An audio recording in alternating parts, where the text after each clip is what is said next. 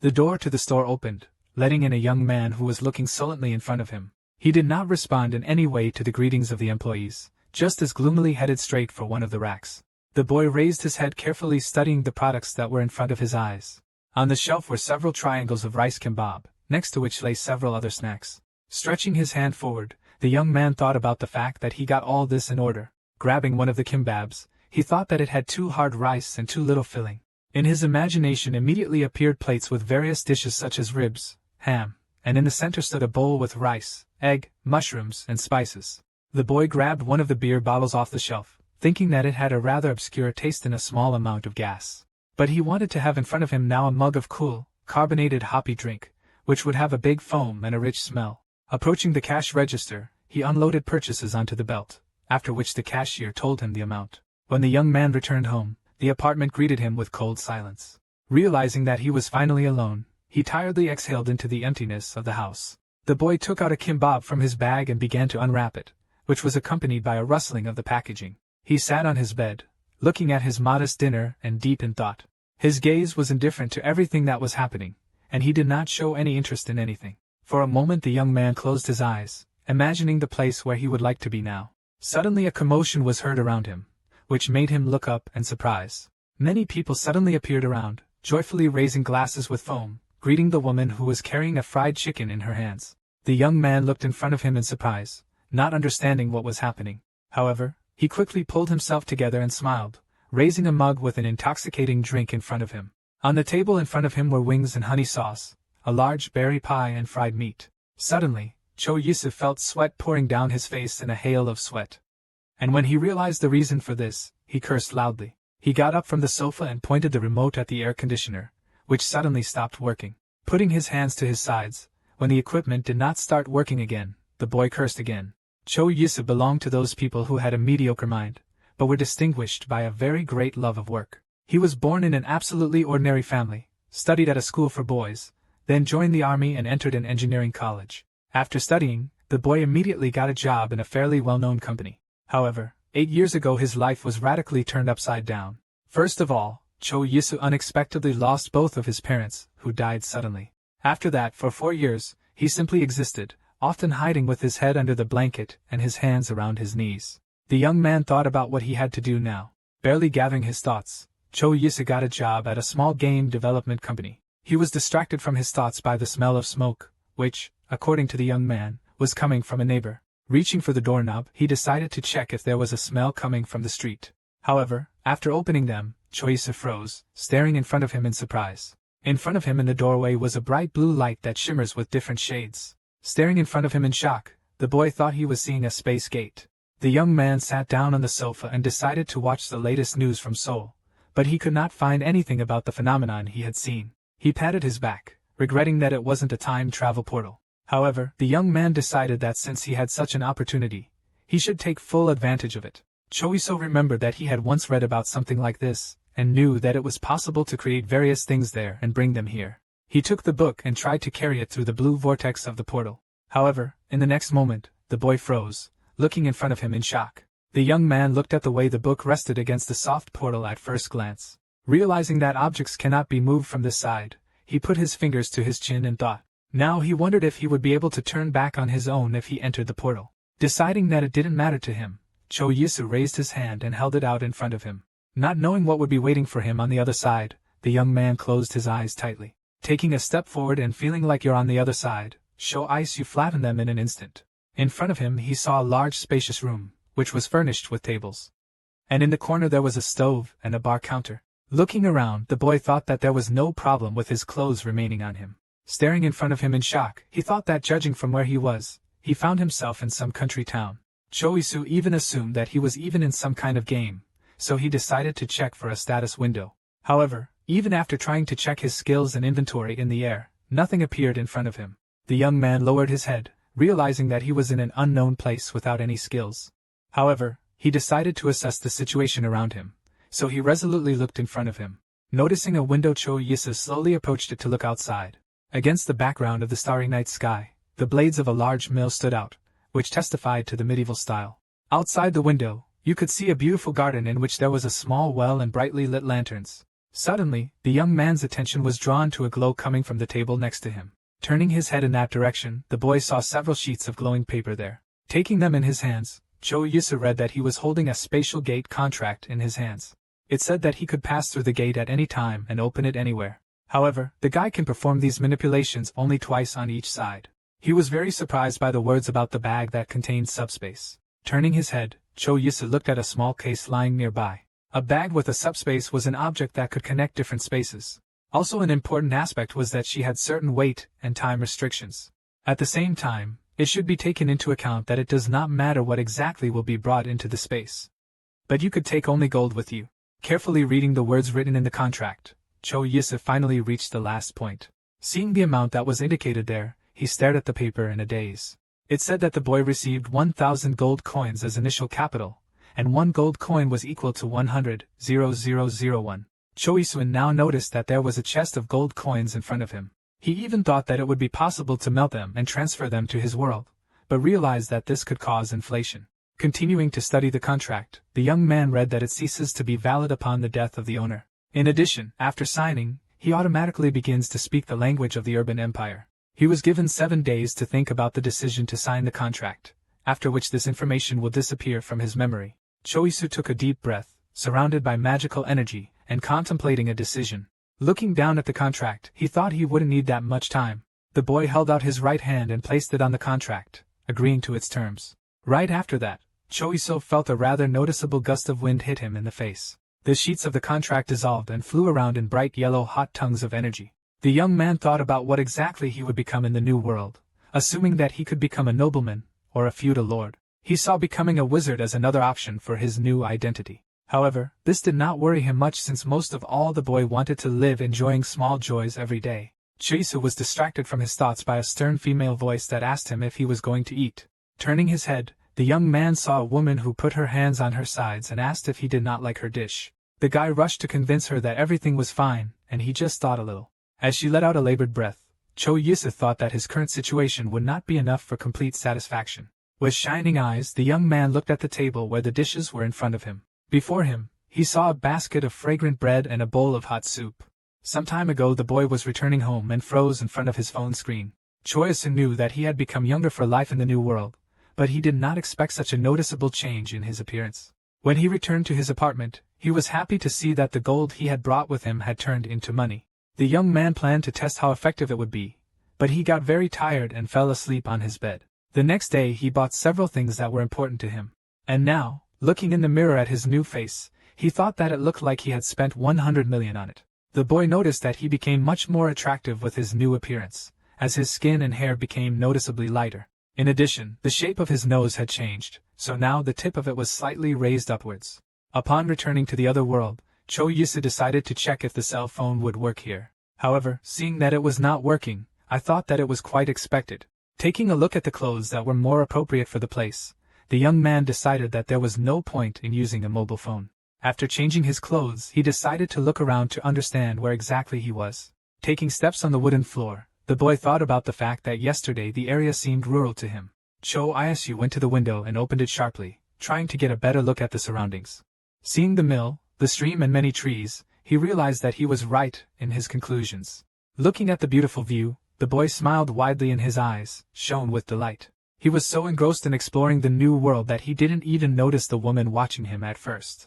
Turning his gaze to her, Cho Yusa thought about the fact that this could be a local resident. Sweat covered his face profusely as he thought. Should he say hello to the woman? However, when she herself asked him who he was, the young man lowered his gaze tensely. When he introduced himself, the woman put her finger to her lips and uncertainly repeated his name. To her question about whether the stranger had received permission to use the house, he replied that he planned to stay there for a week. Pointing her fingers somewhere in an unknown direction, the woman invited him to breakfast. Seeing the doubts, she wanted to turn around and leave, but Cho Yusa shouted that he was already leaving. The woman led him into a sun-drenched room where various jars of twists were on the shelves. Looking at the plate of soup in front of him, the young man thought that the dish looked quite simple. However, his lips stretched into a satisfied smile, as despite its simplicity, it looked quite delicious. Immediately memories of beer and kimbabs he ate at home came to mind. So he decided that it would be better to eat local food. The young man looked down at the dish again, and suddenly one thought came into his head. Looking around the house, he asked her name, to which she introduced herself as Maggie Humphrey. While the woman told where her husband and son were, at the same time wondering where the stranger came from, the soup slowly poured out on the table. Hearing that he had come from Seoul, Korea, Maggie assumed that such a long journey might have tired him out quite a bit. Deciding that the dish was mature enough, Choice thought it was time to try it. He broke off a piece of bread, noticing that he had not been given a spoon, from which he concluded that the soup was eaten by dipping the bread into it. He remembered that he had seen something similar to this in Seoul, and in front of my eyes was a large bowl with sausages, egg and noodles and sauce. Seeing his dreamy face, Maggie asked him if he wanted to eat. Choice rushed to assure him that he was just about to start eating, to which the woman advised him to eat until it cooled down. Heeding her advice, the young man dipped a piece of bread into the thick soup. Immediately after that, he sent the pastry to his mouth with a satisfied smile. At how delicious it was, Cho Yisu even froze for a moment as he stared in front of him in shock. The bread was slightly stale, but if you dipped it in the dish, the taste was simply incredible. The soup had an incredible taste that couldn't even be compared to the quick dissolving broth. A possible reason for this could be that the dish contained a lot of corn.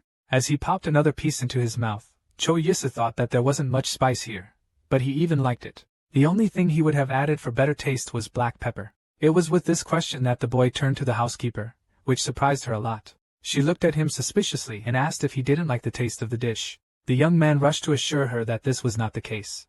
But in Seoul everyone adds spice to their food. When he said that black pepper was quite cheap in Korea, Maggie replied that it was a luxury available only to the nobles. When he asked how expensive it was, the woman waved her hand saying that she had never bought one. Realizing that the household did not like such talk, Cho Isu said that the bread and soup tasted amazing, and he had never tasted anything better. To her surprise, the boy, who was not very old, said that the bread had a bright taste of rye, and the soup, due to the large amount of corn, was simply incredible. Maggie stood listening to him with her arms crossed over her chest. After that, she advised him to talk less and just eat and turn her back. But Cho Isu noticed that a smile appeared on her lips. Satisfiedly continuing his meal, the boy thought that he was telling the truth, and since her family were farmers, it was easy to get the ingredients. Meanwhile, Maggie sat down by the window to sew. Turning to her, the young man asked if she could share the recipe, to which the woman admitted that she simply uses everything she can get her hands on. Suddenly, the hostess looked up at the guest and looked at him carefully. In the next moment, Cho Iso stared in surprise at the woman who got up from her seat. Maggie glanced at the visitor and told him to follow her. Looking around and admiring the garden and the mountains, Cho Yisu thought that the air here was very fresh. Without even turning her head, the hostess commanded the boy to follow her. Fascinatingly looking ahead, the boy asked a new acquaintance what the name of this village was. Hearing the answer, he enthusiastically tried to repeat the name, getting used to it. However, he was distracted by Maggie's voice, who told him to look carefully at the table under the tree. There was a basket of cornmeal, the Humphreys' homemade butter, and laudier and onions. To begin with, the woman said that it is worth melting a piece of butter. Then cut the onion into small rings and fry. At the same time, Maggie threw the named products into the cauldron, which made a loud sizzle. She explained that in this way the soup will have a sweet taste. Looking at the caramelized onions, Choyaso thought to himself that he had no idea that they could be used in corn soup. After that, the householder picked up a bag of cornmeal. Hearing that she bought corn from a merchant, and would have to play with it, the boy concluded that this grain was not popular. Taking a handful of flour in her fist, Maggie said that rich people like fine grain. Grabbing a spatula, she stirred the onion in the cauldron a little more to prevent it from burning. After that, the woman said that it is worth adding a mixture of milk and water and cooking the dish over low heat. In a few minutes, the cooking was completed and there was fresh, fragrant soup in the cauldron. Cho Yisu let out a loud breath as he gazed mesmerized at the cauldron of delicious food. He was surprised that the recipe was so simple, so he decided to ask the housekeeper about it. She took a pinch of salt and dropped a few crystals into the finished soup. The young man thought that the recipe and preparation looked quite simple. Maggie grabbed the cauldron and carried it into the room, throwing it over her shoulder to let it cool a little. The guy put his hand in his pocket and said that he would like to thank her for inviting him to the table. Handing her a mirror, he asked her to think it was a thank you for feeding him. The woman took the object in her hands with interest and began to examine it from all sides. Opening at the hostess, looked at her reflection in the mirror in shock. Watching her reaction, Cho Yisu thought that the woman didn't like his gift. Although at that time she thought that she had never seen such a clean mirror, so it could have a rather high value. In the next moment, Maggie pushed the lid and closed the mirror with a loud click. Handing it to the boy, she said it was too expensive, so it wasn't worth it. When the woman started pushing him out without listening to the explanation, the young man asked where he could find the library. Left alone on the road, Cho Yisu thought about his lack of sincerity. However, he decided that first he needed to visit the local library. Suddenly someone's shadow flashed in the window of one of the houses. A figure of a fair-haired young girl with pointed ears appeared from behind the curtain, but she watched him carefully, never taking her eyes off his big brown eyes. However, in the next moment, she abruptly hid behind a dark curtain, which caused a strand of blonde hair to flutter near the window. Watching her, Cho Yisa thought that she must have been his neighbor. He looked around, heading for the central square where the library would be. The young man thought about the fact that on the way here, he counted as many as 20 buildings that looked like residential buildings. Finally approaching the old mill, Cho Isu noticed that the destination was also located here. Opening the door, he stepped inside and apologized for disturbing him. The boy answered him, biting off a piece of pancake at the same time. He greeted the guest with a broad smile, ignoring the crumbs on his face. After saying hello, Cho Yisu thought he was about 30 years old, but he did not look like an ordinary librarian. In addition, the boy's attention was drawn to the fritters with berries lying in the plate in front of him. When the librarian said that they had not met before, the young man replied that he was an adventurer and decided to stop here. Looking around, he realized that there were only 50 books, so he concluded that they were rare here. Turning his gaze to the librarian, the boy now understood why he was guarding this place. Picking up fritters, the gentleman asked the guest if he was looking for something specific. Raising his finger, Choyasu asked if he could provide him with a map of the Erman Empire. The librarian joyfully raised his hands and asked him to wait a moment. After some time, with a broad smile, he handed him the tattered binding. At the same time, he said that only residents of the village can take books with them, so you will have to read the map here. Sredalo crossed his arms over his chest and carefully watched how the stranger unfolded the map. In the old binding, several pages darkened by time with torn edges were visible. Cho Yusa noticed that the librarian was very excited, so he decided to be careful not to tear the map. He understood very well that in such a case he could also be torn to pieces. The map of the empire was drawn up 3 times, but no markings were visible on it. The young man was surprised by what the map itself looked like. He could see no mark on it, except the outlined coastline and the continent itself. The librarian explained that in the urban empire it was forbidden to put cities or towns on the map. However, he confidently pointed his finger at one point and said that Laudarin was right here. Stravelo confirmed the visitor's guess that all this is happening because of the war.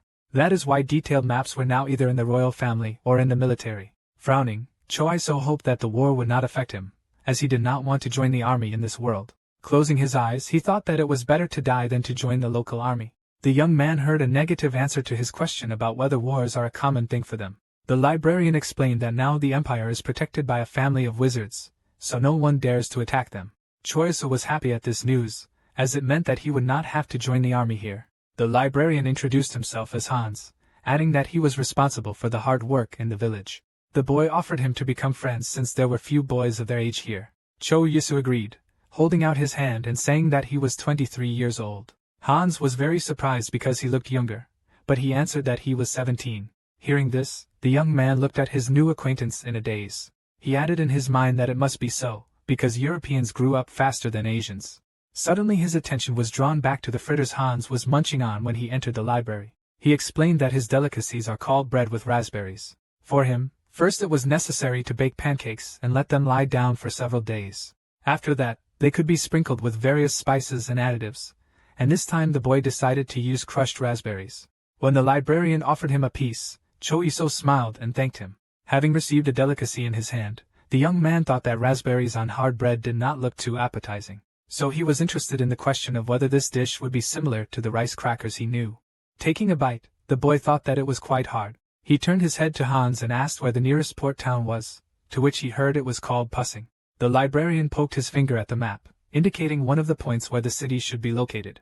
His fingers shifted to the side when the guests asked about the largest city in the empire. Scratching his head, Hans replied that he had never been to the city of Armenia before, but he had heard about it from merchants who visited the village. Shoyuso thought that it would take a month to reach the capital, even if traveling by wagon. Suddenly, shouts were heard on the street announcing the arrival of merchants, which made the boys raise their heads.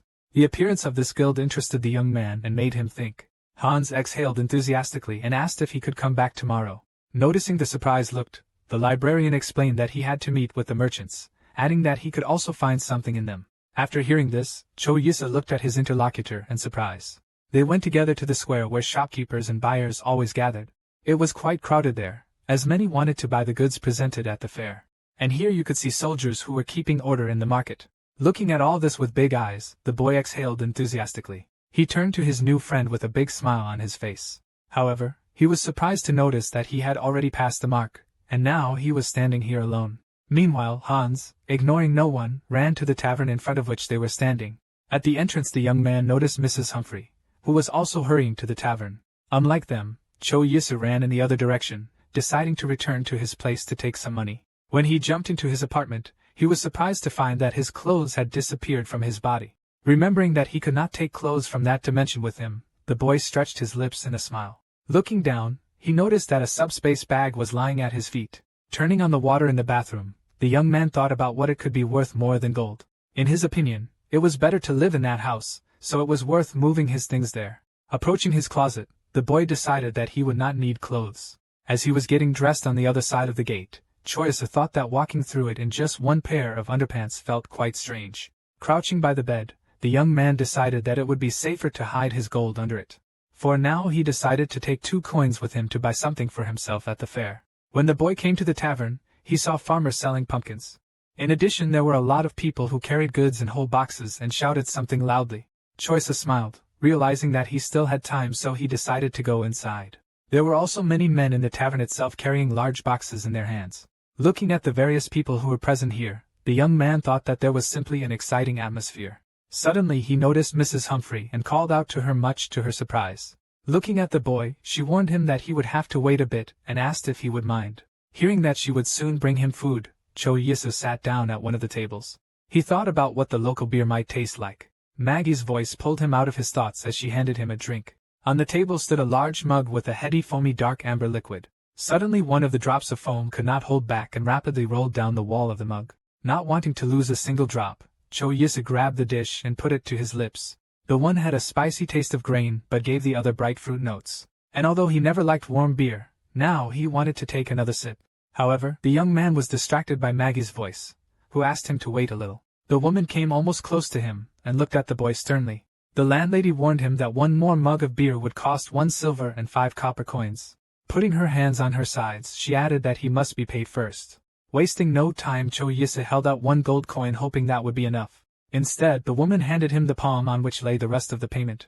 Remembering the amount demanded by the household, the young man calculated that 1 gold is worth 10 silver. When he said that it could be considered payment for lunch, she added that he had just paid for everything. In addition, the woman explained that a pint of beer in their lands costs 2 copper coins. Grabbing the mug, the boy decided he could enjoy a drink while he waited for his food. Placing it to his lips, he took several large delicious gulps. After that, he took a deep breath and smiled widely, and tears appeared in his eyes. Chisa thought about the fact that the taste resembled the taste of ale he used to like. Besides, they could drink beer here instead of water. He remembered that he had once read that when there was no drinking water, people drank wine and beer. Looking around and looking into the hall of the tavern, the young man noticed that there were quite a lot of people here. Getting up from behind the bar, he decided to go and talk to the locals. Suddenly Han's voice was heard from behind, and he asked in surprise if he had also come in to eat. Returning to the big man, Cho Su asked him if he wanted to join, to which the librarian explained that it was very important to dine with the family in Laudaran. But he could ask if his parents would let him go. Suddenly Mrs. Humphrey came up to them carrying a bowl of soup and several loaves of bread. Looking at the bowl of steaming stew and fragrant bread, Choiso let out a loud breath. He looked enthusiastically at the dishes, anticipating the extraordinary taste. As the boy was sending a spoonful of stew to his mouth, Hans's voice was heard nearby, saying that he could keep him company. Looking at the table, he added that since it's summer, they didn't have time to marinate the meat properly, but it will still be delicious. Waving his hand, the big man offered his friend to go to the merchants together a little later. Left alone, Cho Isu thought about how the locals tried to eat the meat before it spoiled. He really liked the taste of the juicy pork and the texture of the stew itself. In his opinion, many different herbs and salt were used for such a taste. His gaze turned sad as the dish reminded him of how his mother used to cook it. Instead of chicken and sauce, she made regular fried chicken. And there was some gup saw instead of ribs with spices and crab with soy sauce instead of crab with spices. His mother always cooked spicy food and he used to like it, but now he wasn't into it. The boy happily bought his mother's food when she offered it to him while cooking. In addition, his mother constantly told him to always eat breakfast with other people. Smiling broadly, the woman explained that food always tastes better at the company. After some time, everyone present got up from their seats and went towards the door. Hans appeared again near Choisu, who asked what his future plans were. Mentioning pork stew, the young man replied that he was planning to go to the merchants. Without wasting time, the boys went to the square where the fair was located. There were quite a lot of things from clothes to cutlery. Cho Yisa turned his head in interest when he noticed Mrs. Humphrey standing not far from them. The woman looked in amazement at the small mirror lying on the nearby bench. Hearing that it was worth 8 silver coins, the young man thought that his mirror was better. The thought suddenly appeared in his head that if he sold 3 mirrors a day, he would become a millionaire. Meanwhile, Maggie was already discussing other offers, and the merchant drew her attention to another mirror created by the wizard. Suddenly a voice came to Cho Yisa telling him that he hadn't seen him here yet. He turned his head and saw the shopkeeper asking where he came from. While Hans ran off to look at something elsewhere, the young man explained that he had come from Korea. When the merchant said that he had never heard of such a thing, he added that he was lucky to get out of there alive. Putting his fingers to his chin, the boy asked him how much his spices cost. He said that he takes 6 gold coins for 1 pound of black pepper. The same price was in his shop for nutmeg. His sugar cost 1 gold coin, and he took only 2 silver coins for salt. After conducting elementary mathematical calculations in his head, Choisu calculated that a kilogram of black pepper would cost 12 gold. It turned out that in his world, it would be worth a little more than 1 million. Frowning, the boy asked the shopkeeper if such a price was kept throughout Armenia. After hearing that the prices did not vary much from place to place, Cho Yisa thought about it. He explained that considering the costs of transport, rent, and taxes, it would be possible to sell spices here cheaper. Noticing the shopkeeper's reaction, the young man guessed that the prices were so high because there were many peasants here. If he could find a way to sell them here, he could become the richest man in the empire. The thought of this brought to mind his manager, Park, who never let him work properly. He would come to Choice's workplace every time, constantly whispering something into Choice's ear. In this world, the boy could very well become a great man of great influence. And then Park would be absolutely unable to do anything to him, remaining just a worthless insect. Cho Yisa was so engrossed in his thoughts of humiliating the manager, that he didn't even notice the shadow following him from behind the tree. The girl looked at him intently, never taking her eyes off the guy. When asked how much it cost to deliver pepper, the shopkeeper said that he could not tell him everything. However, he frowned when he heard that in a foreigner's homeland, black pepper is worth almost a penny. Cho Yisa added that if they could come to an agreement, he could supply it at a reasonable price. Exhaling, the merchant said that the transportation cost 3 gold. But he was wondering where exactly the continent the boy came from was located. Cho Yisa thought that he should have talked to the other shopkeepers before making a decision. He in turn rehearsed, offering the stranger to sell him all the black pepper he had. Putting his fingers to his chin, the young man smiled slightly and said that was why there were not enough goods. The shopkeeper explained that as soon as the pepper ships arrive at the port, the blue bloods take it apart in minutes. Also, one of the ships had recently sunk, so he was only able to get 5 pounds of spice. Chuisa now understood where the price of pepper came from this time, but he apologized and said that he didn't have any at the moment.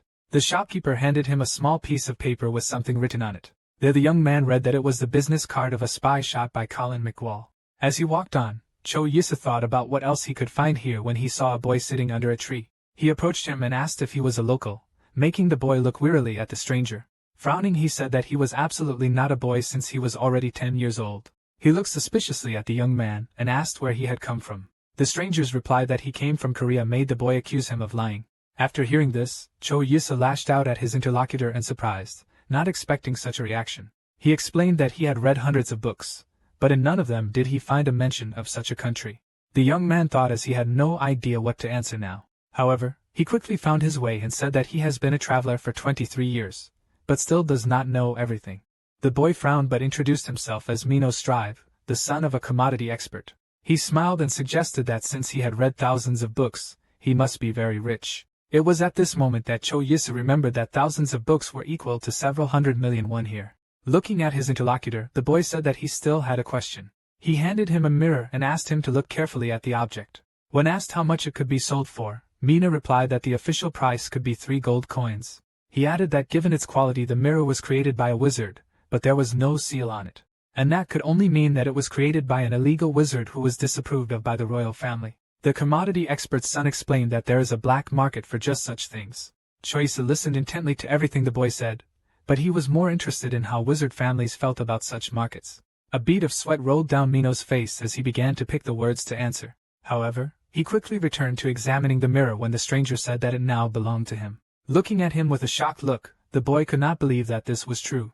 Almost immediately the look turned from shock to suspicious, as Mino knew there must be some. He looked at the interlocutor as if he were a cat who had been sprinkled with valerian in its milk because he knew that nothing comes for free. Raising a finger, the son of the commodity expert assumed that he had come to them from Pussing. And despite the fact that there was a large village called Russian 2 hours from here, he liked Ladoran much more. When asked why, Mino explained that there were selfless people here who sold premium hay, which the horses loved at a low price. In addition, Mrs. Humphrey's delicious cuisine played not the least role in the love for the city. Looking at the enraptured face of his interlocutor, Cho Yusa thought that it was the food that played the most important role. When asked what he could tell about the city of Armenia, the young man heard that it was wonderful for life. However, he warned that the houses there are worth a fortune, and not a small one at that. After hearing the cost, Chisa thought that it reminded him of the real estate situation that was in Korea. For comparison, Mino said that a small house here would cost about 20 gold, which was equal to the cost of a horse. With his hands folded across his chest and his head proudly held high, the merchant's son said that their horse was worth more than 3,000 gold. Suddenly the boy exclaimed that he would also like to give something to his new friend. He also handed him a scrap of paper, gripping it firmly between his fingers. Mino explained that this was the address of their house, on the ground floor of which was their shop. Cho Isu was surprised at how quickly the boy said he would be happy to see him if the job was needed. To his surprise, Mino said that he could tell from him that he came from a well-to-do family. Besides, he could be very popular with women. Hearing that he was not to his liking, Cho Yisu responded in kind. Jumping off the wall in which he was sitting, the son of the commodity expert said that he must return to his father. Returning to the interlocutor, the boy added that if he had another such mirror, he would be able to sell it. Mino explained that it could be auctioned for a decent amount given the quality of the item. After some time already being at home, Choice who thought that he really wanted to go back. He desperately pressed the buttons to make his apartment at least a little cooler. Finally unable to bear it, the boy climbed into the refrigerator, thinking that he just wanted to sell black pepper and lardoran. The young man opened the freezer and stuck his head in, looking at the pile of ice cream. The presence of such goodies was practically the only thing that was an advantage in his home world. He looked carefully at the different types of ice cream, trying to decide which one to take. Having finally made up his mind, the boy sent an ice cream with biscuit cookies into his mouth. At how gentle it was, Cho Yusa even narrowed his eyes and smiled widely. Soft creamy ice cream was sandwiched between 2 pieces of puff pastry, and thanks to the pieces of cookies that were in the layer of cream, the ice cream was pleasantly crunchy. Smiling broadly, the young man resolutely looked in front of him and decided to finally free himself. Wasting no time, the boy sat down at the computer monitor, starting to implement his plan. His fingers tapped the keyboard deftly as he looked for peppers to buy in bulk. A list of various firms and types of black pepper immediately appeared on the screen. Cho Yusa was surprised when he saw that they were only asking 10,000 won for 1 kilogram of spices. If you calculate that for 1 pound, he will receive 2 gold coins, then 4 coins came out per kilogram. Realizing that you can get 4 million for 10 kilograms, the boy said to himself in surprise. Now he was absolutely not afraid to just go to the company tomorrow and get fired.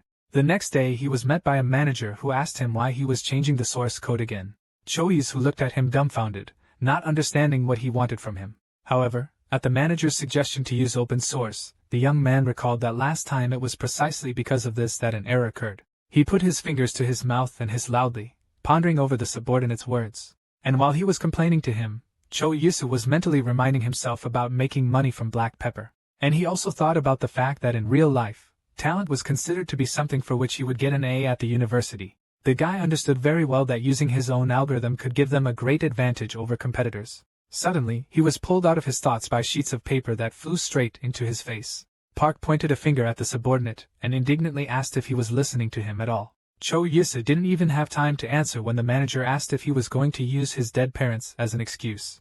The young man looked intently at the manager, not believing what he heard with his own ears. His words about weaklings, who have the same effect on the people around them, became the last straw in the decision to leave. After some time, the young man was already knocking on the door of the chief director. When he allowed him to enter, the boy slowly entered the office, where his manager was waiting for him. Crossing his arms over his chest, the director asked him to sit down, asking him about what had happened. While Cho Yusu sat tensely on the couch, not a single word came out of his mouth. Finally pulling himself together, the boy said that he had to resign for personal reasons. He didn't look too confused, but clarified whether he made the decision through Park's manager. The young man replied that before that he could still tolerate his character, but now he began to entangle his dead parents. The director exhaled heavily and promised a disciplinary Park. Such a punishment was not surprising, since it was clear that his behavior was tolerated due to a lack of personnel. The general explained that when it comes to Park's working abilities, things were not so bad. However, Cho Yusu replied that even without a manager, it was quite difficult for him to come to terms with the loss of his parents. The general director said that he had no other choice, but asked him to explain all the nuances of the projects he would transfer. Firmly hooking his fingers into the lock, the man added that he himself had been trying to cope with such grief for 10 years. Cho Iso mentioned the rumor that the principal's eldest daughter had died 10 years ago. All this happened in a terrible car accident when the car flew off the road. To get rid of the scary pictures that appeared before his eyes, the young man closed his eyes. The CEO smiled and expressed his hope that they would meet again someday, although he was not sure that the firm would still exist. The boy smiled and said that he believed in a good course of affairs with the director. Thank him for his understanding. He left the office. As he left the company, Cho Yisa thought about the fact that he was able to hand over his work to other employees with ease. In his opinion, even with the usual disappearance, the rest of the people around him would have coped with their duties perfectly. The young man wondered what would happen to Manager Park now, but that was none of his business now. After some time, the guy was already sitting in his apartment and looking at his orders. A variety of spices such as black pepper and sugar were packed in boxes in front of them. Cho Yisa smiled as he thought that he had already moved most of his things, and now he was again preparing to transfer a kilogram of pepper, packing it in all his pockets. Rising to his feet, the young man resolutely headed towards the open portal. He now had 140 million won if you consider the gold he had and the 40 million in his bank account. And although he was quite afraid of new things, now he felt that he could do anything. Returning to La Doran, Cho Yisa took a deep breath and exclaimed that this place was simply wonderful to live in. He hid all the pepper that he managed to transfer through the portal in his room under the bed. After that, there was a knock at the door, behind which was heard the voice of Mrs. Humphrey, who asked who exactly had come to her. Hearing the name of her visitor, the woman asked him if he had come here to eat. However, the young man replied with a smile that he simply came to give or something. Letting him inside, the woman asked what exactly he wanted from her now. The young man said he had barley flour, apricot pits, and honey for her. While mixing the mass, he explained that this whole mixture should be applied to your face. Mrs. Humphrey looked at it skeptically, saying she didn't want to put it on her face. But Cho Isu said that was how the women of his continent took care of their skin. Hearing this, Maggie took the mixture and spread it thickly on her face, asking if she was doing it right. With a big smile on his face, the young man advised her to apply the product near the eyes and nose. After a while, after washing off the mask, Mrs. Humphrey thanked her new acquaintance. He left her institution saying that it was time for him to go. Collapsing on his bed in his house, Cho Yisa thought about how he enjoyed this kind of freedom. He immediately remembered his Korean neighbor, whom he barely knew, and when communicating with whom a strong tension was constantly felt. Even when they were just riding in the elevator together, it was quite awkward for both of them to be in the same room. And now, lying on the bed and smiling, the boy thought that such a rest could well be called health-giving. Suddenly, Han's voice was heard at the door, asking if anyone was home. Cho Yisa rushed to open it, wondering if he had managed to hide all the suspicious items. Strovula went inside and said that he already thought that the boy had left since they had not seen each other for a long time. With a wide enthusiastic smile, he asked his friend if he wanted to join the hop collection. From the mention of the cereal, Cho Isu immediately imagined 2 large mugs with a foamy aromatic drink. Hans confirmed that he is constantly involved in such work. The librarian asked the young man if he was staying with them for a long time, adding that if he stayed, the old man would be happy with the extra hands. Zroman explained that they actually have a lot of work because they have to collect hay, feed animals, fetch water, brew beer, and grind grain. Besides, he had to go to the library himself. Suddenly, Cho Yisa decided to ask something, remembering his neighbors. The young man decided to ask who was the fair-haired girl he saw recently in the window. Hans froze, trying to understand who exactly his friend was talking about. Without taking his eyes off him, the librarian said that they don't have such girls in the village. Cho Yisa couldn't believe his ears, so he looked at his interlocutor in surprise. He added that they only had one girl, but she was a bit strange. The young man was surprised by such words, but asked why she was strange. Hans explained that she arrived 10 years ago and lives with her mother. They don't communicate much with their neighbors, but they are quite hard-working. After hearing the words that in order to stay in the village, you need to work, the boy asked if this was the reason why he was calling him to collect hops. However, he only laughed, answering that this was far from the only reason. He added that all the fences in the village that fence off fields and animals look quite unstable. Clearing his throat, Hans said he was going to collect the rent from the people, as they were all spending money as soon as they got it. Cho Yisu immediately remembered the conversation with the son of a commodity expert who praised the selflessness of the locals. It was difficult for him to imagine that in his world, there would be a situation in which the inhabitants would fight for every new day of their lives. However, he liked such a life because it reminded the boy of a fast-flowing stream. After some time the boys were already in the field where hops grew, and even rose. Hans grabbed one of the blossoms, and said that plants similar to this one should be plucked. Handing the flower to his friend, Hans told him to try it too. Jesus smelled a rather pleasant aroma that was like a mixture of herbs and fruits. Closing his eyes, the young man with the face of a connoisseur said that he had heard that without hops the beer would be disgusting. Looking at his wide smile, Hans asked what exactly he was doing now. After some time the basket in which the plants were to be collected was filled with a slide. The librarian immediately said that that would be enough, to which Cho Yisu said that they had done it faster than he'd expected from the start. While they were carrying their prey, the big man suggested to his friend that he join in gathering firewood and shearing the sheep, but he pretended not to hear this. Hearing the words that he could rest, the young man thanked his friend.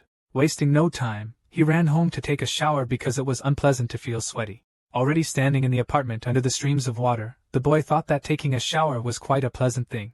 Leaving the bathroom, the boy was smiling widely, surrounded by warm steam. Immediately after that, he joyfully plopped down on the bed, burying his face in the pillow. Rolling over on his back, the young man breathed out that it was much better this way. Now, after his shower, he wanted to drink a good beer, and since he was going to drink beer with a friend, he needed to take food with him. Baked corn under the gooey light cheese immediately popped into my mind, and I wanted fried potatoes with mushrooms and squid and fried chicken and panko breading. Clutching his grumbling stomach, Cho Isu thought about taking everything with him. When he went to the delivery site, he thought that he should choose something that would be easy to carry with him. Besides, it had to be something that La Doran would be familiar with, so deep-fried food was out of the question too. Looking carefully at the phone screen, the boy tried to think things through. Suddenly one of the positions caught his attention which he thought closely matched his search criteria. After some time, Cho Yusu was already taking the bag with the ordered goodies from the courier. He held it carefully in his hands, glad that it had finally arrived. Now a whole new world was open to him in Korea, which was called the word delivery. When the young man put it in the subspace bag, he noticed that it counted for only one item. Raising his head, the boy smiled broadly and looked ahead, resolutely. Now he was going to show in lot, or in what Korea tasted like. Upon arrival, the young man took out a bag and carefully placed it on the table. And at that moment, he was faced with the problem of how exactly he was going to eat all this. It was clear that plastic was not even heard of in this world, so there were no ideas how to get such containers. Looking at the portal, the boy thought that he should go back and take some things with him. A few minutes later, several bowls, glasses and spoons were already lying on his table. Examining the dishes he had brought with him, he thought about the fact that she should not arouse suspicion among the local residents. Suddenly, Hans' voice was heard at the door, asking if he was at home. Seeing that his friend was at home, the big man said that he had already come in, but no one answered him. When he walked inside, he saw Cho Yisu standing in the middle of the room wearing only one pair of underwear. Hans was the first to say something, adding that he had always thought that a person who lived alone had much more freedom.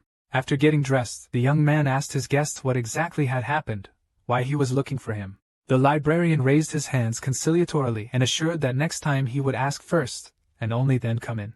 Hans boasted that he had done a lot of work that the two of them should have done.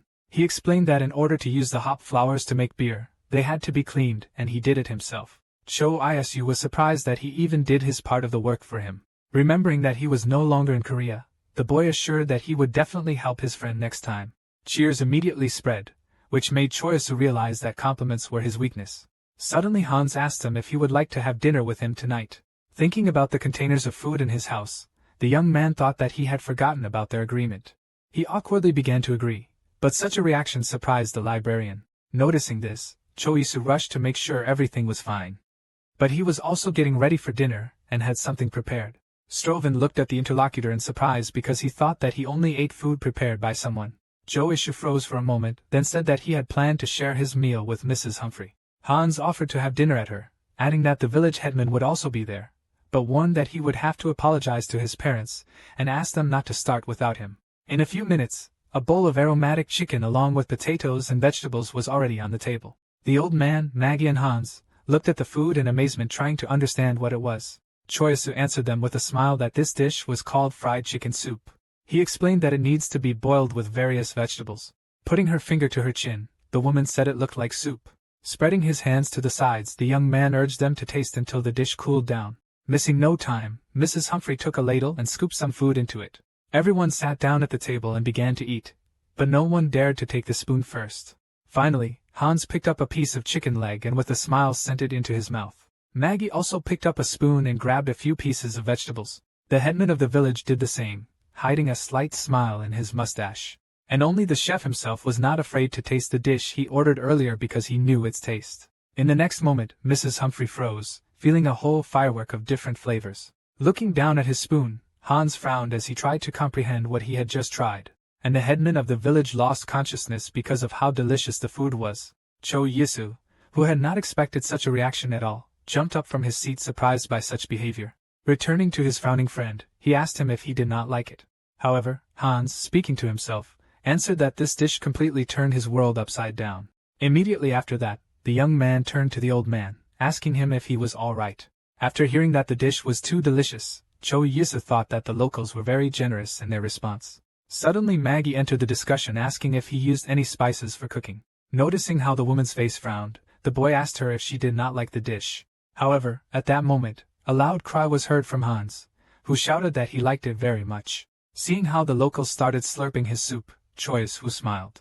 After a while, when the food was finished, the boy went out to the fair, intending to sell some black pepper. He walked around the aisles trying to find Colin McWall, who he had spoken to earlier. Suddenly something caught his attention, making him freeze in place. A young pink-haired girl riding a horse appeared in the crowd. Looking closely at her face, which had a slight smile on it, Cho Yisu noticed that she was very beautiful. In addition, he did not hide the fact that the locals were happy to see her, so the question arose whether she belonged to the nobility. The confirmation of this assumption could be the fact that next to the stranger there was a visible figure of a guardsman. The young man admired his appearance as the soldier's chainmail looked quite cool. Suddenly the girl let out a loud breath and stared at Cho Yisu with wide eyes. Noticing this, he frowned, not understanding what had attracted her attention. In the next moment, the stranger smiled joyfully and tightened her grip on the horse's reins. Hearing that she calls him her love, the boy was even more surprised. For some reason he remembered his soup again, but he still didn't understand what was happening. Looking at the smiling girl, Cho Yisu noticed that she had dismounted from her horse. However, he should have thought that she was running towards him as a stranger just ran past. Turning his head, the young man noticed that the girl had run straight to Maggie with her arms spread wide. The stranger said loudly that Mrs. Humphrey was the reason why she regularly ran away from home. However, Maggie crossed her arms over her chest and calmly said that in that case, she would have to ask her to leave the facility. Resting her hands on the bar counter, Jace tried to convince the hostess that she simply could not survive without her dishes. Closing her eyes and trying to control herself, Miss Humphrey said she valued her freedom very much. She added that if she wanted to, she would have long ago become a chef working in the royal family, when the girl threatened to take her hand before cutting it off. However, Maggie emotionally reminded her that she wouldn't be able to enjoy her food in that case. Joyce noticed that she wanted her tastiest dish, for which she even brought groceries with her. Mrs. Humphrey let out a weary breath and ordered her to go and wash first, which the girl immediately ran to do. However, the next moment she looked out from behind the wall, and told the hostess not to add black pepper to the dish. Hans looked at his friend and said that Mrs. Gager was a real beauty. However, putting his fingers to his chin, he noticed that she had a rather difficult character. However, in the next moment, Jessie herself abruptly found herself next to him, asking who exactly he was talking about. The girl watched with a smile as the big man jumped up from his seat, shouting loudly. The boy started to make excuses, but Jason assured him that everything was fine. She gave a predatory smile and said that there was nothing she could do about the rumors that were spreading. Putting her hands on her sides, the girl assumed that it was her coachman who had started all this. Suddenly Cho Yisu caught her attention, and turning to face him, J. asked who he was. He introduced himself, saying that he was a traveler from Korea, after which Hans added that the boy wanted to stay in the village for a while. The girl put her hand to her chin and asked where exactly his country was, since she had never heard of him before. Suddenly a guard approached them and apologized to the young lady. In the next moment, he grabbed her by the waist and threw her over his shoulder, ignoring the indignant look. Jace was indignant, not understanding what was happening and trying to turn forward. But she screamed loudly, demanding that he immediately let her go, at the same time actively waving her arms and legs. She tapped the guard on the back, saying that she had not learned the stranger's full name. Listening to the way the girl introduced herself, Cho Yisu thought she looked quite crazy, though. When he returned to Han, he said he could call her Yeji. Hearing that the young man might be interested in her, Cho Yisu assumed that the librarian himself liked the new acquaintance. Clearing his throat loudly, Han said that even if he had followed Mrs. Humphrey's recipe extremely exactly, his dish would still have been worse. Suddenly his attention was attracted by a man who entered the tavern, and the big man drew Mr. Joseph's attention to himself. He raised his hand in greeting and ordered himself a beer, after which Hans ran to fulfill the order. After a few minutes, there were several cakes and 2 mugs of foamy drink on the table. When the friend went to the kitchen, Choisu asked him how much he owed him. However, he just raised his finger and said that today everything is free in honor of the day of Mrs. Jaja. Taking the mug in his hands, the young man thought that the people here were completely different. Mr. Joseph raised his mug and invited them to drink together. The guy smiled and introduced himself, simultaneously asking what exactly the man's business was. He explained with a smile that he sells spices in the city of Armenia. Hearing that he was quite close to Mikwal, Cho Yisu explained that he had seen the merchant last week. Squinting, Joseph asked if the man sold black pepper, to which he heard him say that he had very little stock. The spice seller said that wasn't true, taking a greedy swig that sent beer dripping down his beard. Banging his mug on the table, he made a fist and wiped the foam from his mustache with it. After that, the man pounded his fist on the table and said that he owned the largest spice shop, but he could not tear out a gram of pepper. All because the Meditz family had bought up all the pepper, which made him think they were taking spice baths and using it instead of perfume. However, remembering how she had warned about using pepper, made Choiso smile. And while the interlocutor was wondering how Miguel was able to get the pepper, the boy looked at the fritters in front of him. He took one of the cakes and dipped it in the jam that was in the saucepan. The last time he'd had this at Hans, he'd really liked it, so now he was hoping for a similar result. However, after taking just one bite, I felt that everything would be completely different. This cake was extremely hard, so it seemed that the teeth would not say thank you for it. With a wide smile so as not to give away his reaction. Cho, yes, you reminded the interlocutor that young Mrs. Meditz was not very fond of black pepper. Raising his finger up, Mr. Joseph confirmed his words. He said that once in Pussing, there were even very big problems because of this. When a girl decided to burn a wagon with spices. The guy looked at his interlocutor in a daze, not believing his story. The man added that they then barely managed to distract her guards to stop her. Suddenly, Jesse appeared from the side and asked with a smile if they were discussing her behind her back again. Having quickly found his way, Mr. Joseph assured the girl that this was not the case and invited her to join them. Taking a mug of beer in her hand, Jay suggested that the merchant steal the wagon because that way they could make a decent amount of money. Watching her quickly down the intoxicating drink, Cho so timidly said that it was his beer. Having finished with it in a few large sips, Jizzy let out a loud breath and slammed the dishes on the table. Smiling widely, the girl looked at the boy and asked if he wanted her to spit the drink back out. Looking ahead in disappointment, Cho Yisa asked if she even liked it. Pointing to the interlocutor with her finger, she asked what his name was since she did not hear his answer last time, trying to come up with an answer that would stop the questioning. The young man said that his father was a teacher and his mother was a housewife. And he himself had started traveling after graduating from the academy. Having lashed out at the boy, Jesse assumed that since he had entered the academy, he could not belong to the common people. When he said that anyone could study at the academy on his continent, Jace asked if even girls could. However, when she stammered about visiting Korea, her bodyguard immediately appeared next to her and told her not to even dream about it. Suddenly dishes appeared on the table, prepared by Mrs. Humphrey, who apologized for taking so long to prepare everything. Lady Medit smiled and said that she had almost starved to death, but as the smell was wonderful, she was ready to forgive. Holding up the cutlery, the girl invited everyone present to eat. Suddenly a guard stopped her, asking her to wait a little. When he said that he had never seen such a dish, the girl was indignant that he wanted her to starve. Looking at the gloomy night, Cho Yisa thought that he felt sorry for him. Having stuffed the spoon with the dish, Jeezier felt such a bright taste that it seemed as if she was in paradise. Hearing Maggie try to explain the ingredients of the dish, she held up her spoon, telling the woman to be quiet.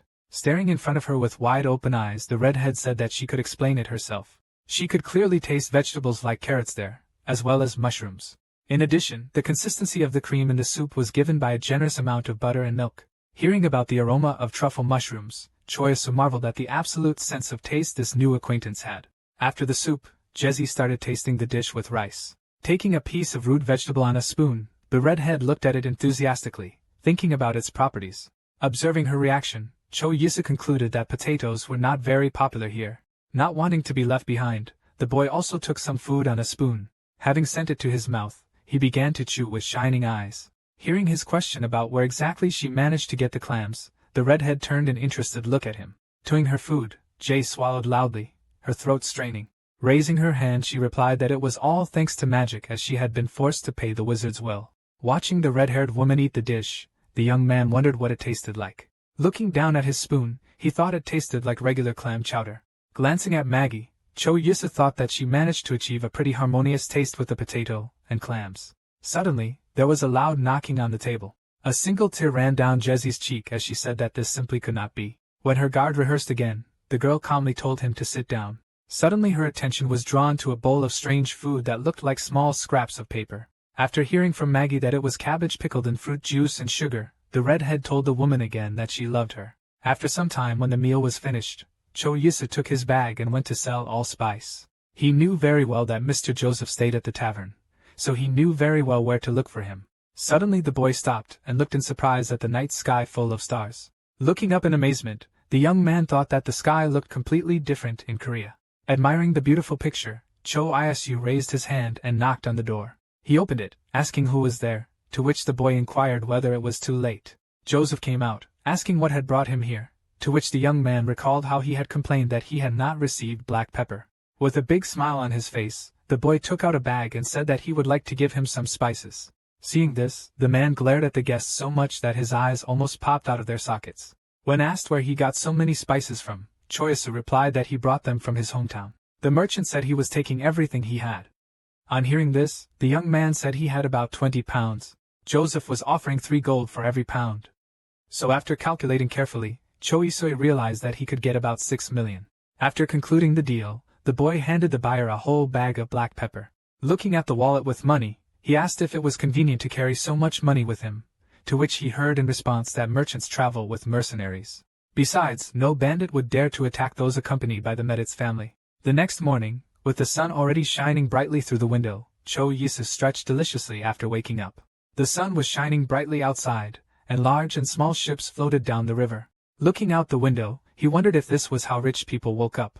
Looking out the window, the boy suddenly realized that it was unusual for him to have such a large sum of money. The young man always tried to save, so he had no idea how much money he should spend now. Looking at the wonderful scenery outside the window, he decided to go and see everything in the market first. Approaching one of the merchants, the boy asked how much the candles he was selling cost. The grocer explained that oil candles would cost 5 coppers per pound, and wax candles would cost 2. When Choisu was ordering 4 pounds of oil candles, he suddenly heard a girl approach a nearby merchant. He remembered that he had already seen the girl who lived next door to him, and was now ordering raw mackerel. The shopkeeper raised his hand and said that this fish is quite difficult to catch, so it is customary to pre-order it. Putting her fingers to her chin, the girl said that in that case she would like to make a pre-order. After hearing how the merchant demanded from her 5 pieces of silver in payment, which was equivalent to 500,000 won, the boy opened his mouth and shocked. Sitting down next to the merchant, his neighbor asked him to give her a red herring that he had prepared with him. In the next moment, she jumped up in her arms and shouted that she would now bring the fish container. Looking after the unknown girl, Cho Yisa thought that it seemed to him that the stranger next door had blonde hair. Walking through the market, a young man suddenly heard someone calling his name. Turning his head, the boy saw that Jessie was heading towards him in the company of 2 guardsmen. He smiled and asked if she had decided to buy anything as well, to which he heard that she was looking for him. The young man's face was covered with sweat when the redhead offered him a walk with her. As they continued on their way, Jay said she heard that he had recently sold Joseph some black pepper. Choyasu gave a strange smile, thinking that he had hoped to keep it a secret. However, Jeji explained that when she met her husband, she felt an unpleasant spice coming from him. Trying to find an excuse, the boy explained that he really likes pepper and took some with him, after which he decided to sell it to make money. However, the red-haired woman frowned and said that she did not understand at all why everyone was so crazy about something like this. Cho Yis wondered if she really hated black pepper, or if she was just sick of it. Licking himself, the young man mentally added that he really likes this spice. It was thanks to black pepper that a dish like ramen became much tastier. He imagined holding a whole bowl of food in his hands, which had a sweet taste and was seasoned with hot pepper. Looking at the boy in surprise, the redhead asked if he was eating anything now. At his suggestion that such hatred came from overeating, she clenched her fists and said she didn't care. Opening her mouth loudly, Jace added that just the smell of the spice would turn her back.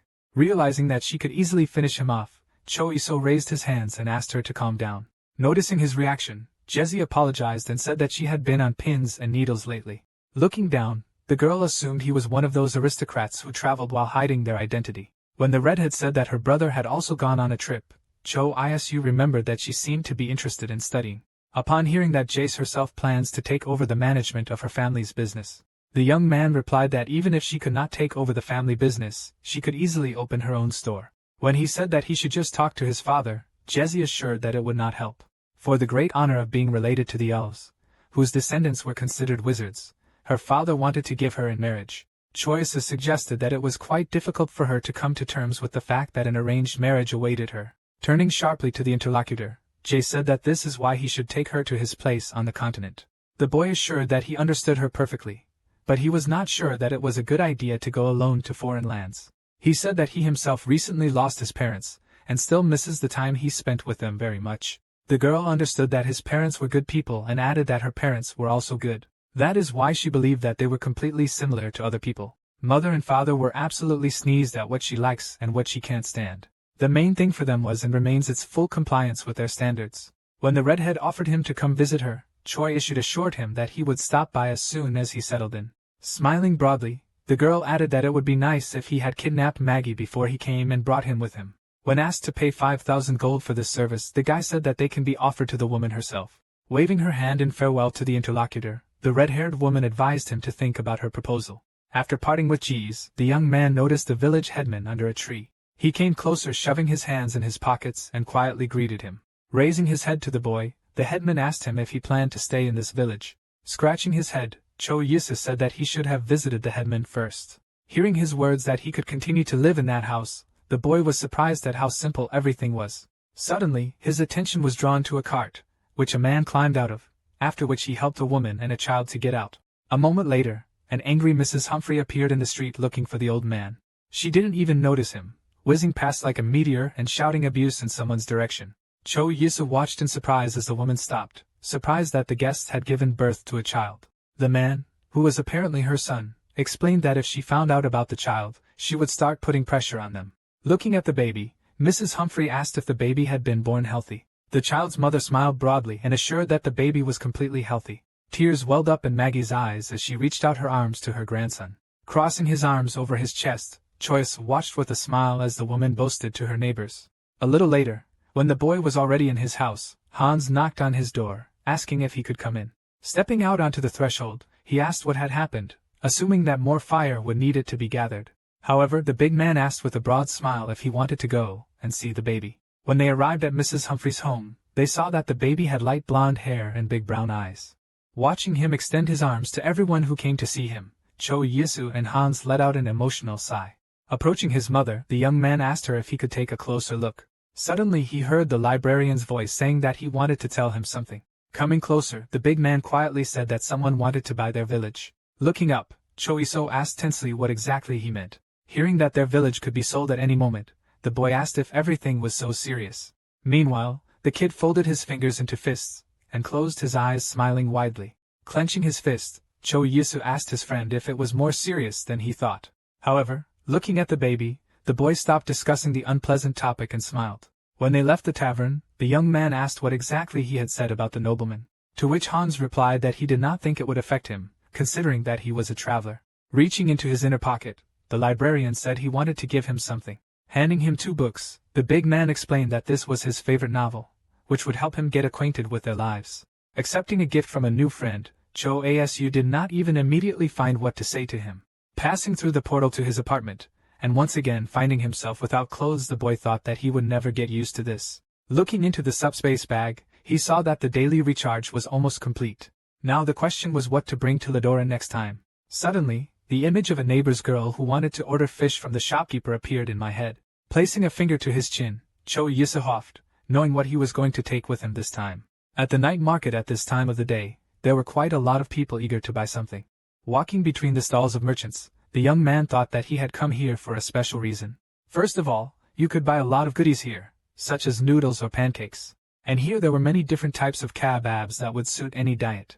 In addition to traditional Korean dishes, the night market had many dishes from world cuisines. So after a while Choiso was already smiling contentedly, stroking his full belly. Throwing his hands behind his head, the boy cheerfully strolled between the benches, planning to shake the food a little. Looking around, he thought about the fact that he had not been here for a long time. Suddenly, the young man smiled widely as he smelled fresh fish. Just in front of him lay a variety of fish and seafood on the cooling counter. Glancing at one of the lobsters, he thought that it reminded him a lot of Hunt's. At that moment, the voice of the shopkeeper was heard shouting that he was selling fresh mackerel that had just been brought in. Coming closer, Cho Yisa said that he wanted to buy some fish, but asked that they be gutted, holding 2 large bags in his hands. The young man thought that he might have gone a little overboard with his purchases. Entering his apartment, the boy reassured himself that he had not eaten well-cooked mackerel for a long time. Another product he bought for himself was Samjang sauce, which is soy sauce with various spices. While grinding the walnuts, Cho Isu thought that such a sauce could not be found in the other world, so it was necessary to prepare it. While mixing the ingredients for it, the young man remembered that he had studied his recipe while abroad. At the end of cooking, it was necessary to add some nuts and mix everything thoroughly. And finally, in front of him in a bowl, stood a ready-made sauce of a bright brown color sprinkled with spices and nuts. When the boy came to his house, the first thing he did was spread the food on the table. Pouring pearl barley into the pan, the boy thought about the fact that this porridge is much more common in this world than rice. I remember again the words of my mother who said to watch the fire while it was cooking rice.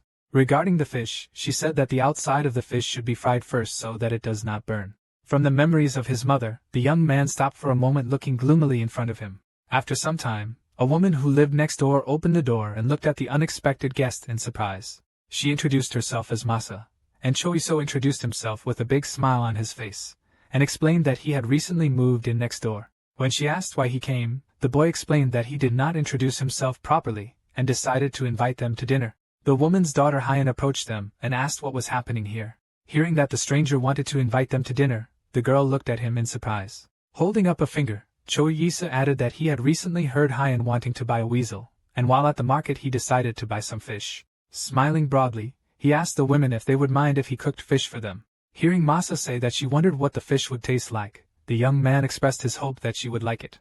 A few minutes later, the mackerel carcasses were already being fried on an open fire. The fat and juices that were in the mackerel mixed together, scraping onto the fire that was burning below.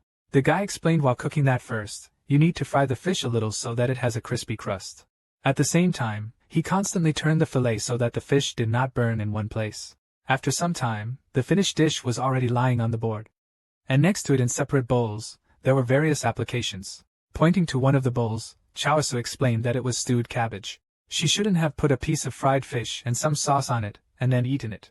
Masa, listening to all this, assumed that he had been living in some seaside town for a long time. Wasting no time, the woman did everything according to the neighbor's instructions and stuffed a piece of fish into her mouth. Looking in front of her in a day, the woman said that he had an incredible talent. Glancing at the sauce, Masa also praised it, saying that she had never tasted anything like it before. Wrapping a new piece of fish in a cabbage leaf, Cho Yisa smiled and said that he was very glad that they liked it. Hyan also decided to try the offered treats, for which she sent a piece to her mouth. While enjoying the fish, the young man felt as if he were in the open ocean. Narrowing his eyes, he realized that the sweetness of the cabbage matched the texture of the pearl barley very well. Looking into his plate, the boy scooped up a whole spine of fish with a spoon. Grasping the bones with her fingers, Masa said they were the most delicious part of the fish. With a broad smile, the woman added that people who understand fish usually start with this part. However, Hyan, carefully watching them, quietly asked them not to do this. The girl asked why they should eat the bones if they can just be thrown away. Zailing in frustration, the young man thought that his neighbors did not look like the average mother and daughter. After the meal was finished, Hyan took the plates from him and said she would return them as soon as she washed them. Seeing that the boy wanted to stop her daughter, Masa said that she just wanted to thank him for lunch. Shaking her neighbor's hand, the woman thanked her, adding that she is usually more shy, but one day he will also invite him to dinner. A month had passed since then, and now Cho Isu collapsed weirdly on his bed, thinking about how difficult life in Lodoran had been. He and Hans fed the horses, collected firewood, and sheared the sheep, which made the boy incredibly tired. When the young man heard that his friend had come to him, he went to the door and asked if he needed help again. However, the big man smiled and said that he was not on business, offering instead to go to the village of Lushan. Looking in front of him in surprise, Cho Yusu replied that he would be happy to go with him. Realizing that he would not have to work, he smiled happily and jumped up high. However, upon arrival, he was no longer so happy, as the boy felt very bad when he got out of the carriage. Wiping his mouth, Cho Yusa thought about the fact that he should have taken the injection pills with him. Pointing his finger somewhere to the side, Hans warned that he had to leave for a while as he had to meet someone. Cho Yusa suggested that they meet at this place for a while, but if it's too late, a friend can find him at the pub. After saying goodbye, Hans immediately ran somewhere, waving his hands happily. The young man himself thought that he should go shopping. The village was extremely beautiful, with houses whose roofs were paved with tiles of different colors, and between which wagons drove. The young man's attention was drawn to the rolls of fabric lying on one of the counters. When he asked what kind of fabric it was, the shopkeeper replied that it was batiste, which is used for dresses, handkerchiefs and curtains. In addition, the seller added that the fabric is very popular among the nobles. Taking a piece of cloth between his fingers, Choi-sun noticed that it was very soft, so he asked what the price would be. Hearing that the price would be 1 gold per roll, the boy smiled and said he would take 2 pieces. The shopkeeper asked the buyer what he would use the bedice for, to which he heard that he would use it for baby diapers. After some time, the young man was already walking through the streets of Lucino, gnawing on an apple and holding 2 rolls of cloth in his hands. Suddenly, his attention was drawn to one of the knights who was standing in a narrow alley with his arms crossed over his chest. Noticing how that sword glittered in the sun, the boy thought that he would like to hold such a weapon in his hands. Feeling someone's attentive gaze on him, the knight turned his head and looked sullenly at the stranger. Noticing this, Cho Yusuf rose, staring intently in front of him. Suddenly on the road, he saw Jeej, who was resolutely walking forward without looking around. When she heard someone calling her, the girl looked surprised in the direction from where the sound was coming. Noticing the boy, she smiled, completely ignoring the displeased look on her bodyguard's face. Throwing away the apple, Cho Yusuf waved his hand vigorously at Jason, greeting. Jeja immediately rushed to him, asking what he was doing here, to which she heard that he had come here with Hans. Cho Isu asked the girl if she was passing through the village, to which she hesitated a little and answered that not at all. Putting her hand to her mouth, the girl said that she had come to the spectacle. Surprised that he himself had not heard anything about it.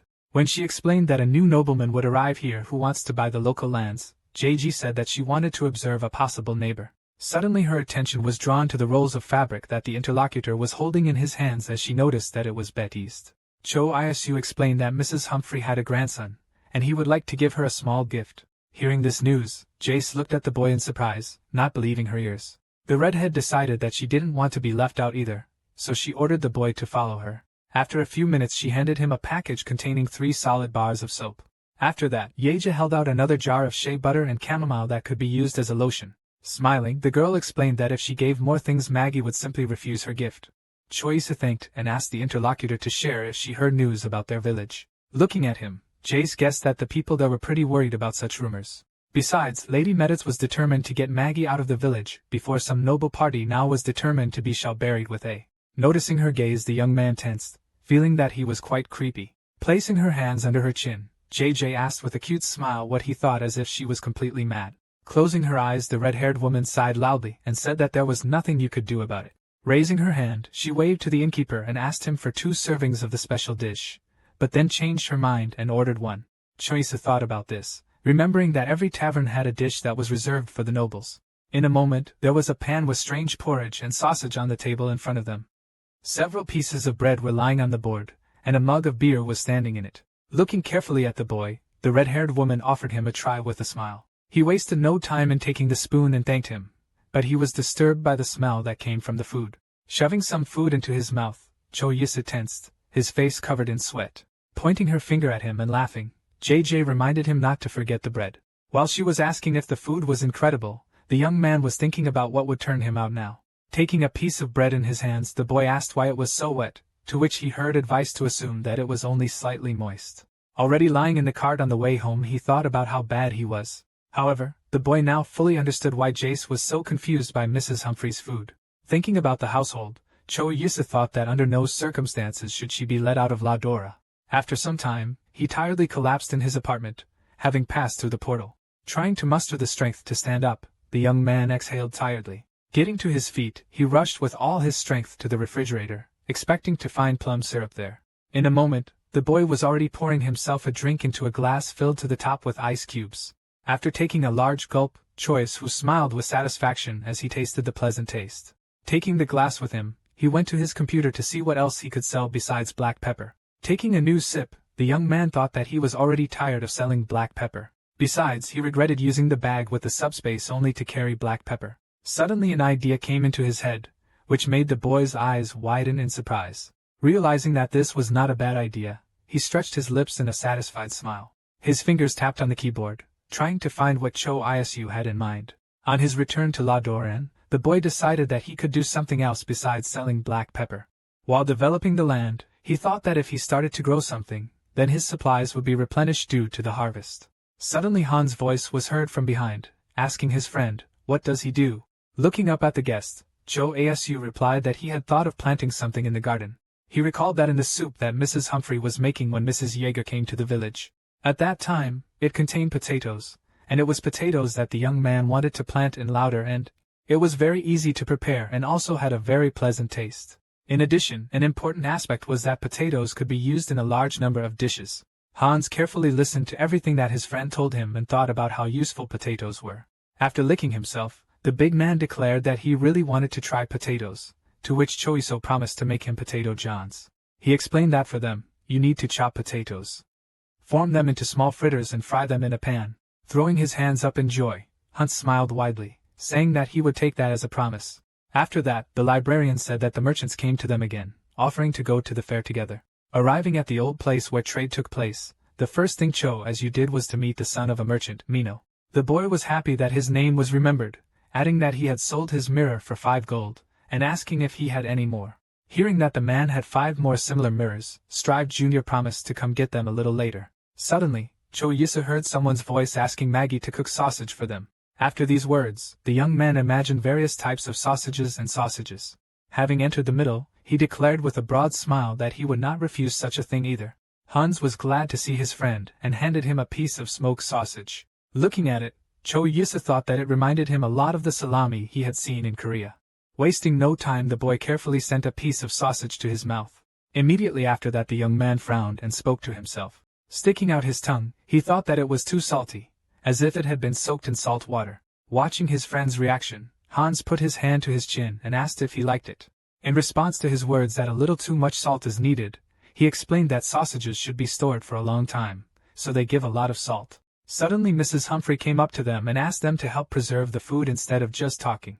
Choiso looked closely at the tray the woman had given him to serve to the guests. Having carefully studied its contents, the boy thought that the menu today was only bread and sausages, and also sausage soup. The young man was just sure that the food would be delicious because it was Mrs. Humphrey who was cooking it. He turned his gaze to the hall where almost all the tables were occupied by guests. His attention was drawn to a couple sitting at one of the tables happily talking about something. The man who was sitting next to the woman was very actively telling her something, waving his hands. Shoisu watched them closely, keeping his eyes fixed on them. Suddenly, his attention was drawn by a shout that loudly called his name. Turning his head, the young man saw Hans waving his hand at him, inviting him to come. Parents were sitting next to him who also invited their son's friend to the table. Cho Isu froze for a moment, not daring to take a step and not believing his eyes. When the boy did come to their table, Hans's father said that they had heard a lot about him. Watching his friend munching on bread and sausage, Cho Yisa thanked them for the invitation. Wasting no time, he did the same to the big man sitting next to him. Stuffing the sandwich into his mouth, the young man noticed that the sausage tasted pretty good with bread. He liked the smell of cooked meat and the feel of the soft texture of the bread.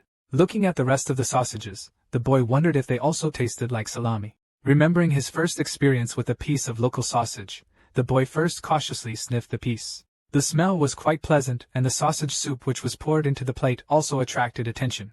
It looked completely ordinary, but when Choiso tasted it, he felt that the sausages had been cooked in beer. Hanzo's whole family watched with satisfaction as the guest licked the soup, which showed that he liked it very much. Clearing his throat, the young man asked why he could not see Mrs. Masu and Hyan anywhere. However, Hans's mother replied that she had heard that his neighbor had been very ill recently.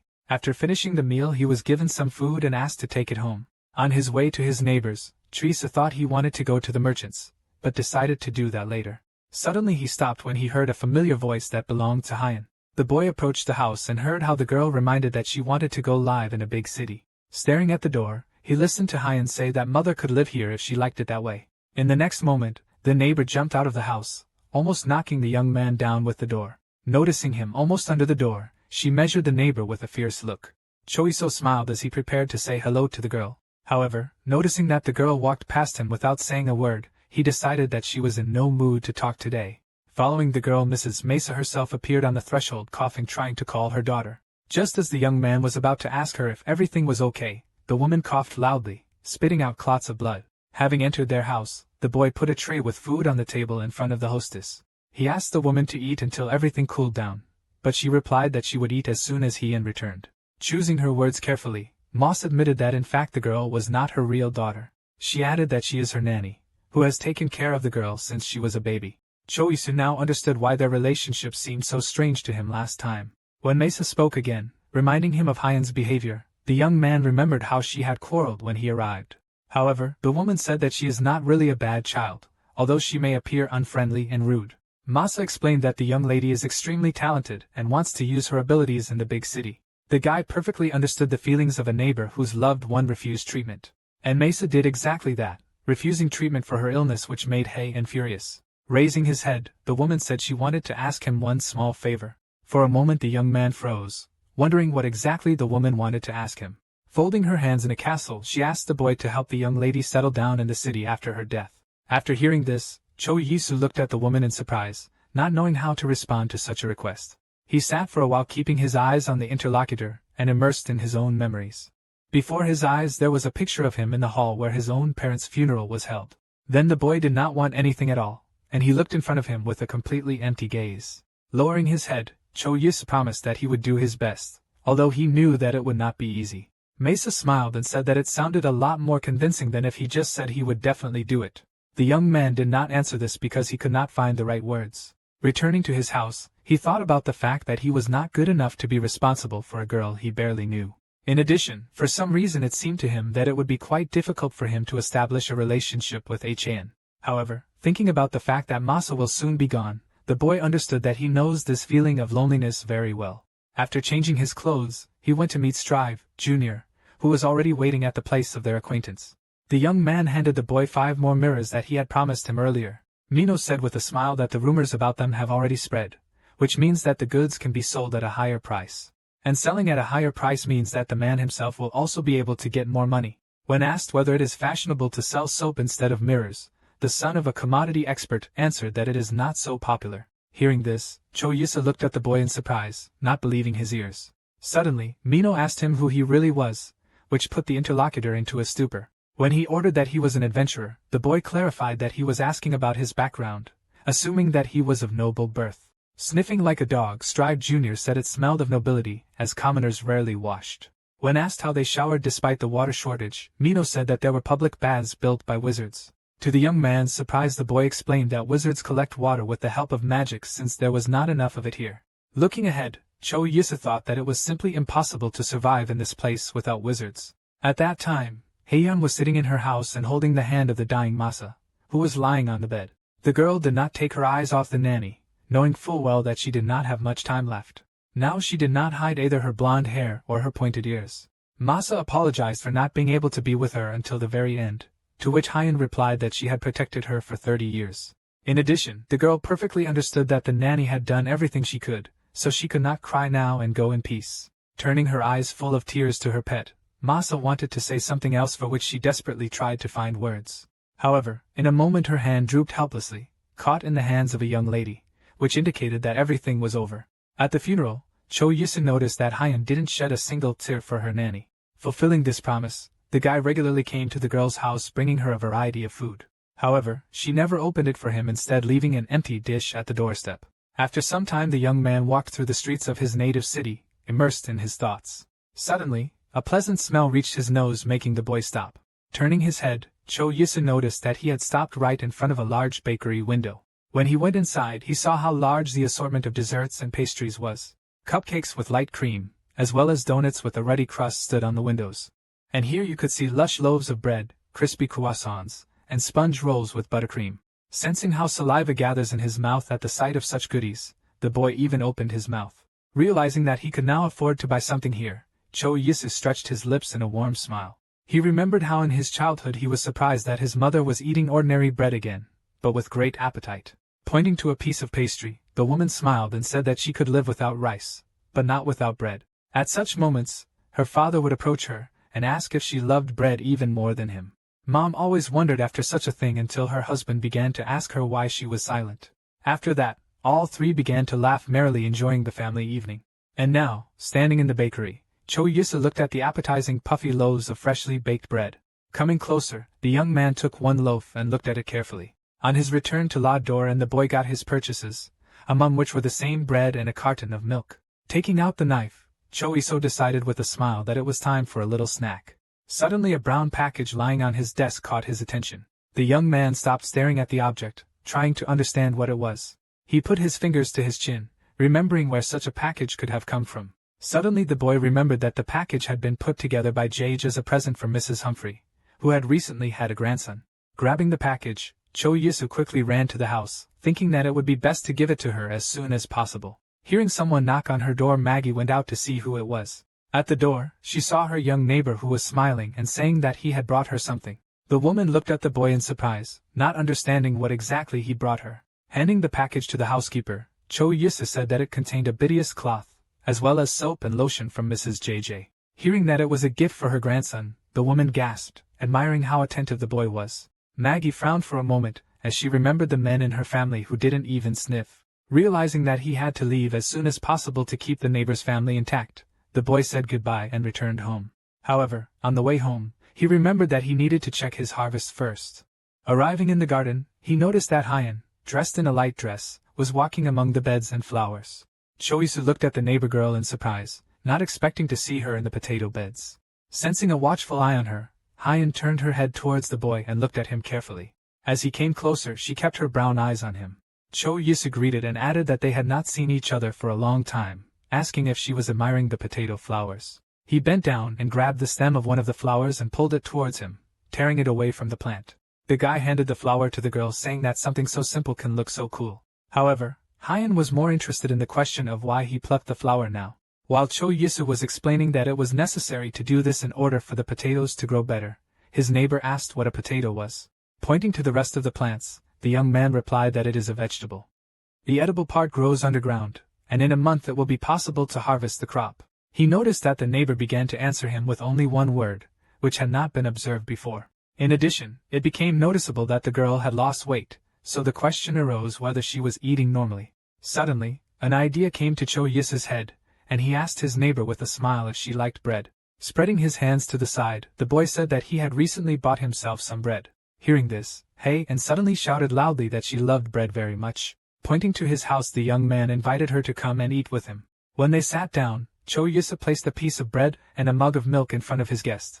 Hyan frowned, clenching her fist tightly and staring intently at the piece of pastry in front of her. Watching her eat bread with a smile, the young man realized that she really likes bread. Besides, he always wondered why she changed her hair color so often. Now he understood that she was simply a witch. Suddenly, it dawned on the boy that a real live elf was sitting in front of him right now. Sensing a watchful eye on her, the girl turned and asked if he had ever seen anyone eat bread. However, hearing that he was interested in her ears, she warned that it was better not to talk about it again.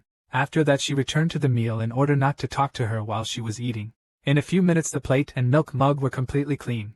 Having finished, Hyan said without raising her head that she understood everything, and the boy could deceive anyone, but not her. Frowning again and looking at the neighbor with a fierce look, the girl said that he is not an ordinary person. Trying hard not to show his excitement, Cho Yisu asked her what she meant. In the next moment, the neighbor accused him of being a sorcerer himself, clenching her fingers firmly into fists and pounding them on the table. The girl added that he was a bread wizard. Hearing this, the young man froze for a moment and had no idea how to react to such accusations. Hey, and explained that the bread she was eating had an extremely soft texture and was very fluffy, and the use of eggs and butter gave the flour product a pleasant aroma that filled everything around.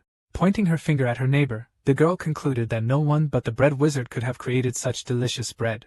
Banging her hands on the table, Hyan said that since he treated her to delicious bread, she would also help him with potato flowers. Raising his hands in a conciliatory gesture, Cho Yisu agreed, thinking that it would be better than if the girl shut herself in the corner of the room. Meanwhile, the girl added that she remembers perfectly the mackerel that he treated them with, so she promised to pay for it as well. But the boy wanted to say that if she wanted more, she could ask him. Hyan said that she couldn't stand fish. Cho Yisu agreed and asked what kind of magic his neighbor was using. Looking carefully at the interlocutor, the girl said that she would not reveal all the secret information to him. After some time, the young man stood in his apartment and looked at the products needed for baking bread. Grabbing the large bowl, he thought he could just carry the dough with him to the other side. Then when they talked with Hyan, she demanded more bread if the boy wanted to know everything. As he rolled up his sleeves, Cho Yisu thought about the simple ingredients used to make a pound cake. All it took was eggs, sugar, flour, and butter in equal proportions. In addition, it was fashionable to add bacon, chocolate, green tea, and lemon to it so that the taste was richer. Mixing all this in a bowl, the boy smiled. Glad that the preparation should be easy. Having already returned to his house in Lauderen, he still doubted that the bread would turn out to be tasty. Looking at the cauldron containing the finished dough, Cho Yisu thought that everything was too simple. Suddenly Hatsun's voice was heard from behind, coming closer and asking if it would be bread. Crossing her arms over her chest, the girl asked her neighbor when she would be able to eat it. However, the young man was not confused and said that the pastries could fall due to the wind, so he needed information. Pointing to herself, Hyan admitted that she was a witch who could control water. Exhaling loudly, Cho Yusa wondered if his neighbor belonged to the family that controls the water in Armenia. When he asked to show his abilities, the girl began to demand 10 pieces of delicious bread for it. After some time the bread was ready and the boy took it to his house. Hey, an impatient began to shout for the neighbor to cut it faster, but he just calmly asked to wait. After making a large incision, Cho Yusa ordered her to give him a plate. However, as soon as he turned the mold over to take the bread out of it, he did not want to get out. Sweat covered his face as the boy realized that he had simply forgotten to grease the bottom of the pan with oil. Upon the words of his neighbor that he is an even bigger scumbag than she thought at first, the young man said that he would get everything now. When the pastry was finally on the plate, he noticed that the edges were slightly burnt, but asked to try it anyway. He wondered what his first baking experience would taste like. Taking a piece of bread to his mouth, Cho Yusa stared intently in front of him. He frowned, feeling that the pastry was even too sweet. The young man looked at the neighbor and asked how it tasted, to which he heard that bread is bread and it is tasty, but she asked if he had milk. At this request, Cho Yusa pointed his finger at her, and said that she could go and feed herself if she wanted to. However, she just lowered her eyes and said that she really doesn't like animals very much. Looking intently at his neighbor, Cho Yusa decided to ask her something. However, she interrupted him and asked why he now lives alone. Frowning, her neighbor replied that his parents had died a few years ago. Without looking up at the boy, the witch quietly said that the useless parents had better leave as soon as possible. Cho Yusa didn't answer this, silently staring blankly in front of him. He remembered that Masa had spoken as if Hyan had some kind of problem in her heart, and now the boy assumed that she was a maniac. To his question about what the girl feels when she sees the animal, the witch replied that she wanted to kill him. When the boy asked why she was reacting like that, and asked if he also thought there was something wrong with her. Looking down again, Cho Yusa mentally asked why the neighbor had become like this. It had nothing to do with the fact that he had come here to have peace, so he simply said he had to go.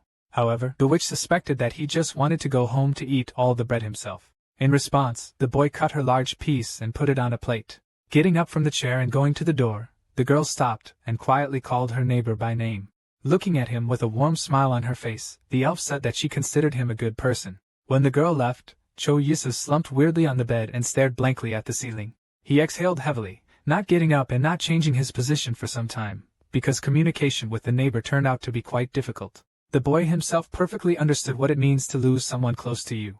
In such a situation, a person did not have enough energy to consider other people's feelings. Smiling, the young man thought that Hyan herself had a much worse situation. Meanwhile, on the street, the residents of the city ran in different directions to escape from the robbers. Those of them who were unlucky and fell into the hands of the knights had to cover themselves from the blows.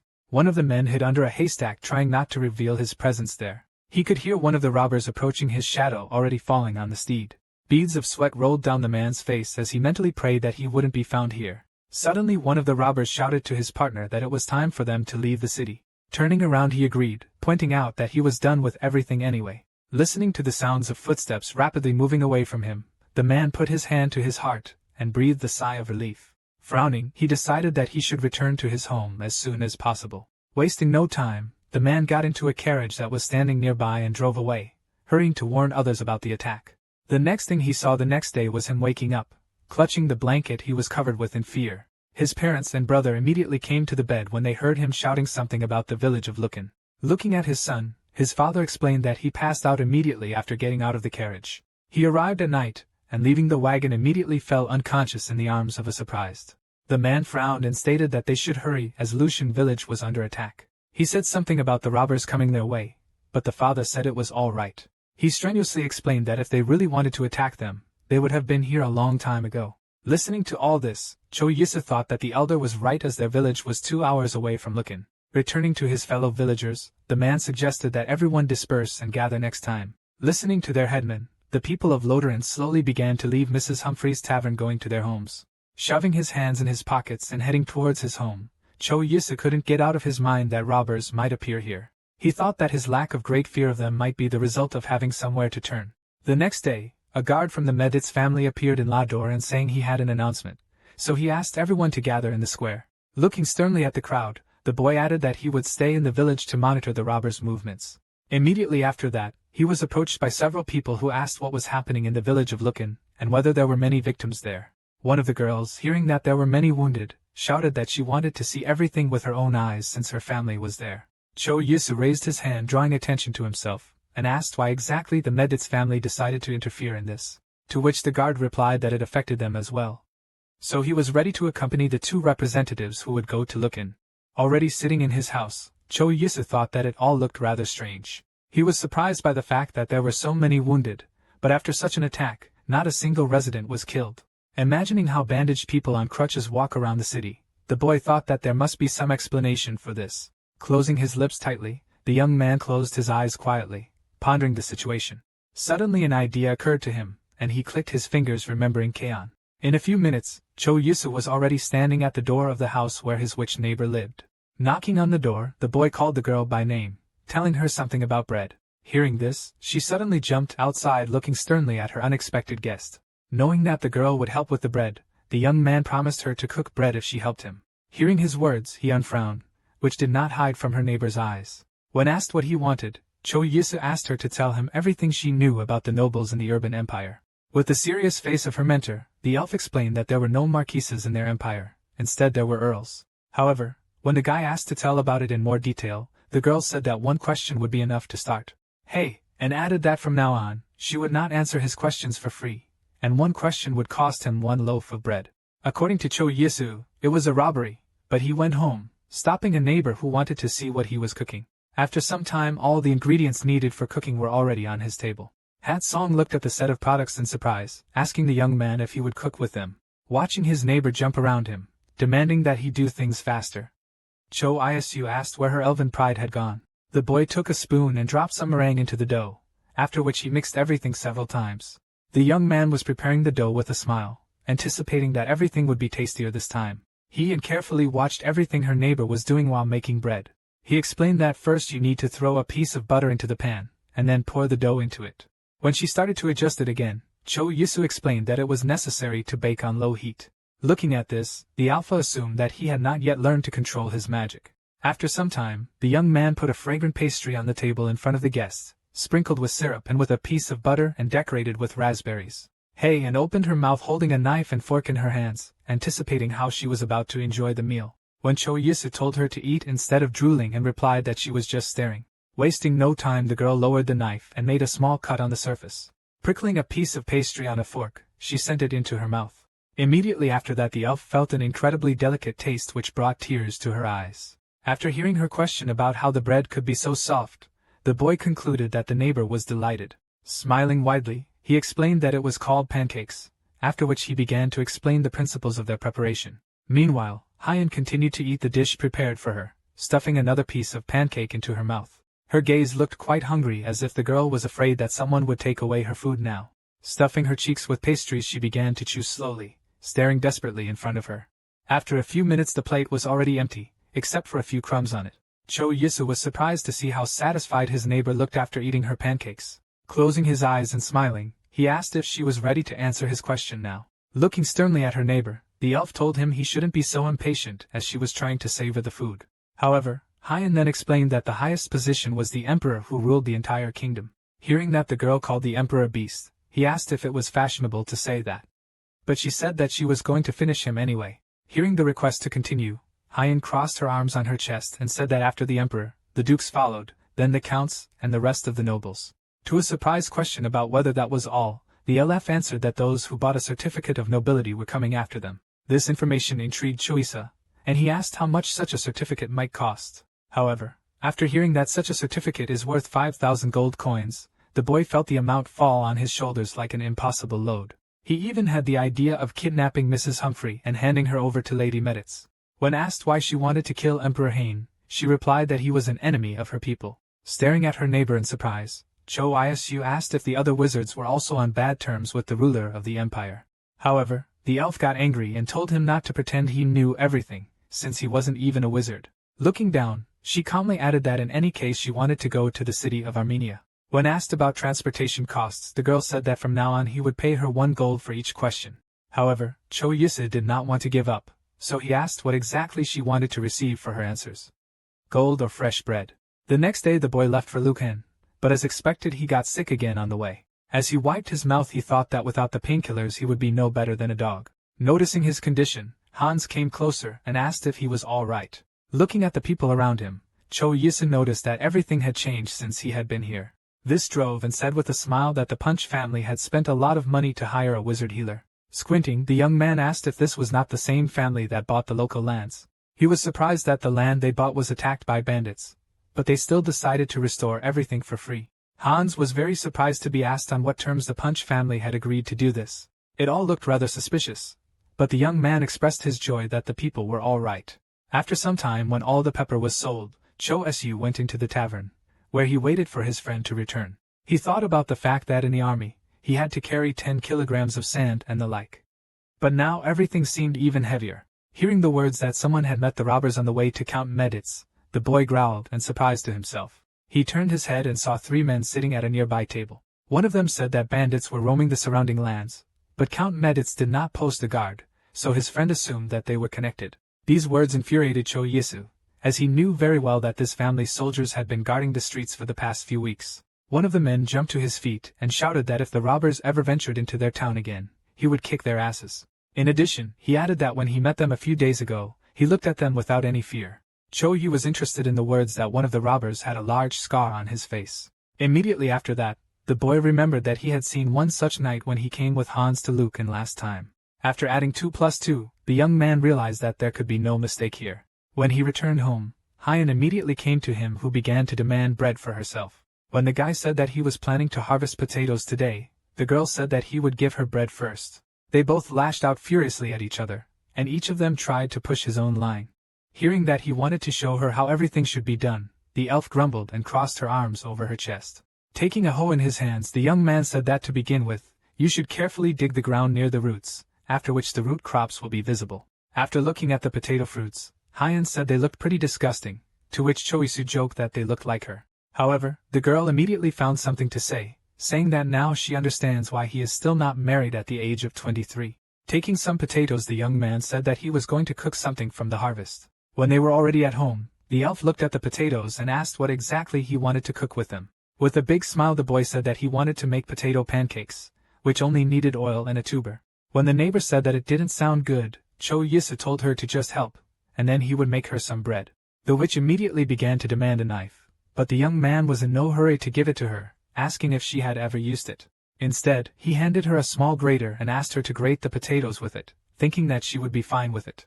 Wasting no time, Hyan grabbed one of the peeled potatoes and clenched it tightly in her fist. Immediately after that, the frightened owner watched the girl sharply lower the tuber onto the grater. Having taken the potatoes from her, the guy told her tensely that he would handle it perfectly. When the potatoes were mashed, he said they should now be strained through a colander to get rid of the excess liquid. Hyan carefully watched all the actions that Cho Yisa did in front of her, trying not to miss anything. After that, he poured oil into the pan and put some of the grated potatoes in it. Frowning, the elf looked at her neighbor and asked if he really thought it was delicious. The young man explained that you can use potatoes, which will be cut a little larger to prepare the dish, and you can add other vegetables, but this will affect the consistency, so it all depends on personal tastes. Finally, with a broad smile, Choice who pointed to the finished dish and said that the guests could taste it. Noticing that the witch looked at the fritter quite skeptically, he began to urge her to eat everything until it was cold. Grabbing the pancake, the elf told him not to push it while tearing off part of the dish. She slowly sent a piece to her mouth, not expecting to like the taste. Chewing a pancake, the witch looked in front of her with big eyes. Watching the guests reach for the rest of the meal, Cho Yisa knew she liked it. Looking down at his plate, the boy thought that the edges of the fritter had turned out particularly well. He also noticed that Hyan rejects particularly sophisticated dishes and enjoys those that are extremely simple to prepare. Addressing the girl, he promised her that next time he would make potato bread from the harvest she would harvest herself. However, turning her head to him, she answered that she liked the pound cake much more than. The next day in Lottering, Jaeger came again, who joyfully rushed to Maggie as soon as she entered the gate. Looking at the redhead hurrying towards her, Mrs. Humphrey hid her hands behind her back, not much surprised by her guest. But with a big smile, she said that she will be staying here for 3 days, so she definitely wants a lot of delicious food. Suddenly, Cho Yisa came up to them and said hello and asked the girl to give him some attention. The appearance of the boy surprised the redhead, so she looked at him with big eyes. When they reached the riverbank, Chase asked what exactly he wanted to talk to her about. She was very puzzled by the fact that the young man wanted to ask her for one favor. Glancing at the interlocutor, Cho Yisa said that he had heard something when he arrived in Liusan.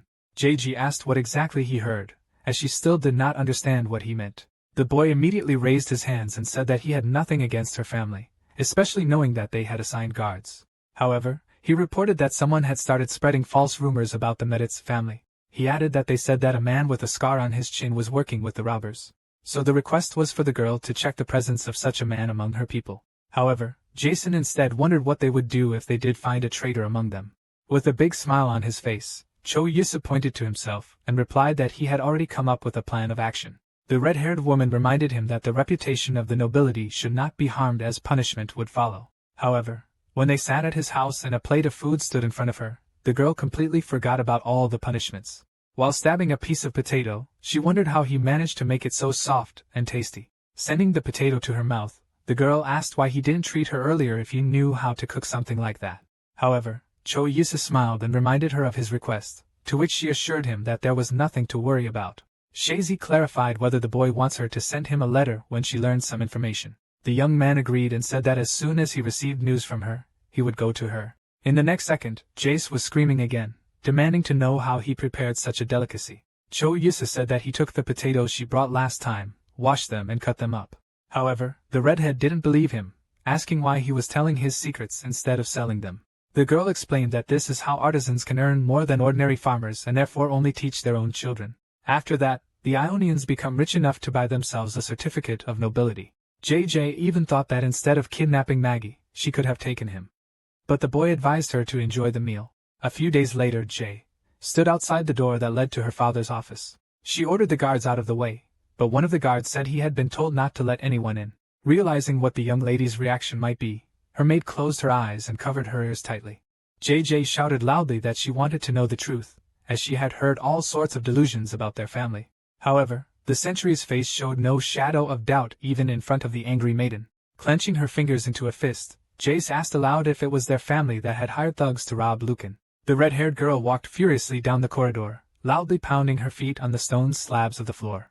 Suddenly, a father's voice was heard from behind the door, ordering the guards to let his daughter pass. Going inside, Jesse saw several more men sitting at the table in the office. One of them politely addressed her and asked how she was doing. However, the redhead didn't answer, instead keeping her eyes on the guard kneeling next to her. Raising her hand, she screamed loudly for him to raise his head before she crushed it. Grabbing the guard's hair, the girl herself sharply pulled his head up. What she saw on his face made her freeze in shock. The man closed his eyes tightly, realizing that nothing good would come from an angry lady. And a large scar was visible on his face, which went down to the neck and went under the collar. Jason immediately looked at her father, and with a serious expression on her face stated that she needed to speak with him one-on-one. When everyone present left the office, the girl sat down on the couch and asked what exactly the head of the family was planning to do. Folding his hands in a castle, the man reminded his daughter that he was the manager of their lands. And although he guessed that the nobles were up to something, he could not even imagine that they would ruin their reputation by bribing the manager. When the daughter asked whether the suspect told about who paid him, he said that he claims that he planned everything himself. Red-haired and with a serious expression on her face, she offered to put the suspect's head in a barrel of water until he confesses. After a while, Cho Yusu was staring in wonder at the window of the carriage that was to bring him to the Medit's house. All around were neat houses with tiles of different colors, and next to them stood a larger estate. Looking at all this, the boy thought that it all looked incredible. The coachman stopped the carriage and opened the door, reporting that they had arrived. When the boy got out of the carriage, he immediately heard a voice calling his name, which made him turn his head in the direction where the sound was coming from. There he saw Jessie running towards him, holding the hem of her magnificent red dress. Seeing her in such rich clothes, the young man stared at his acquaintance in a daze. He thanked for the invitation, but the only thought in his mind was that she really was the Duke's daughter. The girl was surprised by such a reaction. She said she understood the improper meeting but offered to get straight to the point. They went into the hall where Jeiji sat down on the couch and crossed her arms and asked how the boy was going to act. After untying the pouch he had brought with him, Cho Yusa said that this item was his family's treasure, which had been created by a wizard of lightning and wisdom. He explained that the item was called a lie detector, mentally adding that it cost 129,001. Jason assured her that she didn't need to go into too much detail, only asking if the item was an artifact. Putting a lie detector on the table, the young man confirmed her guesses. Looking at the object more closely, she thought that it looked like a simple piece of metal. Without looking up at her interlocutor, Jesse tried to understand who he really was. Looking at the boy who was smiling widely, Chase knew that he had a powerful thing as a family heirloom. In addition, the maiden thought about the fact that there were wizards on his continent, since the artifacts were not available to ordinary people. Jumping on the spot, Jay suggested that he use the lie detector right now. When he asked if she wanted to know the consequences of lying, JJ only asked with a smile if the traitor would die from it. After some time, the hand of the person suspected of treason fell into a special place on the lie detector. Looking at the prisoner's frightened face, Choisu warned that if he told a lie, he would simply burst his blood vessels. He tensed and his face was covered with sweat, but the man asked with a smile why he should believe him. The young man said that he could prove his words by advising him to answer no to all the questions. Holding up a finger, the boy asked the first question, which was whether the young lady liked Mrs. Humphrey's food. At the same time, he did not notice how the girl herself tensed up behind him, feeling the attentive eyes of those present on her. Looking intently at the apparatus on which his hand rested, the guard replied with the denial. Thinking that he wanted to see the result of his lie, the man paid attention to the lights that flickered on the device. In the next moment, he screamed loudly from the strong electric shock that ran through his body. Choice smiled and said that he felt as if his demonstration could be considered quite complete. He smiled predatory and said that now, if he continues to lie, his family, children, and even grandchildren will suffer. Realizing that he was not joking at all, the suspect shook, fearing punishment. Unable to bear the wild tension, he began to beg that his family should not be touched, adding that he was only following orders. Suddenly, Cho Yisa heard the Duke approach him, asking for permission to continue, but adding that the boy should wait for him outside and retrieve his artifact. After leaving the prison, Jay-Z noticed that everything went quite quickly, and she heard a question about what she would do now. Excitedly clapping her hands, the girl said that she had something for him. Closing her eyes, she added that she was sure he would like it. A few minutes later, a shelf full of all kinds of desserts stood in front of the young man. Cho Yusa looked at it all and couldn't believe his eyes, admiring how appetizing it all looked. Jeez approached him and asked if everything looked really tasty. She pointed to a few rose petals, advising them to try them first. Without wasting time, Tok took one of them and sent it to his mouth, which the girl watched carefully. He began to chew on the treat, expecting to taste the delicious sweet taste. However, in the next moment a taste arose in his mouth, which reminded him very much of the taste of soap. It was just awful, but Jason's sister he tried the rest, reaching for one of the cupcakes on the shelf, hoping that it would be tastier. Watching the guests sample a new dessert, Jesse said that he could taste whatever he wanted. Cho Yisu himself thought that he did not understand the flavors of the desserts offered to him by the red-haired woman, and although they were terrible because they resembled the taste of cosmetics, but he did not stop smiling. Covering her smile with her hand, Jace asked him if he wanted to try all the dishes here. Hearing that she wanted to say something else, the boy looked at her with interest, having the opportunity to tear himself away from eating the guests. Jesse grabbed the lie detector and asked if she could take it for a while to discipline a few kids. A few minutes later the Duke joined them, to whom Isu bowed, introducing himself. However, Jace was more interested in whether or not the guardsman was actually connected to the Punch family, which she heard would now be punished by the royal family. After hearing the words of thanks from the head of the Meditz family, Cho Yisa smiled widely and said that he was not worth it. The Duke looked at the boy and suggested that he rest a little and have breakfast together the next morning. The next morning, getting up in his bed, the young man noticed with surprise that it was already morning outside. Looking out the window, he thought about the fact that yesterday he was so tired that he immediately switched off. The boy went to the window and opened the door to look at the surrounding city. He saw that the city was still asleep, but it was gradually warming up with the sun's rays reflecting off the roofs. In the next second, Cho Isu closed the door as he felt a chill run through his body. There was a knock on the door behind him, and the butler asked the young gentleman if he had woken up yet. Having warned him that he was coming, a guy appeared in the room, brought a towel, and said that he was taking a bath for him. At his words that he would bring him a robe, Cho Yisu awkwardly thanked him. After some time, the boy enjoyed the hot tea, thinking about the fact that he did not feel the proper peace. There was another knock on the door, informing him that breakfast was ready. Jace greeted him joyfully in the dining room, leaning his hands on the table and smiling widely. Looking carefully at her guest, who was dressed in luxurious count clothes, the girl noticed that he looked simply incredible. Scratching his neck in no uncertain terms, Choisu asked her if she really thought so. When the maid approached Jesse to advise her not to speak like that, the red-haired woman said that otherwise the whole point would be lost. However, later she decided that it did not matter and clapped her hands and asked to bring them food.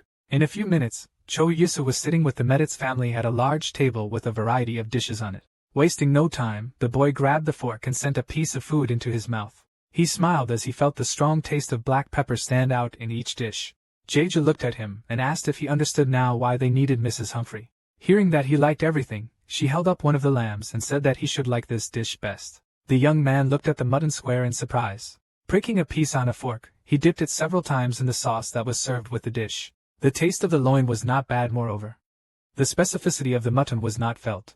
Duchess Meditz put her hand to her cheek as she looked at her daughter and said that she absolutely did not understand why her daughter was such a picky eater. To which the girl replied that she simply did not taste Mrs. Humphrey's food, which she had repeatedly asked to be brought here. After breakfast was finished, Jace pointed forward and told Choyi that she would give him a tour. Both of them didn't even notice Duke Meditz watching them closely. The butler approached him and asked what reward he planned to give the boy for his help. He returned to him and said that since he had rendered them a great service, they simply could not pay him with money. Dvoretsky looked at the master, understanding what reward he was thinking about at the moment.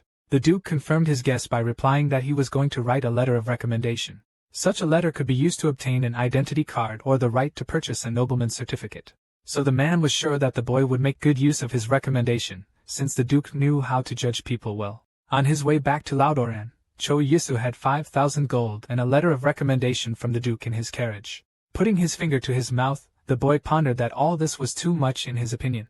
An idea even arose in my head to save part of this money in another dimension. Besides, the village had pretty bad fences, so if they were restored, it could at least help the villagers a little. After arriving in Laudoran, Cho Isu and Hans began to insulate local houses. Looking at his friend, the young man said that he heard from Jesse that many people die in winter. However, the big man replied that things were a little better in their village, since they were closer to the north. When he asked how the winter was in his hometown, Cho Yisa thought that they had heated floors, but he couldn't say that. He explained that they had a heating stone, which they put on the log, with which they heated their houses. However, Hans took this to mean that they were making a roast of each other. As he continued his work, Choyasa thought that the mention of the warm floor made him want to warm himself to it. However, he decided that he would definitely use such technology when he had his lands and built a castle for himself. Suddenly Hans heard his friend calling him, so he listened to his words. Still holding the tools in his hands, the young man told the big man that he would like to do something. After some time, when they entered Mrs. Humphrey's tavern, Hans called to his friend quietly to attract his attention. He handed him the bowl of pig's hooves that he had asked him to bring. He pointed to the table and asked him to put them on the table in front of him.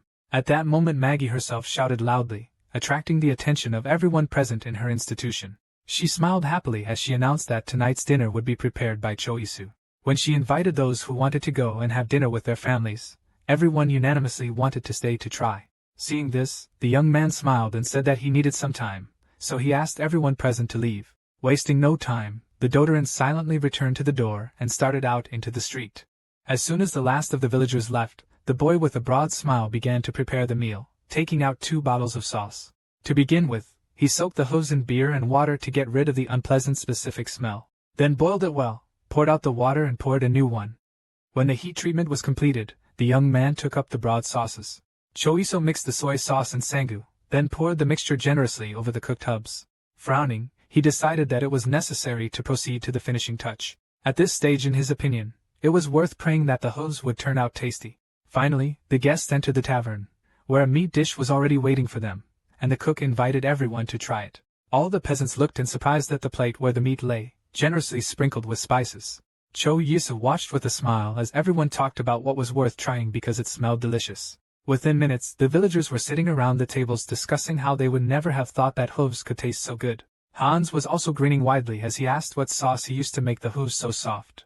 Cho Yisu smiled as he said he couldn't reveal the recipe, as it has long been his family's signature sauce. Heading to the table to also try his creation, the young man suddenly noticed a stranger watching him.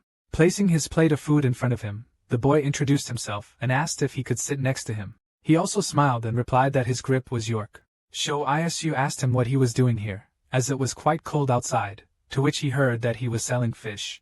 The man added with a smile that it was easiest for him to make money in this weather. At these words, Cho Yisu assumed that it was because the fish stayed fresh longer in cold weather. In addition, in such weather it was simply suicide to go to the mountains or forests, so the demand for fish increased. After trying a piece of cooked hooves, York had turned to the cook in surprise and asked what it was.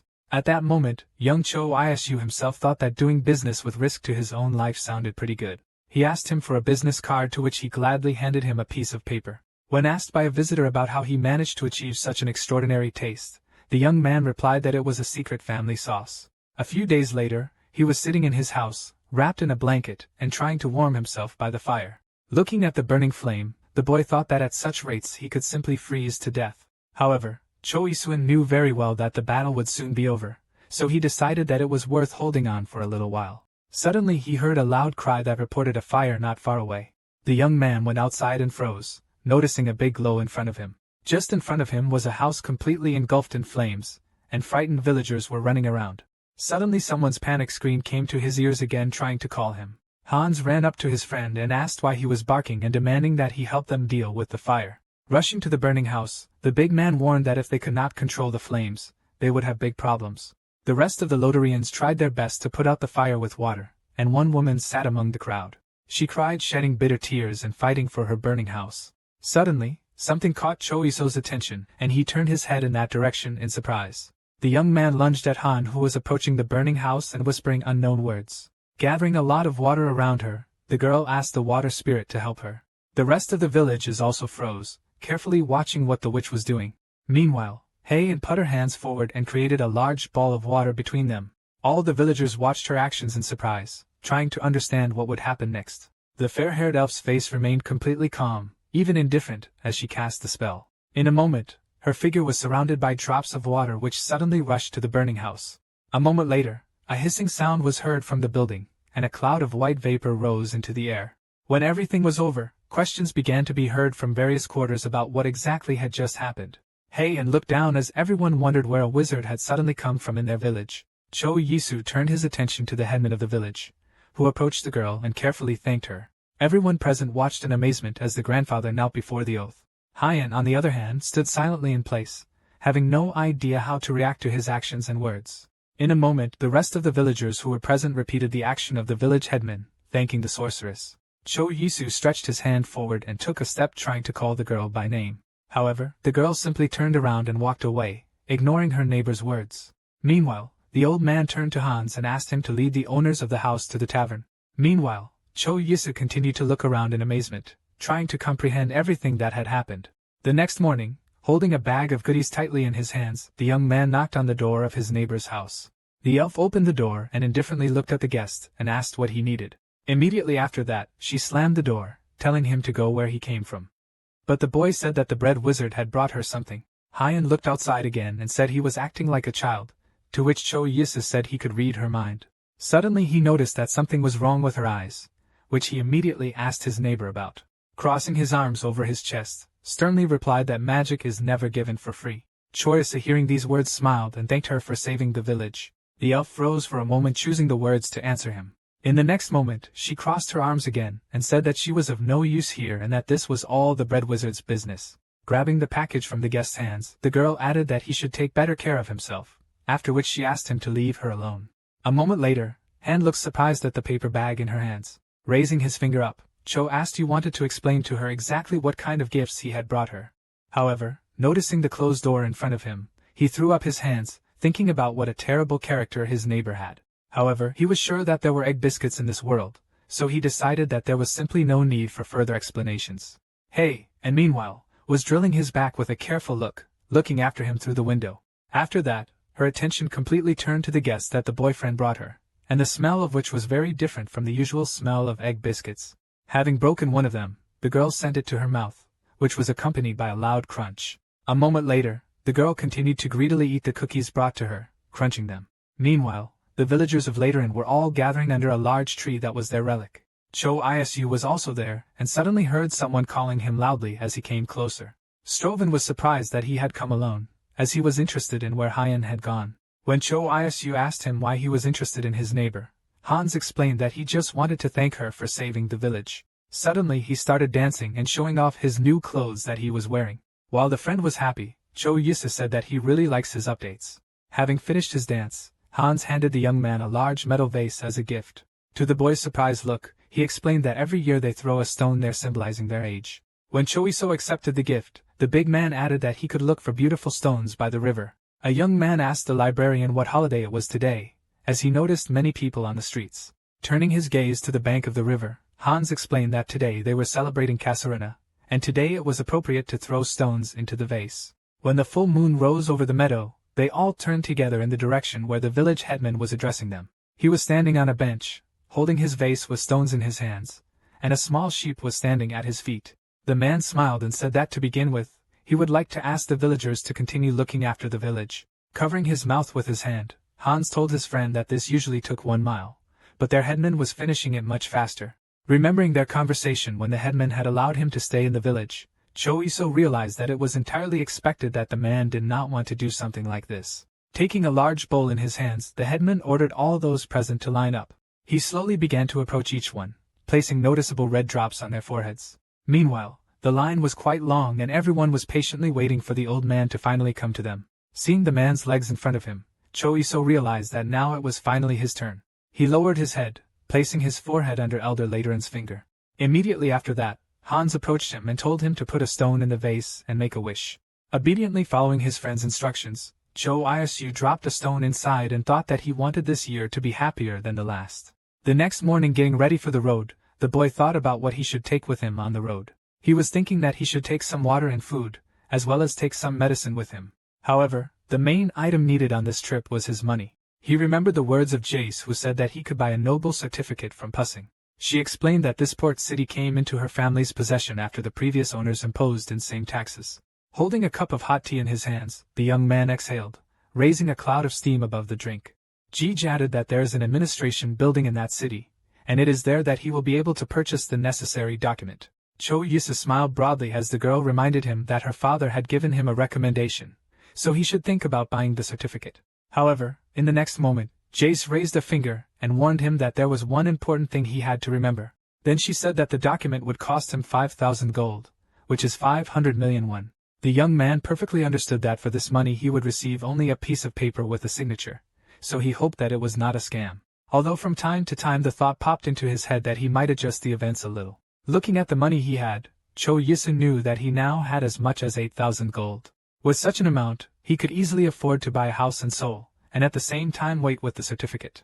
However, clenching his fingers firmly into a fist, the boy decided to buy himself a noble status, for which he had one important reason. He thought that he had always wanted to become a landowner, and now he had the perfect opportunity to do so. That was why Cho Yisu was now on his way to Pussing to buy a certificate of nobility. When he came to hand, she said with a mouthful of cookies that she also wanted to go to the big city. After hearing this, Cho Yisu with a broad smile offered the neighbor to chew first, to which she agreed. In order to get a chance to say something faster, the elf even punched herself in the chest several times to push the cookies through. After finally swallowing the food completely, Hyan asked her neighbor for permission to become a knight to accompany him on his way to Puzingu. These words surprised the boy very much, and he replied that if she did not lose consciousness, then it would already be a great achievement. However, after those words, he saw Hyan summon a few drops of water that froze above her palm. In the next moment, the boy froze tensely, feeling how a sharp rapier stopped a millimeter away from his throat. Cho Yisu opened his mouth in fear, demanding that his neighbor take the weapon from his neck. Looking sternly at the interlocutor, Hyan warned that she now has very poor control over her own magic, as she hasn't used it in a long time. Pushing the melee weapon away from him, the young man replied that this is another reason why you can't take it with you. When he asked why she didn't want to stay, the elf reminded her of her assistant Masha. The girl explained that she wanted to repay her debt. Instead, she promised to help him with her abilities for a whole year. After tensely falling silent, the boy looked at the neighbor for some time, not expecting such a reason. Meanwhile, the girl continued, adding that she also needed bread, which the bread wizard would prepare. And although she knew that this time the new dish was prepared by Cho Isu himself, she still liked it. To this, the young man replied that he was making new treats using the cheese they had made with Mrs. Humphrey. In addition, the cookies he used as a base also turned out very tasty and went well with the taste of cheese. Stuffing another cookie with cheese into her mouth, Hyan said that the bread was still tastier. Closing his eyes, Cho Yisu thought that he would be much safer on the road with his neighbor. The money needed to buy a certificate of nobility was already ready and packed, and having a wizard nearby who can control water was a pretty good option. Suddenly, however, something dawned on him, and he asked Han why she would help him for exactly 1 year. Grabbing another cookie, the girl explained that she also had her own affairs, so she couldn't follow him forever. After hearing how she demanded from him to make bread every week, Cho Yisu thought about the fact that she also managed to set conditions. Putting a finger to his chin, the boy thought about how much he would lose by bringing bread into this world every week. The amount was close to 30 million, for which he was going to make Hyan cry like a curse. Feeling his gaze on her, the girl turned and said that she did not like his gaze, as she could have changed her mind. After some time, they were already sitting in the coachman's seat, and Cho Isu held the charioteers in his hands to restrain the horses. Suddenly, Mino's head appeared near them, thanking them for giving him a ride. praising the first-class carriages. He asked the young man if he had received the wagon from Mrs. Jaja, to which he heard an affirmative answer. The merchandiser's son suggested that he had received the transport as a reward for delivering it to the Duke's daughter, Mrs. Humphrey. The answer about the agreement of 2 adults did not satisfy Strive Jr., and he looked suspiciously at the interlocutor. However, in the next moment he wondered when he managed to get so close to Han, which caused the girl to tensely look in front of her. Choice, who realized that the conversation had gone in the wrong direction and rushed to convince the boy that he had completely misunderstood. However, in the next second, a loud sound like a cough was heard from the elf herself. She laughed out loud, completely ignoring the dumbfounded look on her neighbor's face, who clearly didn't like her reaction. When he said that she wasn't into him either, Hyan wiped her eyes and told him to forget about the conversation. For a moment there was an awkward silence between them, during which Choi Su kept his eyes on his neighbor. After that, the young man intensely assumed that the girl actually likes people like him. However, the elf looked at him coldly and replied that he was nothing without his bread. She knew very well that full-blooded elves could only have one child. However, the pure-blood elves disappeared a long time ago, and there were no longer any left on Earth, and now all were half-bloods. The reason they could protect their family was their strong magic and immunity to disease. Cho Yisu, holding the turrets in his hands, thought that he did not expect such a misunderstanding while they were traveling. And added that a relationship between a Dokal child and a commoner is impossible. Glancing at her neighbor, the elf thought that going with him was a good idea, since she hadn't breathed fresh air in a long time. However, at some point she began to worry more that the Silverwood family she belonged to might be in decline. Suddenly the girl remembered that Cho Isu spoke as if he were a traveler, so she asked him where he would go after Lodoran. Frowning and stretching his lips in a smile, the boy declared in response to this question that he was going to become a feudal lord. After that, Heian asked why he was traveling without knights in such a case, to which she was told that he simply did not have any. When the elf suggested that he was not an aristocrat who had set out on a journey, but a simple boy, he was pleased to confirm these words. Heian gave him a condescending look and said that his words about the feudal lord were ridiculous, to which Cho Yisu warned that he would become a baron very soon. When the neighbor said that the baron rarely received the title of count, the young man added that he would be able to become a feudal lord, having lands as a baron. Heian informed him that 9 out of 10 barons could lose their status for not being able to pay their taxes on time. When he replied that he would earn a lot, so there was no need to worry about it, the girl asked him how he was going to do it. Not wanting to reveal all his secrets, Cho Yisu cryptically reminded her that he was a bread wizard. Heian frowned at this and said that she would never have thought that he could be so intelligent. After some time they made a stop, made a fire and spent the night. When the sun rose again, everyone started packing again to continue their journey. Standing on the lawn, Cho Yisu tried to figure out where Heian had disappeared to, who was now nowhere to be seen. Suddenly a girlish figure appeared from behind the bushes, slowly approaching their camp. As she got closer, the young man asked her where she had been, but the elf made no reply as she passed by. Cho Yisu closed his eyes and stretched his lips in a smile, thinking that he was already used to this kind of behavior from his neighbor. Approaching the bushes from where the elf came out, the boy decided to check what exactly she was doing there. There he suddenly saw a picture in which 2 wild wolves lay dead. The young man did not understand what was happening, because Heian should have done this only in case of danger. After collecting all the things from the clearing where the halt was taking place, they continued their journey to Pussing. Sitting in the carriage and looking at his companion with a smile, Cho Isu asked her if she was the one who killed those wild dogs. Holding a flask of water in her hands, Heian asked why he was interested in this, to which she heard that she coped well with it. Spreading his lips wide in a smile, the young man added that she did it to protect people. Lowering her head and glancing at the interlocutor from under her forehead, the elf woman agreed with his words. Suddenly the carriage stopped, and Cho Isu got out to ask what the reason for the stop was, to which Mino explained that he had to pay for the fare. Sticking his hand into the chest where the documents were kept, the boy pondered whether he should have used Duke Met's letter. A moment later he already had a letter in his hands, which he showed to the guard who stopped them. Having carefully read the text written on it, the guard said that they could pass, pleasing the boy with a good economy. Turning his head in the direction where the passengers were sitting, the son of the commodity expert asked the young man to show him the document, as well. When Strive Jr. realized that he was holding a letter of recommendation from Duke Metz, he tensed up and his face covered in large drops of sweat.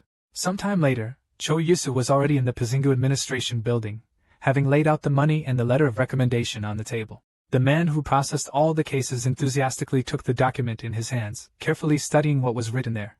After that, he looked up at the visitor and asked what his last name would be, since he could not find any information about it. Noticing that he was thinking hard, the man suggested that he choose the surname available in their book. After opening the book, He thought about the fact that his real name was too strange for this world.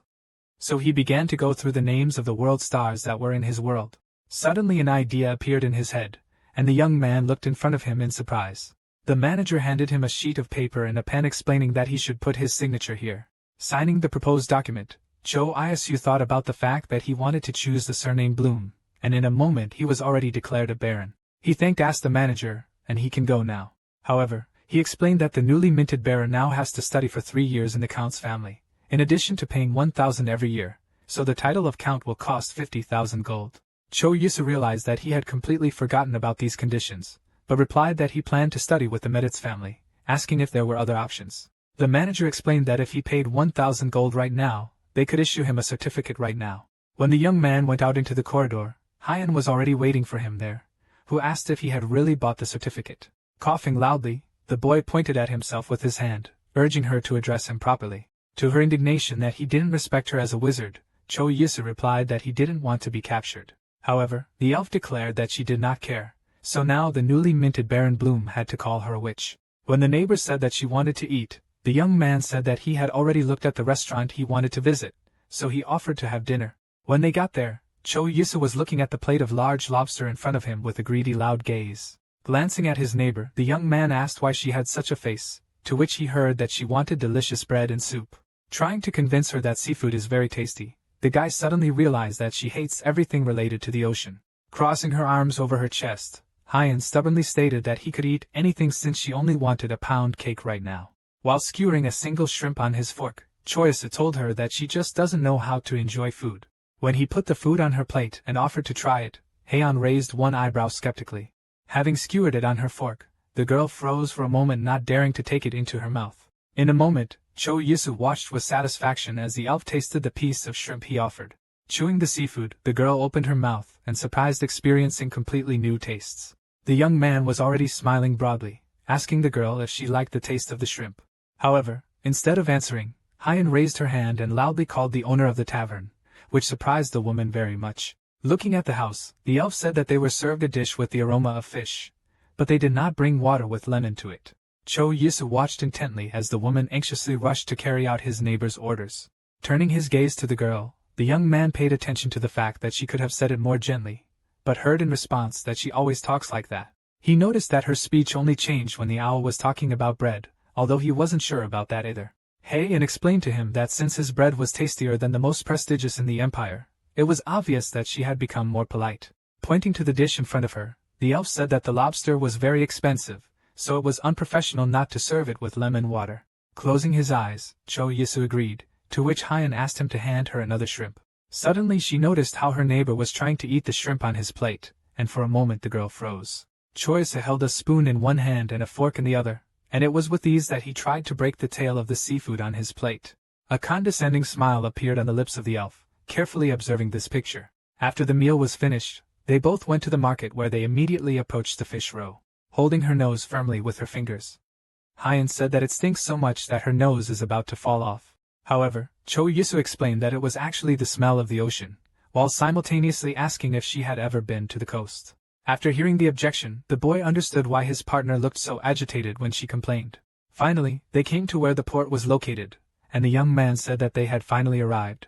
Hyan froze, looking in surprise at the sea distance that stretched out near the city. It was almost the first time she saw such a large space and felt such freedom. Picking up one of the pebbles lying on the cobblestones from the ground, Cho Yusu asked her if she wanted to see anything special. Holding it tightly in his hand, the boy frowned and stretched his lips in a wide smile. A moment later he withdrew his hand and forcefully threw the pebble into the sea, sending it flying across the surface of the water. Continuing to look in the direction where he flew, Cho Yusu said that he bounced off the water 7 times. Hyan decided to try the same trick, but her stone just fell into the water, which was explained by the fact that she did not throw it correctly. However, in the next moment, the boy fell silent, stunned, looking at how the stone reflected from the surface of the water.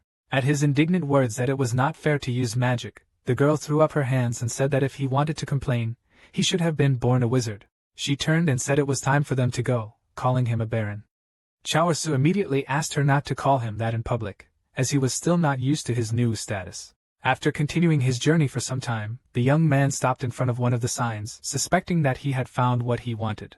The plaque depicted a hammer with another working tool, which was the sign of the Builders Guild. When he opened the door to the pew, he was immediately greeted by a male voice welcoming him to his pew. The master asked the visitor how he could help him, to which he heard that he wanted to build a storage cabinet. When they sat down at the table to discuss the details of the order, the man asked the customer, how big should it be?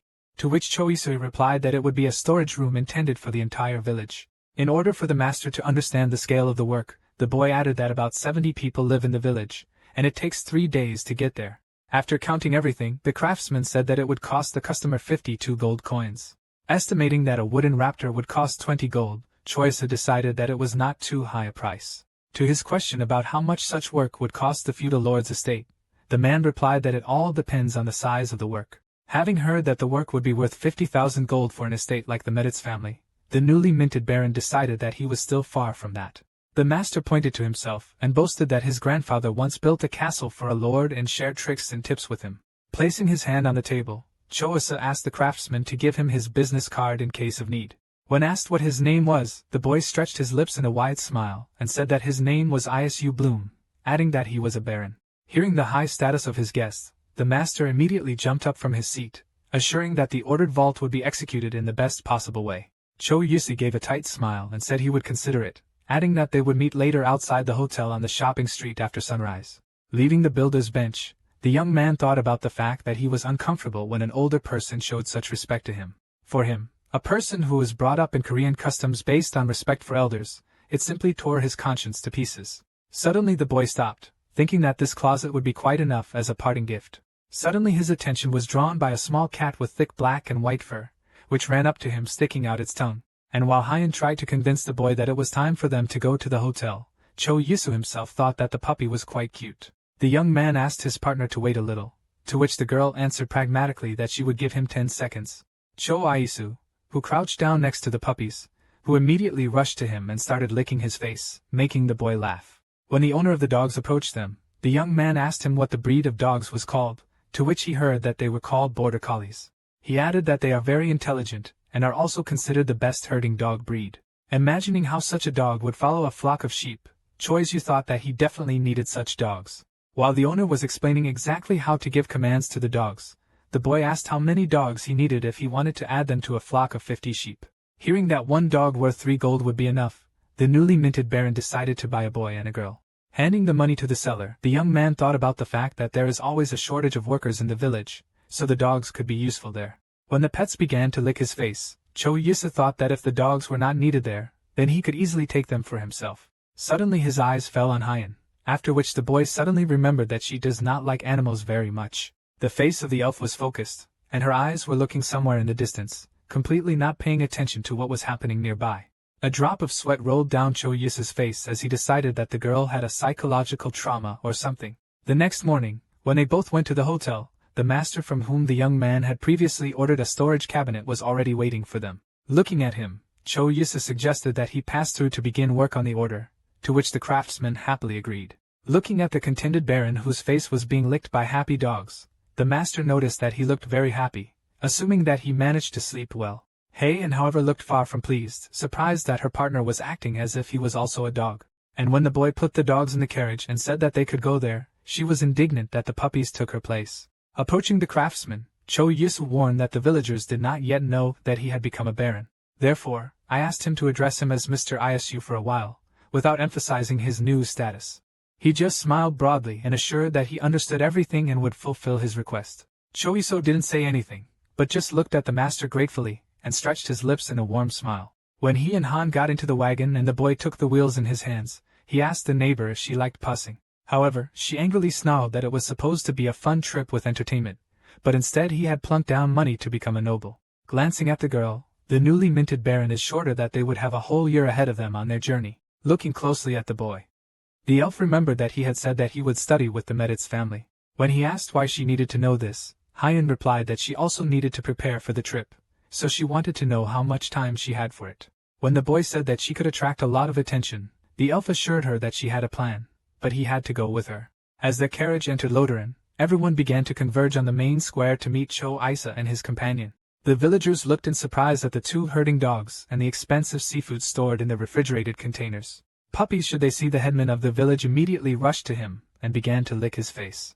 Suddenly, Cho Isu, who was watching all this, heard someone calling his name loudly. Hans ran up to him, grabbed his hand, and with tears in his eyes asked if he was really leaving their village. The young man gave a strange smile and explained that he had planned to visit several other places. Stroven wiped his tears with his fist, saying that he was a little offended by the fact that his friend was leaving the village. However, Cho Isu was more surprised by his words that he was very sorry. Closing his eyes and blushing slightly, the young man added that now he was already offended. Pointing to the hygiene products lying on the table in his house, the boy asked if there would be enough of them. He understood very well that in order to officially become a baron, he had to learn a whole 800 hours. Placing a finger to his chin, Cho Isu thought that opening another gate for 3 or 4 months would be unnecessary, so he decided to leave it in La Doran. Suddenly, a memory of an elf girl who was going to go on a journey with him popped into his head. He remembered the words of Masa, who said that the young lady did not like big cities, so that she would not be recognized there. So he thought about whether it would be okay to take her with him. Meanwhile, the girl herself was standing on the grave of her nanny, looking intently at the small mound. She remembered everything that was connected in her life with the woman who replaced her mother in her time. Kneeling down, the elf said that she was very troubled by the thought of just leaving her here and going. Her eyes watered when Hyan said that she was a good mother and a reliable friend. She remembered the day when the girl broke into her father's office, asking where her real mother was. If Masa was only a nanny. Pointing her hand at the confused woman, the elf demanded that she be removed and her real mother be brought. After some time she was sitting in her bedroom, covered with a blanket and leaning her elbows on her knees. Suddenly the voice of Masa rang out overhead, quietly trying to call the young lady. But she sharply raised her head and growled rudely enough for the woman to get out of her room. However, at that moment, she saw the nanny handing her a handkerchief and asking her not to cry. Masa smiled and apologized for having fooled her for quite a long time. Continuing to furrow her brows, Hyan looked intently at the woman who had worried about her all these years. A few days later, Masa was accused of stealing the necklace, although the woman tried her best to deny her guilt. The noble elf stood with his arms crossed on his chest and tried to understand how impenetrable the woman was, since she still hadn't confessed to what she had done. Suddenly, the figure of Han appeared between him and Masa, who shouted to her father that her nanny could not have done what she was accused of. Pointing to a woman who was standing nearby covering herself with a fan, the girl said that she had framed her. However, in the next moment the father approached the elf and hit her in the face with all his might. Hyan froze for a moment, not knowing how to react, which made her lash out at the elf in a daze. After this incident, when the father ordered to lock them up and capture the governess, they both decided to run away from the estate. Then, running away from her parents' house, the elf thought that if it wasn't for Ma's sake, she wouldn't have even thought of running away. Standing up and crossing her arms over her chest, the girl thanked the nanny for everything and added that she loved her. I immediately remembered the fried mackerel that Cho Isu used to cook and that the woman loved very much. Hyan understood that when the neighbor brought them food, it was worth asking him for help. She told Masa that he had recently cleaned a shrimp for her, and it reminded her a lot of her. The elf admitted that at the moment when he did it, she was overcome and she could barely hold back tears. The girl admitted that at first the guy seemed crazy to her, but Masa could be right, and he could turn out to be a good person. Although after a little thought, Hyan admitted that it would be more accurate to call him an interesting person. Leaning her palms on her knees, the elf admitted to the nanny that she was now going to go with him. Glancing at Cho Isu who was walking towards her, waving at her, the elf said that she wanted to see if he would become a duke. When the boy arrived at his house, he immediately began to prepare a dish that he had long wanted to try here. In his hands was a small bag of spices, which is usually used for instant noodles. The young man pressed it against his cheek, thinking that he really missed such dishes. The ingredients for her were extremely simple and all of them were now right in front of them on the table. Cho Isu chewed the bag for several minutes, trying to grind the dry noodles as thoroughly as possible. The ramen was then tossed into the pan and seared well on all sides, which it did. At the moment when the color starts to change, you should add a certain amount of sugar to the dish. And at the end came all the spices which were specially packaged and portioned. Cho Isu smiled widely, anticipating the tasting of a dish he had not been able to taste for a long time. Opening it, the young man poured all the contents into the pan where the fried ramen was. After that, it was necessary to thoroughly mix everything so that all the pieces of noodles were in the aromatic powder. Finally, the dish, which in Korea was called ramanadon, was ready. The guy quickly packed it in paper bags, planning to get at least one portion to every home. When it was all done, the boy stretched tiredly, proud of how much he had managed to accomplish today. However, he suddenly stopped and looking sadly in front of him, thought about the fact that he was really leaving La Doran. The rest of the villagers were already waiting for him in front of the carriage that was supposed to take him to the Medit's estate who wanted to see him on his way.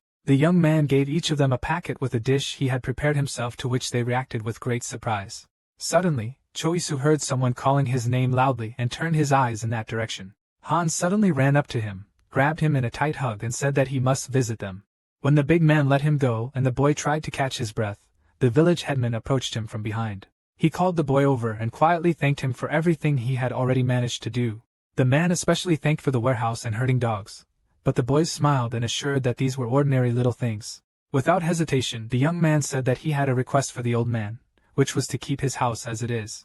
The mayor smiled and assured that there would be absolutely no problems with this. Heading towards the carriage, Cho Isu once again looked at the crowd of Laudorians who were seeing him off and assured them that he would definitely visit them again. The boy sat in the coachman's seat and grabbed the horses by the bridles, heading for the exit from the village. When they had gone far enough, he shouted to Hyen with a smile that she could come out of hiding. In the next moment, the young man was surprised to notice that the elf had already stuck out her head next to him. Glancing at her, the boy said that she should also say goodbye, so he did not understand why she was hiding in the carriage. To which Han explained to him that if fellow villagers see that they are leaving together, they will think that they are a couple or something. It was at this point that Cho Yisu said that she did everything right, and he completely agreed with her. After some time, their carriage was already approaching the gate that led to the estate of the Medids family. The guards displayed spears, demanding that the guests stop and introduce themselves, stating the purpose of their visit. The young man with a wide smile on his face asked them to tell Lady Jace that Baron Bloom had arrived. They said that they would do everything, asking to wait a little. In a few minutes, the gate opened wide, giving way. A red-haired girl dressed in a red dress ran to the carriage and ran to the guests, happily meeting the boy. Cho Yisa also smiled widely as he greeted Lady Jezi, who ran to meet him.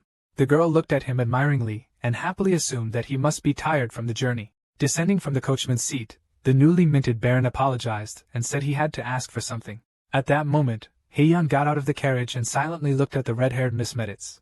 But she froze, not understanding who was in front of her and not expecting to see her friend in the company of a female representative. Pointing a finger at his companion, Cho Yisa asked the redhead to say that Hyen Silverwood had arrived with him. Hearing the name of the female elf accompanying the young man, Jane jabbed her finger and screamed loudly. However, the butler did not let her swear to the end, quickly covering her mouth with his hand. Cho Yisu watched in amazement as the man dragged the girl back to the castle, and she flailed her arms in an attempt to escape. Hyen's voice was heard from behind, and she clarified whether she wanted to call her a family of wizards, adding a swear word to it. However, the boy immediately rushed to convince her that this was not the case, asking what she meant by calling Jason bitch. As they entered the estate, the young man bowed in greeting to Count Meditz, introducing himself to him. He replied that he had heard about what had happened, so he asked permission to start talking to his companion. The Count immediately rose from his seat and bowed slightly to Hand, welcoming her to his home. Meanwhile, the elf was carefully watching the man, never taking her eyes off him. Cho Iso meanwhile stood nearby as if struck by lightning, digesting the appeal that had just been made to his companion. Remembering everything that happened between them, the boy suddenly remembered the neighbor's words about the fact that all wizard families have a ducally title. Therefore, now he was interested in whether he would remain in order after everything he had managed to say to her. And families, only one of the children could become a wizard, so he became the sole heir to everything. However, money, lands and castles were extremely unimportant to wizards. The only thing that mattered was the pedigree, so everyone was very worried about that. And now, hey, and listen to the news that her father was gone with an absolutely indifferent expression on her face. The Duke confirmed his words by adding that he had attended the funeral of the Duke of Silverwood.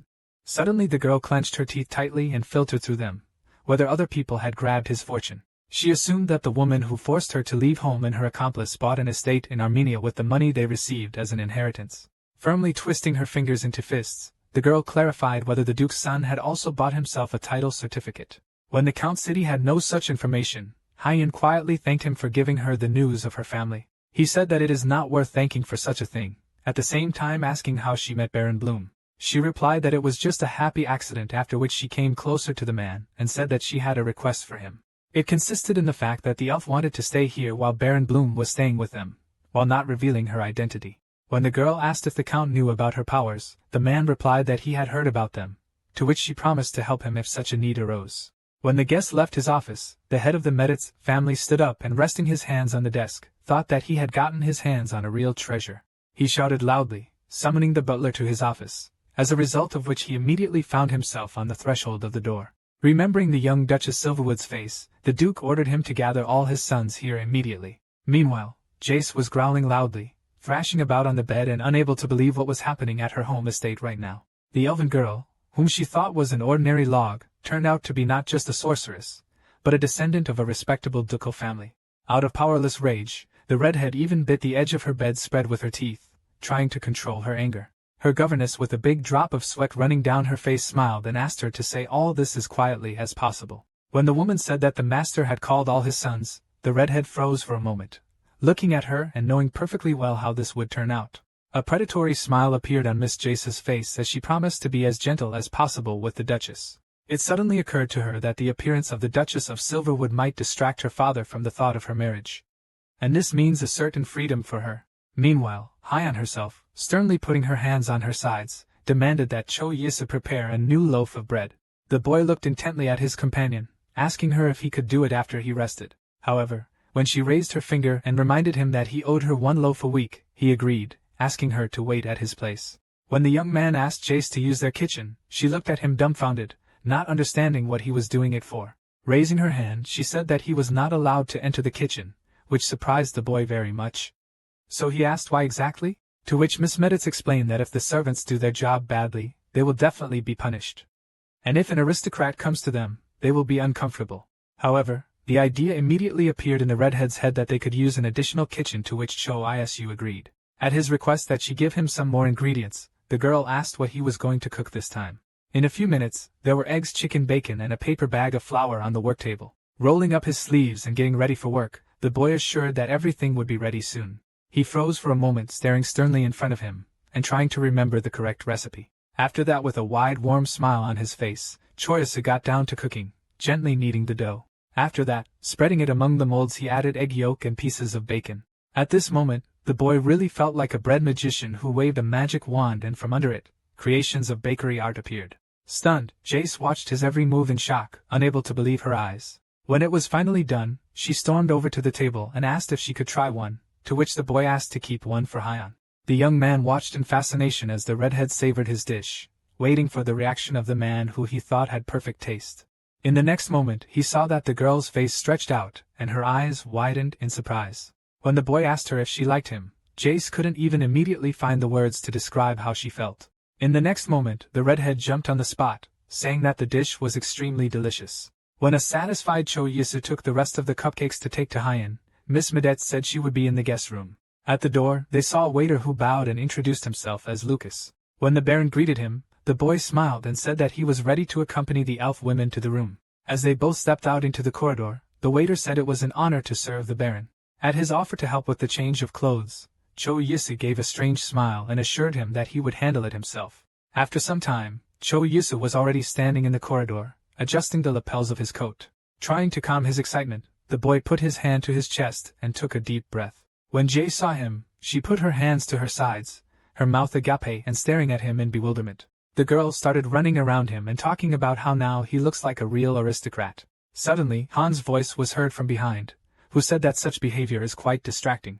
Glancing in her direction, they saw that the elf had changed her dress to a dark purple evening dress. Looking at his companion, Cho Yisu exhaled enthusiastically, unable to take his eyes off her. Coming closer, he asked the girl if she liked the bread, to which she said that she liked it very much.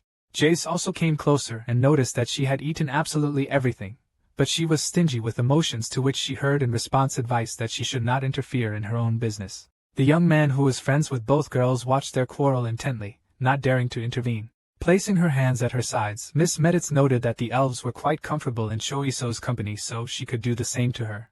However, she only turned her head to the side and indifferently said that she did not see much sense in this. They both walked up to the newly made Baron, and the redhead told him to stop being so polite and finally make friends with her. Immediately after that, she reminded that the young man should have started his studies. When the boy found himself in the study room, the butler said that a teacher would come here soon, about whose arrival he would inform in addition. While waiting for the instructor, Cho Yisa sat down on the bed, trying to overcome his anxiety before training. Raising his head and placing his face under the rays of the sun, the young man thought about the fact that he had finally become a noble. He had been in this world for a year, but he still believed it with great difficulty. The boy understood very well that if anything he could return to Korea, but he wanted to stay in this world. The boy sat on the bed, closing his eyes and taking deep breaths and breaths. He thought that he would be able to call this place his home when he stayed here and had a family of his own. Suddenly, he was distracted from his thoughts by a loud knock on the door, and behind them was the voice of Lucas, who informed him about the instructor's arrival. A respectable man entered the room immediately afterwards who bowed and introduced himself as Bassett, adding that he would be responsible for his studies. He proposed to begin immediately, and ordered the maids who followed him to set out the dishes in the correct order. Cho Yisu sat down at the table, while the girls laid out cutlery and crockery around him. He looked at the various forks, knives, and spoons and tried to remember what was for what. Taking one of the forks, he thought about the fact that the aristocrats really had completely different dishes. Bassett carefully looked at the student, and warned that he could make only 3 critical mistakes. The first rule was that it was indecent to touch the dishes unless you had washed your hands beforehand. Second, the aristocrat could not sigh loudly, even if he was surprised and saw something like this for the first time. And the third was that the guy bent over the fork didn't really look very pleasing to the eye.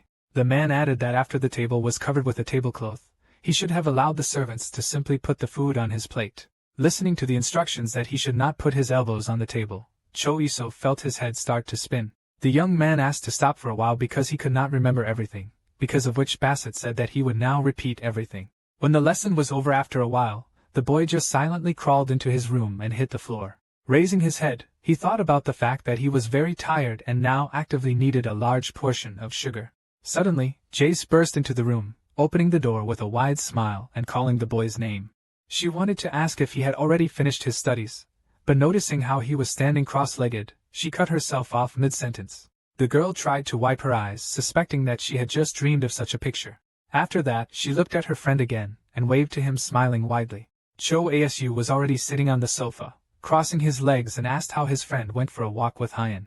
The redhead replied that they had just returned, as Silverwood said she was already tired. When the elf said that she simply did not take into account the aspect that she was tired from the road, JJ said that she did not force her to go with her. Seeing that the situation was heating up, Cho Yisu suddenly stepped forward, standing between the girls and trying to reconcile them. Suddenly, he had a great idea to reconcile them for a while, so he asked if they had heard of creme brulee. The girls really stopped looking at the boy in surprise and thinking about the name of the new dish. The creme brulee was a delicate souffle, which was hidden under an amber crispy crust of sugar caramel. When they came to the kitchen, the young man was very surprised because he did not find any confectioner there. However, the girls, almost coming to a common opinion for the first time, said that they do not call those who cook specialists. A few minutes later, Cho Yisu saw in front of him the ingredients he needed to make the creme brulee. To begin with, the egg yolks should be separated separately in a bowl because they were to become the basis for the cream.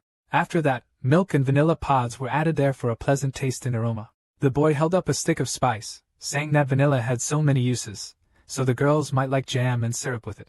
Placing a hand to her face, Jace quietly asked her friend if there was anything in the world he didn't know. She looked at the elf in surprise when she said that the boy knew everything because he was a bread wizard. Hearing Hyan ask the red-haired woman if he had made her bread, the young man tensed, waiting for her reaction. However, the girl simply crossed her arms over her chest and boasted that he had once cooked her a potato dish. The newly minted count looked intently at his girlfriends, who were already ready to start a new wave of confrontation with each other. When Jace turned to him and gave him a fist bump to advise him to prepare something as soon as possible, he quietly agreed. After removing the bowl with the ready-made yellowish mass, the young man explained to them that it was called custard. Both of them immediately went to the bowl and put their finger in it to try the already ready part of the dessert.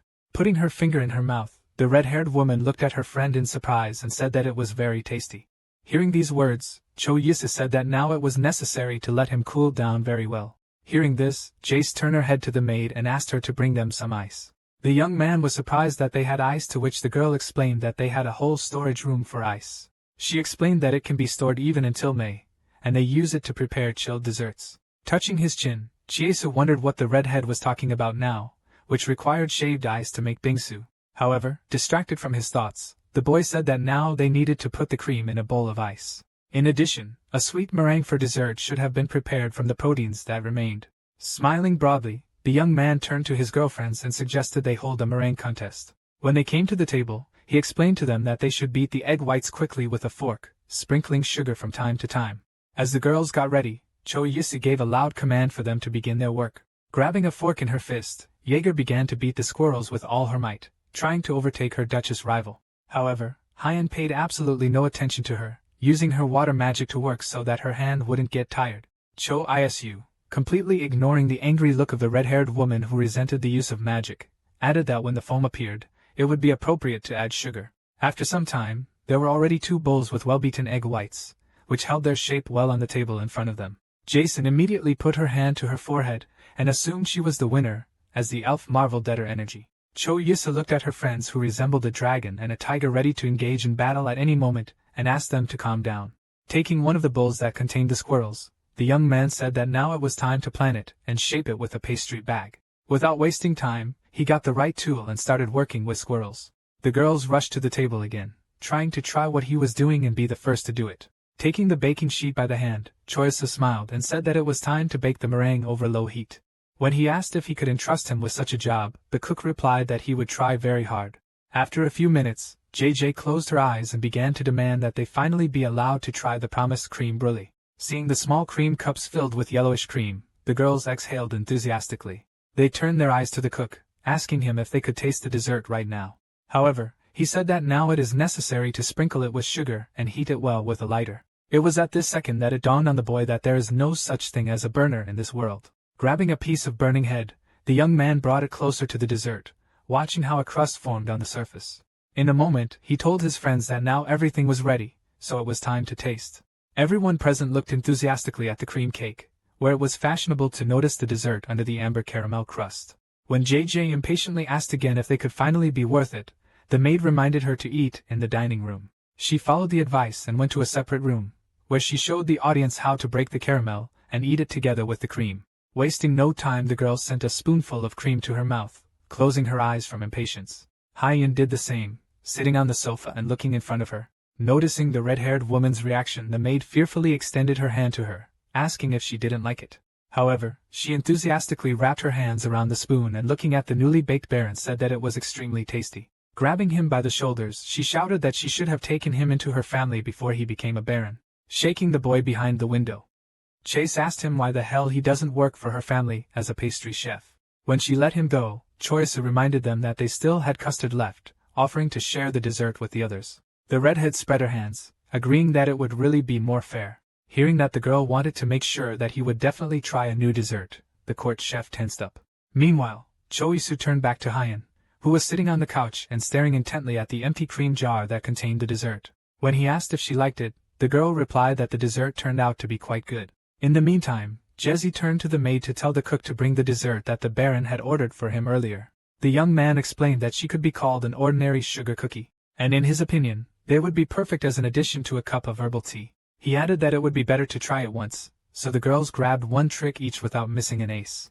Hyeon froze for a moment, frowning and chewing on the crunchy sweets. Jace had a similar face, and she could also hear the crispy meringue falling apart in her mouth.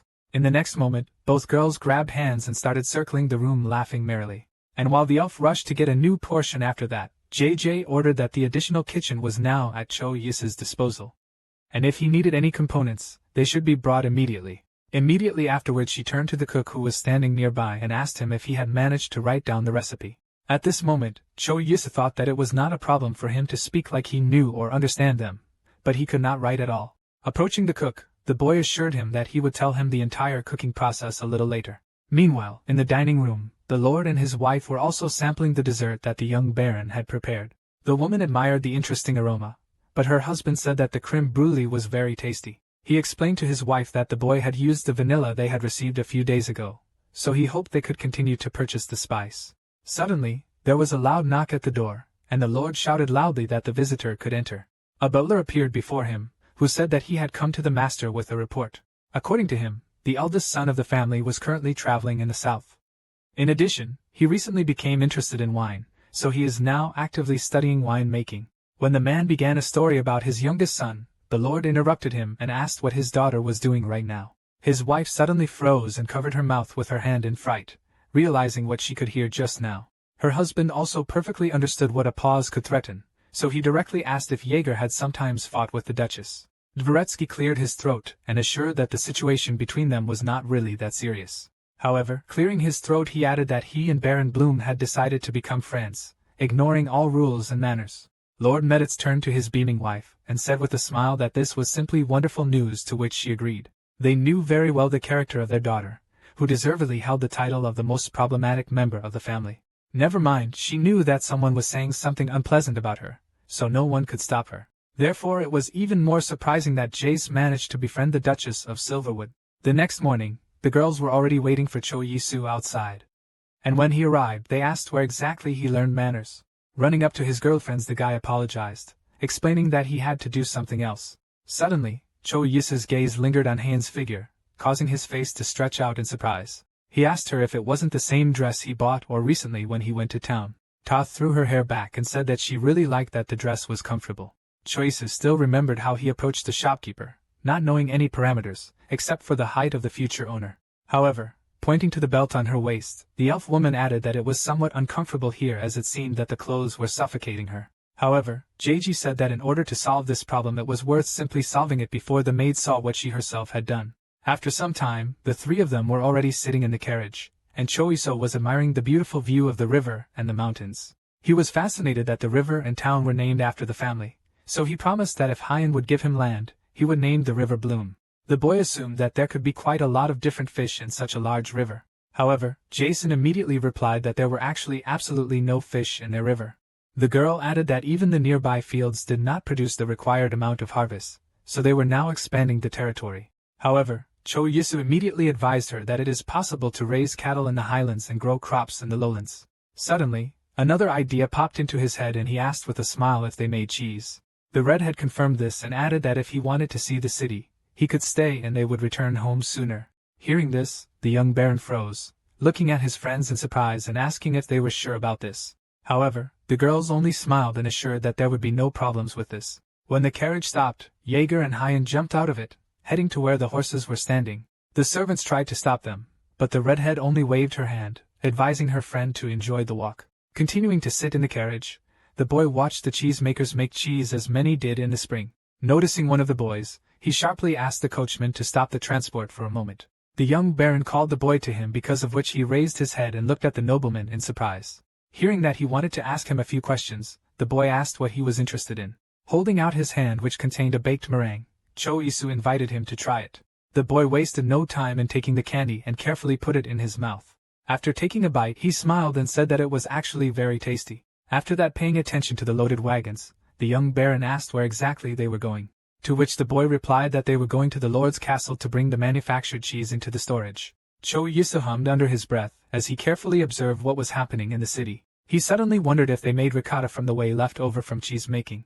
After hearing an affirmative answer, the young man clarified whether they used lemon juice for cooking. Having received answers to all the questions that interested him, he thanked the boy and said goodbye to him. After some time, when everyone returned to the count's manor, Choiso placed a cup with an unusual drink in front of the Medit's family. All three looked at her intently, not understanding what exactly was in front of them. Turning his gaze to the baron, the lord asked him if this would really solve the crop problem on their lands. Holding up a finger, Choiso explained that he had heard that there were no fish in the river and that the fields were not producing the desired harvest. Lord Meditz confirmed all this, but did not see how what was in the cup before him could help solve the problem. He promised to explain everything later, but first they should try the drink. Wasting no time, the entire Meditz family grabbed the cups in front of them and tipped them over in one swift motion.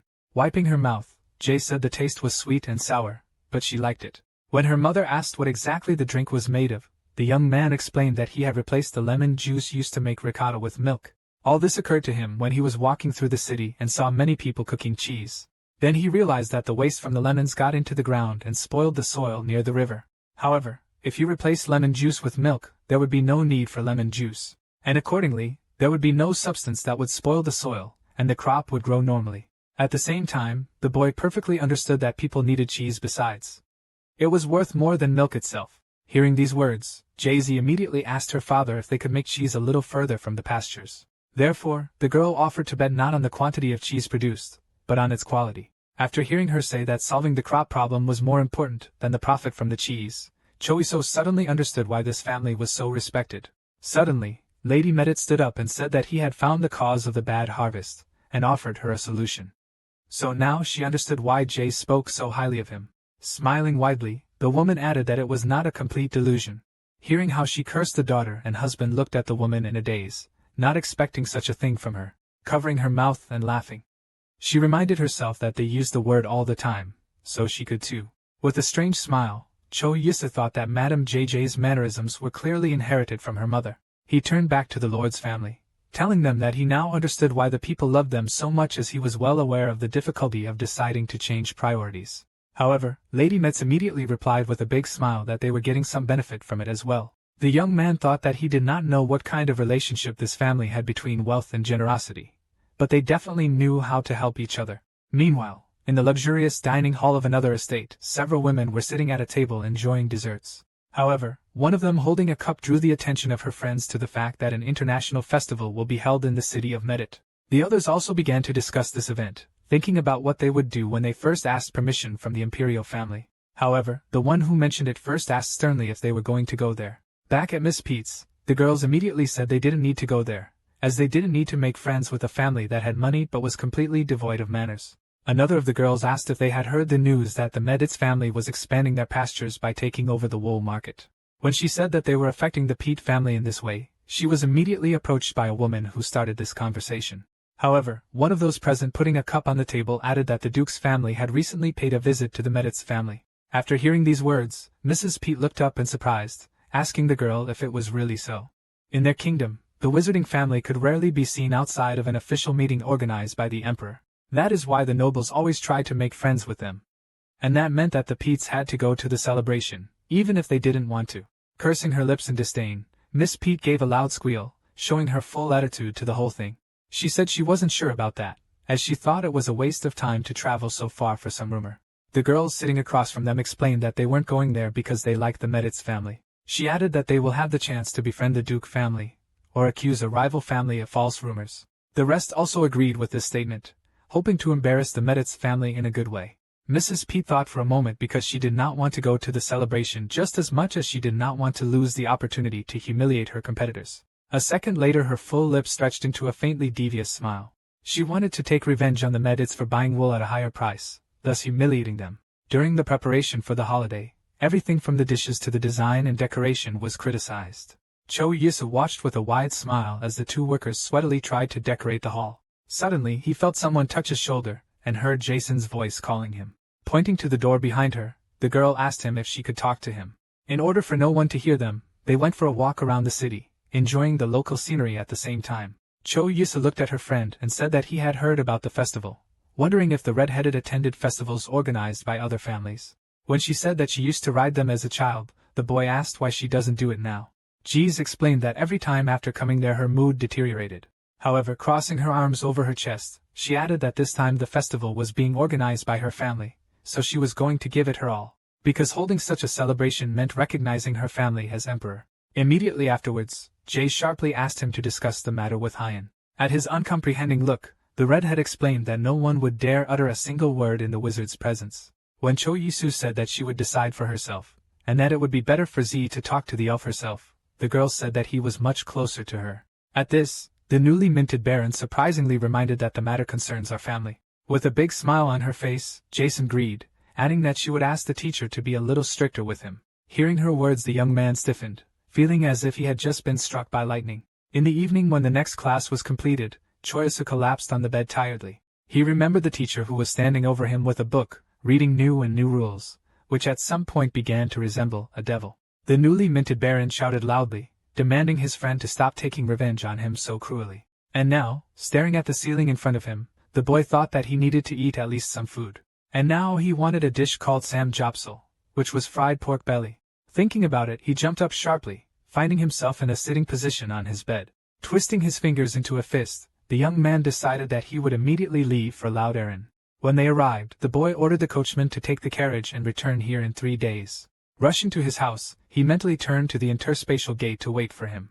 When Cho Yusa found himself on a busy street in Seoul, he opened his mouth wide and took a deep breath. From the feeling of the Seoul air entering his lungs, tears even appeared in Cho Yusa's eyes. Having entered the nearest cafe, the boy ordered 3 portions of pork and 1 portion of soy sauce. After some time, a bowl with an application, a sauce, a plate, salad leaves, and a bottle with a drink were placed in front of him. Grabbing a bite, the young man smiled and thought about how much he missed Korean food. Wasting no time, he sent the snack to his mouth, exhaling heavily at the same time. The only thought in his mind now was the joy of being back in Korea and being able to try many delicious things. Tears rolled down his cheeks because Cho Yisa still couldn't believe that he could have lasted so long without national croissant. Having poured some soji into his glass, the boy drained it with one sharp movement. The young man was in such a hurry to enjoy the drink that he did not even notice a few drops that rolled down his chin. Smiling happily, he wiped his mouth with his fist, placing the glass on the table. At that moment, the waitress placed a plate of pork in front of him, for which Cho Yisa thanked her politely. Taking a piece of meat with tongs, Cho Isu lowered it onto the device that was supposed to finish it. With a big smile, he thought about ordering some kimchi next time as well. Sensing the aromas of ready meat, the boy began to eat, thinking that it was simply perfectly cooked. Shoving it into his mouth, he grabbed his glass, which had been filled with another shot of soji. Choyasu enjoyed the food of his native country, tucking into one piece after another. He accompanied them with various applications, washing them down with a cool drink each time. Suddenly the young man heard someone calling him, which made him turn his head in the direction of the entrance. The guy who entered the cafe turned out to be one of his colleagues, with whom he had a fairly close relationship. It was at the moment when he approached his table that Choiso realized that it was quite unusual for him to see black-haired Koreans. A colleague asked him why he did not answer calls, to which he received the answer that he was simply away. While pouring glasses of soji, Choiso tried to avoid answering exactly where he had been, saying that he was traveling in Europe. To this, his acquaintance said that he should also go on a trip before getting a job. In addition, he broke the news that Manager Park had changed jobs of his own accord. Spreading his hands wide to the sides, the boy added that thanks to this, working conditions have now become much more comfortable. Cho Yusu was stunned to hear the news that the mobile game they had developed was progressing well. Listening to this, the young man silently lowered his head, realizing that he had nothing to brag about in return. Because of this, he now felt extremely lonely as his colleague's life seemed much richer. The boy understood very well that he could not tell about Loud Aaron, and the fact that he managed to get the title of Baron in the other world. Taking another sip of his drink, Cho Yus warned that if he didn't pick up the phone again, it would mean he was away again. After some time, he returned home and tiredly fell face down on his bed. Hugging the pillow, the boy looked at the wall and thought that the situation was getting worse. After resting for a while, Cho Yusu thought about the fact that a lot of aristocrats would soon come to the opening of the international market. And since he already planned to become a duke, the success of the Meditz family could be useful for himself as well. Right now, Erman's empire allowed rich people to attain the status of nobility, and he belonged to that circle. That is why he had to do something if he did not want to be looked at as a second-class person. That is why Cho Yisa decided that he should make the Meditz family influencers in the urban empire. The areas could be varied, including antiques, food, fashion, and a variety of jewelry. The Mediza were already very famous, and they could become even more famous, and maybe even dictate the terms of everything. To carry out his plan, the boy could use information from this world, and thus he would become closer to their family. Now all that remained was to find a direction in which he could become an influencer, and at the same time that it was suitable for Loud Aaron. One such area that could work well would be spices. However, the boy remembered in time that the Meditz had a pretty good reputation in the field of black pepper. So this was not a good fit. Staring at his ceiling, Chisa continued to sort through the types of spices that were not very common in the empire. Suddenly, he had an idea that he could become an influencer who would distribute chili peppers. He was confident that he would be able to perfectly introduce ground chili pepper to the urban empire. In this case, the boy expected to be able to cook kimchi without even returning to Korea.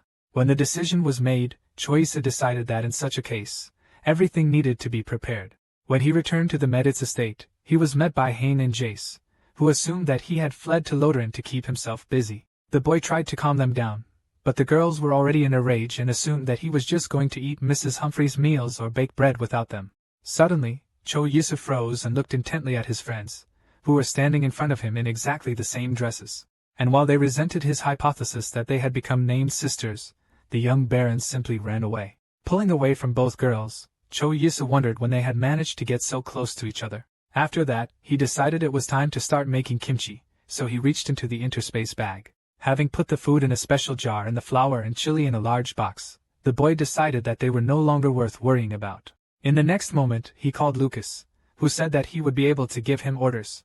Upon hearing his voice, the waiter abruptly stood next to him, ready to carry out the Baron's orders with a broad smile. To his question about whether the Count is with him now, the boy gave an affirmative answer. After knocking on his office and hearing that it was okay to come in, Cho Yisu walked in with a smile. Lord Meditz, not expecting a visit from the young Baron today, asked him what exactly brought him here. Spreading his arms wide, the boy said that he wanted to tell him something else about lemons that destroy crops. Sitting down at the table, the Lord invited the guest to also sit down and tell him more detail what he wanted to share. Sitting down on the couch, Cho Yisu told him that cleaning the lemons would improve the situation, but it would take too long to recover. Looking surprised at the visitor met asked him if there was any other way, to which I received the answer that for this you need to use limestone powder. He replied that they had it, but asked if it would really help them deal with the harvest. Cho Yisa confirmed with a smile that it could be a good remedy, but cautioned that limestone powder could be dangerous to both human and animal skin, so one should be more careful with it. To which the Count calmly assured him that he was sure there were several people who had experience with this tool and everything would be fine. Meditz froze for a moment, carefully studying the face of the boy sitting in front of him. After that his lips stretched into a noticeable warm smile. To his question about whether he had already found land to buy, the Baron replied that he had not yet, as he had received the status only a month ago. Hearing this answer, the Lord asked if it would be okay if he offered him a plot of land. Thinking that the Lord was very kind, Choysa thanked him for such a favor. After some time, the Baron was already sitting in the hall and tried not to pay attention to Jason's watchful gaze. However, after a few minutes he couldn't stand it, and asked her why she was looking at him like that. Clasping her hands and resting her chin on them, JJJ said that they needed something to subdue the other aristocrats. Crossing his arms over his chest, the boy said in surprise that he thought things were going pretty well, to which the redhead replied that she wanted to hit her opponents as hard as possible, imagining Mrs. Peaked. Cho Yisa continued to watch as her friend pondered her plan of action, while biting her fingernail. Suddenly he raised his finger, and said with a smile that he had an idea. They went to the additional kitchen where ice, raspberries, milk, vanilla, sugar, and salt were already on the table. Looking at the set of products, Jay-Z assumed that he wanted to prepare an ice delicacy. When asked how it is prepared, the girl explained that they crush ice and mix it with honey or fruit. The boy turned to the elf and asked if she had tasted it, to which he heard that she did not like it. Jace pointedly explained that ice was hard to come by, but it wasn't much of a problem for the nobility. However, Cho Yisa smiled and assured her that she could calm down as he was going to prepare something else. In front of his eyes was a small ice cream cone, in which there were 3 scoops of various ice creams. Looking at their friend's determined look, the girls were surprised as they had never heard of such a dish. However, the Baron said he would first make it vanilla and raspberry for them to try. First, he should have mixed the vanilla and sugar with the milk, and then added the beaten egg. When the aroma begins to stand out, it was necessary to pour the mass into 2 bowls, then add vanilla to one, and raspberries to the other. In parallel, it is worth filling 2 large bowls with ice to use them for cooling. The next step, which surprised my girlfriends, was mixing the masses together with salt in equal proportions. When JJ tried to deny such preparation, the boy calmly asked her to wait a little. He placed the bowl of mixture in a bowl of ice, stirring it constantly. Choiso himself thought that he had read such a recipe on the internet, so he was not completely sure that he had done everything correctly. However, Jay suddenly noticed that the mass began to freeze, which is why she asked her friend if he had become a wizard. However, Heian answered instead of the boy, raising her finger and reminding him that he is a bread wizard. Leaving a little of the mass, Choyusa said with a smile that it would be worth stirring a little more when it hardened a little more. After similar actions were repeated 2-3 more times, the Baron took a spoon and scooped up the finished ice cream with it. In a moment, there were already 2 balls of ice cream and the creamers ready for tasting. With a smile, the young man invited his friends to try, saying that there would be a lot of people at the festival. He watched intently as the girls tasted the dessert he had just prepared. The next moment, after they shoved a spoonful of ice cream into their mouths, they were suddenly bent over the table. The redhead frowned as she asked her friend what the correct name was for the delicacy they had just tasted. She added that she had never tasted such a delicious ice cream treat, and she loved the texture of the dessert. To the boy's question about whether she thought the rest of the aristocrats would like it, the girl replied that she would. Looking down at her spoon, Han said he could have called the dessert ice cream. After that, the girls continued scooping ice cream without letting go of the ice cream cones. Suddenly, Jace grabbed her head and said she felt like her brain was freezing. Throwing a spoon into the creamer, she added that it was so delicious that she didn't even want to share it with others. When Hyan said that she didn't really like cold food but this one was quite good, Jaja reminded her that she had attacked the dessert like a man possessed. Watching the friends begin to figure out their relationship again, Cho Yisa smiled, glad that they liked the ice cream. Approaching the redhead, the boy asked her to get permission to cook it from her parents. But she smiled and agreed, asking to make 2 more portions so that her parents could also try. Suddenly, she turned to the elf, asking her if she had ever been to international festivals. Heian returned to her friend and said that she had never attended them before. The elf who was called her father took only her stepmother, and her son there with him. Not expecting such a story, Cho Iso and Jai Jai froze, trying to find words to react, after which the boy offered bread to his friend. After some time, when he was already sitting in his room, there was a loud knock on the door. After permission to enter, the cook appeared at the door of the room, asking the Baron if he had summoned him. Pointing to a place near him, Cho Yisa asked him to sit down, as he wanted to discuss something with him. Having no idea what the conversation would be about, the cook humbly sat down on the sofa opposite the young gentleman. Handing him a cup, the young man said that it was herbal tea, which had a widow's taste and would allow him to relax. The cook thanked him and asked what exactly the young baron wanted to talk to him about. With a warm smile, Cho Yisa asked him if he was worried about inventing a new recipe. However, the cook assured that he was absolutely not worried about this, since this was his job. He believed that he should work hard day and night because many people would come to the holiday. However, after that he smiled and added that he could not invent anything better than the dessert prepared by the boy. Cho Yisa replied that where he came from, there was an extraordinary variety of pastries. Besides, his mother also baked well. Also, ingredients like cinnamon and ginger were extremely easy to come by. Hearing the proposal to teach him the recipes that the baron's mother prepared, the cook looked at the boy in a daze. Cho Yisa emphasized that he doesn't force himself to cook according to his recipes, but that way he could get a few ideas for new dishes. He immediately started thanking, saying that he was actually very worried about the new dish. Handing the man a piece of paper and a pen, the boy suggested that he first write down the recipe for himself. Thus he was able to teach the chef of the Meditz family how to make churros, which were deep-fried custard dough. In addition, small butter cookies became another dessert that the cook discovered for himself. And from drinks he learned about ginger tea, to which a wedge of lemon was added. Looking at the recipes written down, the chef said in the days that they were really just incredible. When Barona said that he had already arranged for the necessary ingredients to be brought to the kitchen, he asked him if he could try making creme brulee. When the cook left his room, Lucas came almost immediately to Cho Yisa, who knocked on the door, asking permission to enter. Entering the room and bowing to the young baron, he announced that the guests had arrived at the Northern Hotel. Immediately leaving for the city, Cho Yisa looked for the right hotel with his eyes, guided by the words of Lucas A. Suddenly he saw a sign with a mug in front of him and realized that he had come to the right address. The young man knocked on the door, behind which someone's voice was immediately heard asking who had come. Nino immediately jumped out into the street, who happily greeted the baron, boasting that he knew about his new status. The boy immediately began to bombard him with questions about where his lands were, and whether he was going to visit Armenia.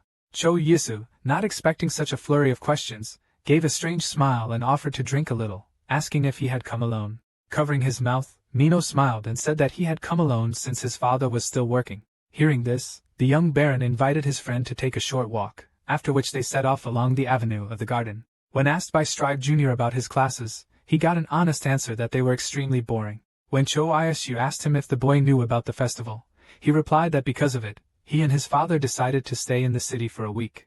This was good news, so when the baron asked him to spread the rumor, Nino put his hands to his sides proudly. When asked if he would cope with the task, the boy said that it was just his element. However, slightly looking at the interlocutor, he reminded that nothing comes for free. Hearing that the first condition was the provision of a hotel for a week, and the second the provision of a good stall, the young man thought that both were quite difficult. However, he assured that he would talk about it with Grzegorz, to which Mino added that if he had to choose, he would choose the stall. Suddenly, Cho Yisa froze, which greatly surprised the boy, who did not even immediately understand what had happened. The baron looked at the luxurious carriage, suspecting that it was not a nobleman who had arrived in it, since there was still a long time before the festival. He quickly said goodbye to the commodity expert's son, assuring that he would try to come again in the evening. Wasting no time, he ran after the carriage to see exactly where it was going. However, he suddenly stopped noticing at whose gate the vehicle had turned. A young man with a red face got out of the carriage and immediately started calling his father. Swinging a bottle of wine, Krayer Medit shouted to the whole yard that he had returned. Cho Yisa approached the cook and quietly asked him who exactly had arrived at the Meditz manor. He exhaled looking at the young boy who was waving his arms and explained that he was the lord's eldest son. The young baron looked at the newcomer and thought about how much the eldest son of the family was a drunkard. When the boy met with Jezier, she explained that her older brother had recently been actively engaged in winemaking. She rolled her eyes and sighed, wondering at the behavior of the person who was to become the heir of the Meditz family. Cho Yisa looked at his friend in surprise, asking if she had a bad relationship with her brother. To which she replied that she was just worried about her family as their situation was quite precarious now. However, these words did not prevent him from saying that he wanted to ask her one favor. Pointing somewhere behind her with a finger, the redhead suggested discussing it elsewhere. Cho Yisa looked at her intently and asked where exactly she wanted to discuss this matter. Jace led him into one of the rooms she called her stash and asked her friend what exactly he wanted to ask for. With a broad smile, the Baron asked her to book a hotel room for the festival and find a good outlet. When she asked if he had gotten close to any of the merchants, The boy replied that he had also asked him for a small favor. Pointing at herself with her hand, the red-haired woman asked in surprise what her benefit was in helping. However, hearing that the reputation of the Meditz family would depend on a good development of events, she bewilderedly lashed out at her friend. Jason thanked him, but asked him why he was so worried about her family's prestige. When he said that it sounded a bit insulting, the girl began to make excuses that she was just worried about him. The girl explained to her friend that if he gets too close to her family, other nobles may turn away from him. JJ added that he was very talented, so he could very well have entered their circle if he had put in the effort. When asked if she thought she was underestimating her family, the redhead said she wasn't. Clasping her hands in the castle, the girls said that they can exist on their own, but they still have to cross paths with other aristocrats. After saying that he might change his attitude towards them, she ran a finger near his neck and asked with a smile if he didn't want to become a traitor. Suddenly, Cho Yusu remembered that he had heard about a family of magicians coming to the celebration, as he suspected that it was not the Hyen family. Squinting slightly, Jace asked him what he meant. Cho used to explain that while he was in the city, he overheard a conversation between various merchants. After this story, JJ got up from her chair and sternly said that she needed to talk to her father immediately. After talking with his girlfriend, Cho Yusu sat in his room and feverishly held his head in his hands, trying not to listen to the loud noises coming from the room of the elder heir of the Meditz. Clenching his teeth, he wondered how much longer this would last. He drank every day, and after each such occasion he felt sick. At the same time, it was obvious that it was impossible to feel sorry for him, since the boy was as JG's older brother. Suddenly a thought popped into his head, and Cho Yusu looked in front of him in a daze. He called Lucas to him, and told him that they would immediately leave for the additional kitchen. After some time, a small jar filled with water mixed with honey and lemon was already standing on the table in front of the Baron. After alcohol intoxication, such a remedy was simply an extraordinary panacea. Handing the cup of drink to Lucas, Cho Yusu ordered him to take it to the elder son of the Meditz family. Exhaling tiredly, the boy hoped this would help as he was already quite tired from his studies. Rubbing his shoulders, the Baron thought about the fact that tomorrow morning it would be worth practicing with the sword. The next morning, Kraju approached him on the training ground and called him with a smile. Hearing his voice, Cho Yusu turned his head in interest, distracting himself from his training. A second later, a strong blow flew into his head which made the Baron cry out loudly. The young man grabbed his headward and just landed. Waving at him and greeting, Craigie apologized for distracting him from his fencing. Lowering his sword, the trainer said that the young Baron would have died 894 times already, so he should not weaken his defenses. Hearing him complain that he couldn't ignore Mr. Krya, he added that he should be given another lesson in manners. When the teacher said that the training was over for today, Cho Yis thought that he would rather buy the certificate for 1,000 gold. Herr Meditz walked up to him, and held out his hand in greeting. Shaking his hand, the Baron asked him what brought him here, thinking at the same time that he was rarely seen sober. When Kraju started praising his honey water idea, Cho Yusu asked him if he felt better. To the boy's words that no one supports him, the Baron replied that he should drink in moderation, otherwise he will spoil his stomach, and everyone is worried about him. Kraju exhaled noisily, saying that it was only because of his status as the heir of the Meditz family. Casting his eyes down, Cho Yusu admitted to him that he also had periods where he drank as well. Kraju looked at him in surprise, not believing such a story. Scratching his cheek in no uncertain terms, Cho Yusu added that honey greatly eases the pain of vomiting during a hangover. Kraju replied that he would like to know his story, so he offered to eat together. Meanwhile in the Lord's office, the butler informed the master of the rumor that a family of wizards would be present at the festival this year. When he said that Jesse had already told him about it, the butler added that they might have more guests than they expected. Additionally, they received a report that about 20 families had opened a portal and crossed the Notts Mountains. There was only one wizard in the entire urban empire who was capable of opening an interspatial portal, and it was practically impossible to open many portals at the same time. So this service cost a lot. Grabbing his head, the Lord sighed, realizing that many people were heading to them because of the rumors who even had to open portals. And he also perfectly understood that they were coming to them for the festival in order to dishonor the name of his family. Voretsky added that judging by the number of people who arrived, they spent about 10,000 gold coins. After hearing the words that they were worried, the Lord told them not to panic, and do their best. Meanwhile, Cho Yusu was showing his girlfriends a tower made of several equal blocks. He explained that it was a board game that he had ordered from the carpenter, and the point of which was not to collapse the tower. Heian exhaled and asked what could be fun about getting wooden blocks out from under each other. Jace replied that she really likes games where you have to think at least a little and roll dice. Clapping his hands, the Baron smiled widely and said that they would appreciate her when they played. Frowning slightly, he added that whoever destroyed the tower would receive a slap on the forehead. When the girls asked what it was, the boy promised that they would find out when they lost, to which JJ eagerly agreed, saying that it would be easy enough to win. The redhead was the first to reach for the tower. However, immediately after that, the girl growled loudly as the bars immediately scattered on the table. Looking at Cho Yisu, who spread his arms, she asked why she had never been able to win.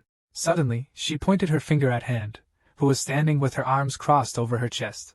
Chase was angry that she had hit her too hard, so she wanted to retaliate.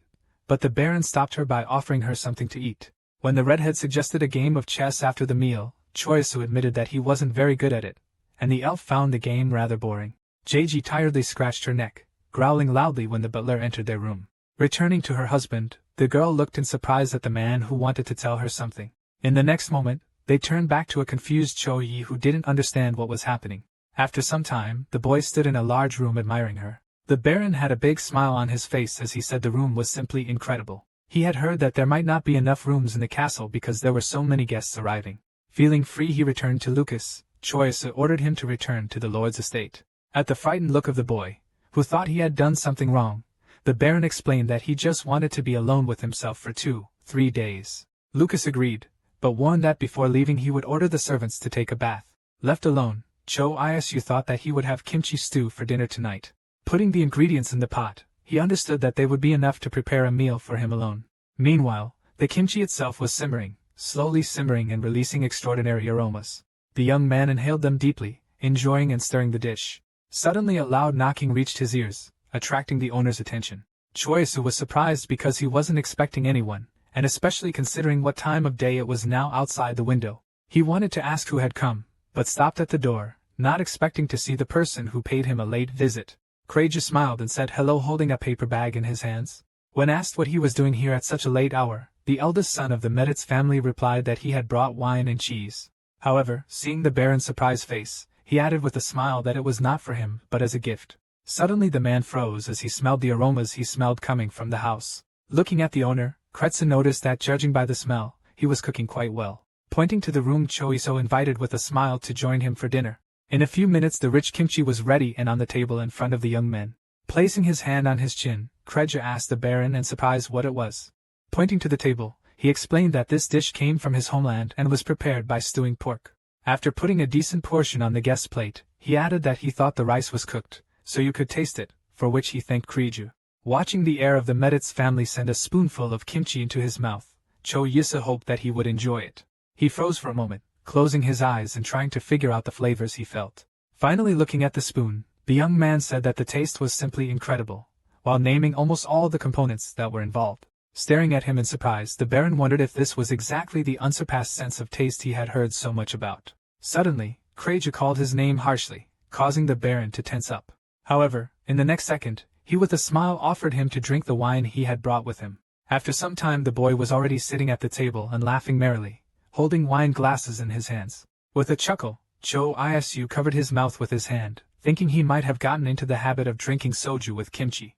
But Kreju assumed the Baron liked wine. He asked how he managed to recognize all the ingredients used in the dish, adding that it was simply an incredible skill. Hearing that she was useless in land management, the young man asked the interlocutor if he wanted to inherit land at all. He sternly raised his finger and said that he had no choice, as it was his duty as the eldest son of the Meditz family. From this, Cho Yisa concluded that there was no particular desire, so he asked what he himself would like to do in life. To which Kraja replied that he would raise a lot of cattle and do agriculture, and he would also cook meals that he would enjoy with his family. The Baron understood that he was choosing between a dream and honor. A few days later, an international festival began, where everything around, including the main square where the carriages drove, was covered with flowers. On the first day, the nobles who arrived for the holiday greeted each other, and on the second day, there was a big dinner. On the third day, the gates of the castle were already open for ordinary citizens who happily went to the festival. Cho Yisa stood in the manor, examining his formal attire and thinking that he was quite uncomfortable. Lucas held up a finger and said that the cobbler had worked quite hard on his outfit. Hearing his words about the fact that the color blue suits him, the Baron froze for a moment. Putting a fist to his mouth, the boy cleared his throat and clarified whether his job today would consist only of greeting the nobles. He smiled and explained how the festival would go. Then added that Lady Jace and Lady Hyan were waiting for him in the waiting room. Meanwhile, on the street among the covered tables, harpists were sitting, plucking the strings, releasing beautiful melodies. Looking around, Cho Su suddenly realized that there was much less space here than he expected. When he and Lucas entered the waiting room, he was immediately greeted by Heian and JJ, also dressed in festive dresses. The red-haired woman immediately wanted to greet him as a friend, however.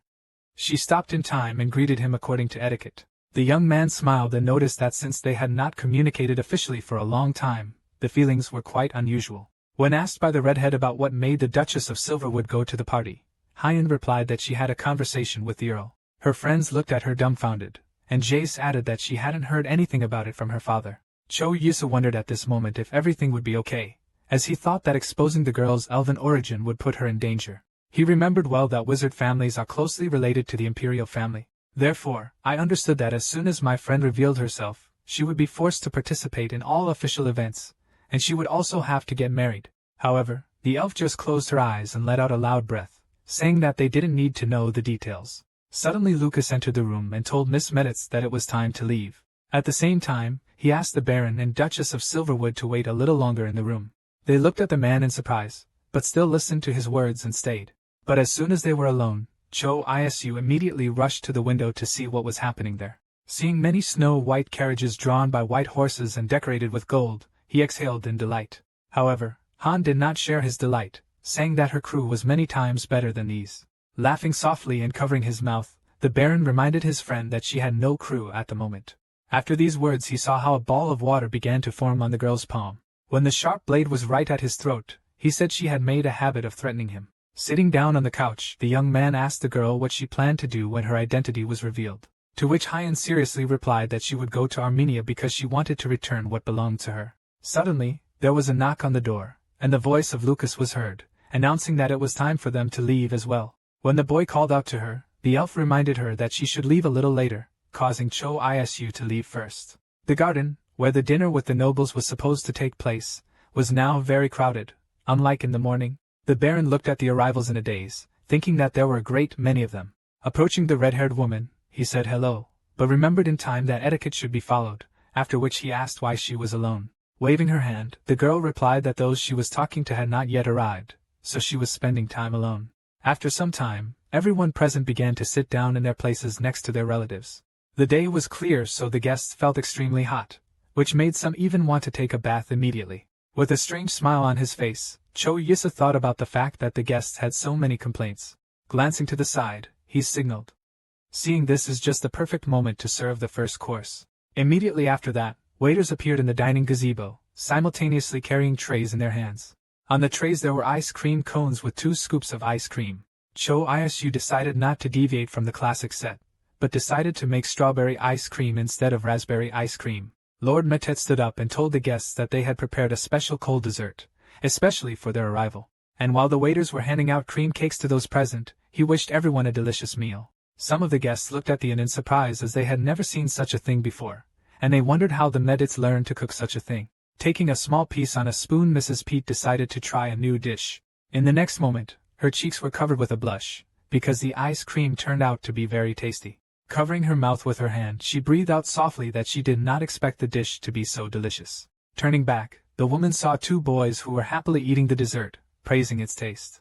One of the guests asked for extras, while another asked what the ice cream they were served was made of. Lady Meditz explained that the main ingredient in the dessert was vanilla, stressing that it was made by the Chrono family. They stood and smiled warmly while the woman said that they have a lot of experience when using such a component. Lady Chrono said that the food was cold and sweet, which made her tiredness disappear quickly. Cho Yisa watched as she asked her husband if he agreed with her. Stretching his lips in a smile, he thought that if the rumor spread it was only a matter of time before they became rich. Suddenly the Baron heard Jesse softly calling him, which is why he turned in her direction. The girl asked if he planned to distribute his recipe with the help of the merchant he mentioned earlier. Covering his mouth with his hand, the young man replied that he was going to pass it off as the signature recipe of the Meditz family. Suddenly, Miss Pete's voice reached them, saying that she agreed with Ms. Chrono that the taste was really excellent. However, she added that it would be inconvenient to store such an amount of ice, so she assumed that magic was involved. Looking at the Lord, the woman added that thanks to their advertising, they were all in a premonition. The rest of the guests tensed and looked at each other, not quite understanding what was happening.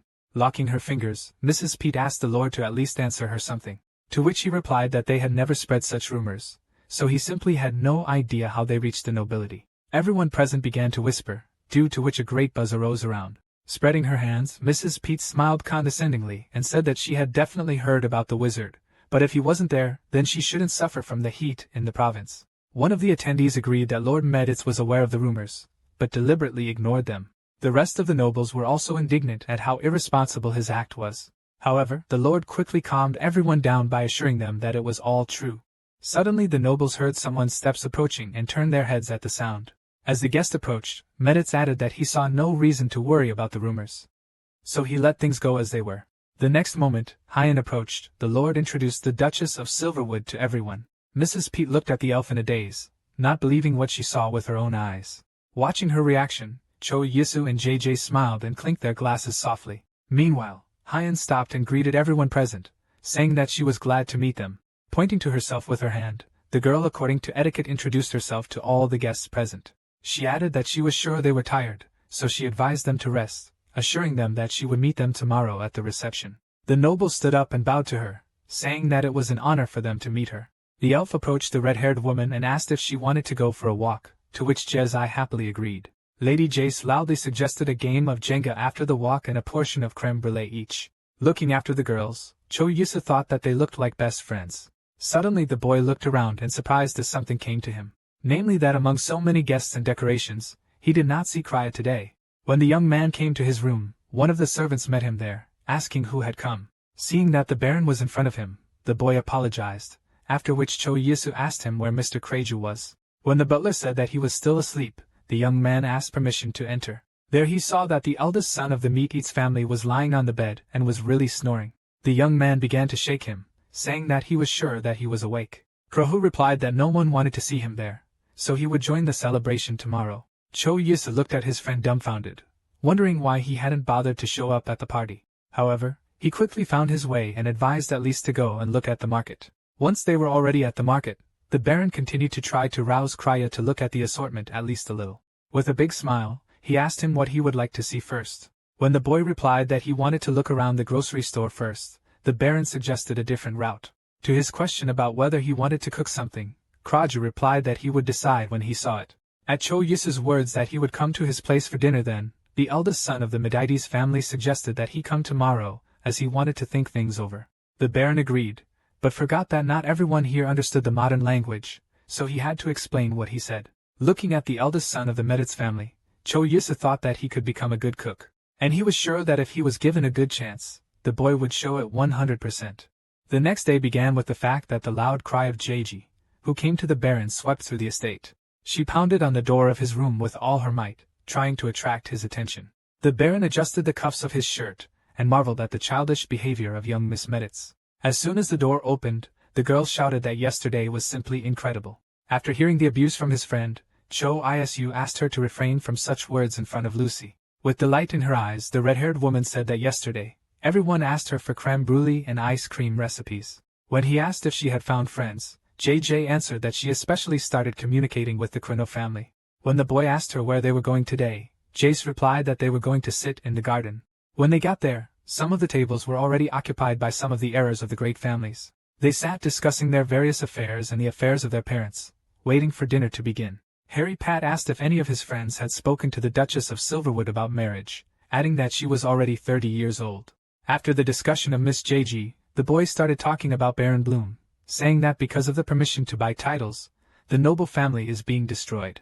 When he said that the newly minted Baron was a good match for the redhead, one of them asked if the boy had an inferiority complex. When he asked why he should have it, the interlocutor reminded him that he had lost to the youngest son of the Meditz in a debate. The man replied that he was in bad shape at the time, but despite that he still considered his opponent a crybaby. Suddenly a voice came from behind him asking what he was talking about, causing the man to freeze in fear. Looking closely at his opponent, the youngest son of the Meditz family invited him to compete after dinner, since he was not in shape at the time. He froze for a moment, considering his proposal and raising his eyebrows to the bridge of his nose.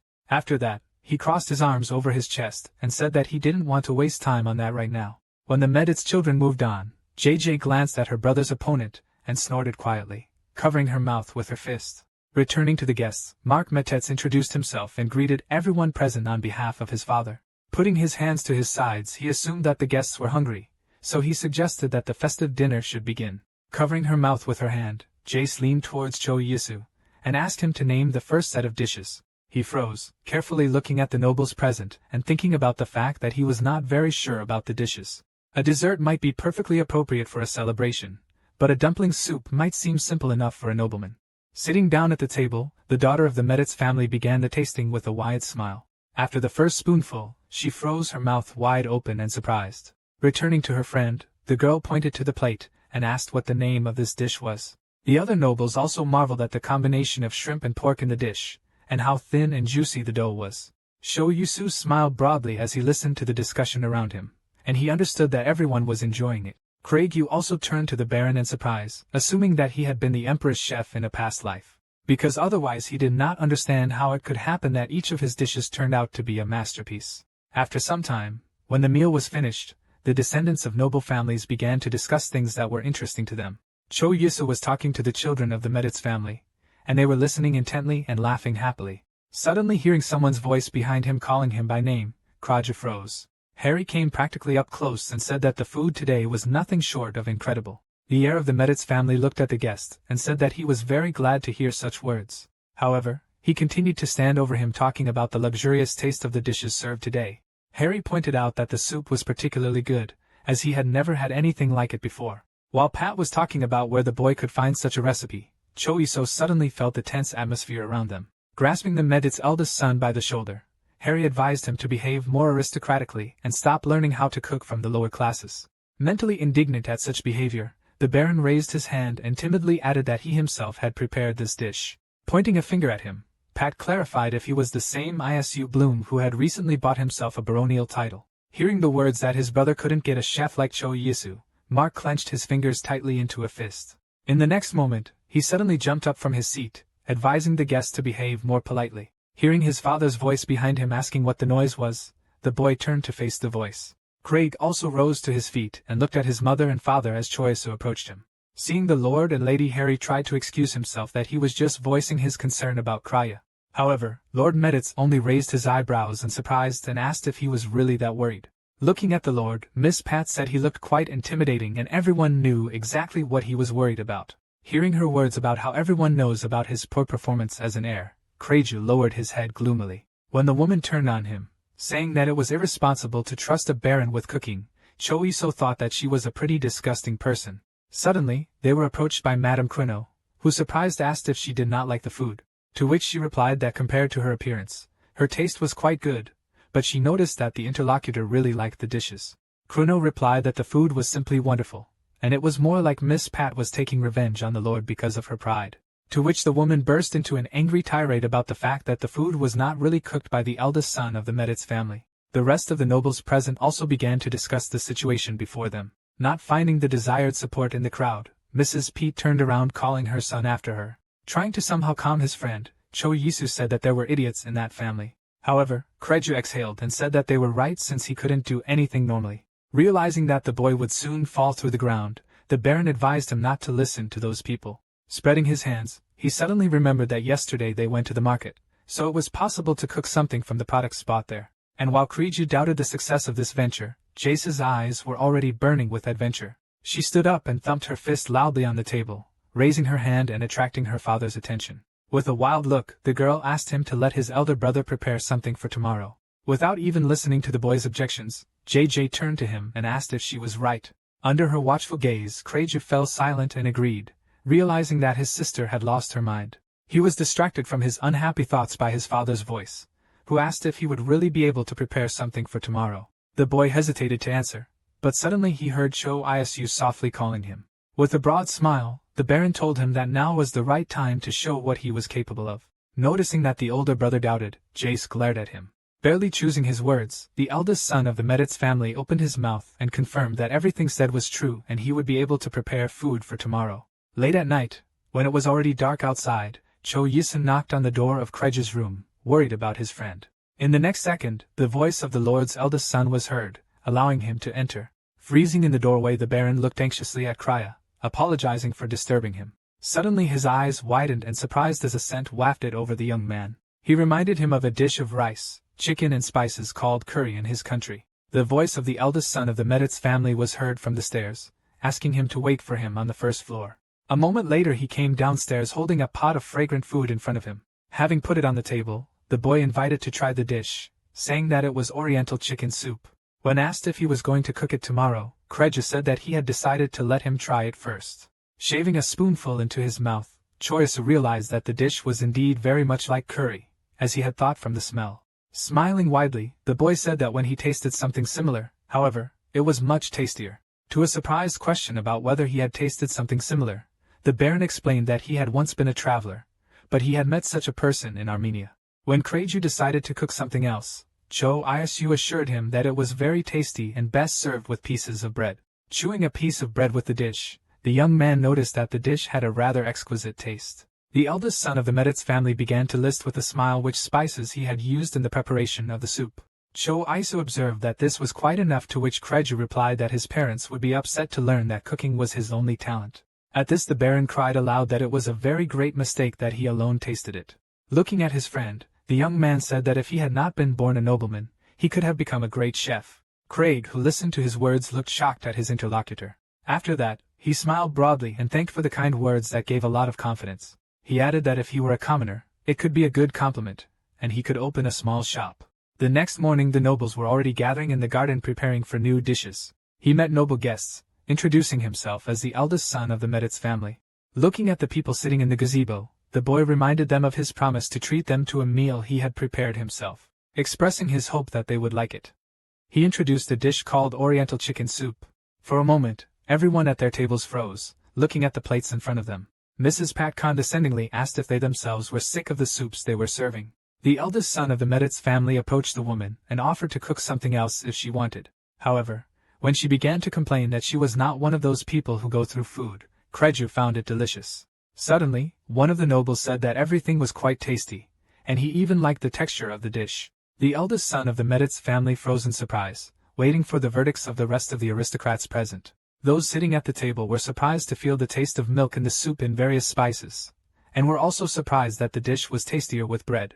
Choyasu, looking at all of this, thought that they would have no choice but to acknowledge Kreju's cooking talent, which would greatly boost his confidence. He walked up to the lord's eldest son and called him softly, drawing attention. However, he suddenly apologized for interrupting the meal and would like to say something to them.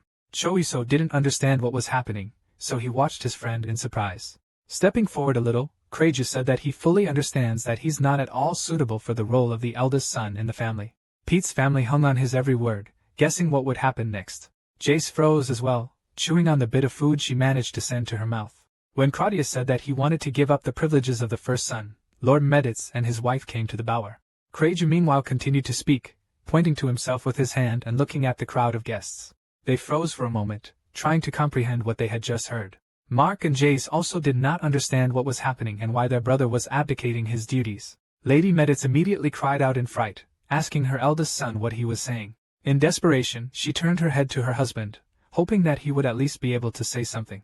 However, he came forward and said that admitting his weaknesses in front of other people is quite difficult, and since his son dared to do it, he, as a father, was ready to recognize his bravery and fully supports his idea. Craig looked at his father in surprise, not expecting to hear words of support from him. However, other nobles did not take it so enthusiastically, considering such an act to be ordinary cowardice. For a moment, the eldest son of the Meditz family froze, looking sternly at the guests present.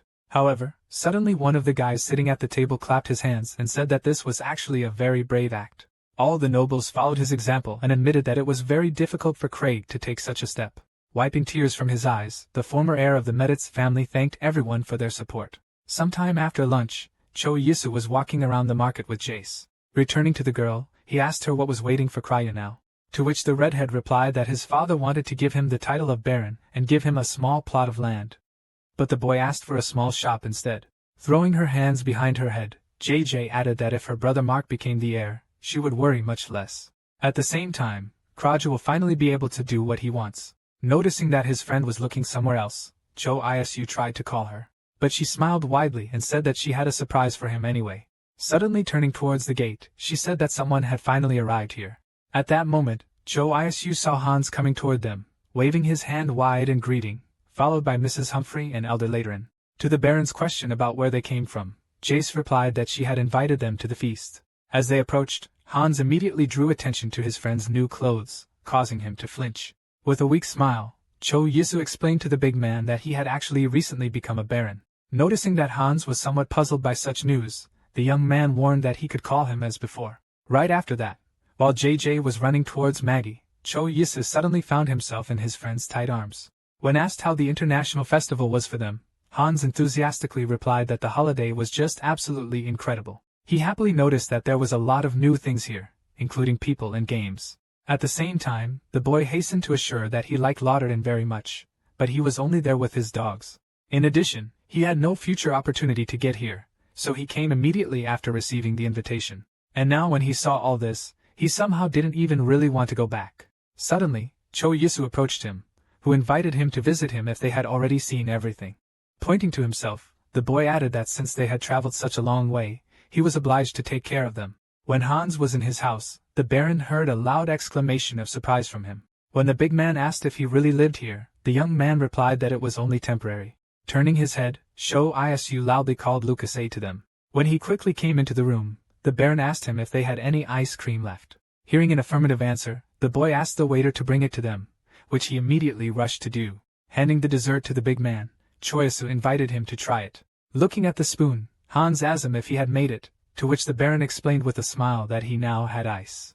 Looking at the dessert, the big man said that in Lador and you can only dream of such a thing, so he will definitely try it. For a moment, Cho Yisu froze with a smile on his face, waiting for his friend's reaction to the proposed dish. However, when the reaction dragged on, the Baron quietly called his friend by name, somewhat puzzled. Looking at him, he couldn't understand why he wasn't reacting, suspecting that he was shocked by something so cold. Receiving no response, Cho Yisu shouted loudly, trying to call out to his friend. However, seeing the drops of tears falling on the tablecloth, the Baron was surprised to realize that the big man was crying quietly. Raising his head and awkwardly scratching the back of his head, Hans apologized and explained that he was very surprised by such a delicacy. He enthusiastically added that it was the first time he had eaten something with such a soft texture and such a sweet taste. Tearing up again, the big man added that it was actually quite delicious. Cho Yisu thought that such surprise was normal for someone who had tasted ice cream for the first time, but Hans' voice brought him out of his thoughts. Looking hopefully at his friend, the big man asked if he could travel with him. The Baron was surprised that such a decision had come to him so suddenly, so he asked if something had happened. Hans is sure that everything is fine, but in Lador, and he has no chance to try something like that or make many interesting acquaintances. That was why he wanted to go with him. Watching the big man dig into the ice cream with a spoon, Cho Yisu quietly called his name. Immediately after that, Hans raised his hands and assured that he was not just asking to take him with him. He explained that it can be useful if it is suddenly necessary to use physical force. In addition, at one time he worked in a library, so he had a lot of different knowledge. Therefore, standing up and resting his hands on the table, the man repeated his request to take him with him. Cho Yisu replied that he would also be happy if he would go with him, but wondered if he had asked his parents' permission. Suddenly the voice of Lucas was heard from behind, calling the Baron. A drop of sweat rolled down his face as he remembered that he had him ready to do anything at the first command. And now everything looked to him as if the guy was just abandoning him, choosing a big guy. Noticing the tears in his eyes, Cho Yisu rushed to him and tried to calm him down. Looking at the boys, the Baron added that they could easily work together. At this suggestion, Lucas looked at the stranger with an indifferent look. Hans frowned, beginning to resemble a bear preparing to attack. Cho Yisu stared dumbfounded at the boys' interaction, which looked quite strange from the outside. Coming closer, he advised Hans to ask permission from his parents, and Lucas to remove the used dishes from the table. Falling tiredly on the sofa, the Baron exhaled loudly and said that now he could finally rest. Remembering Hans' face when he tasted the ice cream, the boy thought that he was bored without his peers in Laudoran, but he had no idea that he would want to travel with him. However, before thinking about such things, the Baron decided that first he should have a good rest. Suddenly, someone's loud voice was heard outside the front door, and Cho Yisu asked who would come to him. Opening the door, he saw Hyan and Jace, who immediately rushed into his arms. Looking at the girls in surprise, the Baron asked them what they were doing here at such a late hour. The redhead folded her arms and said with a smile that today was the last day of the celebration, so she offered to go for a walk. Holding his hands out in front of him, Cho Yisu tried to explain that he was very tired and wanted to rest. However, Jez did not listen to this and grabbing him by the collar, dragged him towards the square. In a few minutes the three of them found themselves on a high wall walking through the night city. Turning her head towards the Baron, Jace asked him how he felt about the first international festival in his life. Recalling the presentation of Heian at the beginning of the celebration itself, The boy replied that during that time, a lot had happened. However, remembering the oriental chicken soup and the determined look of Cred during the abdication of his duties, the Baron added that he liked everything. Looking at the girls, the boy added with a smile that all this was thanks to them in Hyen. The girls stopped for a moment, looking at the young man in shock and not expecting such words from him. After slapping him on the back with all the strengths he was capable of, JJ said that she was very pleased to hear his words. She added that they also learned a lot from him, but that's why he traveled alone if he knows and knows so much. The memory of how he stood under the wall at the funeral of his parents came to mind again. For a moment, Cho Yusuf rose staring blankly in front of him. When Jace called out to him quietly, he explained that he had once told Hyen about his parents being dead. Then two cars collided on the night track, and one of them suffered much more. Was in that car that Cho Yusuf's parents were, who died immediately at the scene of the accident. The boy remembered how he desperately rushed to the hospital, hoping that his parents were all right. However, when he arrived, he was immediately directed to the wing where the morgue was located. Unable to utter a single word, Cho Yesu froze in the doorway, staring at the two carts. On them lay the bodies of his mother and father, covered with white blankets. At the trial, the judge admitted that the defendant was drunk, but given that it was dark outside, the accident was ruled an accident. Listening to the sentence of 1.5 years in prison and 3 years probation, Cho Yesu tried to understand how this could be considered a coincidence. The man who was responsible for the accident looked at the judge and thanked him, assuring him that he would regret what he had done for the rest of his life. Sweat ran down Cho Ye's face when he heard that the trial was over. The boy encountered the murderer of his parents on the way out of the courtroom. In a moment he noticed that he was smiling widely, rejoicing in his victory. At that moment, Cho Yusuf felt the pick fall and rushed at the man, grabbing him by the beggars. Court security grabbed him and dragged him away from the defendant, while he defiantly waved him goodbye. Tears welled up in Cho Yu's eyes from helplessness, and he shouted loudly, threatening to kill the person responsible for the accident. After the trial he sat on the internet very often, trying to distract himself from unhappy thoughts. Now the boy was thinking that thanks to this he had read a lot of web novels. The Baron assumed that it was precisely because of this that a gate to another world suddenly opened in his apartment. Suddenly, he was brought out of his thoughts by the voice of Jace, who persistently called him, not taking his eyes off his friend. When he returned to her, the girl explained that he stopped too abruptly. Lowering his head, Cho Yusuf briefly explained that his parents were killed by a carriage driven by a drunken man. When the redhead apologized for asking him about it, the boy replied that everything was fine. Smiling, the Baron added that this is how he began to travel the world, as a result of which he later got used to this place. The next day at the manor, Lord Meditz was sitting in his study when a butler brought him a letter from the Chrono family. Taking the letter in his hands, the man carefully ran his eyes over the written lines. A few minutes later when he finished reading, the man's lips stretched into a wide smile. The man said that the food they served at the banquet had become very popular in the city, and not the last role in this was played by Mino, who actively distributed the recipes, thereby increasing the sales of ginger and vanilla. The centers of influence in the empire were the Peth family and the Kruno family. That is why Lord Meditz felt that it was necessary to increase the sales of vanilla and ginger. He added that according to JJ the idea belonged to Baron Bloom, to which the butler replied that the young lady really knew a lot. When the butler asked if the Lord really wanted to give certain lands to Baron Bloom, the Lord asked him if he thought it shouldn't be done. He replied that the boy's personality was not so clear, so it was better to think things over. Clasping his hands in a castle, Lord Meditz said with a smile that he had heard that the Baron had no talent for swordsmanship. Hearing back that his limbs were uncoordinated when swinging the sword, the man smiled, saying that it could be luck. At the same time, he explained that if everything was like this, the boy would not put a sword to his throat. So he wanted to meet him as soon as possible. Meanwhile, Choisu himself was on the training ground as Yoan and Jace watched his training. Taking a piece of cookie from the basket, the redhead shouted to her friend that no one can be good at everything. When JJ said that she thought Choisu was worse than Krega, the elf asked her if her brother knew how to use a sword. Suddenly, the Duchess turned to her friend, suspecting that she had eaten much more cookies than her. At that moment, Peter approached the girls who quietly called her, attracting the young maiden's attention. When the girl learned that the Baron wanted to see Baron Bloom, the redhead waved her hand to her friend, attracting his attention. Returning to his teacher, the boy asked if he could go, to which he allowed and added that he would not be upset. To which the Baron added with a smile that he just wanted to be able to defend himself, if left alone. The teacher promised that tomorrow he would let him hold a real sword, after which the butler reminded the Baron that he should take a shower before the audience. After a while, Cho Yisu stood in the Lord's office, talking about what he heard as if the Lord wanted to see him. Hearing the offer to sit down, the young man asked him what the conversation would be about. Lord Meditz replied with a smile that he had an excellent offer.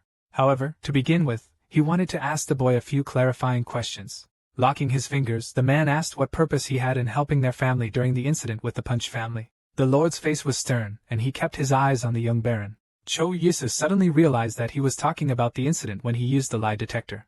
Firmly hooking his fingers into the lock, the boy admitted that he really wanted to help not his family, but the residents of the village of La Doran.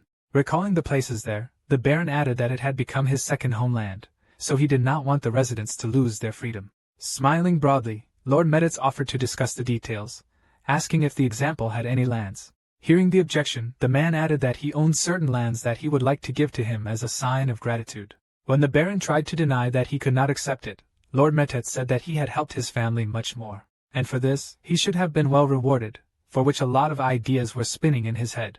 However, Cho Yisu smiling widely asked him to give him some. Hearing this, Lord Meditz thought about who the boy sitting in front of him might be demanding now. The idea even appeared in his head that he could demand that he let his daughter go with him, and in such a case, he was ready to cut off his head without wasting time. However, the man did not show his excitement in any way, so he asked with a smile, who exactly he wanted to take with him. Cho Yisu replied that he was talking now about Lucas, who was attached to him earlier. The baron explained that he was very impressed by this guy and the way he performed his duties. Noticing the surprised look on the Lord's face, Cho Yisu asked him if there would be any problems with this. However, in a moment, Lord Meditz smiled and said that there is nothing more valuable than good people around, so he will inform Lucas about his decision. The man knew very well that the boy's family had served the Medicis for several generations, and their families knew everything about each other. The man liked that the baron paid attention to a person to whom he could be very condescending.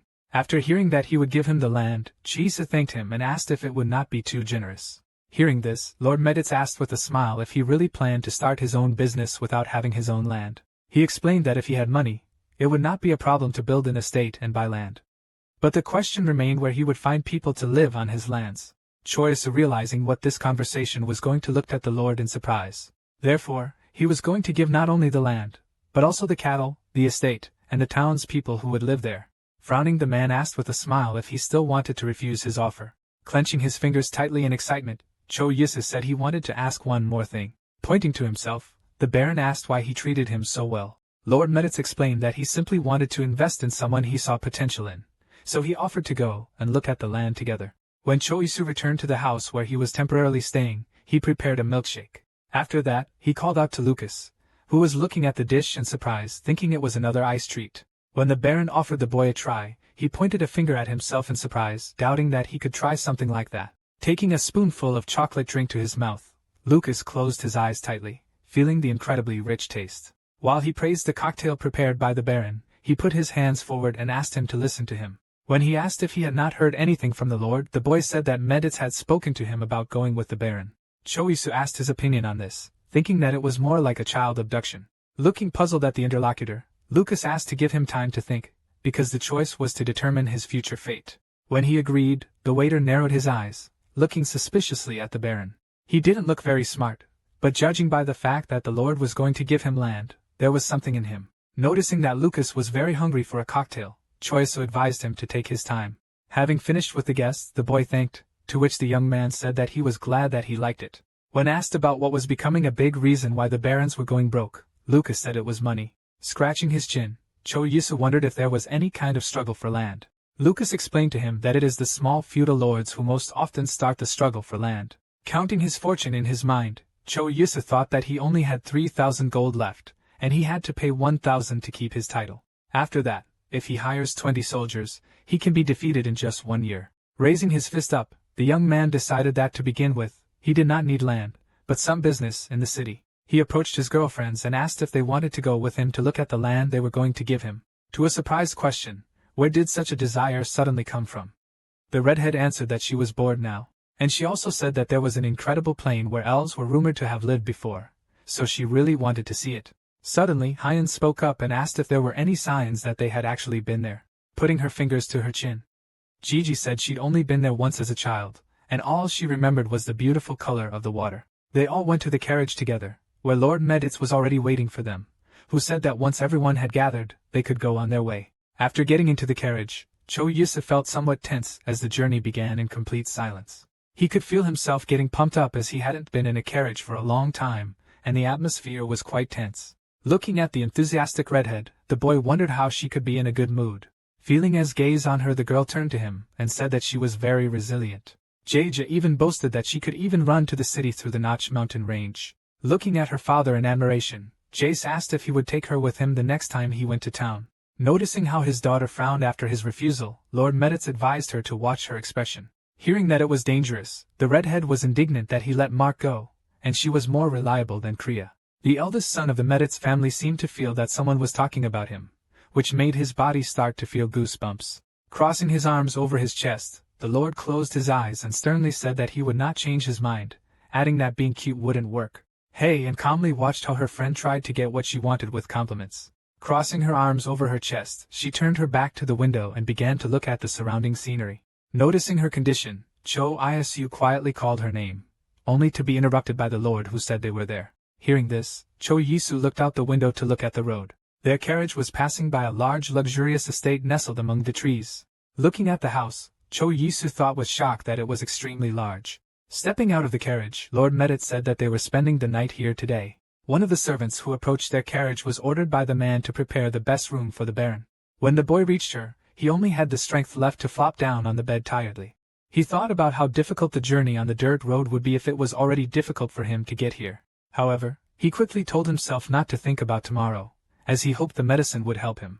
The next morning, yawning, the young man thought that he had fallen asleep quite early yesterday, as he had not woken up late either. Having gone to the courtyard of the estate, he was surprised to notice in the garden hand who was walking without hiding her elven face. Hearing him call out to her, asking if she was out for a walk too, she turned to face him. When the girl said she couldn't sleep, Cho Yisu assumed it was because of the new place, since he had the same problem. The two of them continued their further walk through the local garden, and for a certain time there was silence between them. Finally raising her head, Hyan said that when the family went on trips without her, she always walked like this. Looking at her sad face, the young man assumed that she was very lonely. Suddenly, the Baron remembered that it had been months since their journey began, to which the elf said it felt like it was only yesterday. When the boy said that time flies too quickly, she without looking up at him agreed. For a moment, Cho Yisu was confused because he didn't expect her to agree with him right away. Suddenly an idea came into his head when he saw Kian continue on his way. The young man offered her to continue the journey together, if everything was fine for her. He paused for a moment, anxiously waiting for his girlfriend to answer him. However, Hei, in pausing for a moment, avoided the answer by saying that they should prepare for departure. After a while, everyone sat in the carriage again, continuing their journey through the lands that Lord Meditz wanted to give to Cho Isu. The boy felt like he was in an amusement park, so he was interested in the question of when they would finally arrive. He was pulled out of his thoughts by a voice that persistently called his name. Looking out the window, Lord Meditz told him that this was where the Overslands began. Outside the window, the young man saw the estate, as well as mountains covered with green forests, and neatly fenced fields. However, he also noticed that it was too empty here, and he informed Jesse's father about it. In the next moment, a stone flew into his head, as a result of which the boy grabbed his head, groaning loudly, and the red-haired girl jumped up in panic. A second later, a new stone flew into her head, making the girl scream. Jace cursed loudly and asked what happened, then noticed that Cho Yisu's forehead was bleeding. However, when her father told her that her situation was no better, the redhead grabbed her head. Looking out the window, Lord Meditz asked what was going on, to which the guard said that some rascals were making trouble. Frowning, the Lord ordered him to bring them to him. When the guards brought the perpetrator of the stop to him, he kept asking to kill him. The boy shouted that he was tired of living where only the landowners had food, so he preferred to die at the hands of the knights. Lord Meditz said that he had no idea of the reasons that led him, but that did not justify the boy's action, then ordered the guards to take care of the assailant. As Hyan handed him the handkerchief, Cho Yisu smiled, saying that he didn't think he would live to see her worry about him, to which he heard that she didn't like it when people close to her were hurt. Placing her hands over her mouth, Jace asked the Duchess to take care of her as well. But the elf answered that if she said it, then she was fine. Casting an alarmed glance at the Baron, Count Meditz asked him if he was all right. After hearing an affirmative answer, the man added that this is exactly what happens when the lands are managed by an unsuitable person. Lowering his handkerchief, Cho Isu asked him who now ruled the lands on which they were. He said that they are managed by his distant relative. After some time, they arrived at the estate where a man and a woman greeted them with wide smiles. Noticing that an angry Jace got out of the carriage, they rushed to her in alarm, asking where she got such an injury. However, the Lord interrupted them and ordered them to leave immediately, promising that if they did it themselves, he would leave them a small house in the city. The man looked at him in surprise and asked what he meant, arguing that they were on their own land. But Medits did not listen to anyone warning about the use of force in case of disobedience. When asked why everything was so sudden, the lord snarled angrily that the population had halved, and those who remained had become criminals. Looking at the angry Medits, Choice suddenly realized that they had actually come to see more than just the earth. Humbly closing his eyes, the man who ruled the land said they agreed to leave. The lord sternly said that from now on he was being kicked out of the lands of Overa, and would rule the lands himself until the new owner arrived. Hearing the man ask him to follow him, the baron tensed, but agreed. Lord Medits apologized for the sight he had seen, but the boy said he was sure he had done the right thing. Smiling broadly, the lord asked him if he liked it here. Responding with such a smile, Choiso admitted that he really likes these lands. Walking through the garden, the lord said that the port of Vanche was 3 days away. Returning to the man, the baron noticed that the port was closer from here than Pussing. The lord shaved and asked the boy if he knew that the ermine fisherman belonged to the imperial family. Choiso froze, wondering why Jay's father was telling him all this. If you think about it, the city of Nadite and the port were connected by 2 roads. However, Pussing was already a bustling city, so it was safe to say that it was pretty stable now. Looking surprised at the lord, the young baron asked him if he wanted him to rule Ench. Instead of answering, Jason's father just stretched his lips in a wide approving smile. The man added that it was a busy city, and if many merchants came there, they would have nowhere to camp. Choiso then realized that he wanted to take the road between Ench and Overa as it passed not far from his city. According to the lord's plan, if the road is repaired, it would be fashionable to reach Medit in half a day. After looking closely at the baron, the man looked at the baron and asked if he would like to do it. Choiso thought about the fact that the lord had ties to many aristocrats, so he wondered if it would be okay if he got involved. Pointing to himself, the young man replied that he would like to gain a little more experience. Lord Medits replied that he must have rushed things too much, so he agreed to wait another 3 years. Choiso suddenly looked at the interlocutor with a surprised look as he was interested in one question, namely what potential the lord saw in him, which he immediately asked him about. Turning away, Medits smiled and said that it was very difficult to explain. Hearing the words that he was somehow different from others, the young man thought that he came from another world after all. Suddenly, Medits turned his head towards him and asked if he was not from Armenia. At the same time, he clarified whether his parents had died, to which the baron thought that Jezza had told him about it. When the lord said that he liked that nothing from his past life was holding him back, the boy looked at the interlocutor in surprise. Putting a finger to his chin, Medits explained that many problems could arise because of relatives. Choiso thought about how sad the lord's words sounded, that he liked that he had no relatives. However, he decided not to rush to conclusions, but instead gradually master his future in this world. After some time they got into the carriage and continued on their way. Jay smiled happily as she talked about how good it was to not be stuck at home all day. Remembering how her father didn't want to let her out because of the rock incident. Remembering his stern face, the girl understood that he would not allow her to go for a walk alone. However, at that moment, Duchess Silver would intervene in their conversation. Looking happily at the elf, the redhead said that her father allowed the walk because she agreed to go with her. Choiso, after listening to her conversation, asked if they were going far, surprised that it would be dangerous to go even with a guard. For a moment, the young man froze, not knowing what to answer her. Closing her eyes, Hyan quietly said that she still wanted to go for a walk, having checked with her friend how long the journey would take. Finally, in half an hour, the trio got out of the carriage and found themselves on a small lawn. Looking around carefully, the fast JJ, if she was sure this was where they were headed. Returning to one of the guards, the redhead ordered him to hurry up and mow the grass so they could continue. However, when she went forward, she was suddenly stopped by Hyan, which greatly surprised her friend.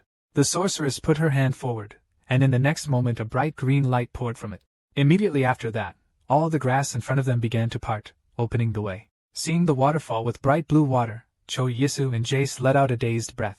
Suddenly the baron noticed how the white hair of Hyan swept in front of him, who went closer to the water. When it dawned on him what exactly she wanted to do, the young man rushed forward trying to stop her. However, he had to take a step forward as the elf jumped into the water, raising splashes into the air. Freezing for a few seconds, and quickly moved to the bottom and bubbles of oxygen rose around her.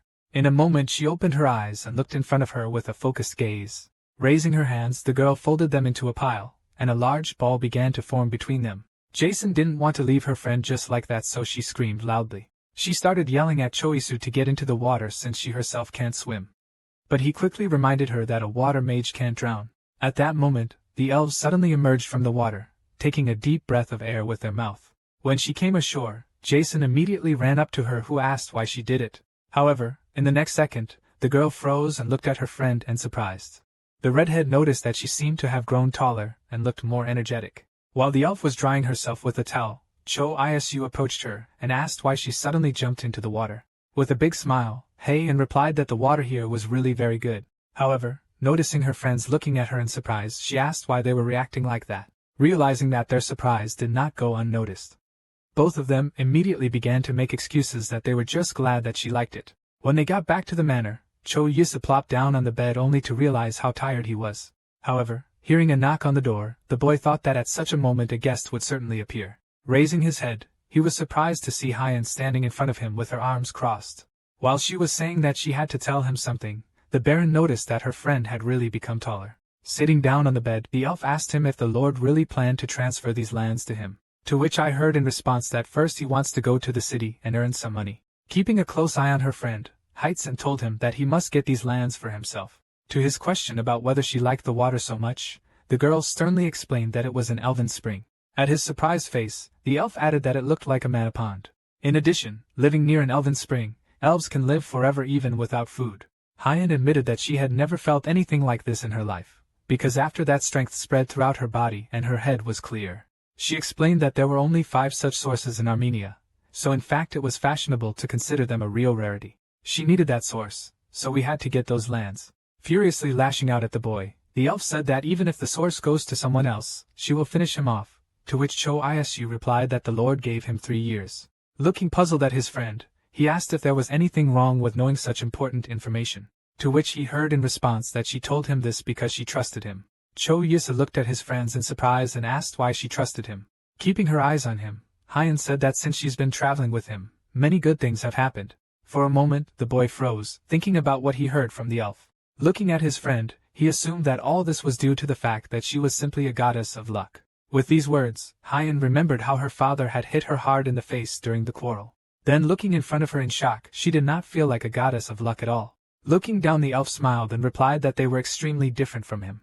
Also, as long as she bathes in the spring, she can use magic without restriction, asking if he understands what that means. Immediately after that, the girl got up from the bed and said that she would go to her room. Watching her leave his room, the Baron decided it would be best not to tell anyone just yet. The next morning, Han said she would like to stay here for a while. Jason immediately offered to move in together, offering to send Cho-yi to the city himself. Smiling, the Baron warned her that he would be in Louis Doran for a while, prompting her to ask if he had gone completely mad. After getting into the carriage, the boy said he was joking and assured them that they would be back soon. This time, only Jason and Cho-yisa were in the carriage who were on their way to the city. Crossing her fingers, the girl said that she was a little sad that he would go to Armenia upon his return. When he said that he felt the same, the red-haired woman said that it would be worth talking so that he would not be issued a certificate.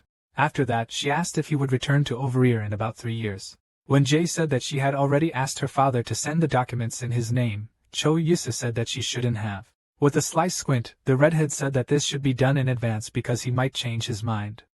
But the boy said that he would have returned anyway. When he asked her why she fights with Hay and every time she meets her, JJ crossed her arms over her chest and assured her that they were friends.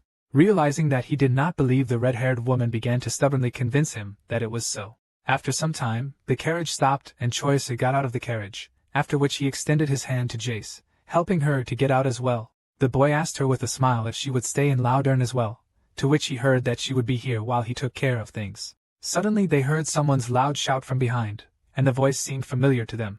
Returning, they saw that a joyful Hans was heading towards them. Stroman was glad that Mrs. Jesse had arrived with him, so he asked what they were doing here. There was even a suggestion in his head that the Baron had come specifically for him. Pointing to himself, Hans said that his parents had allowed him to travel with him, so he was going back to Medith. When Cho Isu gasped in confusion, the big man was afraid that the UD had forgotten about their conversation. Noticing that he began to cry, the young man rushed to comfort him, saying that he could go with them when they finished. Wiping away his tears, Hans stood up and asked if he could really go with them. When the big man offered to show them a place to spend the night, the Baron assured them that he had a place to spend the night. Jason assured her that she would go to Maggie, as she was not going to let her go just like that.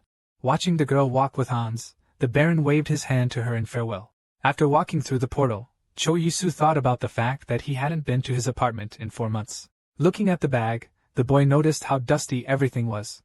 Now it was worth thinking about what to take back. However, he decided that he would deal with it later since he wanted to go somewhere else right now. After a while, Cho Yisu stood in front of 2 urns containing ashes. Holding a bouquet of white chrysanthemums in his hands, he smiled and greeted his parents. Coming closer, he mentally asked them how they were.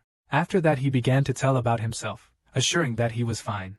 After placing the bouquet next to the urns with their groins, Cho Yisu admitted that he did not want to celebrate his birthday after their deaths. The memories of how he was happy with the candles on the cake when he was little and his mother and father were standing next to him immediately appeared in his memory. He now admitted that he could travel between different spaces. After that, the faces of Hyan and Jace, who have now become dear people to him, appeared before his eyes. And now, remembering his friends, Choiso decided it was time to tell them about his own birthday. In the end, he decided to take with him encyclopedias about animals and plants, snacks, ramen, a compass, a gas gun, and cartridges for it. After that, the boy began to organize clothes for himself and his companions. Choiso knew very well that it was cold and dangerous in the mountains, so he carefully checked that he had not forgotten anything. At some point, the young man decided that it would be better to inform Hans and Jaja that they would soon be leaving. When they arrived at the estate, Lucas immediately came out to them with a smile. Noticing him, the Baron immediately asked if he had informed the Lord that he was going on a journey with them. Hans also greeted the waiter with a smile and a wave. However, Lucas simply turned around, completely ignoring the big man. Looking at the waiter, Cho Yisa asked if he had said goodbye to his family. When the carriage was ready, Lucas announced that it was time for them to get into the carriage. Suddenly, the Baron's attention was drawn to Han, who was looking completely in the other direction, because of which the boy wondered why she was not sitting down. When she answered that she was worried about Jeej, the boy clarified whether it was because she did not come out to say goodbye to them. He tried to calm his girlfriend, saying that now the redhead is crying alone in her room. When the elf said that it wasn't that sad, however, Cho Yisa said that Jace was much more emotional than she appeared. Lord and Lady Meditz also came out to take their guests on a journey. The Baron, together with his retinue, thanked them for their hospitality and for everything they had done. After a few days of the trip, Choisu was already moaning loudly from the fact that they had spent so much time in the carriage. Looking at the elf, he asked if she sometimes had a familiar portal wizard, to which the girl said that she would not be sitting here. Suddenly, a loud cry was heard from the yard, which ordered the crew to stop. Looking at the guard, he asked if they would stop here, but he heard that they would now clear the place of trees. Immediately after that, the guard added that he would go set up a tent, to which Cho Yisu agreed. Looking out the window of the carriage, Hans happily asked if they would spend the night in nature. When the tent was set up, the friends lit a fire and sat around it to warm themselves a little. The Baron kept his eyes fixed on the only girl who was now among them. He noticed that Hyan looked rather frozen and tired right now. Suddenly the young man remembered that there were warm clothes for everyone in his suitcase. Without wasting time, the boy rushed there and, ignoring the surprised looks of his friends, began to break everything in the chest. A second later, Choiso called Hyan to him, who looked up at him with a tortured look. Handing her a cloak the Baron Astrid had tried on with a smile. Taking the item of clothing in her hands, the girl asked what it was, to which she heard that it was a down jacket with goose down in the middle. Approaching Hans and Lucas, Choiso handed them a down jacket, much to their surprise. After trying them on, the big man began to rejoice that he was no longer pierced by the fierce cold wind. Looking at her down jacket, Hyan asked why he kept buying her clothes of the same color, to which she heard that it just suited her. The girl looked at the warm clothes, realizing that she had never thought about it. Wearing a down jacket, the elf admitted that it was quite soft, light and warm. Looking at her friend, she smiled warmly and thanked the Baron. Hans stepped forward and scratched his chin to ask if the new clothes fit them too. Suddenly, Cho As you turned to Hyan again and asked if she could create some water. When she asked why, he explained that he wanted to cook them a dish from his hometown. Turning to Hans and Lucas, the young man said that they could go rest in their tents for now. Cho Yusa himself knew very well that it would be very strange for them to see how he prepares fast food. Taking out the bag of ramen, he wondered if he would ever be able to tell his friends that he came from another dimension. He thought that Hyan could take this fact in stride. However, at the moment the boy concentrated on cooking ramen. When the broth was already boiling, it was worth adding an egg, which he bought in a nearby village. The young man was so focused on cooking that he didn't even notice the elf watching him. Realizing that the dish was almost ready, Cho Isu called his friends to cook. However, Hyan, who arrived first, looked suspiciously at the bowl and said it looked more like hair. Hans also alarmingly went downstairs and agreed that the elf was right.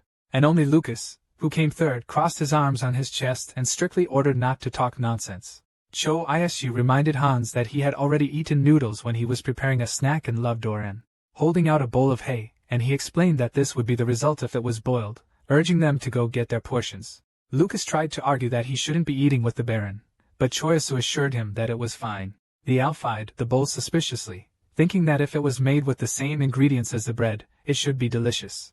The young man explained that he should take a fork and poke the noodles with it. He then sent her into his mouth, pulling her inside loudly, causing the Duchess to offer to burn his manor certificate. However, after a minute the Baron was already smiling widely, noticing that she was also making loud noises.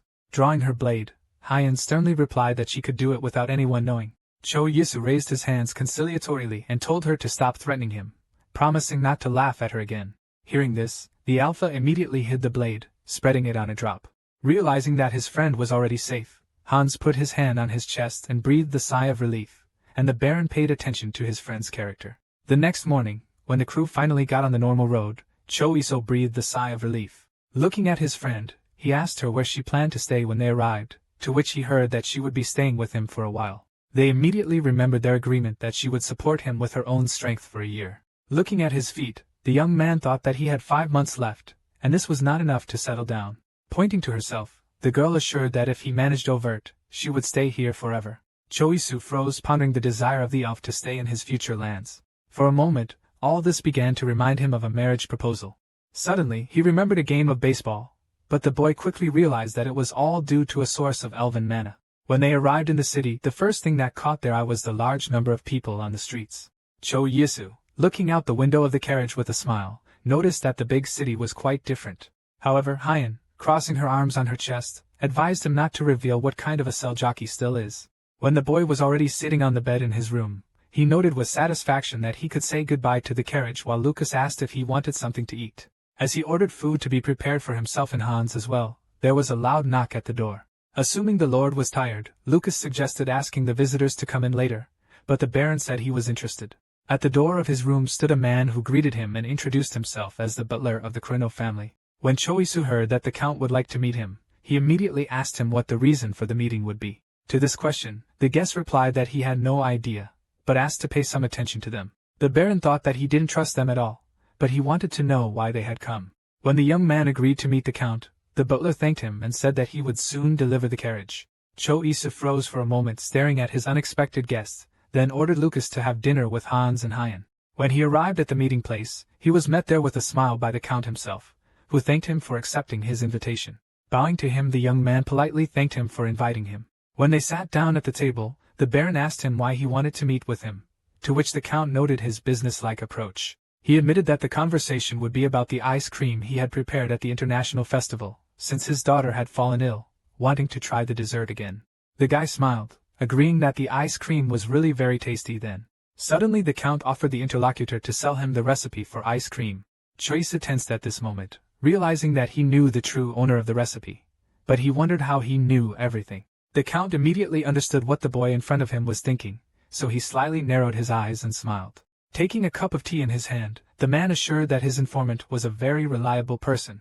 The Baron at this time thought about what it means to be an aristocrat, because he did not expect that information about him would leak. However, closing his eyes, Cho Yusa thought that he had not yet planned to sell the recipes. He honestly admitted that he still had doubts because he wanted to start his own business in the city. However, when the Count offered him 20,000 gold, the young man tensed up and his face became covered with sweat. At that moment, the thought arose in his head that it was necessary to agree to the offer. Cho Yusu agreed, but warned that they would need ice all the time, to which he replied that they always had it to make the ice deliciousness.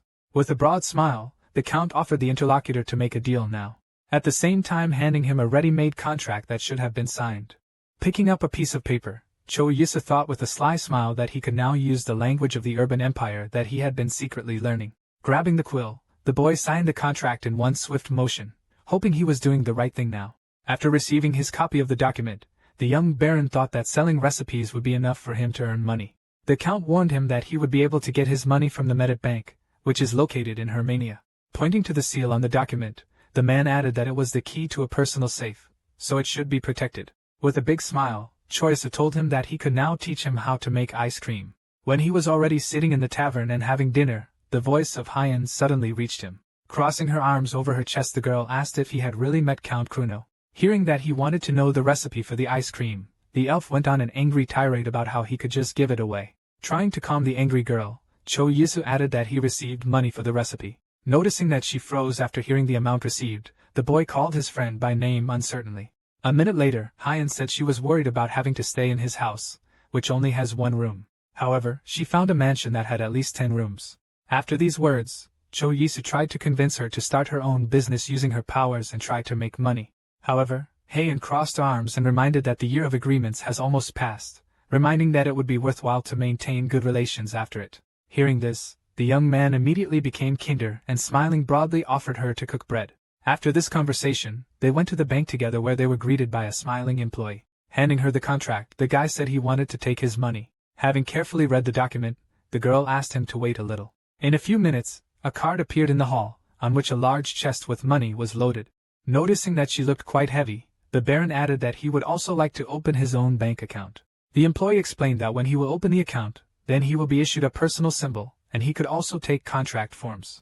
After hearing about his possibilities, the boy asked to deposit money into this account and give him 10 banks, giving him documents to sign. The girl warned that it is difficult to forge a sign, but there are criminals who do it. Looking at the documents he received, Cho Yisu thought that this would be enough for him to buy a house for the first time. After some time having bought the necessary things, Haein and the Baron returned to the estate. Placing a finger to her chin, the girl said that since he had actually bought it, he no longer needed her help. Noticing the wild delight and Hunts's eyes as he expected them to stay here, Lucas calmly noted that they would be living in the annex. However, Cho Yisu informed him that they would live on the first floor so that they could come to him in case of emergency. Hearing this, the boy looked at the Baron in surprise, not believing his ears. Spreading his hands to the sides, the young man told Lucas to go to the hiring office tomorrow, as about 7 staff members are needed. On his return to Haein, he said that she would also need to hire a maid, to which the Duchess agreed. The girl said she felt uncomfortable because she couldn't help, so she offered to create as much water as she could. However, Cho Yisu replied that they had a lot of people at the moment, so she shouldn't express herself, to which the elf responded that she wanted bread anyway. Giving her a light bow, the Baron assured her that he would do everything as soon as he finished unpacking his things. Returning to Lucas, the Baron ordered him and Hans not to work, but to rest well. He advised them to collect water and take a bath, using as much wood to heat the water as needed. Handing them a small package, the young man said that he had bought them each a bar of soap. Looking at the young Baron, Hans and Lucas are impressed that he's very kind. Cho Yisu added in his mind that he would never have thought that he would be a good boss if he handed out soap to his subordinates. Entering his house, he put his fingers to his chin, thinking about where to open the interdimensional door. The guy remembered well that he can move them only 2 times on each side.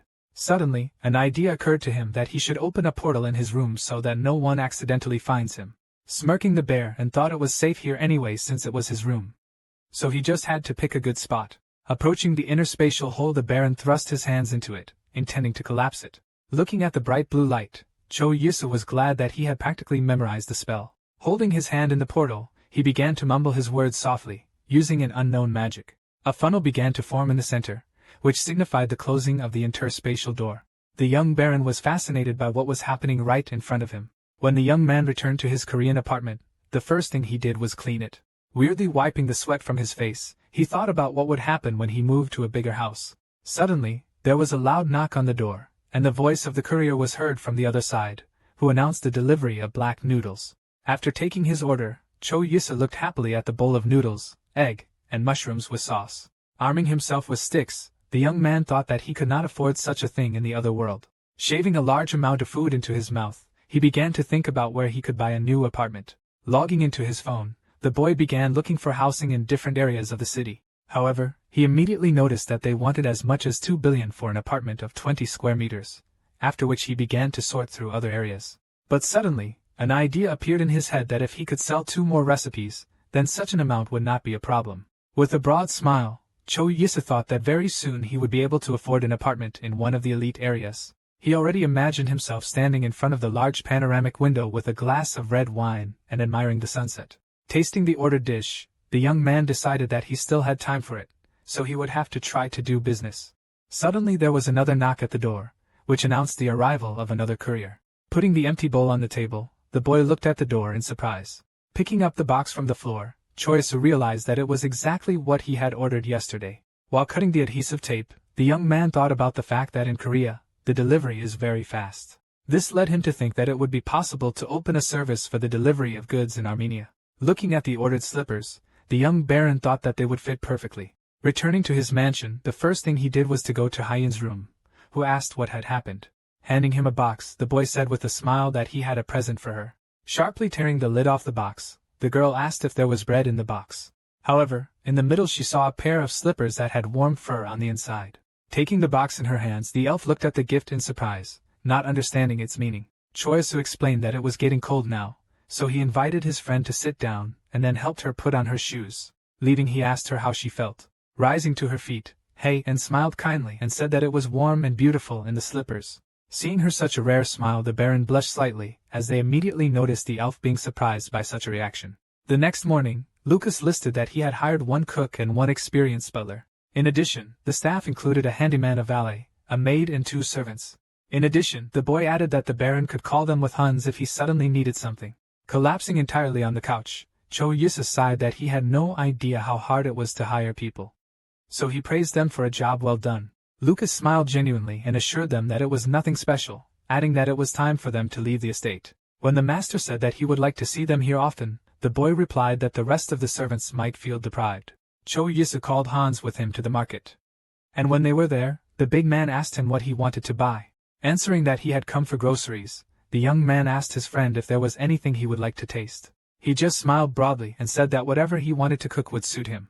Hans tensed, assuming Lucas was going to scold him, but Choyusa promised to keep it a secret. Without looking away, the big man said that when he is sick, he would like some kind of warming soup. Hearing this, the Baron slammed his fist on his palm and said that he had a great idea for this. He pulled his friend along while he tried to ask what exactly he was going to cook. With a broad smile on his face, the young Baron replied that it was still a secret. When they returned to the manor, the young man immediately said about preparing the planned meal, saying that he had bought pork bones and liver. Suddenly Seth, who was hired as a cook, came into the kitchen and offered to cook on his own. Pointing to the bag, the Baron asked him to drain the blood and clean the liver well.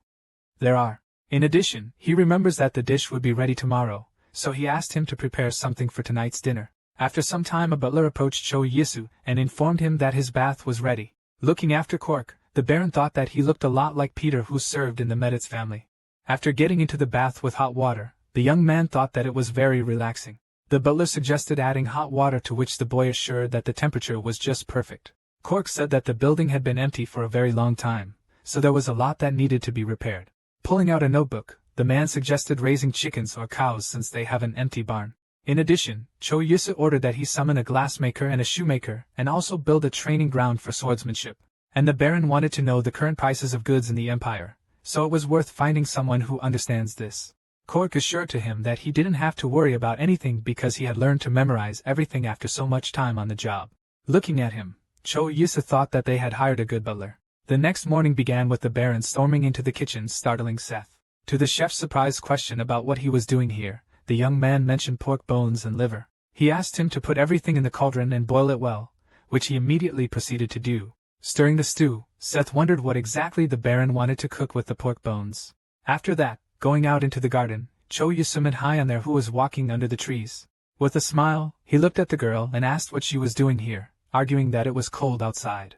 When he noticed that she was wearing his gift, the elf noticed that they were warm, which pleased the boy very much. Suddenly, a loud shout was heard from the gate, and Choyusa looked at Krega in surprise. He said hello and said that he heard that he had bought a house, so he couldn't help and visit him. The Baron greeted the guest and said that he looked much better since their last meeting. In the next second, the eldest son of the Meditz family was interested in the question of what the Duchess was doing here. However, Hyun did not answer, but only looked carefully at the man with a stern look. Scratching his head in no uncertain terms, Kraja smiled and assumed that she had reasons for this. With a big smile, Choyusa told his friend that he was about to cook a new dish and invited him to take a look.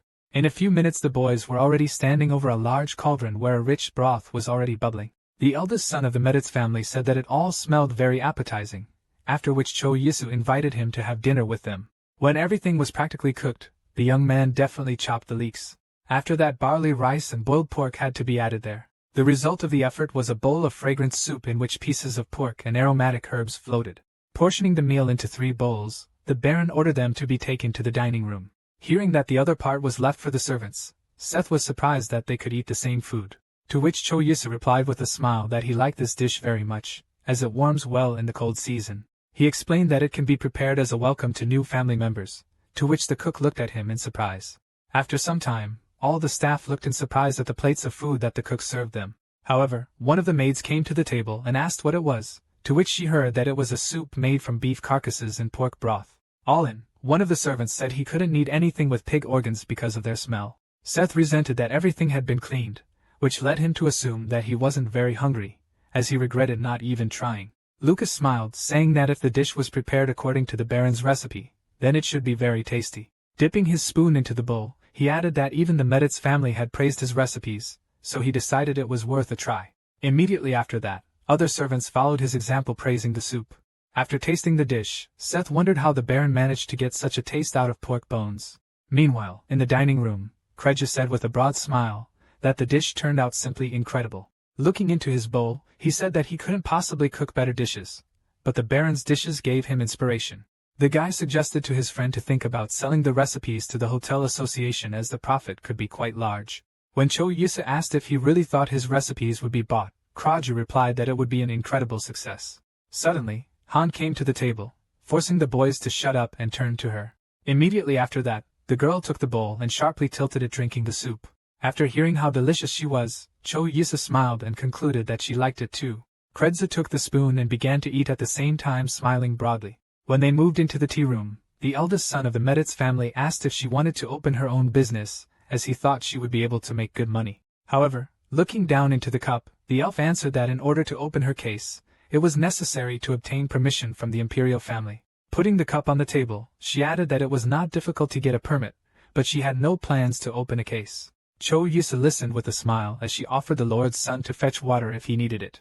To his surprise, the girl replied that she could do it for him since the boy was one of his friends. As he's skeptic to you, Cho Yusa thought that Hyan was extremely cute right now. After discussing the issue of water, Kreja decided to ask the Duchess one more question. He was interested in where she got such slippers, to which he heard that they were a gift from the Baron. Smiling widely, the eldest son of the Meditz family asked for permission to take a closer look. The elf agreed, but strictly asked him not to bring them close to his face. Taking one of the slippers in his hands, Kreja wondered why such an idea had not occurred to him earlier. He thought it was just a great thing to sell, specifying if there was wool in the middle. Looking at the Baron, the boy asked why he comes first when he hears about the Meditz family. Suddenly Cho Yusa realized that the woolen factory was their main activity. In addition, according to Craig, they could sell such products to the middle and lower classes. Smiling broadly, the Baron assured that he would offer it to the Lord as soon as he met him. Hyan calmly added that when he was telling him that, she would also add some good words to make things look more convincing. Watching Kreja clap his hands in praise of the Duchess, Cho Asu thought he knew how to flirt. Suddenly, the eldest son of the Meditz family noticed that it was getting dark outside the window, which indicated the late hour. He invited his friends to visit him as well, while the Baron asked Lucas to bring a small gift. Looking at the glass jar, the young man explained that it was jujube tea. Taking the gift, Kreja noticed that the tea had an incredible smell. After he left, Hyan and Cho Yusa went out to the balcony to finish their tea. The boy smiled and said that he really likes to drink tea in the cool wind. However, the elf did not answer, silently looking ahead and sipping the warm drink. When asked by a friend whether she really did not intend to earn money, the girl replied that she simply did not want to be associated with the imperial family. The young man asked in surprise whether she only needed to get permission from them. To which I heard that to get it you have to go to the castle, and in that case her face will be known. After his reminder that she wanted to live with confidence, Hyan exploded that the problem was actually something else. When she reveals her face, there will be an annoying problem with marriage, so she should have married her chosen one first. And after that she could get permission, otherwise she would have to marry a member of the imperial family. The boy suddenly remembered how his friend had told him about the emperor's murder, so he wondered why the wizards were so afraid of him. To which Hyan replied that the imperial family was well aware of their weaknesses. The young man tensely asked what she meant, to which the girl promised to tell him somehow.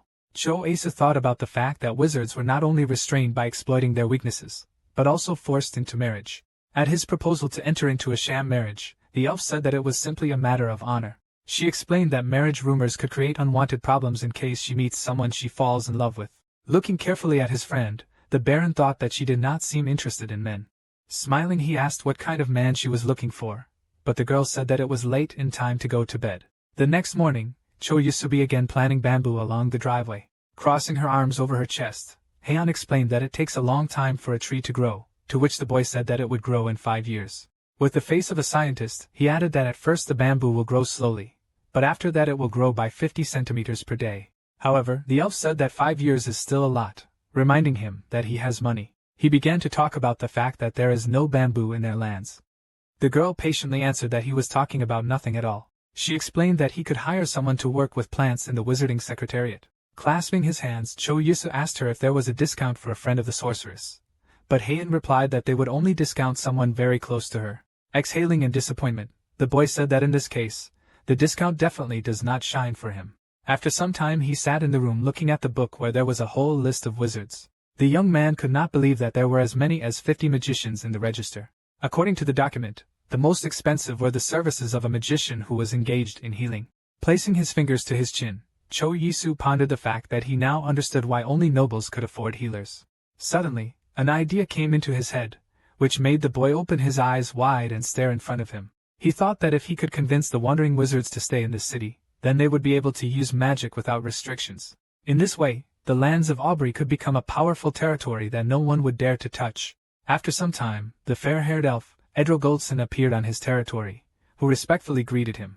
The Baron introduced himself, thinking that he had not yet assumed the title of head of the family. As he described what exactly he had summoned him for, Audrey took a step towards the flower bed and felt a strange vitality, realizing that it was not flowers.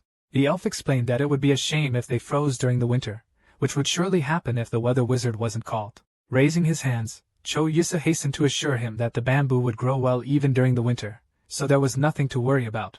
Raising his hands, Audrey asked the Baron to take one step back as a magical seal formed in front of him. Immediately after that, a bright green plant began to grow from the ground, sharply piercing the ground. In a moment, Cho Yusa was looking at the tall bamboo shoots with his head raised in surprise. Not believing his eyes at how fast the planet had grown, the young man could only exhale in surprise. Audrey, admiring the results of his work, also sighed enthusiastically. He said that the plant was simply incredible after asking what it was called.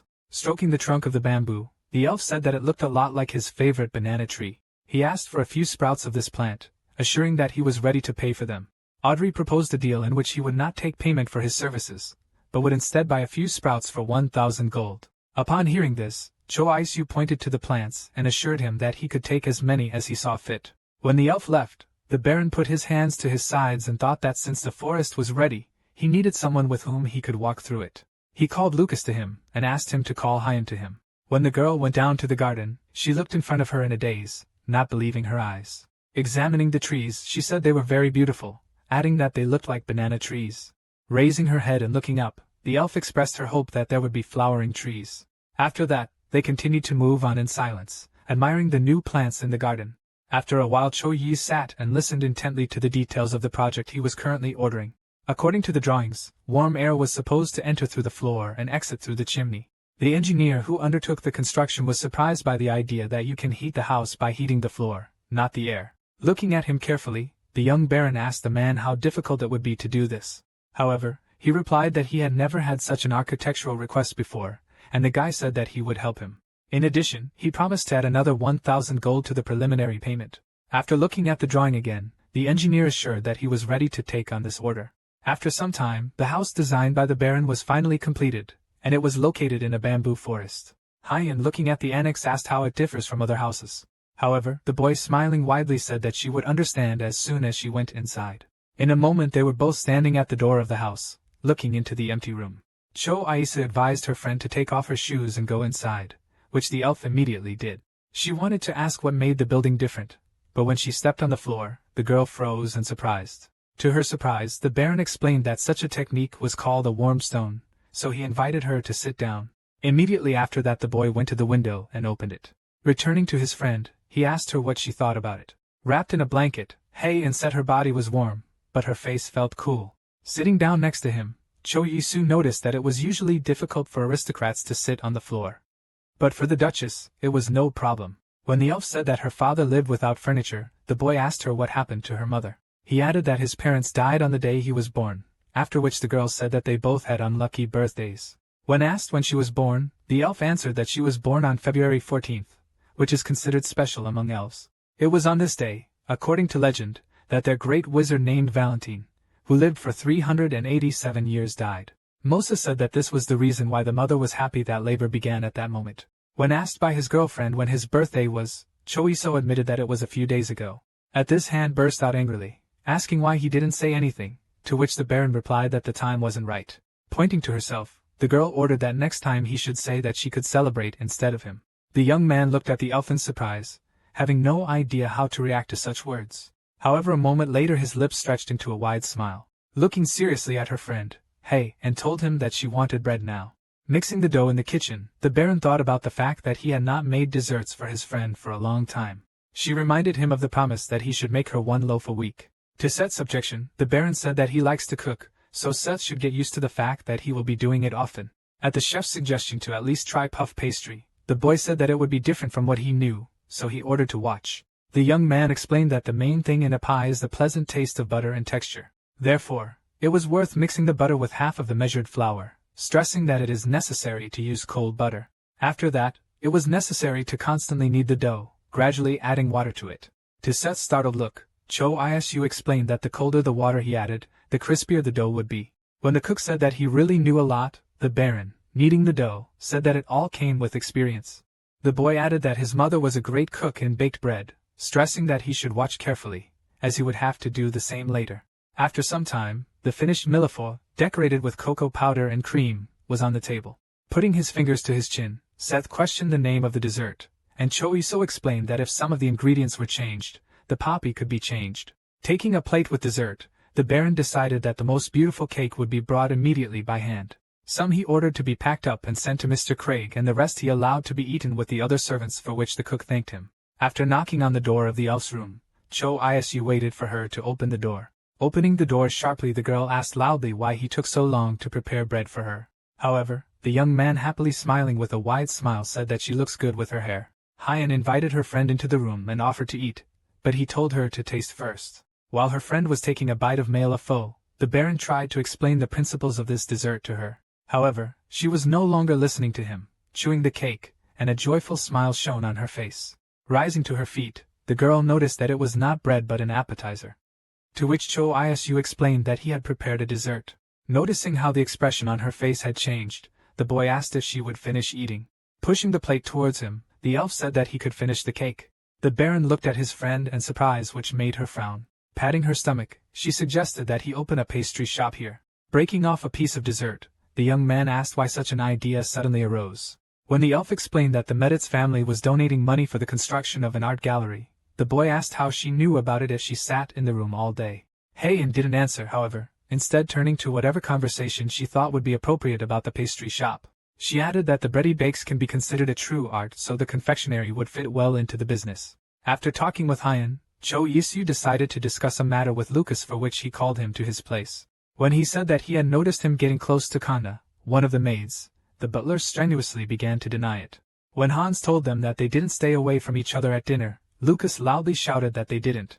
Cho Yusa said that things become more obvious when he's angry, but Kana's voice suddenly caught his attention. The girl asked with a smile if she could help him with anything, to which she received the answer that she could go about her business. Observing the strained posture of Lucas and his large eyes, the Baron thought that he represented innocence itself. The boys were distracted from further discussion of this topic by a knock on the door, behind which Cred's voice could be heard.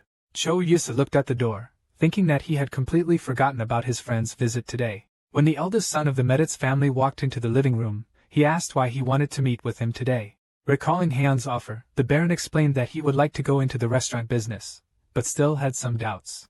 He wondered what he should do to find a person who would understand this matter. Craig said that to get professional help he should contact the guild. He added that the guild has connections and people who will be able to purchase materials at cheap prices.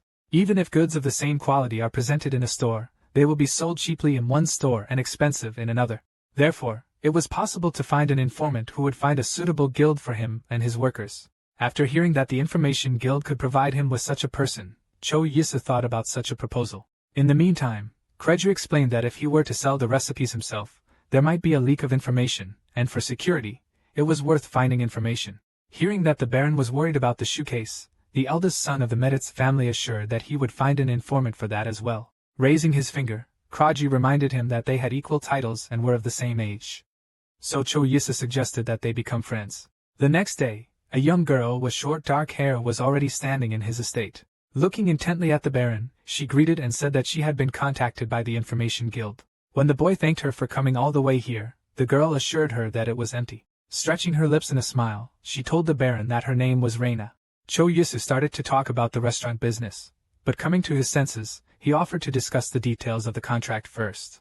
According to his terms, the contract could be terminated at his will, and that he would move in 3 years, after which they shook hands. To his question about whether she would like to go with him, Raina replied that it was her duty to follow him wherever he went. Looking closely at the girl, Cho Yisa asked if her father was a high-class knight, to which he heard that he had taught her how to wield a sword. A drop of sweat rolled down the young man's face as he said that he imagined her differently. Shilly lowering her eyes, Raina said that during training, they wore gloves to prevent blisters. Suddenly the young baron said he would like to see the skills she possesses. For a moment, the girl froze, looking up at him carefully with her brown eyes. In the next second, the blade of a short knife drawn by Raina flashed at his throat. Smiling sweetly, the girl explained that the maid had searched her badly because she was a girl, so women had an advantage. Taking a seat, Raina apologized and asked him not to scold the maid, since no one had yet managed to find this knife. It didn't matter to her what kind of work he assigned her, but the condition was that upon moving, she wanted to become the head of the guild and build a building for it. Cho Yisu agreed, adding that she had a lot to do since he was new in town, to which he said she was looking forward to their work together. Raina froze for a moment, looking intently at the baron and studying his face. Cho Yisu answered her in kind, his lips stretching into a warm smile. Raina remembered how her boss had once been furious when he came to ask when she would stop refusing orders. Scratching her ear, the girl said that if he wanted her to work, he should find her a handsome and rich employer. Hearing that he had a handsome young baron as an example, Raina jumped on the spot and began to demand that he get her. Clearing her throat, the girl now thought about the fact that he really turned out to be very cute. Cho Yusu explained that she could do her own thing in her spare time, but Raina countered that it wasn't a temporary job. When he offered her the use of a small room on the first floor and they were about to shake hands, Hyan burst into the room. Seeing her, Raina froze for a moment, studying the new arrival in surprise. The elf was doing the same thing, not expecting to see the unknown girl. Looking at the baron, she said she heard that a friend had hired an informant. Raina meanwhile did not expect at all that there would be a sorceress in the estate. The young man tried to defuse the situation, trying to introduce the children to each other. While he said that they would be living under the same roof, Raina suggested that the two of them might be engaged. Understanding the possible development of the elf, the girl bowed and said that she was glad to meet and was looking forward to working with him, to which Hyan sternly asked that she take good care of the baron as she would not take her eyes off of her. For a moment all three were silent, looking at each other, and the room fell into a tense silence. Cho Yisa went back to Raina and asked him to find the necessary information within a week, as well as to find an apprentice and a livestock master. When the informant left, the baron asked her friend if she didn't like Raina, to which the elf said that she had no idea since it was the first time she had seen her. To her question about what he was an informant for, the guy explained that he needed a restaurant business guild and also an apprentice in shoe manufacturing. Crossing her arms over her chest, Hyan approved the hiring of the informant, but warned him to be careful. After hearing her explanation that a handsome and rich man could be a target, Cho Yisa decided that it was an unexpected compliment. The first thing the next morning, Lucas told the baron that Raina had come to him. Entering his room, the girl said that it had been snowing outside all day, which was evident from her dress, which was soaked through. After asking if she was not cold, the boy with a smile offered her to come closer to the fireplace. To his question about the reason for her visit, Raina said that all restaurant business guilds have similar conditions. Therefore, handing him the report, she added that she had learned more about 4 of them. However, at this moment, the baron was more interested in where she could get it now, to which the informant replied that it was a secret. Taking out the papers, Cho Yisa asked how things were going with the search for an apprentice, to which he heard that she had found one. Sitting down by the warm fire, Raina added that he was very talented, but he had not had a very happy life at one time. She explained that such people become very loyal, even if you show them even a little kindness. After some time, Tori's boyfriend, who introduced himself as a cobbler, sat in front of the baron. Cho Asa smiled and introduced himself as Baron Asa Bloom. He explained that he wanted to open a shoe business, and therefore he needed his help. Scratching his cheek, Tori said that shoes were usually made by craftsmen, so he assumed he was talking about ready-made pieces. The baron confirmed his guess by explaining that they would make shoes in different sizes and sell them in stores. The journeyman was surprised to realize that this meant that their buyers would be ordinary people, to which Cho Yisu added that maybe even aristocrats would buy. To begin with, he wanted to conclude a contract for 3 years with the boy that he would be the shoemaker of his family, receiving 5 gold a year, and then the salary could be increased to 7. Handing the document to Tori, the young man mentioned that when the servants sign the contract, they cannot divulge what goes on in the house. The journeyman was happy with such offers, so he looked at the extended contract with a happy look. When Cho Yisu returned to Korea, the first thing he did was to look for a recipe that he would like to make. Haeyeon's birthday was coming up soon and he wanted to prepare something special for her. Suddenly one of the recipes caught his attention, and the boy snorted loudly, thinking. After a short thought, the boy decided that for the elf's birthday, he would cook lasagna for her. After that, returning to his estate, Cho Isu decided to visit Edro, who greeted his guest with a smile. To his question about what brought him here, the Baron replied that he was looking for something. Looking around, the young man noticed that he had a very nice mansion. There was plenty of light around as the walls and ceiling were made of glass. Plus, the elf had used the services of a weather wizard. When asked what exactly he was looking for, Choisu said he was looking for tomatoes that grow red fruits. Smiling, Edro told him to follow him. A few beds away he pointed to several rows of large, deep red tomatoes. The elf was surprised at such a search since few people looked for them, so he asked what they were for. Holding out his hand, Choisu asked him if he could take 5 tomatoes from him. Immediately afterwards, the Baron noticed that Edro's face showed how upset he was. Leaning over the beds, the alpha showed him that everything was fine, but asked him to cut the fruit on his own. As a result, Choisu received 5 rather large tomatoes in a few minutes. Wiping away tears, Edro said that this is why he likes to grow flowers that have only aesthetic value. Returning to his estate, the Baron began to prepare lasagna with a smile. Looking at Seth, he asked him to prepare the dough for the dish, telling him his recipe. When the young man began to prepare the sauce, Hyen's voice was heard behind him, and she asked if he was preparing bread. Not expecting the elf to be behind him so quickly, Choisu jumped up in fright. However, pulling himself together and continuing to prepare the sauce, the young man explained to the man that he was making lasagna. When the girl said that there could be nothing better than bread, the boy offered her not to eat, which she refused. Choisu tried to explain that there are many things that are delicious besides bread, after which Hyen asked if this dish would taste better. When the dough was ready, the Baron said that it was now necessary to roll it out thinly. After that, cutting it into layers, he began to alternate them with milk and tomato sauce. When the dish was ready, the young man told Seth to practice as they would be making it for Hyen's birthday, allowing him to sample the finished lasagna with the servants.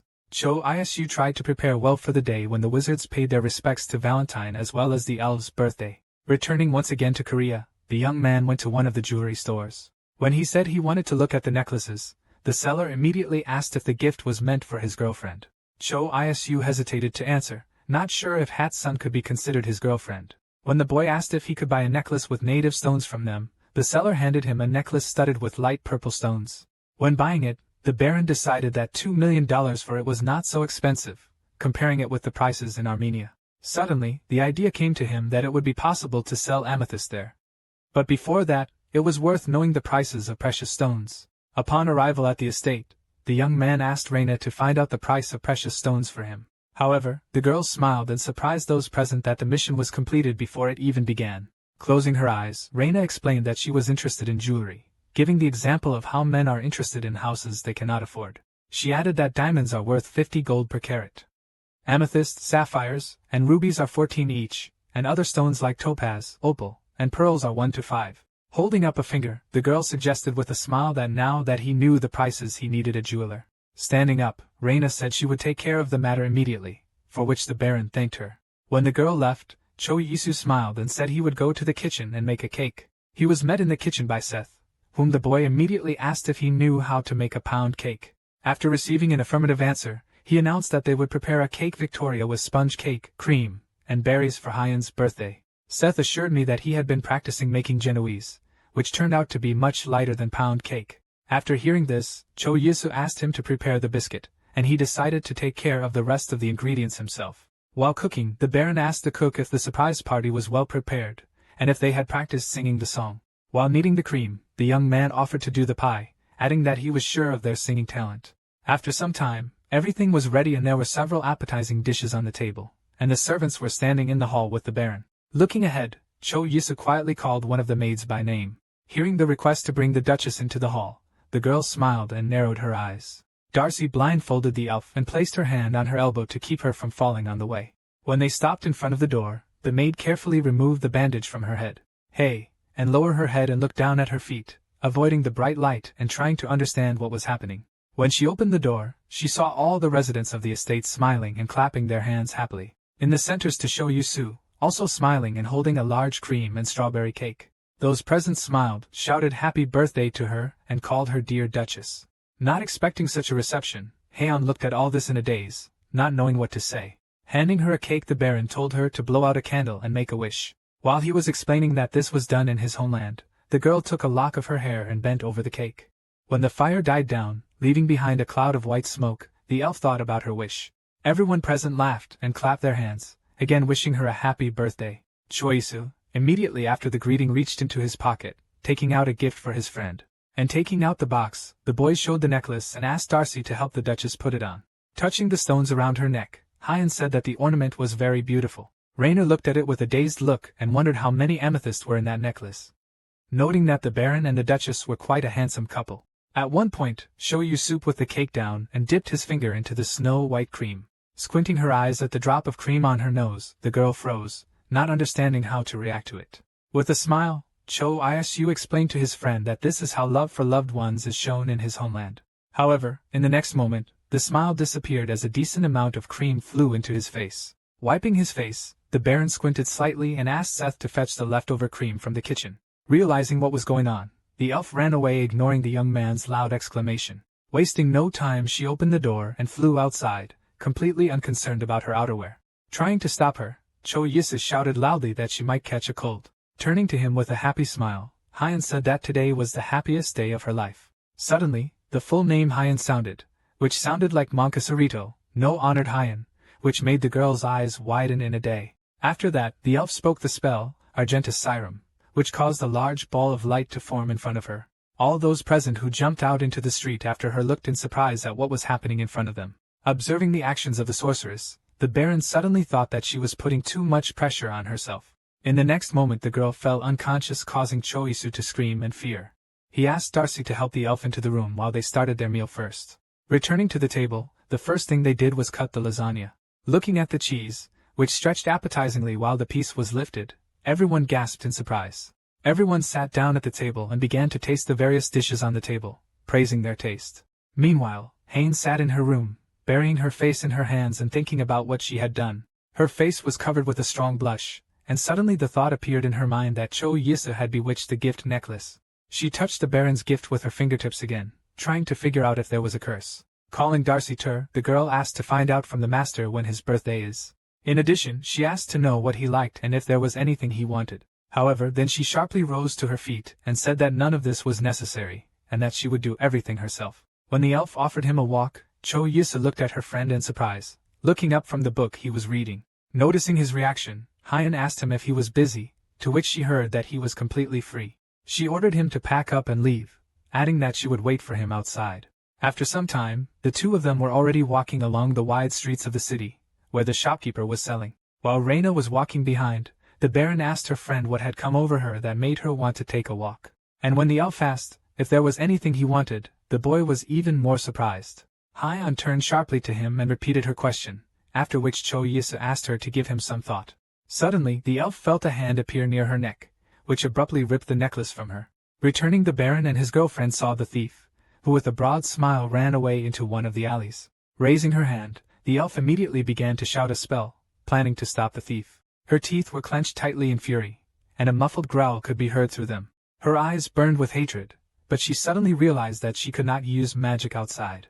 Realizing that something had to be done, Reina said that she would handle catching the thief herself. Without waiting for an answer, the girl picked up a dress and rushed in the direction where the thief rushed. Suddenly, high on her, Cho Yisa calling her, who suddenly realized that she had almost used magic in the middle of people. The parents snorted in surprise as she said she had already spoken to him on the subject before. After these words, the girl recalled her words that one day she would go so far as to kill the emperor. He had an artifact that could control mana, so wizards couldn't use magic in the city or near the emperor's palace. Clenching her fingers tightly into fists, the girl added that it was because of this that the elves had been through a lot. Not even giving the boy a word to insert, the sorceress cursed loudly out of powerless rage. Clenching her teeth, the girl said that all of this was really bothering her. Placing a hand on her shoulder, Cho Yisa said that Rana would return the necklace so she could not worry. And the main thing was that she herself was not hurt. When they returned home, an unexpected guest was waiting for them in the living room. Count Meditz greeted them and apologized for such a sudden visit, but added that he had something to tell them. Realizing that men would decide important matters, the Duchess said she would go to her place. Shoursu immediately decided to ask what brought the Lord to him, but the Lord offered to talk inside. Already in the study, he explained that he had come to check how his training was going, adding that he needed the Baron's opinion about something. However, the young man replied with a smile that he still wanted to discuss one matter with him. Returning to Lucas' choice, you asked him to bring them one moccasin. Hearing the unfamiliar word, Meditz looked at the young baron in surprise. When the slipper was in his hands, the man examined it carefully and realized that it was made of fine wool, so the target audience could be the middle class. Choices suggested that it was fashionable to make them in the form of shoes so that the nobility would buy them. Having put the sample on the table, the lord suggested that he do what he sees fit, since he was still learning something new, so it didn't matter if the case burned out or not. After that, the man returned to the business that brought him to the baron's estate. Cho Yusa looked at the guest in surprise, asking what advice he was expecting. A moment later, Peter brought and laid out on the table a variety of spices used in confectionery and cooking. Pointing to them, Lord Meditz said that none of these had yet taken root in the empire. That is why he was interested in which of these components the baron would pay attention to if he were in his place. Thinking that it was very simple, Cho Yusa said that he would choose coffee and cocoa beans. With that, he pulled forward the chosen ingredients and looked at them. In the age of discovery, chocolate was very popular among aristocrats, and such a drink as aromatic coffee was very popular among representatives of the middle class. To the lord's surprised question as to whether he would really choose them, the boy confirmed the choice. He explained that there are different varieties of coffee with different tastes and aromas. So it was important to find different varieties from everywhere. Clearing his throat, Meditz realized that there was indeed some logic in the words of the young baron. At his thanks, Cho Yusa smiled broadly and said that there was no need to thank him. Suddenly, the idea that coffee and chocolate might suit him for the confectionery business came into his head. After the conversation, Lord Meditz thanked him once more, to which the young baron advised him to be careful on his way home. With a big smile on his face, the young man thought that coffee and chocolate were important, but he had more important things to do right now. He recalled how he had returned to his Korean apartment yesterday to pick up a new product he was thinking of doing. There were 2 kilograms of precious stones, which were worth about 10 billion in the empire. Suddenly, there was a loud knock on the door, and Reina's voice was heard from the other side. The master and his apprentices whom we had demanded to find earlier entered with her. Smiling, the baron greeted those present, and asked everyone except the masters to leave the office so that they could discuss matters. When everything was done, the young man asked the master to come closer and take a good look at the stone on the table. When the jewelry box opened in front of him, the master's eyes widened in surprise. For a while, he couldn't even get the words out, admiring how wonderful the engraving was. Cho Yusu immediately said that he had heard that he had more experience in creating jewelry than in polishing minerals. After hearing an apology from the master for his skill, the baron assured him that it was nothing to be ashamed of, as he was considered the best master in the empire. After these words the master froze, staring dumbfounded at the baron in front of him. Chisa thought that most of the stones were already worked, so he needed someone to make the jewelry with him. He warned the master that if he needed anything else, he could tell the butler about it. Turning to Corky, the baron asked him to take the master to the hotel where he would now live. After finishing all the work, Cho Yusu let out a loud yawn and stretching his muscles. The young man decided that he would sell jewelry through Mino's store, so there would be no problems. The reason he chose this particular boy was that after several visits there, the baron noticed that they were catching all the new trends. And now he hoped that everything would continue to go well. Now he was wondering what his friend, Hyan, was doing at the moment. The young man found the girl in the garden where she was admiring various flowers. When she said that the flowers were beautiful, Choices said that it was all because of Yedra. The elf smiled and said that according to rumors, people who love flowers have a good heart. Covering his mouth with his hand, the baron laughed, and said that it was very different from what he knew in practice. Narrowing his eyes, he added that in his homeland they say that a guilty soul needs no prosecution. The guy did not explain what this meant and said goodbye, saying to enjoy the flowers. Hey, and looked after him in surprise, not understanding what he meant by his phrase. Putting her fingers to her chin, she frowned and thought hard. Suddenly, the baron heard his girlfriend scream loudly and menacingly. However, in the next second, a loud cry rang out, which made him turn back. The elf sat on the ground with her legs tucked under her and grimacing in pain. Running up to her, Choisu asked her if she was okay and added that she should be more careful. However, while he tried to help her to her feet, the girl shouted that it was all his fault. Suddenly, the young man's attention was drawn to his girlfriend's palm, which was smeared with blood. However, Hyan abruptly took his hand away and growled that he could forget about it as the wound would heal itself. However, the baron hissed loudly and warned that she might be left with a scar. Hearing his order to go to the house and ask for help, the elf froze for a moment looking in front of her, after which she calmly agreed and turned around, heading back to the estate. Right after that, Cho Yisa heard the voice of the butler standing behind him and called him, drawing his attention. He said that a representative from the Strife store had come to him to make a deal on jewelry. After some time, he was already handing the box to one of the servants standing by the carriage. Already in the evening, sitting in his study, the baron asked if Mino had already left, to which the butler said that he was glad that the jewels would be sold only in his shop. When asked if he said anything else, the man added that the boy talked about the excellent quality and price of the product. Placing his hand on his chin, Cho Yisu decided not to worry about it anymore. Suddenly the butler handed him a letter sealed with wax seal. Taking out the letter, the Baron read that the address he was meant Chakamucha, unknown to him. After reading the name, which was literally fashionable to translate as mint chocolate mocha, the boy could barely contain himself not to laugh. He began to read the small lines of a message from a master jeweler who had heard rumors about the search for a jeweler. Cho Yisu thought about the fact that no one had contacted him like this before, and he should be careful with people who come out on him themselves. Looking at Corky, the young man asked him to give Reina orders to find information about this person.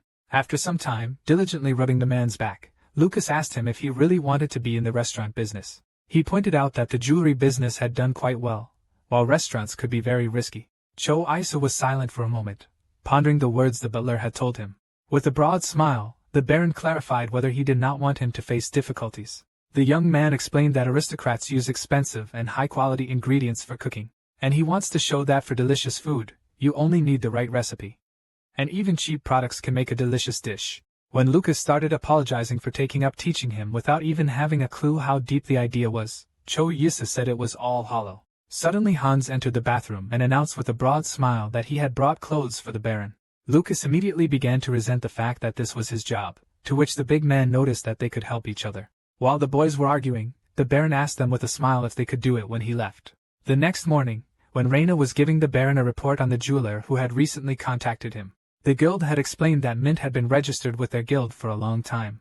In addition, despite the fact that he did not have great abilities, the master was very diligent. When she arrived at the Baron's estate, the girl decided that she should follow Mint. At the same time, the girl decided to immediately go to the master to make a report. Opening the door to the young man's office, Hay's voice was suddenly heard from behind, quietly calling her name. Jumping away from the Duchess, the informant let out a loud cry, asking what she was doing here. When the elf said she wanted to ask something, Reina said she could ask her anything. Looking carefully at the informant, Hay, and told her that she would like to work. Reina looked at the Duchess in surprise and asked her what work she was talking about, to which I heard in response that she wants to get into the water business, but observing all precautions. Upon the informant's words that there are always buyers for cheap goods, Hay and asked to learn more about it. When the conversation was finished, the elf exhaled tiredly and leaned back on the couch. Suddenly, the voices of Cho Yisu and Lord Meditz reached her, which made the girl listen. The men discussed their business which they were going to do soon. The elf patiently waited outside the living room door for the conversation to be finished, so as not to disturb them.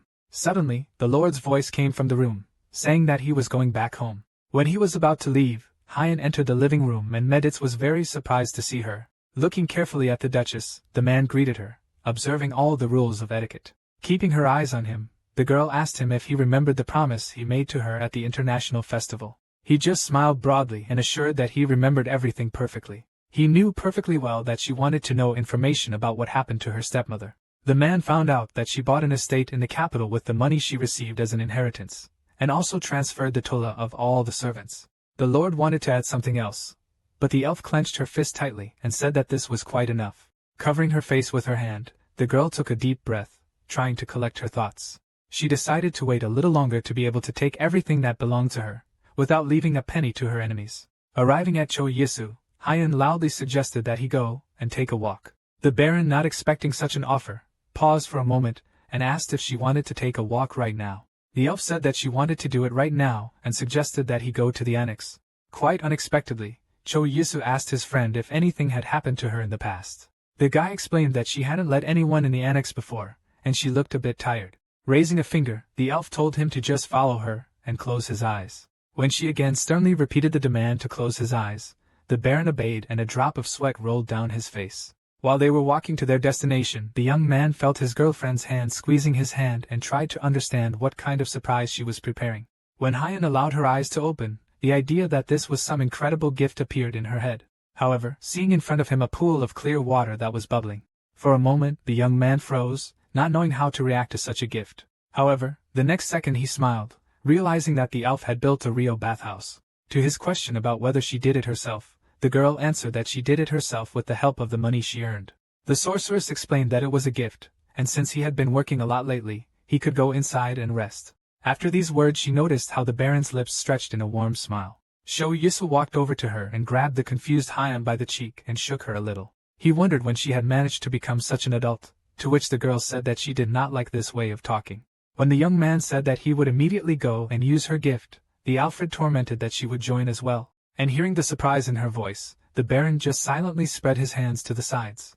When he asked if they would go together, Hey and crossed her arms over her chest and reminded her that all the bads in the city were shared. Raising his hands in a conciliatory gesture, the young man added that this was rather unexpected for him. When the elf went to Darcy to bring them a cape, Cho Yisu was finally convinced that they would get into the water together, causing his face to become covered in sweat. Going to the house, the girl ordered the boy to get ready as well. Being alone, the Baron thought about the fact that he had not been in a bath for a long time, remembering its warm stones that resembled a sauna. He froze for a moment, considering the idea that had come to him. After some time, Heian returned to the bath, wrapped in a spacious white robe. Noticing Cho Yisu approaching, she asked him why he had been walking around for so long. Suddenly, her attention was drawn to a basket of eggs, which her friend was clutching tightly in his hands. When asked if they were not eggs, the Baron explained that they were not quite ordinary eggs. The young man took one of them and squeezed it tightly in his hand. And in the next moment, the boy hit the unsuspecting elf on the head with it. Looking fiercely at him, the girl assumed that he was very comfortable with her lately. However, Cho Yisu proceeded to peel the shell from the boiled egg, after which he advised to cut it in half and salt it. Showing the peeled egg, he assured his surprised friend that it would be very tasty. Having done what he was going to do, he added that they were Jesus hard-boiled eggs. Taking half an egg, Hans still couldn't understand how it was different from a regular boiled egg. Realizing that his friend was starting to boil, the guy rushed to convince her that it was worth just trying. After listening to him, the girl stuffed the snack into her mouth, chewing it with full cheeks. Shoving it into her mouth, the girl froze, chewing a snack and keeping her eyes on the Baron. A second later, she took the plate out of his hands and hit his friend on the head with it, saying it was just a boiled egg. The next day he made an almond cake and a pecan sponge cake with whipped cream. The elf admitted that the names of the desserts were very difficult, but they turned out to be tastier than a boiled egg. However, looking at him with a murderous look, the girl asked why there was no milk with the biscuits. Returning to Lucas, Cho Yisu asked him to bring a glass of milk. When he said that he was too busy to cook every day, Heian said that one loaf of bread a week would also do. Smiling broadly, the boy suggested that next time she take bread and go on a picnic. The elf greeted this offer with a joyful smile and agreed with it. At the Baron's words that she looked beautiful when she smiled, the girl froze in surprise for a moment. However, in the next moment, a completely different thought appeared in her head. Frowning angrily, she asked if that meant she wasn't beautiful when she wasn't smiling. However, Cho Yisu quickly found a way out and suggested that she try the sponge cake with whipped cream. At the same time, he pushed a glass of milk to her so that the dish would not look dry. Wasting no time, Hand washed down a large piece of pastry with a generous gulp of milk. Lucas and the Baron followed her in surprise as they listened to the sounds that accompanied the drinking. Lowering her glass, the elf said that with milk, the biscuit tasted just perfect. Watching her continue to eat the biscuits, Cha Sesu advised her to take her time. Keeping his eyes on his friend, the Baron warned that Reina would soon bring a guest to them, so he asked if she wanted to finish her meal in her room. When the girl said that she had finished everything and would stay with him, the young man was surprised when she managed to do it. After some time, a young girl with light blue hair appeared in the office, who introduced herself as the craftswoman, Mint Chokamachia. Looking at the guests, the Baron asked if she really wanted to join their workshop. Folding her hands, Mint explained that she had seen Strive's jewelry in the shop and had simply fallen in love with it. However, Reina looked sternly at the visitor and asked how she knew that the jewelry was sold from here. For a moment, the craftswoman was silent, and her lips stretched into a wide smile. Right after she explained that her friend is very close to Mr. Strive, so she knows. These words made Cho Yisu think hard enough, which made him look closely at the girl. He knew full well that Mino and his family were not the kind of people who had spread such information. However, Hans suddenly noticed that the girl's manner of speaking was not entirely appropriate. The Baron decided to defuse the situation and assured Mint that he would let her know if they needed a wizard. Crossing her arms over her chest, the Duchess said unhappy that she should be more careful with such people. Immediately after these words, she got up from the couch to go to her room. Cho Yisu did not understand what was happening, so he tried to call his friend by name, still wondering about her character. Suddenly, his attention was drawn to Reina, who asked him what he was planning to do. Meanwhile, Mint herself came to the Emperor's bed where the Emperor was already waiting for her. With a wide slime smile, she said that he should not be in any hurry. However, he smiled and replied that he was just very interested. Putting her fingers to her chin, the girl said that she did not see anything special. Spreading his hands, the Emperor asked if there was anyone of note there. Min thought for a moment, remembering the sullen Hyon with her arms crossed. Taking off her blue wig and shining her pointed ears, she said that a distinguished person was then in the room.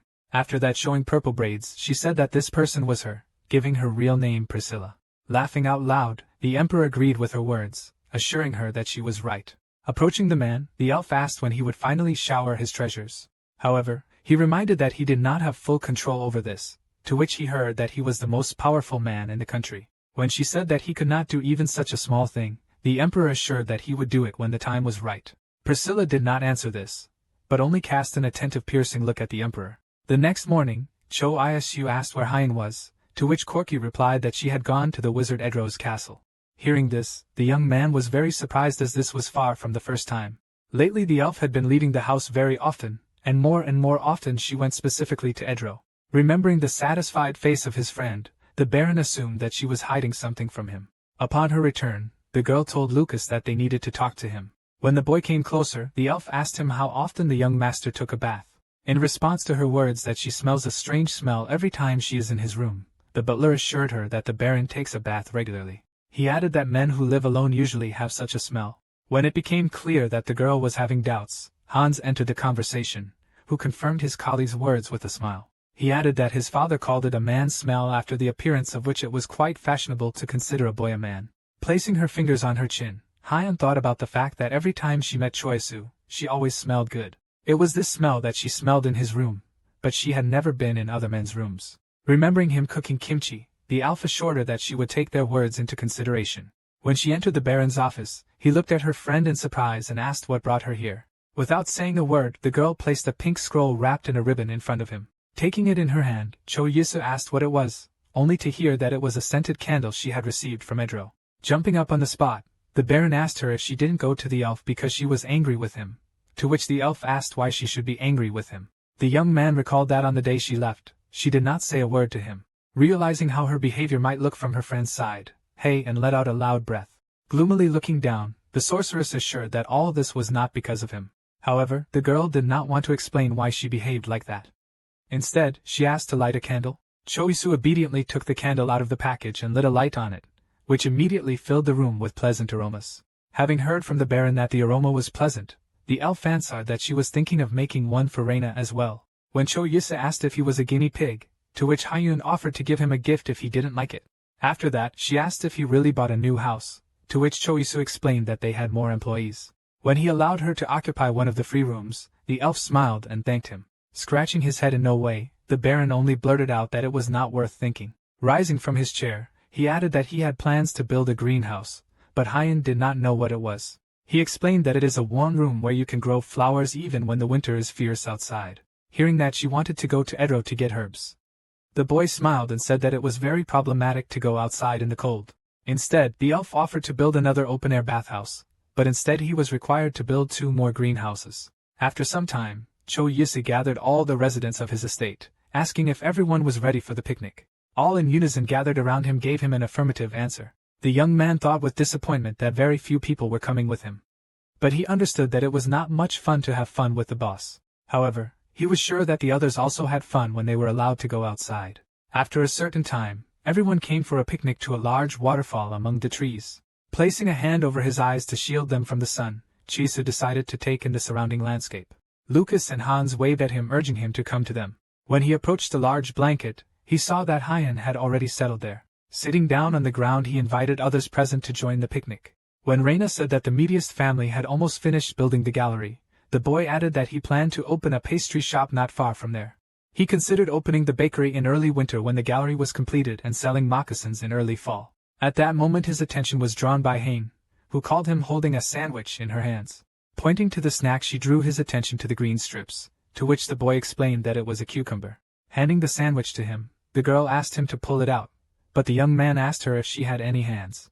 The elf with a completely calm face confirmed his guess about the absence of hands. Noticing how she hides her hands behind her back at these words, Cho Isi was outraged at such an obvious lie. Watching all of this, Reina thought that the ELF had a rather cute personality trait. Hiding her hands behind her back, she also tried to ask the Baron to take the cucumbers out of the sandwich. However, she suddenly froze, staring blankly in front of her. She shook with shame when the girl realized how impolite it looked to the Baron. Handing a new sandwich to the elf, Cho Yisa said that the smell of cucumbers still lingered. Taking a bite, he unthanked her, and said that she should hide her hands more often.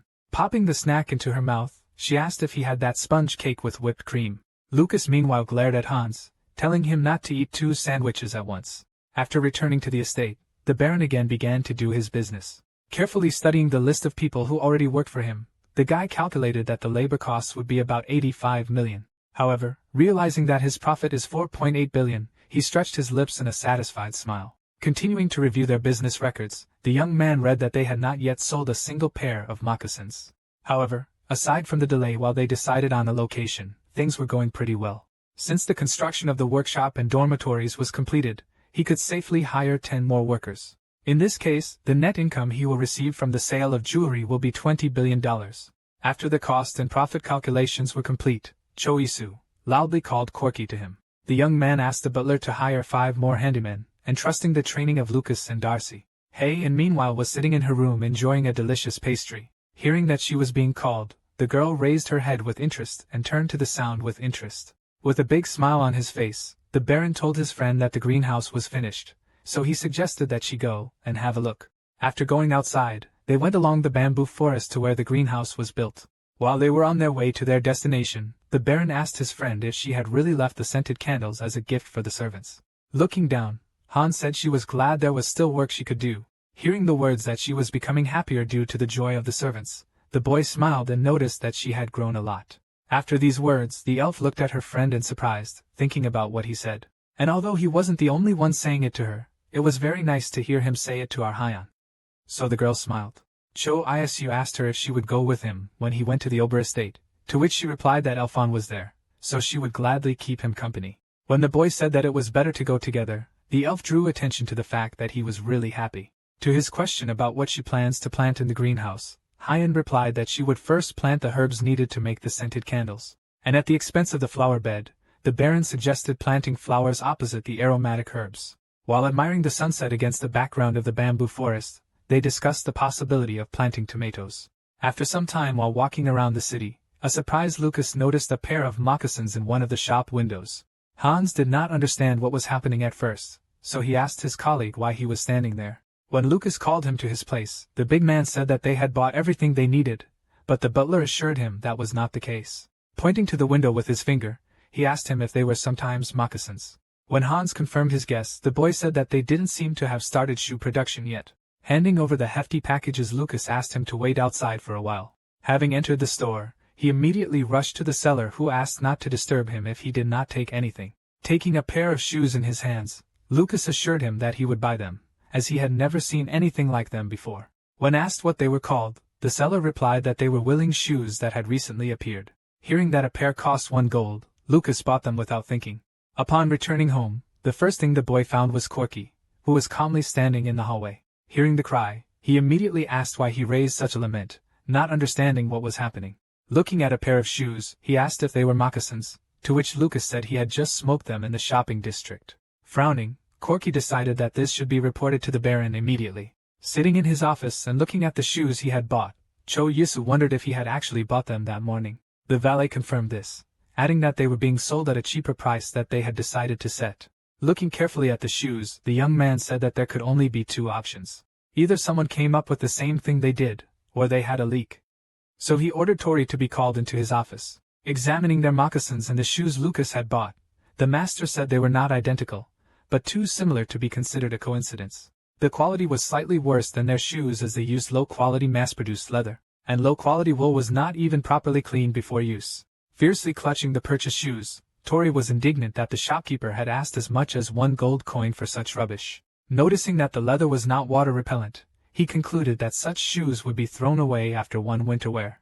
When Corky approached him and asked him to calm down, causing Tori to apologize. Suddenly, the master was worried about his shoes, which he had made, but the Baron reassured him, assuring him that people would distinguish their quality shoes. As Tori left for the workshop, Cho Yisu quietly advised him to rest for a while. Looking at his trail, the young man exhaled heavily, thinking about what he should do now. Before Tori had time to leave the office, Reina entered, who still did not know what was happening. Hearing that the Baron was about to call her, the girl looked at him in surprise. When he told her everything that had happened and asked her to take up the matter, she assured her that she would do so immediately. Watching Reina rush out of the office, the Baron called Corky over to him. Staring at the butler, Cho Yisa said that they would put the moccasins up for sale tomorrow, as that would dispel suspicions that they had stolen the idea. When the butler went to the workshop with the order to deliver the shoes to the store, the Baron flopped weirdly on the sofa trying to understand what was happening. Throwing his head back and taking a deep breath, he only prayed that it was all just a coincidence. However, if it was stealing his idea, then he knew only one person who could hold a grudge and do something like that. First, he introduced himself at an international festival and met the Meditz family. After that, he was able to establish a relationship between them and the Kruno family, and finally managed to win the trust of the Kruno family by showing them how to use vanilla beans. In addition, he used these connections to open a jewelry store and make a statement. And the only family to whom all this could stand a bone across the throat was the family of Pat. Meanwhile, at Viscount Pat's residence, the butler reported that woolen shoes had taken 80% of the market, and moccasins 20%. The sixth countess raised the cup to her hands and took one small sip of tea. Looking at the servant, she asked about Baron Bloom's reaction to this. After hearing that they gave out horse fat when selling shoes, the woman ordered to reduce the price of woolen shoes. After that, she returned to her husband and said that she heard that there was also a problem with jewelry sales. He explained that he had selected the best craftsmen, but this did not help to surpass the Baron and stone engraving, to which the sixth countess assured that, according to the informant, Bloom personally handed over the jewels to the artisans. To which the Viscount replied that he must have been hiding very talented craftsmen. Noticing that the relationship between the Meditz and Kruno families had changed strangely after the appearance of the Baron, the woman proposed to stop working with Kruno. He assured his wife that this was not a problem, as the Kruno family would continue to live as the second most influential family in the empire. However, instead, it would be more beneficial to help break her relationship with the Meditz family, covering her mouth with her hand. The sixth countess laughed, offering to get rid of those of lower rank from the Meditz family. She thought that she couldn't let them do whatever they wanted, so she would do anything to leave her family as the most powerful. The next morning, Corky entered the Baron's office, saying that Reina had delivered them some extremely important information. When asked why she did not come in person, the man replied that the girl was still busy finding out information. He explained that there are 20 shops in town that sell woolen shoes and all belong to the Namba Shoemakers Guild. Serena tries to sneak into the tavern where they are meeting. This guild supplied fabric and materials for the dresses that were made by the Pat family, and the leather used for woolen shoes was produced by their distant relatives, the Lark family. Placing his fingers in his mouth, Cho Yisa thought that there was some secret power that supported the shoemaking as he thought. However, now he only had guesses and no evidence to prove them to anyone. After thinking carefully, he again called Corky to him, who immediately answered. Frowning, the boy asked him to send a message to Lord Meditz to tell him what was going on. After that he came to the kitchen where he asked Seth if he had prepared everything that was necessary. After looking at the cocoa beans, the Baron warned the cook to make sure he remembered the recipe well, as it would be quite complicated. Putting the component on the pan, the young man said that first they should be fried well. After half an hour of roasting, it was necessary to remove the skin from them. Looking at the pan, Choisu noticed what color the beans had turned, asking Seth to clean them all. When asked what to do with the product later, the Baron said that they can be used to make simple desserts such as chocolate. And you could also make a cake with chocolate sponge cake and sprinkles, decorated with strawberries, which will complement its taste well. And chocolate was also used to prepare a delicious and hot drink. Choisu promised to teach the boy everything, but warned that he would first teach him simple recipes. After a while, Seth, Hyan, and Lucas were standing in the kitchen, staring intently at the dessert Cho Yisu had prepared. Trying to understand what it was, the elf said that it was black. The Baron smiled and said it was chocolate, adding that if they didn't try it, they would regret it later. He reminded himself that Lucas had already cost him when he tried the chocolate milkshake. Taking a cube of dessert to her mouth, Hyan said she would pretend to believe him. Waiting for her reaction, the Baron asked with a smile how she was feeling now. Pointing to her mouth, she asked him what it tasted like. Looking at the shocked elf, the Baron began to urge the boys to try as well. After eating a piece of chocolate, the Valley said that the taste was not the same as last time. Seth, stuffing the chocolate candy into his mouth, frowned, trying to comprehend what he was feeling. Suddenly, noticing Hyan grabbing a mug of hot chocolate, Choisu tried to warn her to take her time. However, in a moment the girl slammed the empty cup on the table with all her might. Smiling widely, the elf said that the drink was very tasty. However, remembering that Lucas paid for such a thing, the girl was indignant, to which the Baron assured that he would let her try it next time. After some time, Lord Meditz appeared in the mansion, who greeted the owner of the house with a smile. Sitting down on the couch, the first thing the man did was ask if he had started selling moccasins. Taking a seat across from him, Cho Yisu answered affirmatively, saying that they were trying their best. However, he warned that they ran into a small problem just before they launched sales. The boy told the Lord everything that had happened and expressed his suspicions that a third party was involved. Holding a cup of tea in his hands, Lord Medit smiled and said that he should apologize. Looking at the interlocutor, he added that he had to warn him, although he suspected that he was guessing a lot. After hearing that the third party had been doing this for quite some time, Choisu realized that the Lord really knew everything. Lowering his head, Medits continued the conversation, assuming that the boy was now wondering why everything was happening to him. When he said that it happened to many others, the Baron looked at the man in surprise. However, his eyes widened in surprise at the words that the others just fell over when something like this happened. A large drop of sweat rolled down Choice's face as he thought that being under the sights of the Empire's most powerful family could be frightening. But he himself was not going to sit quietly and hide from problems. Clasping his hands and resting his chin with them, Lord Medits invited the Baron to the opening of his art hall. He added that it was there that he planned to announce that the Ions were cooperating amicably. When asked if everything was fine, the Lord replied that knowing their connections the enemies would at least not try to kill him. After thinking about it, Choisu realized that everything was much more serious than he thought, and Medit's advisor to strengthen his military power since the boy had recently started a jewelry business. Immediately after these words, the Baron took out a large red box to boast of his achievements. Lord Medits looked at the array of jewelry in surprise, joking that it looked like a bribe. Choisu held out the box to him, confirming his guesses with a smile. He looked at him questioningly, but his lips stretched into a satisfied smile. The young man said that he would like to thank him for everything he did for him with this gift. Looking in surprise at the box that the boy placed in front of him, the Lord asked what was in it. When the man lifted the lid, he saw many different desserts. While Choisu explained that this was the answer to the question of which spices to use, Lord Medits froze for a moment, staring at the chocolates in surprise, unable to understand what was happening. Noticing his surprised face, the Baron said that they were made from the cocoa beans he had brought him earlier. Looking at the desserts, Lord Medits asked if they were decorated with gold dust, to which he heard that Bloom wanted to make them look more luxurious. After asking permission to taste one of them, the man took the candy and sent it to his mouth. In the next second, an expression of wild delight, similar to a child's, appeared in his eyes. He noticed that the chocolate just melted in his mouth, which looked quite incredible. Having thoroughly tasted the candy, the man suddenly felt the aromas of vanilla and cinnamon. With a broad smile, Choisu asked him what he thought of the Kuno family's cocoa bean trade. Hearing this, Lord Medits looked at the interlocutor in surprise and asked in surprise what the Kuno family was for. The young man responded by reminding that half of the production of a spice like black pepper is controlled by the pet family while the Kunos own 30%. In addition, he was sure that chocolate would bring them huge profits for the next 10 years. And by handing over the cocoa beans to the Kuno family, the Medits could ask them to lower the price of the pepper they sold them. With such schedules, even in the absence of a signed contract, if the main producers of a certain product sold it at the same price, then both would benefit. However, if only the Kuno family lowers the price, the losses will be borne by the Pad and Hampshire families who were also involved in the case. At the same time, the face of the enraged Six-Count has Pad appeared before the Lord's eyes, her eyes burning with fierce fire. At the Lord's words that it was like an attack on the Pat family, Choisu pointed out that they had behaved rather meanly towards his family. The Baron understood very well that only by lowering the price of black pepper, they would not overthrow the Pat hives, and it was not possible to just sit there either. Putting his fingers to his chin, the Lord snickered and thought about whether he would cross the line with such a chin.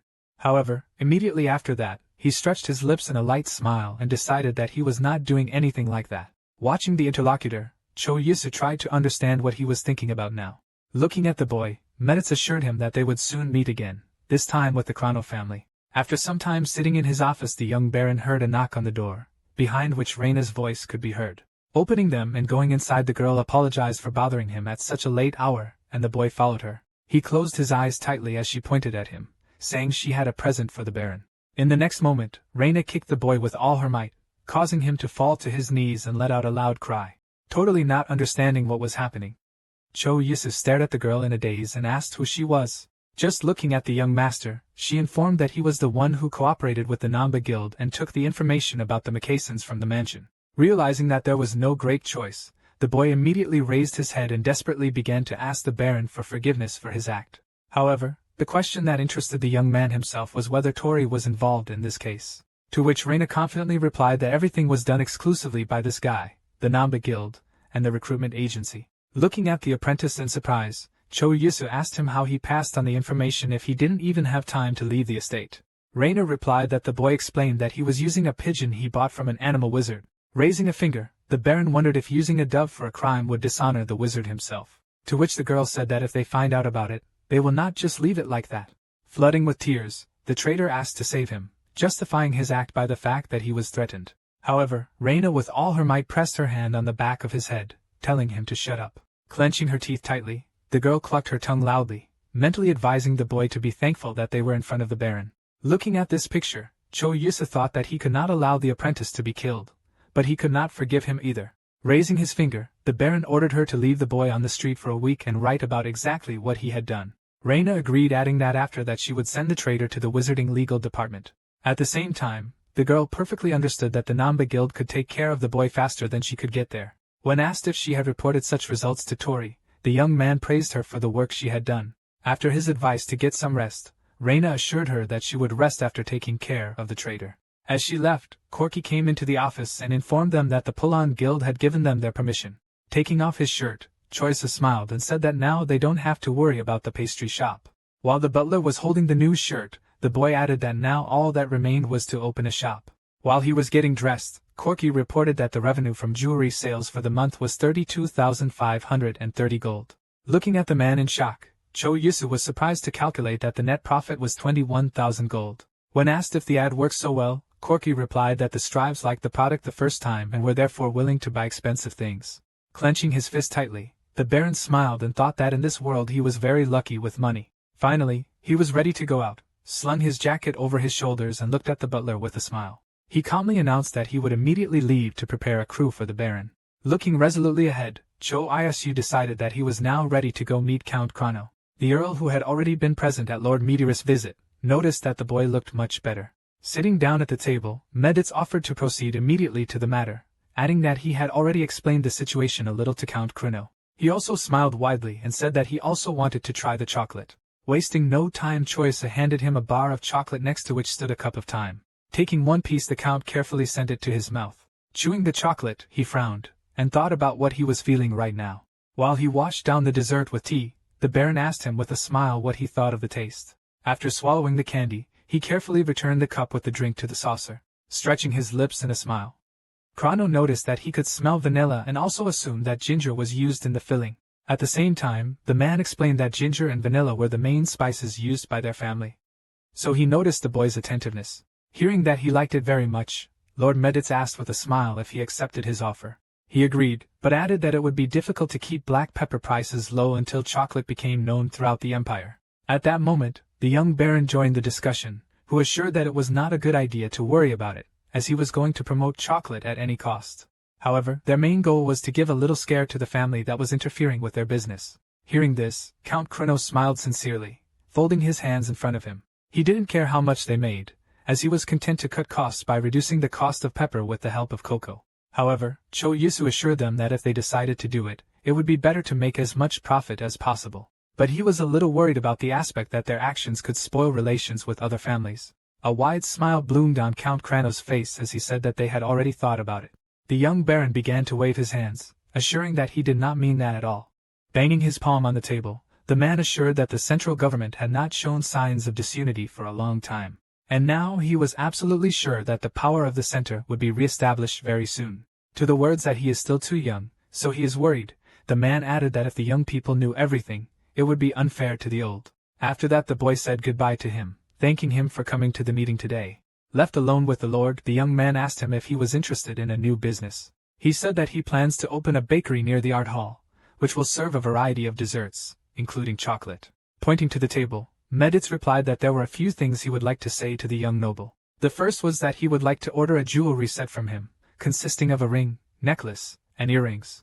The Lord announced that he was finally sending one of his sons, Mark, who married the eldest daughter of the Kuno family. With a big smile, Cho Yisu congratulated his husband on the upcoming holiday from the bottom of his heart. However, it suddenly dawned on him that this would mean turning his back on the Pat family in favor of the Chrono family. Paying attention to his expression, Lord Meditz smiled and said that he could guess what thoughts were going through his mind right now.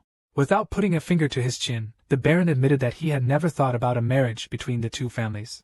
The Lord assured him that as long as everything was mutual, things were moving quickly enough, so there was no need to worry about Pat's family. He warned that the gift budget was 50,000 gold, so he advised the Baron to think. When asked what he thought of the bakery near the gallery, The man said that he had told Krieg about it, and since it had something to do with their baron, he promised to think about it. When told that he should look at the location first, Medit said he would alert the manager. When Choyusa returned to his estate in the evening, he was met by Lucas right at the door of the house. When the baron asked him if nothing had happened to him, he looked at the young gentleman in surprise.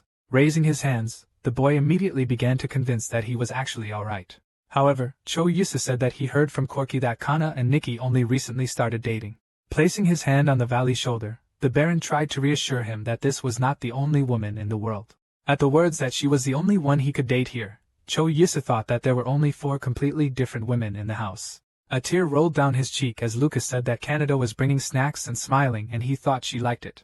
Instead, the baron asked the boy what exactly he had done, and noticing how the boy was bursting with tears realized that nothing had been done. Pointing to himself, the young man advised the ballet to turn to him if he liked someone again. When asked if he was also dating someone, the baron proudly held up 3 fingers. Hearing the surprise in Lucas's voice, Choyusa assumed that he was becoming jealous of him. However, he assured that this was not the case, as he understood that the gentleman met 3 times, but could not get married. This news just pierced his chest like a sharp arrow. Suddenly Lucas assumed with fright that the baron had simply been rejected 3 times, but he told him not to talk nonsense, and to prepare a bath. When the valet ran without wasting time to carry out his orders, completely forgetting about his problems, the baron smiled. Approaching the window, the boy looked at the street and thought that it was quite cold. Suddenly, there was a loud knock at the door, and his voice was heard from the corridor, and the young man allowed him to enter. Opening the door and looking into the office, the cook said he had something to tell him. Not understanding what he was trying to tell him, Choyusa turned around with interest, waiting for the continuation. Seth nodded, choosing his words, but the baron told him not to pull the cat by the details as it was very nerve-wracking. Cleansing his fists tightly, the cook announced that he planned to take part in the imperial cooking competition. As the baron asked for more details about the contest, Seth imagined a table covered with sumptuous dishes. Deciding to start with the benefits of participating in the competition, the chef said that after it, he would gain reputation and honor, and the disadvantage was that it was fashionable to fall under the sights of the imperial family. However, pointing to himself, Choyusa ardently assured the boy that he would not lose the competition under any circumstances.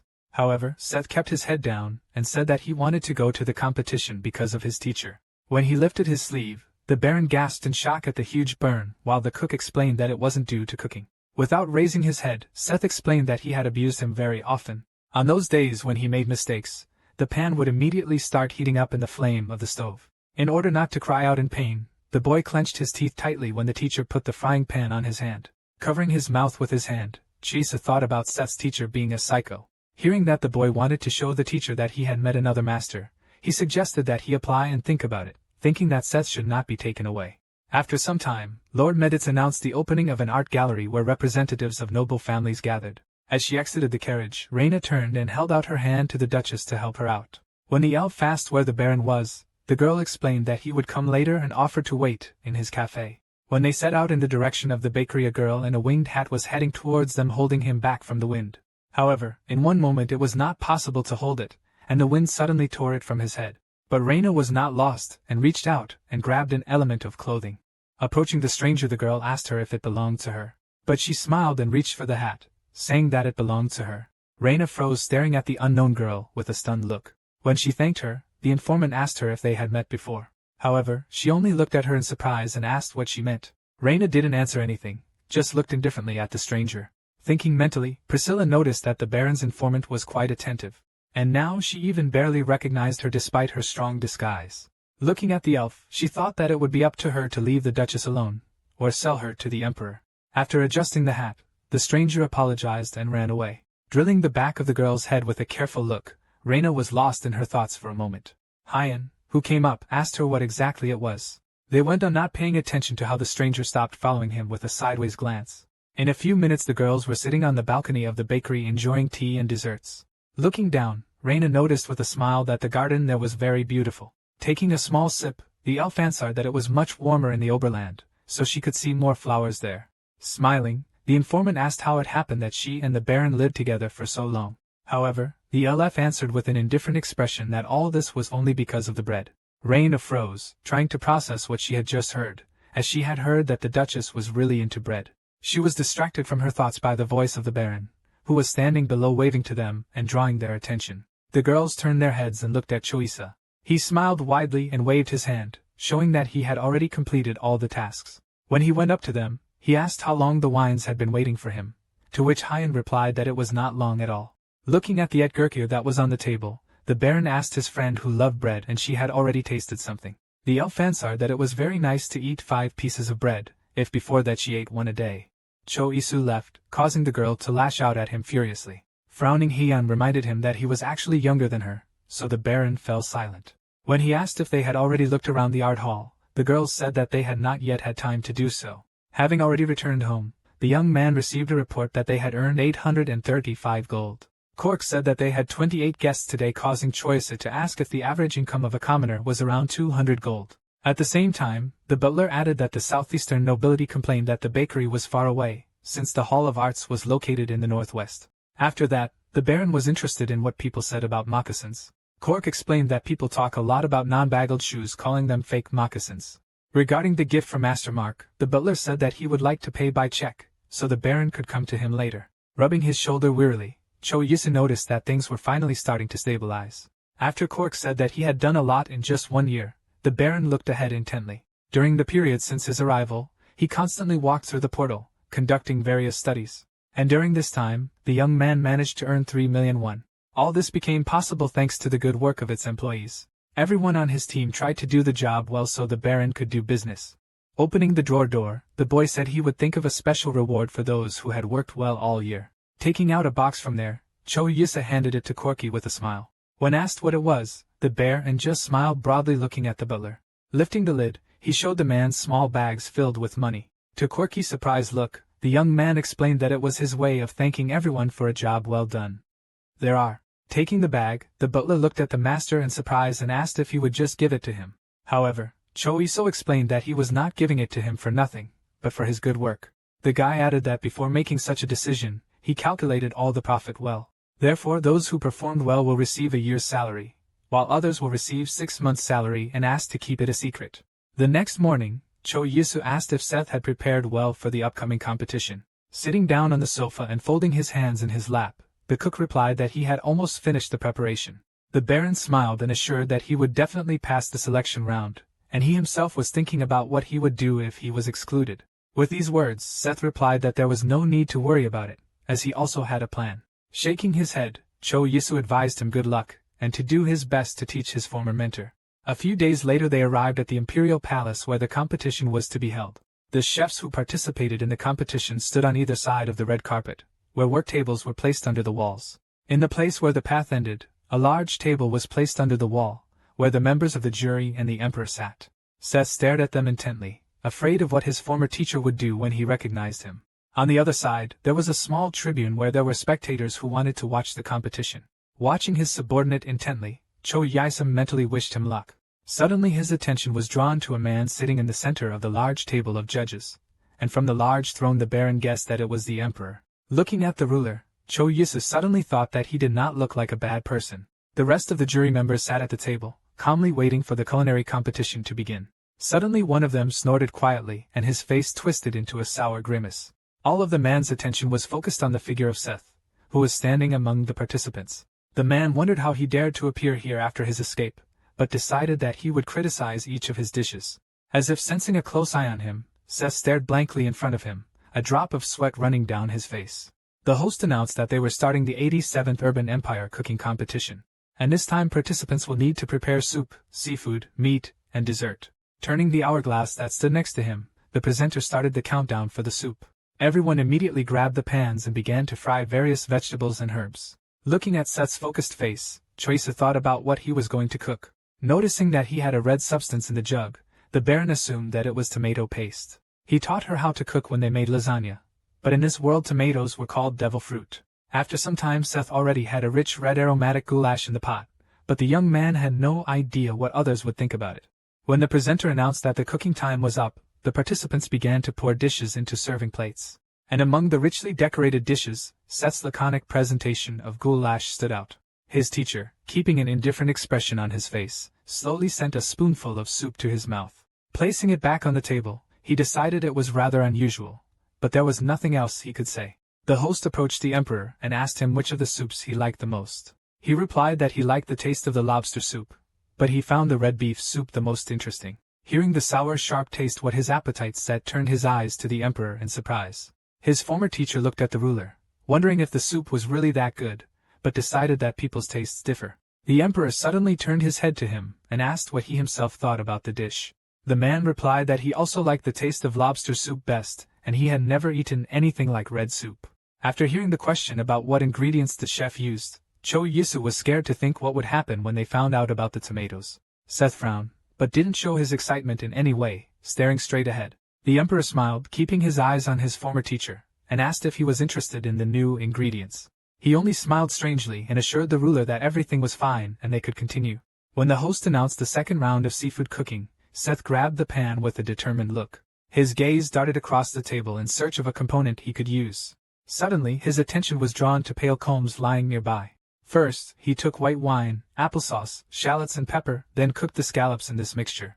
After that, it was necessary to add butter and mix well with wine boiling over low heat. In order to emphasize the frequency of the dish, the boy decided to fry them in hazelnut oil. Finally, on the plate was a ready-made scallop and a creamy sauce decorated with fried vegetables.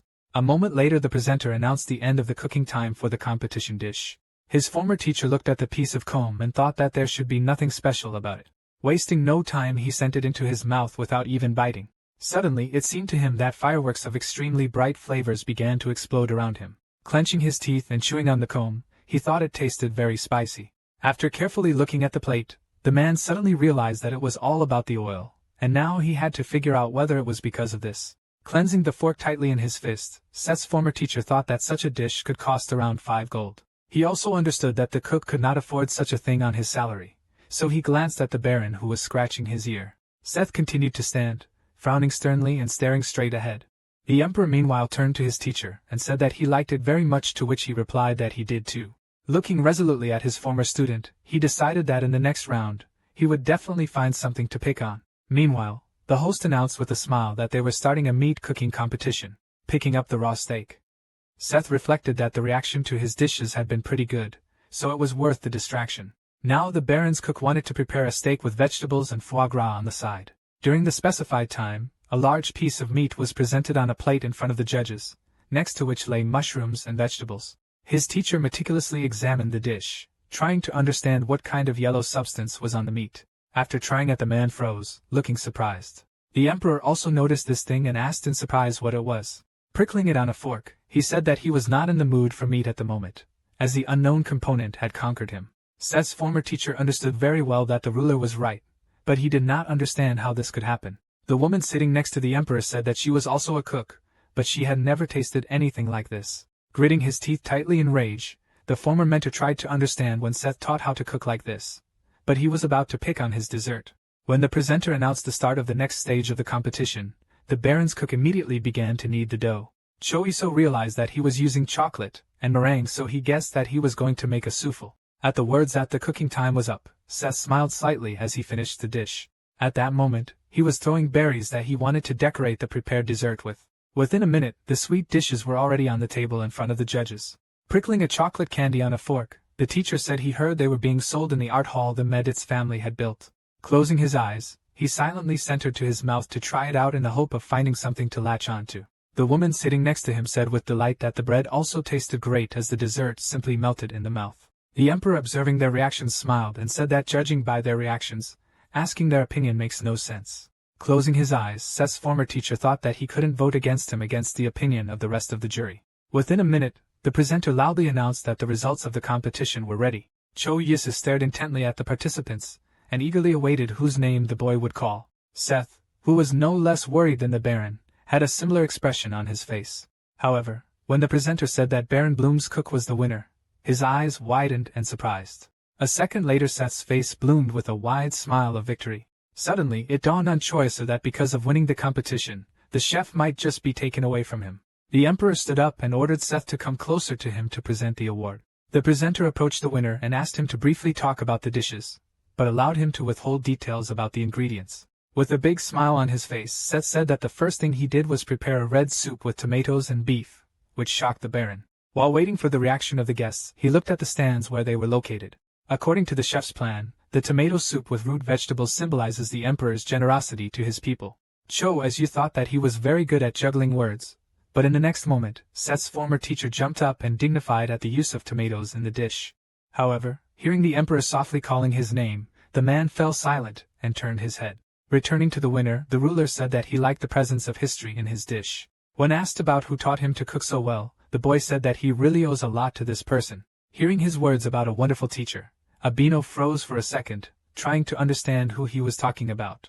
When the emperor asked where his teacher was, the man pointed to himself, mentally adding with a smile that he had taught the boy for 10 years, so he deserved the praise. However, instead of calling his name, Seth calmly pointed his hand to the tribune where the audience sat and called Baron Bloom his teacher. As the cook explained that he had taken him after 10 difficult years under another teacher, Cho-iso himself smiled widely.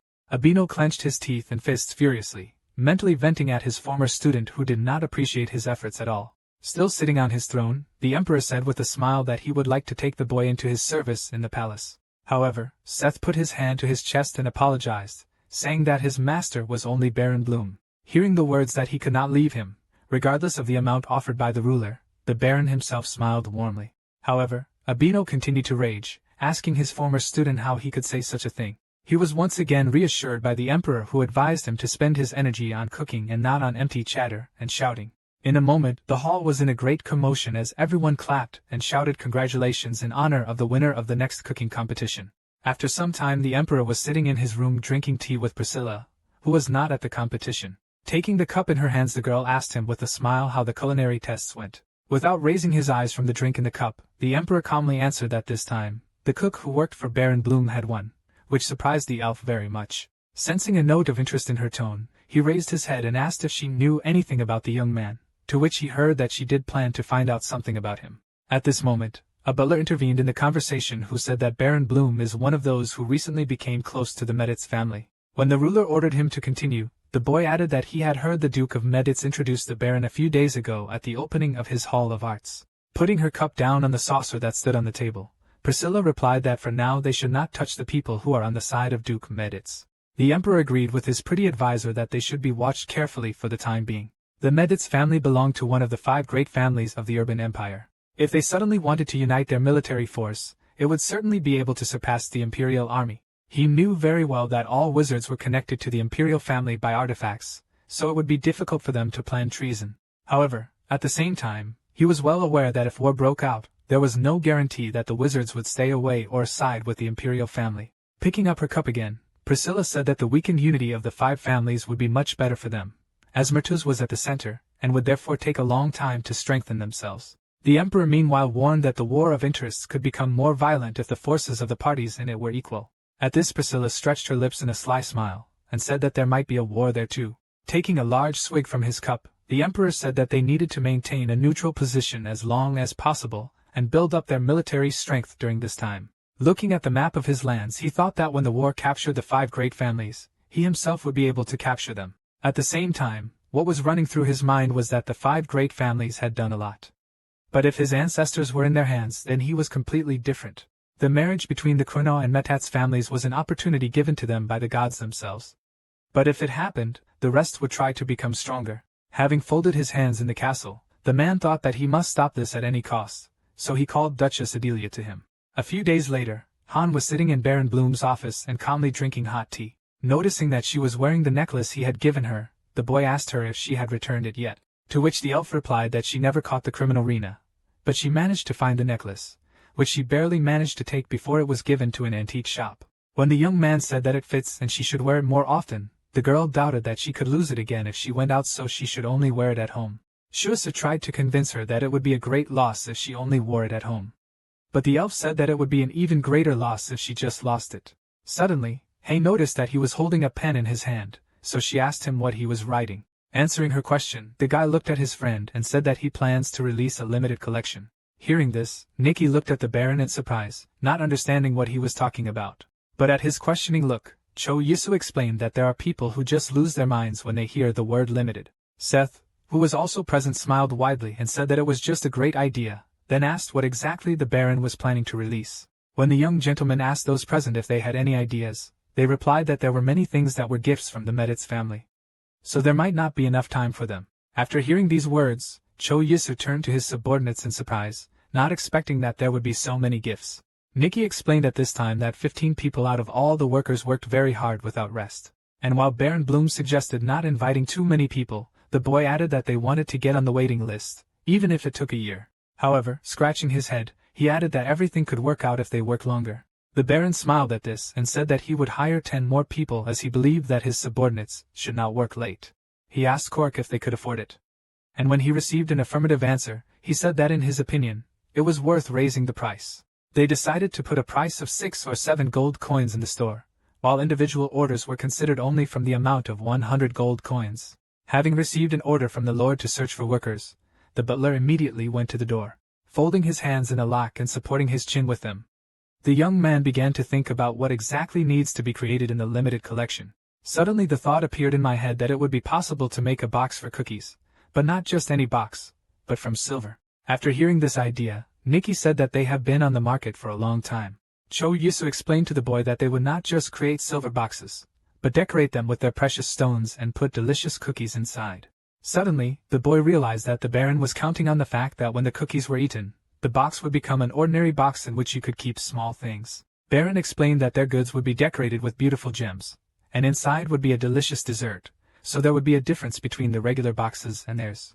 Pointing to himself, Seth assured that he would take care of making the cookies for the boxes, then was ordered to make more cookies as gifts. As all the subordinates left the office, Cho Yusu stretched sweetly, thinking that he had done all the work after saying he was going to rest. However, after that, the thought crossed his mind that everything was going as planned, because making money was quite fun. After returning to his Korean apartment, he decided to rent an apartment built on the Hangang River, after which the workers began to move his belongings. When the loaders finished their work, the boys smiled widely and sincerely thanked them for the work done. The night city was mesmerizing in its appearance as Choyasu walked up to the large panoramic window and looked out at the vivid landscape beyond. With some admiration in his eyes, he thought about the fact that this would now be his new home. In order to avoid problems in the future, he hired an expensive tax consultant who took care of the money spent. After that, the boy thought about the fact that it would be safer to open the spatial gate in the bedroom. Looking at the lanterns of the night city, he thought about how good it would be if everyone could come here, imagining the shock they would be in. After several minutes of standing under the window, the young man folded his hands on his chest and shrank sharply. Looking at the stairs, the boy thought that the house was really big. But next to that, it seemed too empty. When Cho Yusu came back to his estate, he immediately went to the kitchen, where he informed Seth that they would be making fish pie today. Answering the chef's question, the boy explained that it is prepared by frying chopped fish fillets. Paying attention to the grimace of his employee, the Baron realized that he must have wanted to complain about the cutting of expensive seafood. However, despite this, he said about making the broth, for which he put anchovies in a pot with spices and smoke. After slicing the cod and squid, Choiso chopped the vegetables and combined them all into one dish. Quickly cutting the named components, he thought about the fact that the knock of the knife on the board calmed him down a lot. Before spreading the dough on the parchment, he ordered it to be shaped into narrow rectangles. After that, he explained that it was necessary to take the finished dough and put it in a pan where the oil was already boiling, threading it into a spiral on a long toothpick. Choice, you held it out for Seth to taste. Hearing the offer to try the prepared dish, the cook reached for a toothpick and surprised. After taking a bite, he smiled and said that it was very tasty. However, when he saw Baron Bloom taking everything they had fried and adding it all to the broth to cook, his face showed a state of great concern. Watching him take a taste or bite, Choiso explained that he shoves them into the soup to make the soup taste better as well. A few minutes later, there was already fried and boiled dough in the bowl, as well as soup with roots and various herbs. Pouring it into tall glasses and taking them in his hands, Baron Bloom announced that he would now go to Han and told Seth to share with the rest. A young man found the elf in her greenhouse, loudly calling her name and offering her a walk. Turning her head and looking at her friend, the girl asked him to wait a moment while she finished her work. Watching her actions, Cho Yusu thought that he did not expect her to agree to the walk so quickly. Having finished making the scented candles, Hyan turned to her friend and noticed glasses with fish pie in his hands. Hearing the offer to try, she immediately took the glass, pulled out a toothpick with dough, and tipped the bowl to drink the soup. Watching her munching on the fried dough, the Baron smiled and earnestly asked if she liked it. But Hyan meanwhile felt very good because she liked the taste of herbs, spices, dough and fish very much. She said that the dish had a mild and refined taste, and it was very warming. Suddenly the girl let out a loud breath and said that she had to tell the Baron something. When asked what had happened, she pointed to herself and said that she was going to walk alone in the city. After hearing this, Cho Isu asked her exactly where she wanted to go, to which he was told that she would talk about it later. Immediately after that, the boy inquired whether she would return in the evening, but did not receive a clear answer. He was very surprised by the words that she might come back because it meant that she was not going to spend the night at home. As she took another sip of her fish soup, Haeun said she still didn't know how things would turn out. Not jokingly angry, the young baron asked her with whom she was going there. However, when the elf didn't answer the question, the boy wondered who she could go with since there was only one person she had gotten close to recently. And this person was the elf Edro, whom the young man suspected of having an affair with his girlfriend. Looking at her calm face while the girl enjoyed the fish soup, the baron decided that if there was nothing like that, then she would not have hidden it. However, the boy did not burden her with his omissions and said that she would return as soon as possible. Haeun lowered her glass and quietly told him she wanted to try the pound cake. Upon hearing this request, Cho Yisu exhaled noisily and said that he would convey her wishes to Seth. However, Haeun looked at him hopefully and asked if he could cook it himself. When the young baron asked why exactly he had to make the pound cake, the girl said that he could not, if he didn't want to. He explained that he would make Seth's cake as long as he was busy, to which Haeun immediately agreed. The friend thanked her, and the young man unexpectedly reached out to her hand. After that, the elf turned sharply and went back to a greenhouse, leaving her friend alone with his thoughts. He was running through his head the reason why she didn't tell where she was going and with whom because it really pissed him off. Out of anger, he clenched his teeth tightly and exhaled through them, deciding that he would go and warm up a little in the sauna. The next night, as darkness descended on the estate, a cloaked figure quietly opened the door and stepped outside. Haeun looked around to make sure no one was following her or seeing her. However, going to the gate of the estate, she did not notice how Choiso was quietly watching her through the window. Looking after his friend, the boy quietly called Reina to him, who immediately answered. Giving the expression of his face a decisive look, the baron ordered to follow the Duchess. Wasting no time, the informant agreed and immediately rushed out of the office. The baron thought he was possessed, but he didn't like the feeling because he had a bad feeling. Haeun meanwhile did not take a carriage and went to the city on foot, sneaking through the dark empty streets. Reina followed her tail, wondering where she was going if there weren't even shops on this street. Trying not to give herself away, she quietly bent down and peeked around the corner to check if she had lost sight of her target. Suddenly, she noticed a fair-haired elf near the Duchess, whom she recognized as the wizard Edro. Staring at him with big brown eyes, the girl tried to understand what was happening in front of her. Suddenly, she noticed where they were and wondered what they were doing here, if the house belonged to stepmother Haeun. Reina immediately remembered that she had asked to find out information about the woman, so she wondered what exactly the elf was trying to do. Near the gate, the informant noticed mercenaries, so she guessed that the girl was going to fight. Meanwhile, a small squad of armored warriors quietly followed the two elves. Having made a decision for herself that it is better to first watch everything that will happen, Reina sharply jumped on the fence wall. Glancing at his companion, Haeun silently thanked him for coming. Edro smiled and assured her that no thanks were due as he couldn't just sit back when he heard her story. Glancing at the palace, he assured the girl that he would wipe out these people so she should not worry about anything. Sitting on the branch of one of the trees, Reina thought about what she had heard once that elves liked to fight, thinking about what she was watching. Walking away from her new friend, Haeun asked him to be careful. Immediately after that, the girl created a big wave of clear water above her.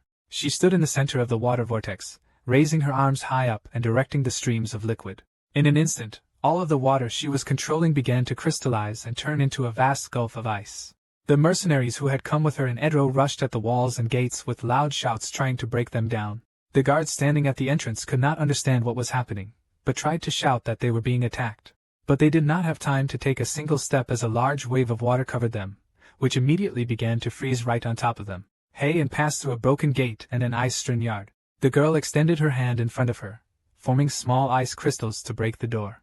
Watching this in shock, Reina decided that she might as well stay out of it, as the Duchess wouldn't like to know that she was being followed. However, now the informant was worried about the question of why she hid her case from the Baron, assuming that he could simply be worried about her. Looking ahead, Haeun meanwhile ordered the mercenaries to find those who were believed to be the owners of this house. When she went inside, she saw her stepmother, her son, and another woman holding a screaming child on the stairs. She looked at them blankly and did not answer her stepmother's question about who ordered her to do all this. The woman did not calm down and began to shout loudly about how the former stepdaughter got here. The mercenaries froze and watched intently as she sprinkled various curses on Han's head.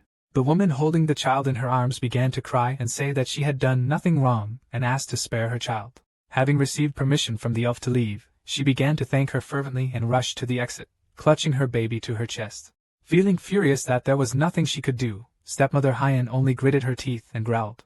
Looking at the woman who is almost spitting poison, the elf said that she came here to take back what was rightfully hers. However, the stepmother said that she did not belong here because the duke simply hated her. The words that her father hated her to death, and she was the cause of his death, Hyan took with an indifferent expression on her face. However, she did silence the woman when she held an ice blade to her throat.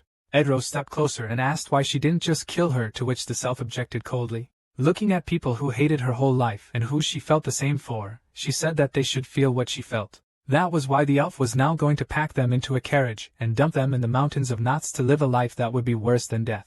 The stepmother looked fiercely at the elf and said that in this way she would not be able to inherit her father's fortune. However, she just calmly looked at the wagon that was taking the stepmother and her son somewhere far in the mountains.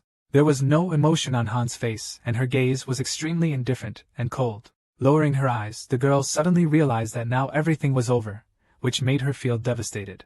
Edro approached her and offered to leave the bodies to the mercenaries and go to the bank themselves. To her surprised question, the elf explained that the last time he went to the bank, he found out that there was an account in her family's name. When a friend suggested that there was something from her father, Hyeon thought doubtfully. By the time they continued on their way to return home, it was already daylight outside and people were scurrying along the road going about their business. Edra wondered why they didn't go to the bank first. The elf replied that her father hated her, so he would hardly leave anything for her. The wizard just closed his eyes tiredly and annoyed and exhaled loudly, saying that people are greedy and stupid enough. But hey, and just lowered her head and quietly answered that not all people are really like that. The elf agreed with a smile, immediately remembering Baron Bloom. He threw his arms out to the sides and laughed hard, a big drop of sweat rolling down his face. Hyeon smiled and said that in any case she was very grateful for his help. He just lowered his head and exhaled noisily, saying that it is not worth thinking for this. After some time, when they arrived at a large bright building, Edra invited his friend to go inside. When a large box appeared in front of her with a symbol painted on the lid, he ordered her hands to be placed on it to unlock it. Hyeon obediently followed all his instructions, which the clerk watched closely. When our hand landed on the center of the sign, a bright blue light immediately began to emanate from it. Out of the box came out the middle, in which there were several letters wrapped with tape. Taking them in her hands, the elf thought, and surprised, that this was all that her father had left in the bank. However, she decided that now was not the time to open the gift, so she decided to do it at home. With a smile, Edro clapped his hands and said that it was good that their affair had ended normally. Suddenly the girl asked him about his relationship with his parents, to which she heard that it was just a complete disaster because they were very picky. The guy added that he had a lot of time to spare, but his parents did not leave him alone, constantly telling him about marriage. In response to this, the elf looked seriously at her friend and offered him to go with her if he didn't like it that much. Frightened that the girl was proposing to him, the elf covered his mouth in fear, but Hyeon assured him that she was simply offering to go with him to the Baron's domain. Pointing his finger at her, the boy asked with a smile if she wanted to marry him there, to which the girl said that he should stay in the city. After getting out of the carriage, Hyeon calmly walked to the entrance of the estate. When she entered the middle, she stopped in surprise when she heard Cho Yisa's voice behind her. He was sitting on the couch drinking tea and told her with a smile that she came back quite quickly. Coming closer, the elf gave a soft gasp, agreeing with his words.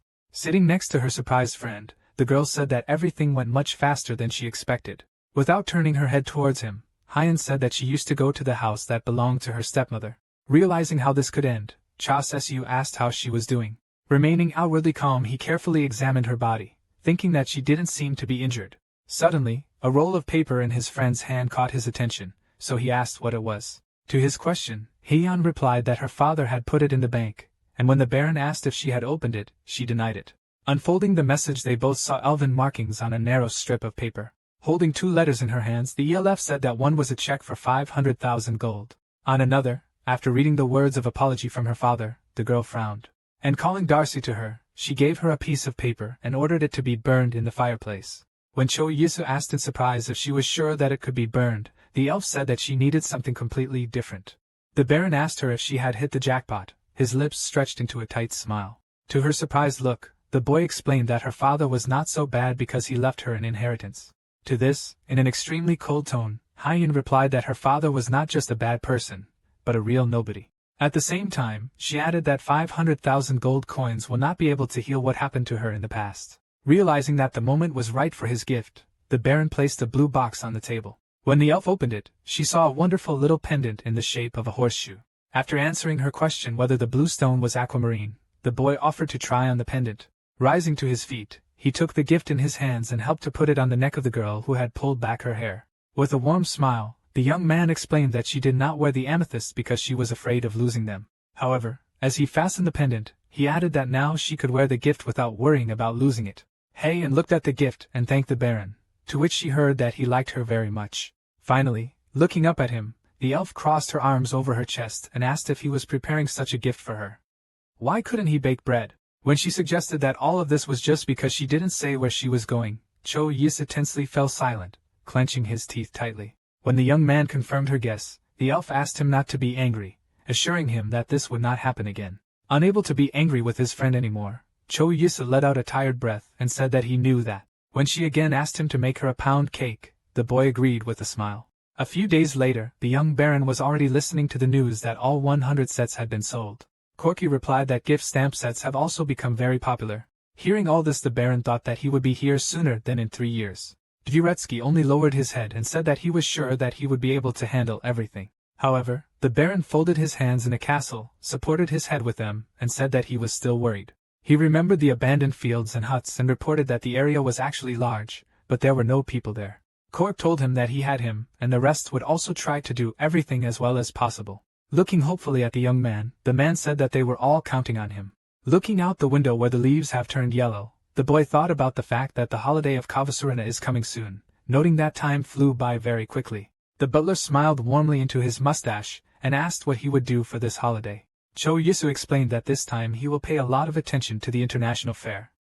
And in August, a night festival is expected. It was on him that he planned to ask several soldiers to go. However, after that, the boy went to the kitchen and decided that for Kwazurna, he would prepare Korean soup, which consisted of gravy and rice balls and was usually eaten on New Year's. Returning to Seth, who was standing and writing everything down in a notebook, the Baron asked if he remembered the tips for making crispy dough. When they explained that they would now prepare a soft dough, the cook assumed that it would be necessary to add not cold, but hot water to knead it. The young man agreed and also added that when the dough is ready, it should be wrapped in a damp cloth and left to stand for a while. After that, it was necessary to clean the chicken from bones and boil them well and then add garlic and leeks. As the Baron began to add soy sauce to the broth, Seth asked him and surprised what it was. After trying it, the cook noticed that it was quite salty, to which the boy said that one day it would become a symbol of their house, so they should start experimenting with it. After a few minutes of cooking the broth, Cho Yisu turned his attention back to the cloth-wrapped dough.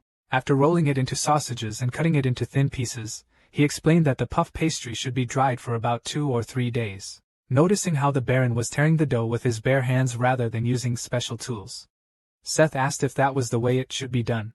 After adding a little more fat to the cooked soup, he poured it into a plate, garnished it with greens and dumplings and said that everything was ready. Returning to the cook, the Baron ordered him to call the managers, which he did with a smile. When everyone finally gathered in the kitchen, Cho Yisu announced that they had done very well last year. At the table sat not only Seth and the Baron, but also Lucas Heian and other inhabitants of the castle. Cho Yisu, in the meantime, I wish everyone to be healthy this year as well. Picking up a spoon and looking at her plate, the elf asked what kind of dish was in front of her. The Baron explained to his friend that this is the kind of soup that they prepare for the new year in their country. Reina also came to the table and said with a smile that it had a very nice color. However, Heian said they still have to taste it to know if it tastes good. The servants also began to eat, with satisfied smiles tasting the new soup prepared by the Baron.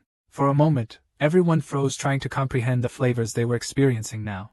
Hans noted that the dumplings were very tasty, while Lucas noted that the soup had quite a lot of flavor. Looking into his plate, Choi Su informed his subordinates that they would be eating it during Kwazurna. For a moment, the young Baron's attention was drawn by Lucas, who was happily munching on the prepared soup. He wondered with a smile if they were ever going to get married or if maybe there was someone they liked. Hearing this question from the young gentleman, Lucas almost choked on the portion of soup that was in his mouth. When Hans asked anxiously if everything was okay with him, the ballet smiled and said that everything was fine. Tears welled up in his eyes as he looked desperately at the Baron, who was smiling widely. However, Corky's assured them that they could not think about it until the gentleman was married, so he would think about it only after him. When everyone agreed with the butler's words, Chosu lowered his eyes and offered to enjoy the meal. However, after that he assured that if someone does decide to marry, he will buy them a house. Hearing this, Heian looked at her friend and asked if he would also buy her a house in case of marriage. However, the young man replied that she was not listening carefully as he only spoke about the senior managers. When pointing to herself, the elf pointed out that she ran a greenhouse.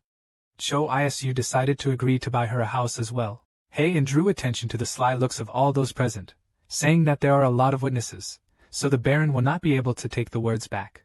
Finally, the day came when the March International Fair began.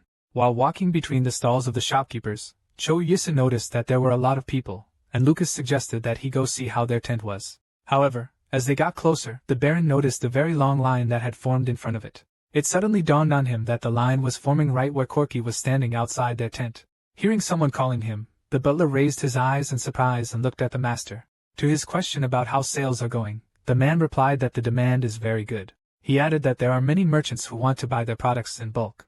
After that, he advised me to go inside, as Reina was already waiting for the young man there. Noticing a young man in the passage, the girl raised her head and smiled widely, greeting him. Smiling back, Cho Yisa asked her if she had already studied the questions well. Reina held up 2 fingers and said that there were only 2 people he should pay attention to. One of them was a spice merchant, and the other was a famous silk merchant. The girl explained that there was a silk merchant from the Ming Empire who had an 80% monopoly on fabric production. Putting a finger to his chin, the Baron reflected that after the black pepper, the prices had fallen and the Pet family had expanded their business. While he thought about having to block the silk going to their family, Reina waited patiently for his decision. After some time, a young man was already standing in his office, who greeted and introduced himself as the merchant Cylon from the Ming Empire. Corky, who was already standing next to him, introduced the gentleman as Baron Isabloom from the Urban Empire. A guest sat down asking if they were selling unfinished products, as he had seen them in the window. When Cho Yusu reminded him that there were many stalls in the market selling finished products, the man said that compared to their product, even the finished products looked inferior. The Baron replied that he could call their master who would be able to make the ornament he wanted. However, he asked for a favor in return, namely for tomorrow's dinner at his place. The next evening, as they had agreed, the silk merchant was already getting out of the carriage in the courtyard of the estate, which belonged to the Baron. The host personally met the distinguished guest, assuming that he was tired from the long journey here. However, the merchant smiled lightly and said that nothing bad had happened while thanking him for the invitation, gesturing towards the manor and inviting him inside. Cho Yisu announced that he had prepared a room for him. When they passed through the courtyard, the merchant suddenly stopped and looked in front of him in shock. He and the Baron were heading through the bamboo forest, not expecting to meet here a familiar plant from his homeland. Looking at the bamboo, the man smiled widely. The Baron said that he loved him too, to which he heard the reply that he was seeing this plant for the first time on this side of the continent. Cho Isu pointed him to a house with heated floors and informed him that they had arrived at their destination. Opening the door, the Baron entered the house first. Directly behind it, the silk merchant said it looked like a separate building or pavilion. While the young man was explaining to his guest that it was so good here because the aroma of the bamboo was soothing, they noticed that the table was already set for a tea party for 2. Pouring a hot aromatic drink into a cup, the Baron invited the guest to try it. He agreed and took the cup in his hands, taking one small sip from it. When told that although the aroma was unfamiliar, the tea reminded him of the Ming Empire, Cho Isu explained that it was barley tea. The merchant assumed that the Baron was very interested in the Ming Empire, but the Baron himself was interested in whether the guests liked the tea. He smiled broadly and replied that he liked the drink very much, as he was very happy to try the tea of his homeland here. Hearing that the merchant wanted to make a deal on the jewels first, the Baron ordered a servant to bring some samples. In a few minutes, there were several small boxes on the table in which various jewels sparkled. The silk merchant agreed that they were very pretty indeed, but there was nothing he really liked about them.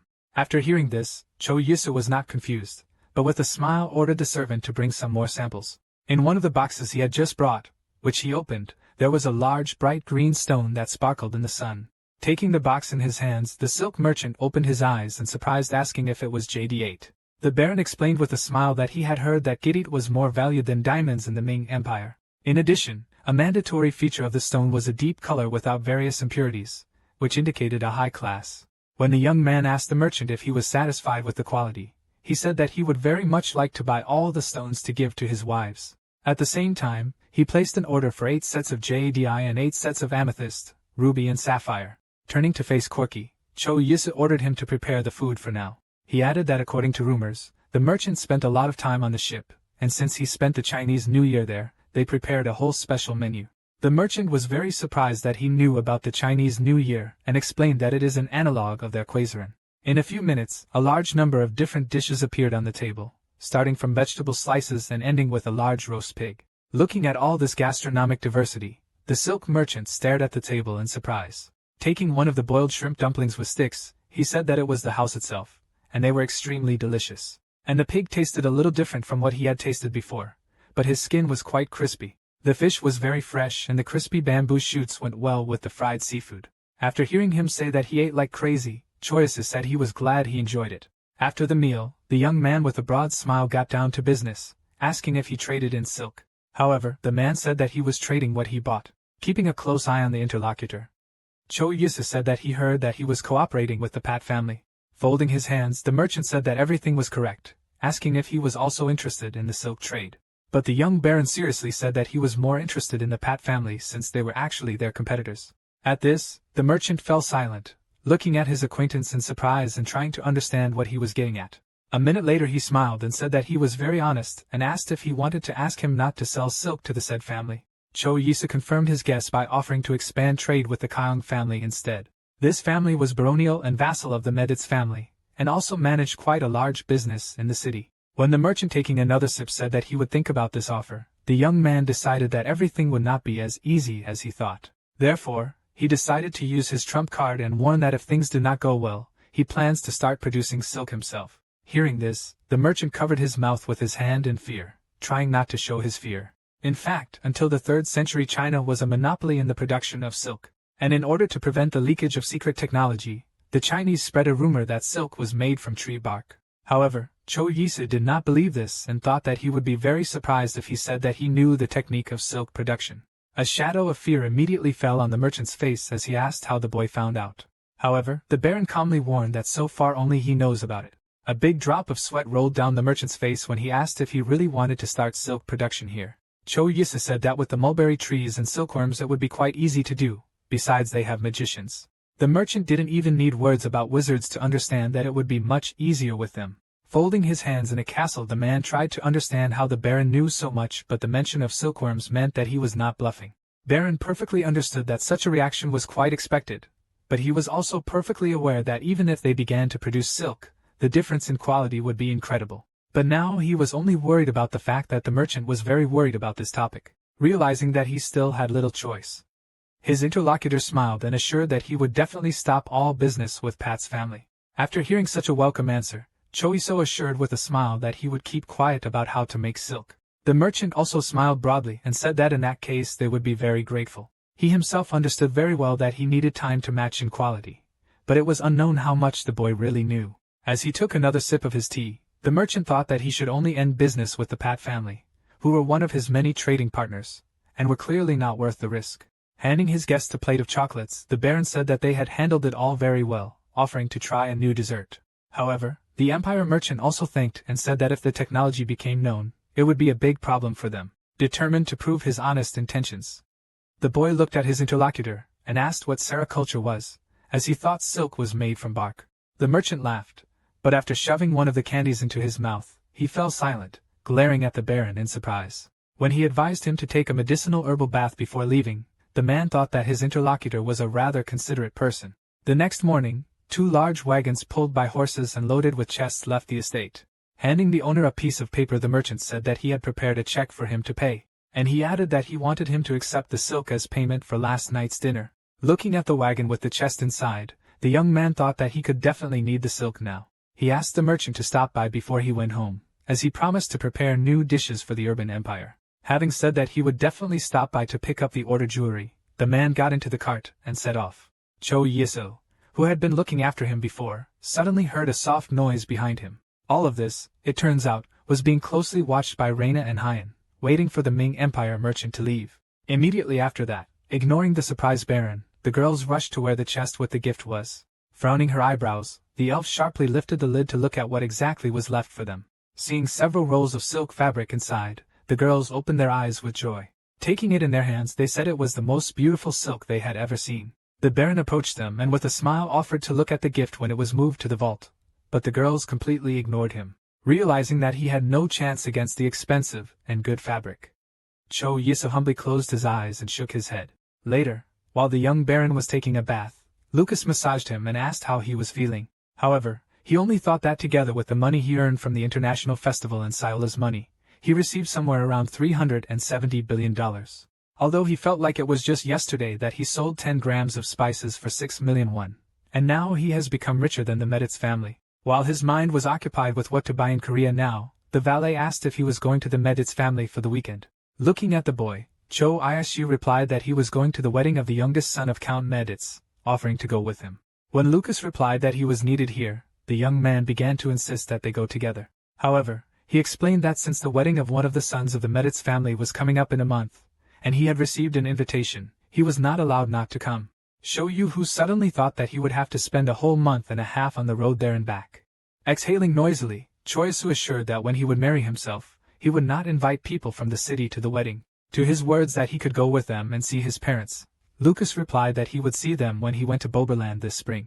Suddenly there was a loud knock on the door of his room, after which the boy allowed the guest to enter. Cork entered him and said that they had brought him a letter from the Chrono family. The Baron said he wasn't in the mood right now, so he asked him to read it. But Lucas explained that he didn't want to go to Mark Metet's wedding because the thought of going through the mountains made his whole body ache. Dvoretsky did not know how to respond to such a request, but obediently unfolded the letter and carefully looked at the letters. First of all, Count Chrono asked if the Baron was doing well, after which he said that he was writing a letter because he had something to tell him. Realizing that this might be important, Cho Isu crossed his arms and asked Corky to continue. The first question was whether he was going to the wedding next month, to which the Baron replied that of course he was. When told that Chrono's family would also be going there, the boy snorted that it was understandable since his daughter was getting married. The next second he jumped up sharply as he heard the word that Count Chrono was going to hire a portal wizard. This news brought him into wild delight, which made him jump around the room and smile widely. However, realizing his behavior and pulling himself together, he stood up and cleared his throat in order to continue reading the letter. Corky read that the Chrono family has hired one, so they are now offering the Baron to join them. Clasping his hands and resting his chin with them, Cho Yisu frowned and thought that, of course, he would agree to this offer. Corky, who heard all this calmly, asked the young gentleman if this would be his answer. After that, Cho Isu approached Lucas and asked if he still wanted to go with him, to which he heard the enthusiastic voice of the valet, who said that he had planned to go with him from the very beginning. On the day of his departure to Chrono's family, the boy asked the elf if she really did not want to go with him, thinking that Jay-Z would be very upset. When his girlfriend said she had some other things to do, he glanced at Hans and Lucas, who were waiting for their ride. Meanwhile, the young Baron turned to Reina, asking her to look behind the house, to which the girl wished him a safe trip. Looking at the way the girls smiled at each other, the young man thought that they had become very close lately. And he liked that much more than getting closer to Edro. After some time on the road, they were already standing in the courtyard of the estate of Count Chrono, where a large portal had been opened. Cho Yisu excitedly said that this was the first time he had seen such a thing, prompting Locust to assume that the man standing by the portal itself was a wizard. The Baron's attention was now fixed on a rather mature-looking elf who was frowning at everyone present. The boy thought about what he wanted to use as he considered the portal the best of all. As he announced the next person to pass through the portal, a young man approached him and introduced himself as Baron Isu Bloom. The magician explained that he must go inside but move through the center. Cho Isu thought that going through the portal was quite ordinary, but the wizard warned that if he moved even an inch, only a part of his body would move. At the exit from the portal, the Baron was in for a rather unpleasant surprise because he felt sick again. As he wiped his mouth, the boy felt déjà vu as he felt as if he had experienced 100 bouts of nausea at once. Looking up at his companions, the boy saw that Hans had survived the passage through the portal quite normally. But Lucas was also sick. When the young man regained consciousness, he heard the voice of red-haired Jace, who was happily running to him. The girl spread her arms wide to immediately hug her friend, whom she had not seen for a long time, throwing herself on the neck of the Baron, who did not expect this. JG shouted that she missed him very much. Noticing that Hans and Lucas were standing next to him, Miss Meditz said that they had become more beautiful. Lucas pointed to himself, and replied that he was handsome since childhood. But the girl only chirped and said that he was only a child compared to Hans. While the boys looked at each other with different looks, she had already taken Choisa with her, saying that she was glad that they had come. Meanwhile, at his estate, Reina was trying on a dress that Hyan wanted to give her. Looking at her satisfied face, the elf asked with a smile if she liked it. She added that she had been working very hard, getting information about her stepmother, for which she wanted to give her address. After thanking the informant, she said that she would now leave her alone, to which Hyan agreed. Stepping out into the corridor, she clenched her fist tightly and thought fiercely that she wanted to go with the Baron. However, she perfectly understood that she had to stay here, and all this was precisely because of men. Getting into the carriage, Reina set off for the city where she could find just that girl.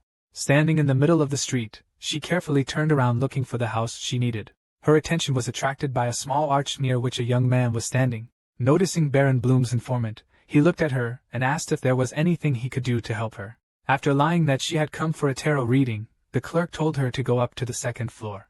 Taking his advice, Reina stopped in front of the door and raised her hand to knock. A few seconds later, a voice was heard on the other side, letting her in. A young girl with light brown hair was sitting in the office who greeted her with a wide smile. Pointing to the chair in front of her, the fortune teller said that she could sit down.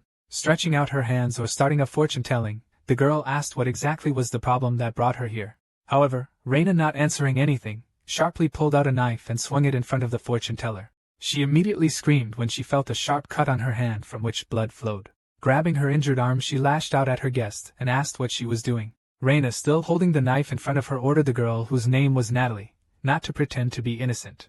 The fortune-teller still continued to look anxiously at her visitor, choosing words. However, Baron Bloom's informant glared at her, making it clear what she would do if she didn't stop. After hearing how Mint called her Chakamucha, the fortune-teller fell silent and stared intently at Reina. A minute later, she took a piece of cloth and began wrapping it around the cut on her hand. Looking at the informant, she said that she didn't have high expectations, but she really turned out to be quite stubborn. Clenching her fists tightly in rage, Reina said that she had come here not to speak, giving her only 10 minutes. However, her threats did not work as they should, and the fortune-teller only asked if she smeared the knife with poison. Trying to bluff, Reina said that only she knew the composition of the poison, so it was better to answer the questions. After a minute of thinking, the fortune-teller slightly looked at her interlocutor and asked what exactly she wanted to know. When the informant asked why the water was still splashing around the Baron, the woman just laughed softly. She added that she was not interested in the Baron at all, but in the Duchess. When the woman asked how Reina knew that Mint and Natalie were one and the same person, she said that only she would ask questions. Immediately after these words, a condescending smile appeared on the fortune-teller's face as she removed the bandage from her hand. Stretching her limb forward, the woman showed that not a trace remained from the cut. But Reina, who did not expect this at all, frowned and angrily lashed out at her interlocutor.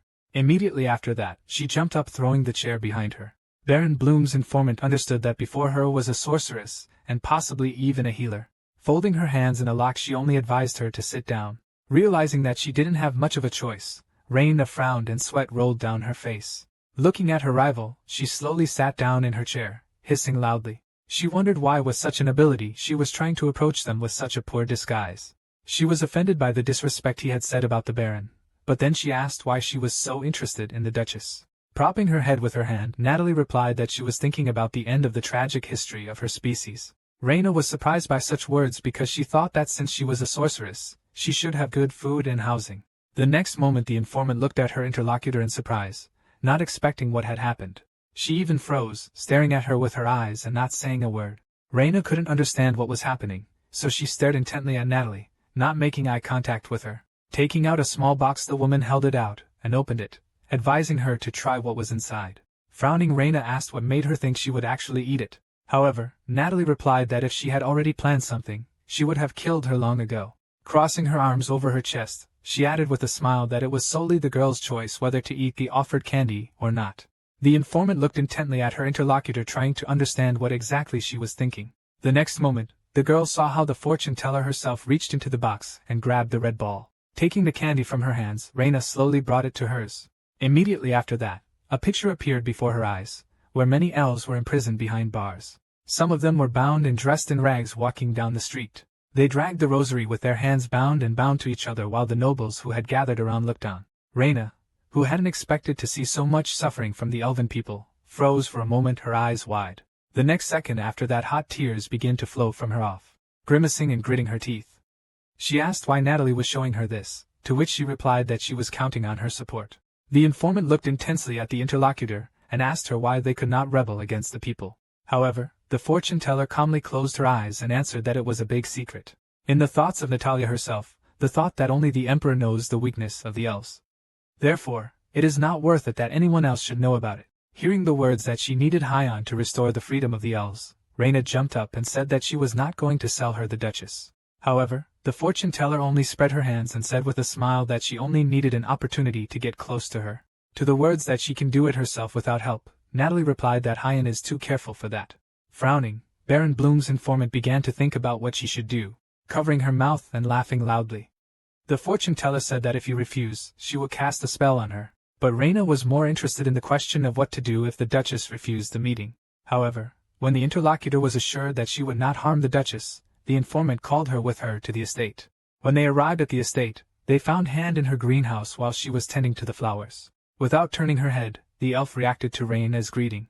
However, rising to her feet and looking around, she asked who she had brought with her. While the informant wanted to say something, Natalie put her hand to her side and said that she could introduce herself. Pointing to herself, she gave her name as Priscilla Valentine. For a moment, Hay and frozen surprise glaring at the new guest in shock. However, after that, she sat down in a deep bow, saying that she was glad to meet the Queen, which shocked Raina very much. The informant knew very well that Priscilla Valentine belonged to the clan of High Elves, who held the highest place among other elves. However, she didn't expect to meet any of them one day, as none of them had shown themselves before. So now, considering that the Duchess herself was crouching before her guest in a deep curtsy, she could only hope that she had not made any mistake. Priscilla meanwhile smiled and said that she could get up, as she herself did not like the antiquated tradition. Returning to Raina, Priscilla asked her to give them a room so they could talk in peace. Without wasting a second, the informant ran out of the greenhouse, hoping to carry out the Queen's orders. Left alone with the distinguished guest, Heian asked her what she wanted to talk about.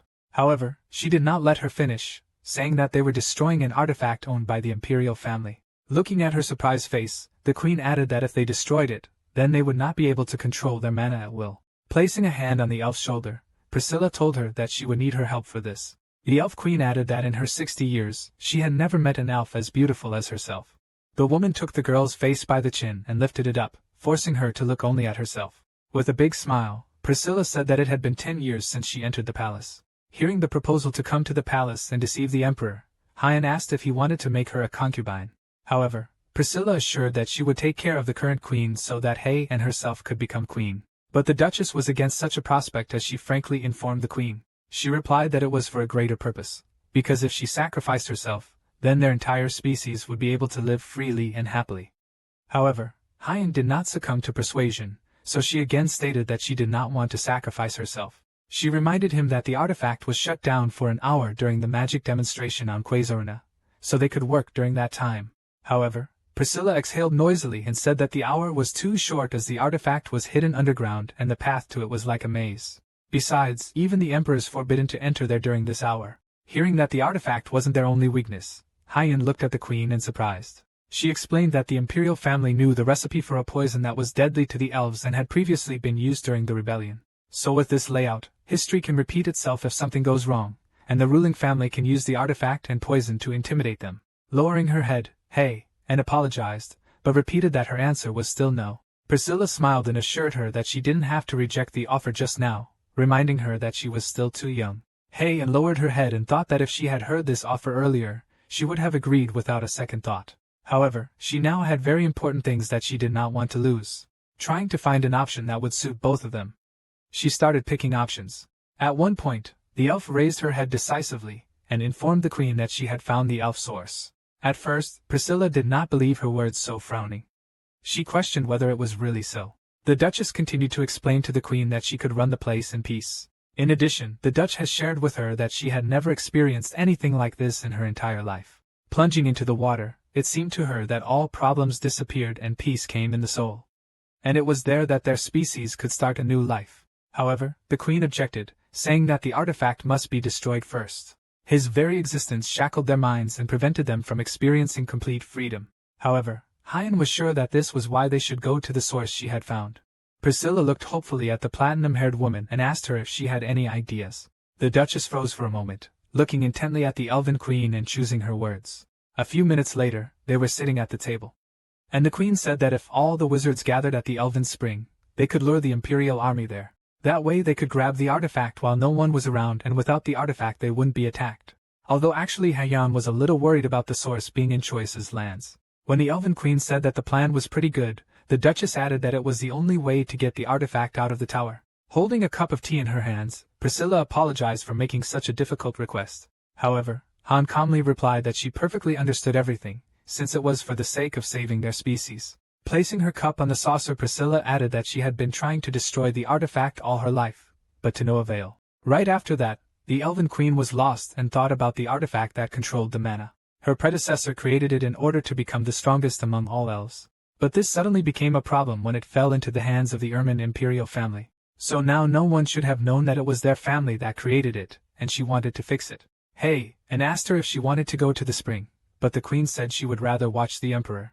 After Hyan said that she would write when she decided to go to the spring, Priscilla said that she would gather all the elves then. Meanwhile, Lord and Lady Meditz, as well as their son Mark and his wife, escorted Chuisa with JJ. The boy assured that he would take care of the redhead, while she promised that she would be back soon.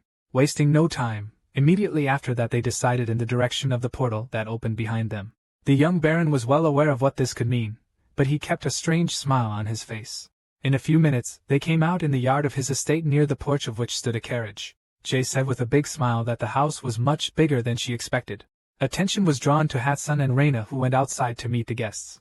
Noticing her friend whom she had not seen for a long time, the redhead immediately rushed to hug her. While she asked if she missed her, the elf tried to push her away. Remembering his reaction to traveling in the portal, Cho Yisa couldn't understand where his friend had so much energy, suggesting that she go to his family's annex. However, Jaeger only turned to him with shining eyes and said that she would stay a little while and play with the Duchess. Grabbing her hand, the redhead immediately began to demand a tour, but Hyan only offered to go for a walk. Looking with a smile at his girlfriends who were having fun together, the guy decided to leave them alone and rest a little. The next thing he remembered was how abruptly he woke up in his bed. Sitting down, the boy wiped his eyes and thought about the fact that he had switched off very quickly. He was immediately greeted by Corky, who offered to help him change. While the man was working on his shirt, he asked how he was feeling after the long journey. Suddenly their conversation was interrupted by a light knock on the door of the room. Having received permission, Seth entered, who was puzzled by something. He approached the Baron and said that he had something to tell him. The cook was silent for a moment, trying to find the words that would best describe what he wanted to say.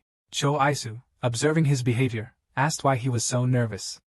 And the thought appeared in his head that he was planning to resign. However, Seth said that wasn't the case.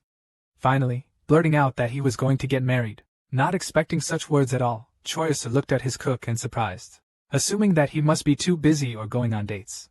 The Baron asked him who exactly he was marrying. Hearing that the bride would be Marion, who was the daughter of a baron, the boy asked how they met. Finally, the young man asked the employee if he had already made an offer. Marion Hatcher, whom Seth chose as his bride, was the eldest daughter of a poor baronial family. It was quite a normal practice. Besides, quite a few baronial families kept their eyes on the chef of the new Bloom family. After patting the employee on the back, Choisu congratulated him, to which he was told that he had not yet accepted the offer as he had to ask him first. With a big smile on his face, the Baron allowed him to marry, wondering when it would finally be his turn. In addition, he assured that when they moved, he would give them a house. But for now, they could use the empty rooms in the estate. When Seth confessed to the young gentleman that he loved him, he advised him to save all this love for his bride.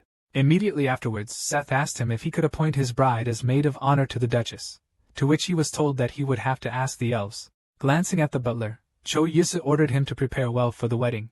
Suddenly the door opened and into the room a red-haired woman accompanied by Hyan flew into the room screaming loudly. Glancing at his friends, the young man asked her what had happened, and Jason immediately replied that she wanted to call him to go shopping with him. Looking at him with big eyes, the redhead asked if he would like to spend some time with them, reminding her of the road she had traveled. At that moment, Hyan intervened in the conversation, who also called him with them, saying that she had something for him. These words aroused the Baron's curiosity, so he clarified what exactly she had for him. When they got out of the carriage, the young Baron looked in surprise at the building near which they stopped. He and the girl stood outside a large, luxurious mansion with dark tiles and light walls. When Hyan confirmed that this was where her stepmother lived, the boy asked why she had brought him here. However, when the elf said that it was a gift for him, Cho Yisa looked at her friend and surprised. Answering his surprise question, whether she would give him this house, the girl said that she owed him a lot. But the Baron said that he would already have a house, so it would be better to use the building for other purposes. He thought that it would be possible to open a jewelry store or a snack bar here, and maybe even a department store. To the elf's surprise question, he explained that this is a place where you can sell a variety of goods. Putting a finger to her chin, Hyan reflected that there are usually a few awkward moments when she goes shopping, such as having to stop the carriage at the right place and traveling in the rain or snow. After hearing this, Cho Yisa suggested that she take up the matter, to which the friend assumed that it was because he did not like the gift. However, the Baron, raising his hands in a conciliatory gesture, said that soon he would manage the lands entrusted to him so she could make a river there instead of running a department store. The elf crossed her arms over her chest and told him not to worry, as she already had some plans. When they returned to his estate, Choisu told Seth that he had been very tired lately, to which the cook said that he had to live up to his new status. After hearing advice that he could also marry, The Baron ordered that he simply give him a knife. He pointed to the table where there was a basket of dried flowers and a dead eel. At a surprised look, the boy slightly replied that he had prepared it for someone who liked to live up to his rank. Returning to another cook whose name was Monty, the Baron ordered him to prepare an eel. While they were waiting, he decided to prepare another dish and serve it in a stone pot. Meanwhile in the hall, Jason was enjoying the chocolates that the Baron was preparing. The redhead's face showed a higher degree of satisfaction as she chewed on one candy. Observing her actions, the young man asked how many candies she can eat a day, clarifying whether they are really that tasty. After that, with a smile, I asked if she had recently complained that her dress did not fit. But hearing his words, the red-haired girl lowered her head glumly but took the last piece of candy in her fingers. Crossing her arms over her chest, Hyan asked him why their Jezi was asking such a question. Hearing her words, Cho Yisa thought about the fact that it seems that only recently they were irreconcilable enemies. But he was glad that they had become friends. At that moment Seth and another servant entered the hall and announced that the food was ready. On the waiter's side tables, they brought out rice mixed with spices and cooked eel. The Baron wanted to warn the redhead that the stone pot would be hot, but he didn't have time to do it. And in a moment she started screaming that she had burned her hand. Showing her injured hand, she lunged at Seth, blaming him for serving such hot dishes. But the young Baron did not insult his chef, saying that he ordered it and the dishes should be like that. When he asked how her hand was, Miss Mita showed him her middle finger and told him the hand was out of order, offering to blow on it. Not at all expecting such a gesture from a girl of a noble family. Cho Yusa said that it would be best to first take wild onions and soy sauce and mix them together. After that he spooned a decent amount of bitter rice mixed with spices. And then with a big smile on his face, he thanked the cooks for the food. James followed suit and grabbed the spoon as well, saying she wanted to try it. As she chewed the spice porridge, her face showed a wide smile of satisfaction. Covering her mouth with delight, the girl exhaled and asked what the sauce was called. Now she wonders why they don't grow vegetables like that, because the texture of the bean sprouts and the pork went so well together. Noticing that Hyan took the bread and dipped it in soy sauce, the young man watched her reaction intently. Meanwhile, the elf calmly shoved the bun into her mouth, biting off a piece. A moment later, with a big smile, she said that it tasted even better with bread than with rice. When JJ said that the sauce went well, even with eel, the boy assured her that he would give her the seeds when she went home. To his question about when she plans to return, the girl replied that she plans to do it in November. When the Baron asked if things were going well, the girl raised her hand and showed him 5 fingers. And with a broad smile, she explained that they need as many as 5 more stores. Afterwards, Cho Azu turned to Hyan, asking how she was doing and why she was offering her ideas. To which the elf calmly reminded him that she had given him the building for his department store. The Baron turned to the red-haired woman again, saying that she had arrived on time as she would have time to go to the night festival before leaving. She smiled slightly and said that this is exactly what she was waiting for. Meanwhile, in the Imperial Palace, Priscilla was again sitting with the Emperor at the table, talking about the arrival of Duchess Adelia. The man confirmed this with a smile as he called her because he wanted to talk to her about something. The Elf Queen reminded him of the great merchant salon of the Ming Empire, saying that he had broken the silk supply contract with the Pet family. She added that she did not know the exact reason why, but now all silk was supplied to the Kayan family. To this, the ruler of the empire suggested that perhaps the Meditz family had paved the way for this year. But Priscilla assured her that Pat's family was rumored to be very rude to Salan, although she didn't mention that she was the one who started the rumor. Pat's family was really interesting because they started with a small salt production and became aristocrats. Now they behaved very hotly, rejecting other families. Judging by what the 5 great families have been doing lately, they were definitely crossing the line because they forgot that only the imperial family had true aristocratic blood. The ruler laughed and said that it was because of this that he called Adelia to him. Suddenly, his attention was drawn by a knock on the door, which sounded, and the butler's voice announced the arrival of Duchess Adelia. Immediately after that, a young woman with blonde hair and a white dress entered the room. Embracing his sister, the emperor noticed that she had come a long way, to which the woman replied that they had not seen each other for a long time. Turning her eyes to her brother, Adelia asked him why he had summoned her. The ruler smiled and replied that they should discuss something with her. After that, he continued that he would like to auction a small area located in the south. At first, the woman was surprised by the offer to give away part of her land, but when they sat down to discuss it, she clarified whether he wanted to add strength to the side of the Meditz family. The emperor said she was absolutely right, adding that the southern lands had been ruled by the central government for generations. Most of the southern territories had been under the Erman family for 113 years, and the largest port, Montpart, was now owned by the Pat family. Adelia immediately noticed that her land bordered the Pat family's holdings, so she was sure that they would also be watching the proceedings closely. After hearing the proposal to introduce restrictions on the auction, the woman realized that he planned not to disclose information about the auction, so that the pets did not receive the land. The emperor's sister added that even if the lands were transferred to the Medids family, it would not mean that the imperial power would simply cede to them. In addition, the man added that the southern lands of the empire are a symbolic place for aristocrats, and only their possession could fundamentally change the status of the Medids family. So he asked if she would mind if he put a small area up for sale. The woman agreed, adding that it was still not easy to manage the land that bordered the Pat family's property. The ruler was glad that it would be possible to hand over the land as soon as possible.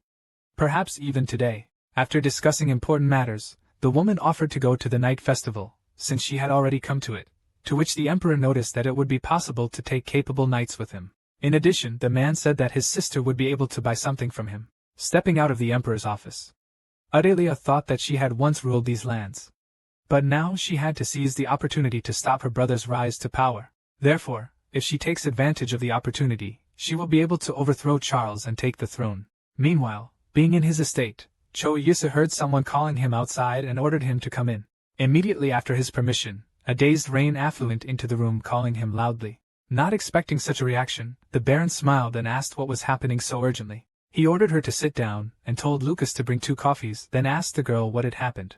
She wanted to say something else, but she fell silent for a moment, looking intently in front of her with a surprised look. Her eyes darted over the Baron's face and body as the informant tried to gather her thoughts. Hearing him start calling her again, the girl looked in front of her in a daze and answered.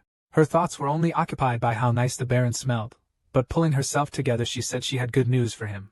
Reina said that earlier he was looking for land for a farm, and now the lands in the south are being put up for auction. The informant asked how it is that his wish always comes true without any problems.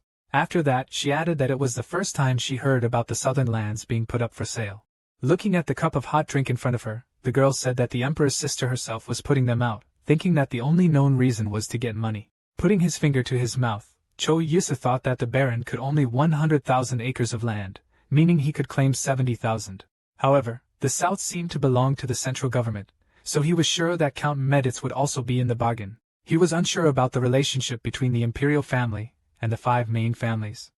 So he asked Reina what their relationship was.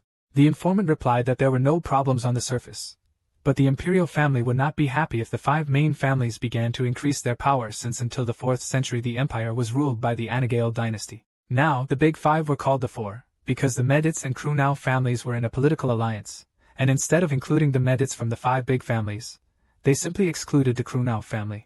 Choice wondered if he could take the opportunity and get the title of Earl when he heard that the auction would last for 2 months, so he had time to think. Just as Reina was about to leave, Miss Jace burst into the room looking for her friend. Despite paying attention to the informer, she started waving the letter and saying that he had received a message, trying to calm his friend down at least a little.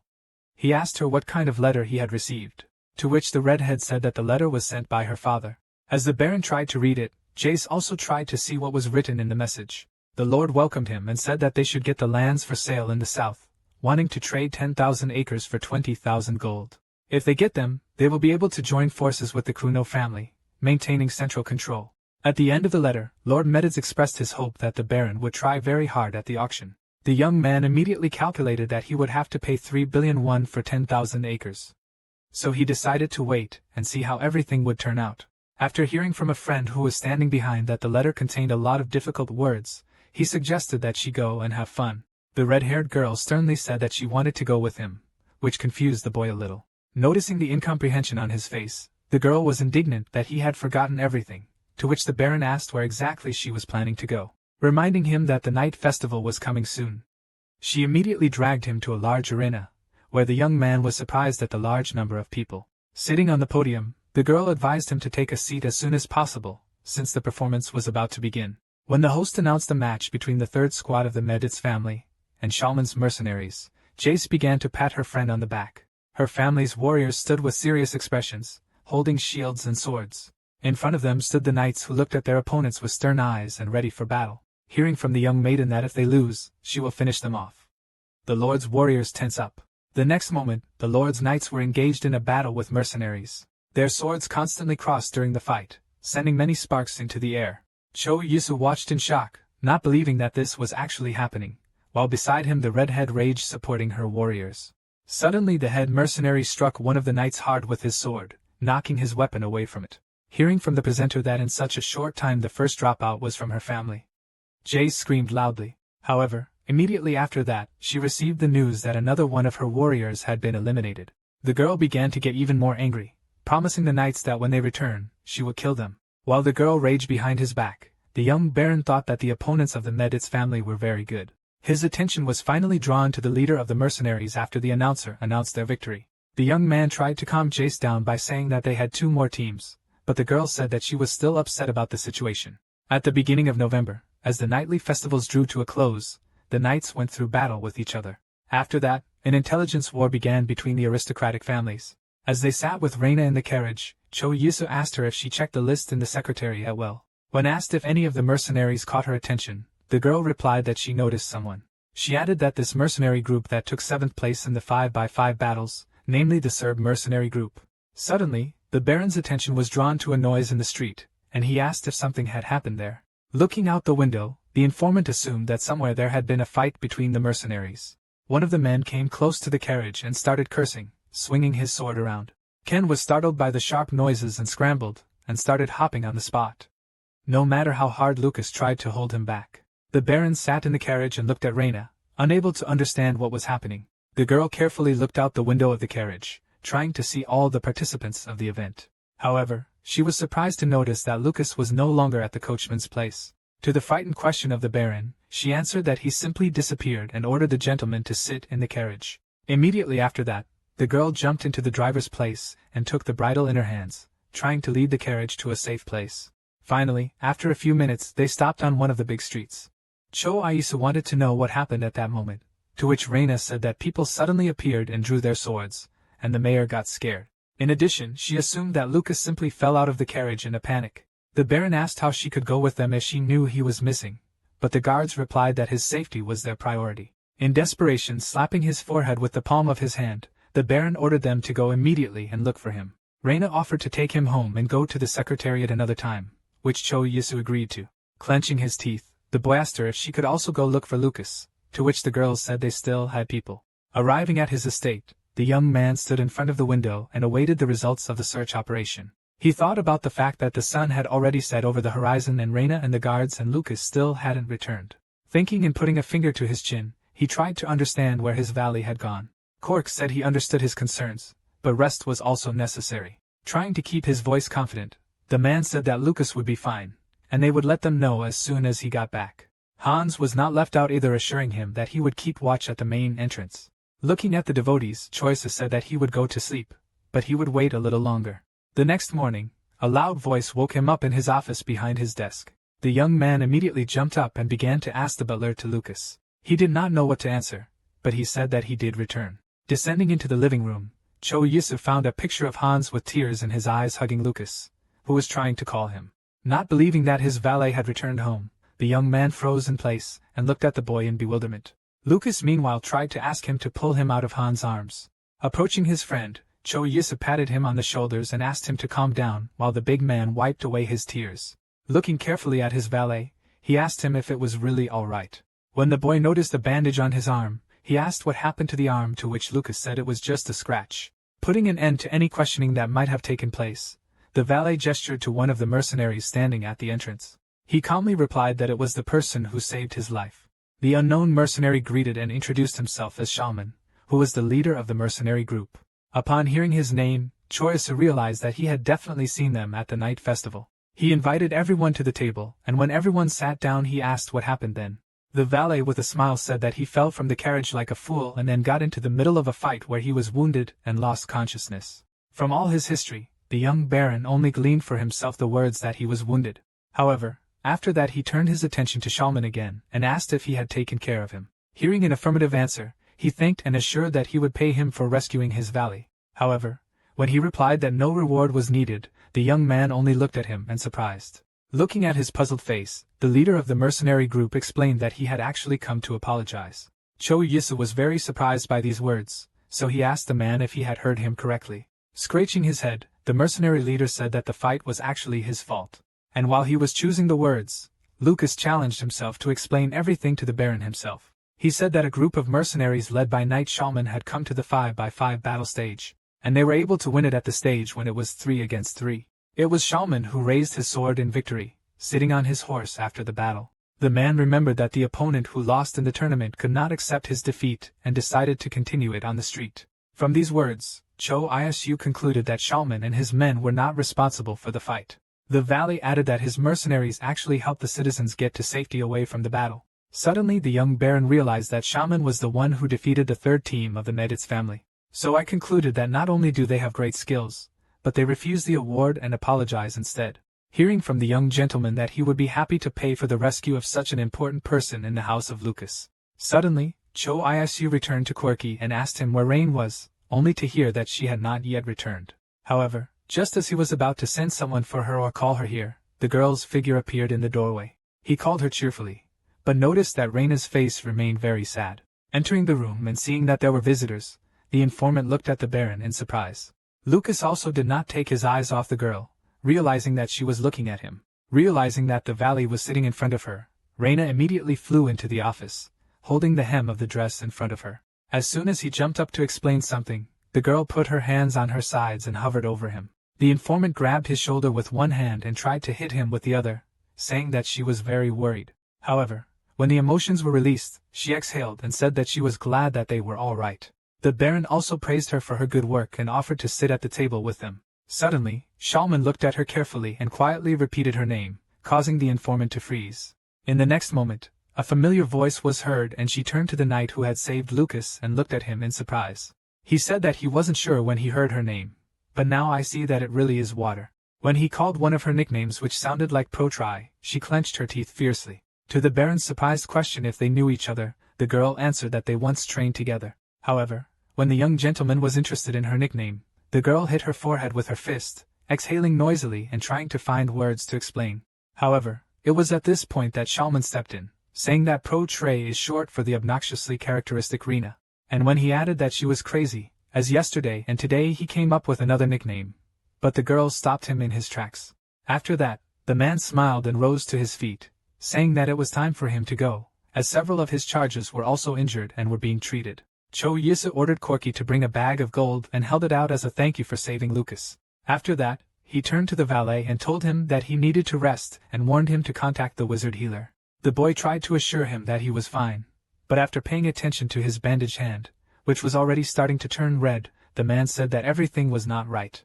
In addition, he forbade him to go anywhere today, saying that he should rest more. When the matter was resolved with the valet, the Baron turned to Reina, noting that Knight Shaman was a good enough person, to which the girl said that he should not worry about it. Putting his fingers to his chin, the boy said that he would like them to apply to be hired by their family. The informant confirmed that Shaman has very good skills, but he has a very complex character because of which he cannot belong to one place, because he quickly gets bored of it. Patting her on the shoulder, he suggested that she also go to rest since she had been working all night. Keeping her head down and lost in her thoughts, Reina quietly agreed to his proposal. Meanwhile, Shaman sat in the tavern and celebrated the victory with his mercenaries. He announced with a smile that today's drink and meat would be at the expense of the master whom Lucas serves. Looking at the luxuriously covered table, where there was a lot of meat, as well as champagne and beer, everyone began to shout words in praise of Baron Bloom. But the leader interrupted them again, saying that he had to tell them something. Looking carefully into their faces, he said that it was time for them to settle down, get married and have children. Noticing that no one answered yes when asked if they agreed with this, he asked why they had such a reaction. One of the subordinates said that if he was lonely, he could steal someone for him. Immediately after that, Shaman threw a piece of bread in his face and advised him to grow up and not talk nonsense. The leader also warned that he was thinking of going to the secretariat and adding them to the list of mercenaries from which the aristocrats could hire them. At these words, the reaction was more obvious, as everyone resented such a proposal, saying that they did not want to be dogs for the nobility. To which Shaman calmly answered them that since they do not like this, then this holiday will be dedicated to the fact that their group will be disbanded. At the same time, he warned that he is not going to force them. If they agree with him, then they will follow him. If not, then they can form a separate unit. Saying that the conversation was over, Shaman turned and headed for the tavern's exit. When he was sitting in his room, he heard a loud knock on the door and a familiar voice, so he allowed the visitor to enter. One of his associates said that his behavior was too much because he did not even talk to them about it. The leader completely ignored this, throwing his hands behind his head and crossing his legs, asking if they would follow him. When they began to demand that he tell them the reason for such a decision, the man looked down and said that he had found Reina. Short brown hair and big brown eyes suddenly stood up in front of him, staring at him in surprise. Hearing this, one of his subordinates asked in surprise if he was talking about their master's daughter. He also immediately remembered the wild face of the girl who clenched her teeth and screamed loudly. The boys immediately smiled and said that they would not be thrown into a pit because of a woman. But the leader replied with a smile that it was safe to fall into the pit for Reina's sake. His associates immediately understood that he was still after her, but he did not answer, but only started shouting at them. When he asked if he looked like someone who would trade friends for a girl, the boy said that's exactly the kind of person he looks like. Shalman said that Reina now works for Isa Bloom, mentioning the cafe. They immediately understood who he was talking about, saying that the desserts there are simply incredible. However, they were very surprised that the leader was going to work for a baron at a time when they had so much to offer from high-ranking nobility. Shalman replied that he might be a baron and a novice in the business, but he had a very good reputation besides his fortune amounted to about 1,000,000 gold. And he also knew very well that at one time the young man studied the art of the sword with the Meditz family. In addition, he was on good terms not only with the lord himself, but also with his children. Placing his fingers to his chin, one of the men snickered at the thought that the boy might have ties to the Meditz family. Furthermore, their leader added that apparently there was no one who could be a good example of a swordsman, so their swordsman would be perfect. Shalman recalled how they returned to Tolman's family, who looked down on them for wielding a sword without any history. However, his speech did not affect his associates, and they assumed that he still wanted to be close to Reina. However, despite this, they were ready to stay with their leader. Shalman clenched his fists tightly, and thanked them for trusting and following him. But his friends immediately planted him, saying that they did not trust him but Reina, and since she wisely chose the Baron, then he deserves to be trusted. One of the boys added that she might have a bad temper, but she understood people quite well, to which the leader did not reply. Another confirmed that every person Rana disliked was a psycho as far as he was concerned. Meanwhile, in his home, Cho Yisu was going over a piece of paper that had the chosen mercenary teams written on it. Suddenly he looked with surprised eyes to where he noticed a familiar name, and noted that Shaman had also applied. When Reina said that she saw familiar names there, the Baron assumed that she had ordered a word for him, and the girl assured that she only found out about it now. Now, tapping the mercenary leader's name with his finger, the boy said that partly because they had saved Lucas, he would prefer to hire them. Returning to the informant, he asked what skills they had. Reina tried to find words, but the fact that Shalman was approaching her every time he got a chance was still running through her mind. After some time, the leader of the mercenaries together with his subordinates stood in the large office of Baron Bloom. Putting his hand to his chest, he introduced himself and greeted the audience. Rainer exhaled noisily without saying a word, but the young man asked to come in and asked who came with him. One of the boys said hello and said he was Shalman's right-hand man named Black Bear. However, another said that the right hand was actually him, and his name was Chita. And while his subordinates were figuring out their relationship and their status and their team, the leader himself asked not to pay attention to them. Cho Isu smiled and offered to proceed with the case in such a case, asking about the conditions they have. Shalman said that experienced knights are paid 600 gold a year, 300 are paid to knights of average experience, 70 gold to the armor bearer, and 5 gold to the page. Their team consisted of 3 experienced knights, 17 of medium experience, 7 squires and 15 pages. Having heard that the annual salary of their squad would be about 7,500 gold, the Baron was surprised that they agreed to the usual payment. Shalman said that they agreed on one condition, adding that the stated amount does not include housing costs. When Cho Yisu agreed, he raised his finger and told him to pay them 15,000 gold. That way, they would have enough for everything. When asked by the Baron if this would really be enough, the leader of the mercenaries said that there is no war now, so to demand 3 or 4 times more would be simply not fair. Extending his hand to the man to shake, the Baron thought that he had suitable skills and a clear conscience. When he began to demand someone who had managed their accounting, his interlocutor warned that the contract was for at least 2 years. After that, he held out a letter written in small letters which he called a contract. When the mercenaries left his office, Cho Isu turned to Corky, asking him to send someone for Hyon. Alone, the boy exhaled noisily, thinking that he had finally completed this great task. But suddenly it occurred to him that he still had one important problem. Hearing that a favor was required of her, the elf was very surprised. The Baron said that his request would apply to Lucas, who in his opinion should have been treated well. To her words that he should just call the wizard healer, the boy said that he would have to wait as long as 2 months. Hyon huffed, as she said she was a bit worried as she smelled a strange smell from the valet's wound. Cho Yisu remembered that he had heard that he could receive immediate treatment if a doctor was summoned by a wizard. The elf thought and promised to try to do something about it, putting his hands on his sides. The young man said that it was their Heian, which again satisfied his friend.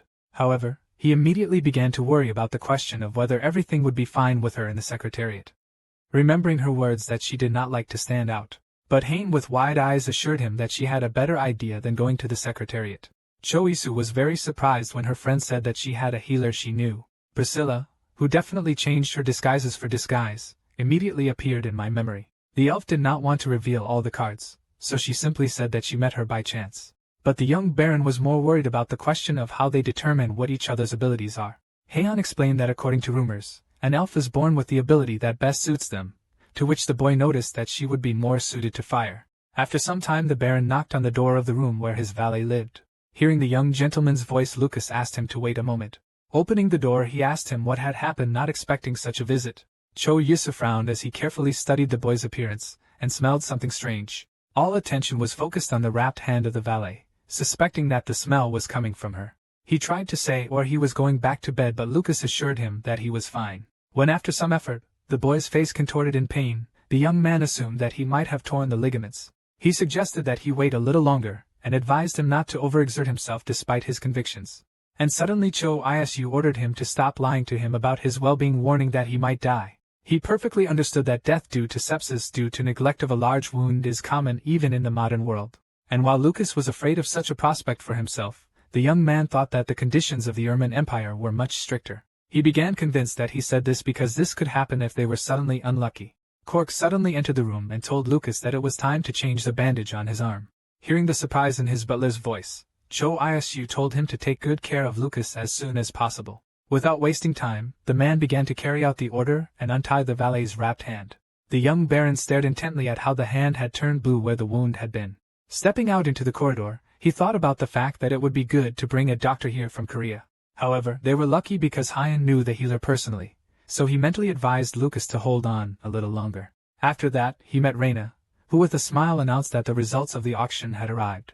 Looking at the document brought by the informant, the young baron realized that he would pay 24 billion for the total cost of 70,000 acres. Looking up at Reina, he asked what would happen to the rest of the lands, but there was no information about it. After these words, he decided that he would wait until the Lord contacted him himself. There was a loud knock at the door, and Corky's voice was heard behind it.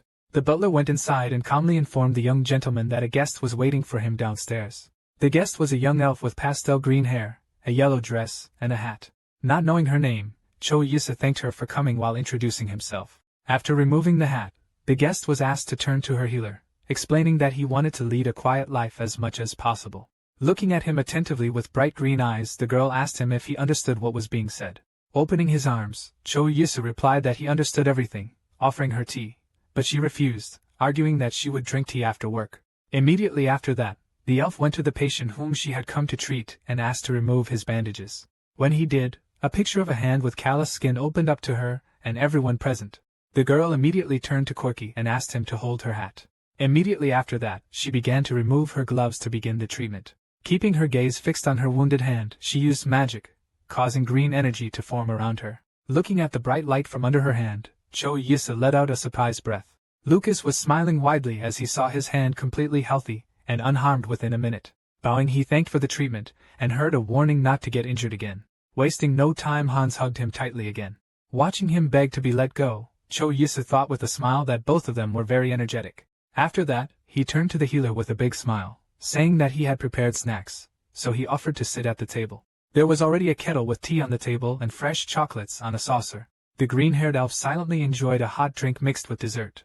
Stretching his lips in a sincere wide smile, the young baron assumed that she liked him. She also smiled and agreed, saying that she especially likes chocolate, watching as she reached for another candy. The boy said that he was very glad to know that she liked it. The next moment he was interested in the question of whether she still had even a little magical power left. To her surprise, the baron explained that if there was still some left, he would like to take it and use it again. Priscilla smiled and assured him that she agreed, as it was not difficult at all. Hearing these words, Cho Yisu immediately turned to Reina, who was standing next to him. He remembered that Solomon had talked about several of his men being injured, so he offered to take care of them once they summoned a healer. The informant smiled widely and said that in that case she would bring them now. When the treatment was complete, the leader of the mercenary group bowed low and thanked the healer. However, she assured that there is nothing to be thankful for, as she is just glad that everyone recovered quickly. After asking her how much he owed her for treating his people, the Baron heard that she was only proud of the fact that Heian had done a good deed. Covering her mouth and laughing, the girl added that if he insisted on a reward, then chocolate would be very appropriate. In a few minutes, the Baron brought her a large package, in which lay a red box with candies. Taking the gift, the girl thanked her, to which she heard that the Baron was also grateful for everything she had done today. The healer said that she would meet them again someday, adding to the Duchess that she knew too. She only smiled and wished her a safe journey home. Watching the white carriage with the elf drive away, the girl thought that one more problem had been solved. Hearing his friend's voice calling him, the young man turned his head in surprise and looked at her. The leader of the mercenaries bowed once more to the Baron, thanking him for his concern for them, to which he replied that they are now also part of the family. So this is a normal thing. As the girls left for the estate, the young man asked him how he decided who to name captain, as he had heard that they had been close friends since they were young. The bear replied that the title of captain was quite burdensome, so they pushed him on Shaman. After hearing that he was much better than him in terms of skills, the leader only replied that he only knows how to clean cones. Hearing such an allegory for the first time, Cho Yusa smiled tightly and asked what it meant. That Shaman explained that sometimes they go to the mountains to train exclusively with swords. It is during such training that they always force the beginners who are weaker than everyone else to clean the cones. Well, they used this phrase when someone interfered. However, the bear came forward and proudly declared that he had never cleaned the cones. Suddenly, Cho Isu froze and said that he needed to discuss how they would cross the Knots Mountains, as it would be a large group trip. Sitting down at his desk, the boy declared that the price didn't matter, so everyone should think about what they would need for the trip. She turned to the Baron and said that he recommends buying items that are made by magical engineers. He explained that they can prepare items that will then contain the magic of a wizard. For example, the magic of a fire wizard can be moved into a box, and during battle it will turn into a weapon. Hearing this, the young man thought that Heian's magic could be used like a water bottle, and with the help of Etro's power, he was able to grow a bamboo forest. Shoyu super to finger to his chin and thought about what else they could take with them. The leader warned that since his name became famous with the help of jewels, many people could be interested in them. After hearing him, the young man thought about the fact that at the moment he had 5 kilograms of precious stones left. That is, it was worth about 15 million won. He perfectly understood that everyone expected that they would take money and jewels with them. Noticing his deep thought, Shaman advised him not to tell anyone about the upcoming trips. When he advised them to set up camp before going into the mountains, the Baron was very surprised, to which the man explained that if they were really going to be attacked, they would most likely do it in the mountains. And if they spend several days in the camp, then the patience of those who are going to attack will simply run out, and they will disperse. The Baron agreed to his offer and assured them that you would give them money somewhere, and that they would buy everything they needed. Shaman rose to his feet and bowed again, thanking him for the treatment of his men, to which the Baron again assured him that there was no need to thank him. While Baron Cheetah headed for the exit from the office, their leader froze for a second. His attention was drawn to a single piece of candy, which was on a plate on the table, and from which he was now staring. Left alone, Cho Yusa walked over to the window and looked out at the surrounding landscape, sailing noisily as they were finally on their way. Meanwhile, Han was dressing with the help of her 2 maids. When at last she heard that everything was ready, Seth's wife smiled, saying that the Duchess has very fair skin. She still wanted to say that it might be because she takes a bath with rosewater every day. But when she remembered the smell of the Duchess's body, she fell silent and stared straight ahead. Immediately after that, she turned her back to the elf and covered her mouth and nose with a loud yelp. Realizing how her behavior looked from the side, she turned back and apologized for her, explaining that she hadn't been feeling well lately. Hearing this, Heian immediately assumed that the girl might be pregnant. After these words, Darcy began to ask the girl questions about how much her body had changed in the last period, and when exactly. After hearing the answers to all the questions, she closed her eyes and calmly said that she would have a child. Heian immediately said that Seth would be happy with such news, to which the girl confirmed with a smile. When the young couple stood before the Baron, he asked them if everything had happened too quickly, but he sincerely congratulated them. But hearing that they had never crossed the Knots Mountains before, he asked if it would be normal for a girl to cross mountains in such a condition, as it would be quite difficult physically and psychologically. In addition, there was little oxygen in the mountains, which could harm the child, but the girl assured him that everything was fine. Covering her stomach with her hands, she said that the baby would have good protection. Having agreed that they should go with him, however, he warned that she would get into a good carriage and not one where all the luggage would be lying around. Hearing this, both immediately began to thank the young lord, but he again advised them to keep this love for the 2 of them. Watching Seth and his wife leave his office, the young man thought that they reminded him of the past. His mother often said that when he grew up, he would meet and love a woman as beautiful as she was. His father smiled, put his hands on his shoulder, and said that it would be so.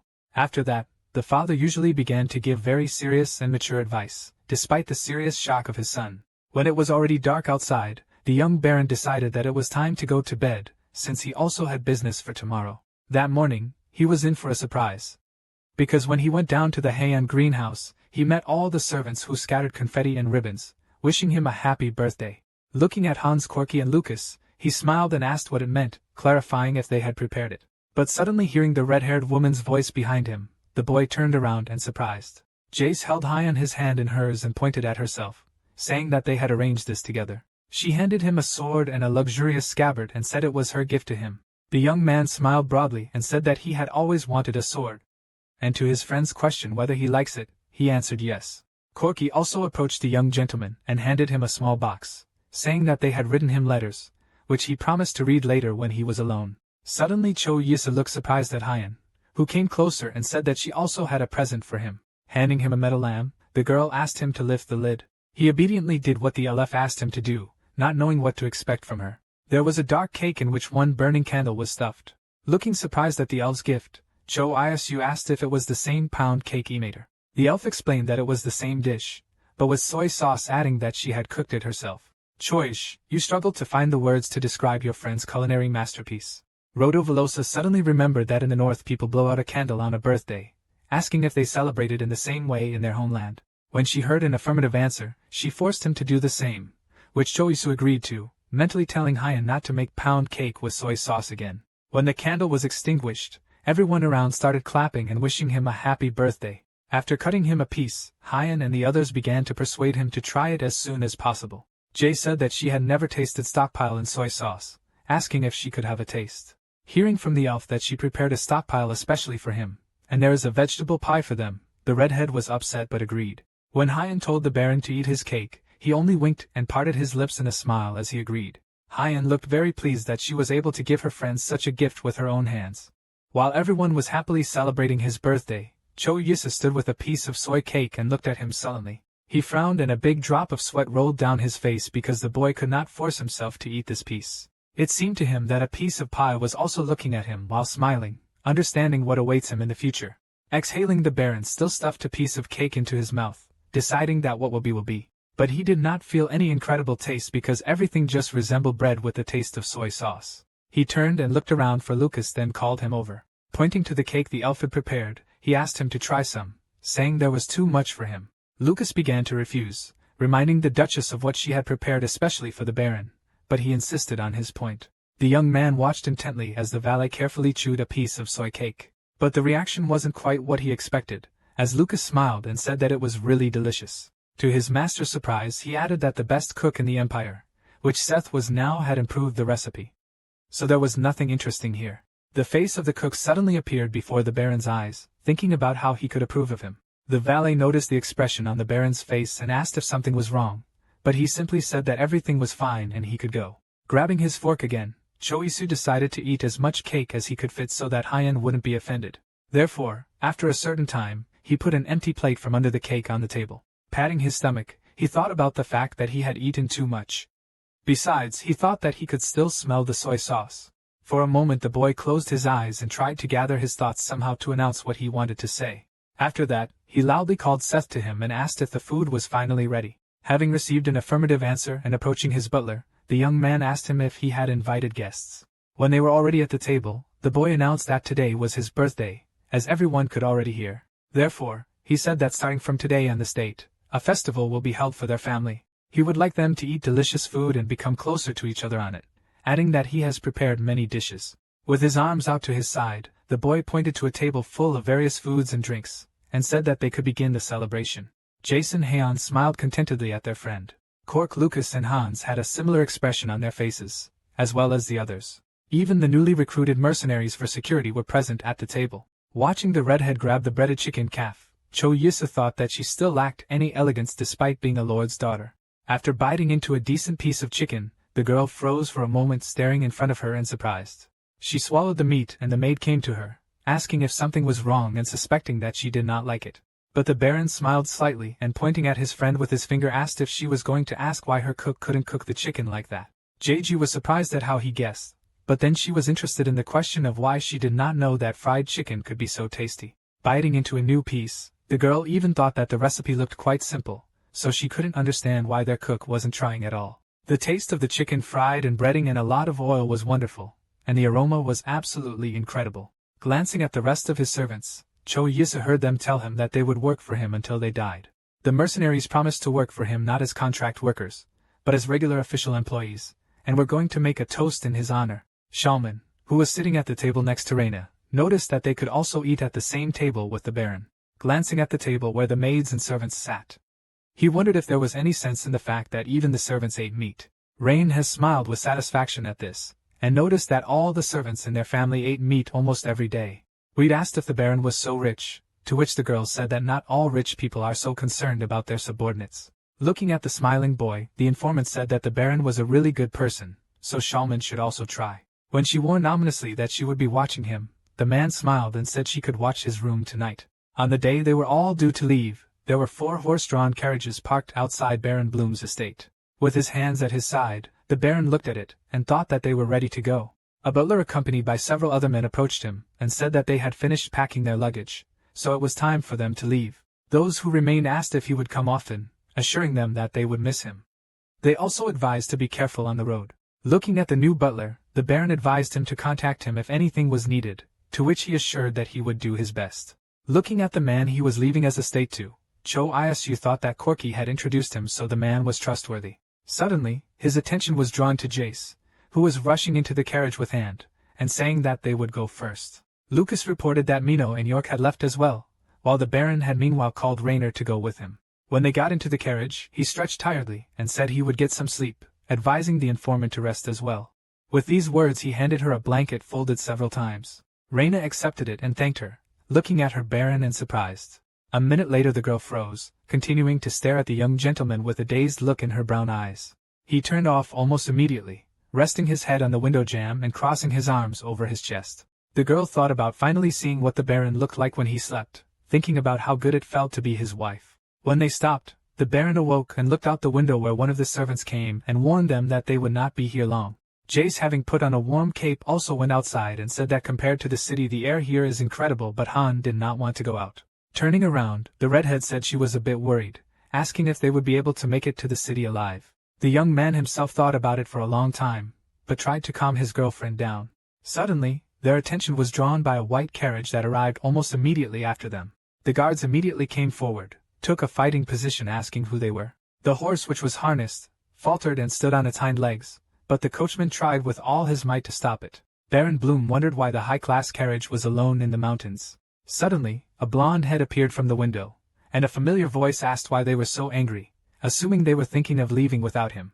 Addressing the newcomer, Cho Isu thought that he knew who this voice belonged to.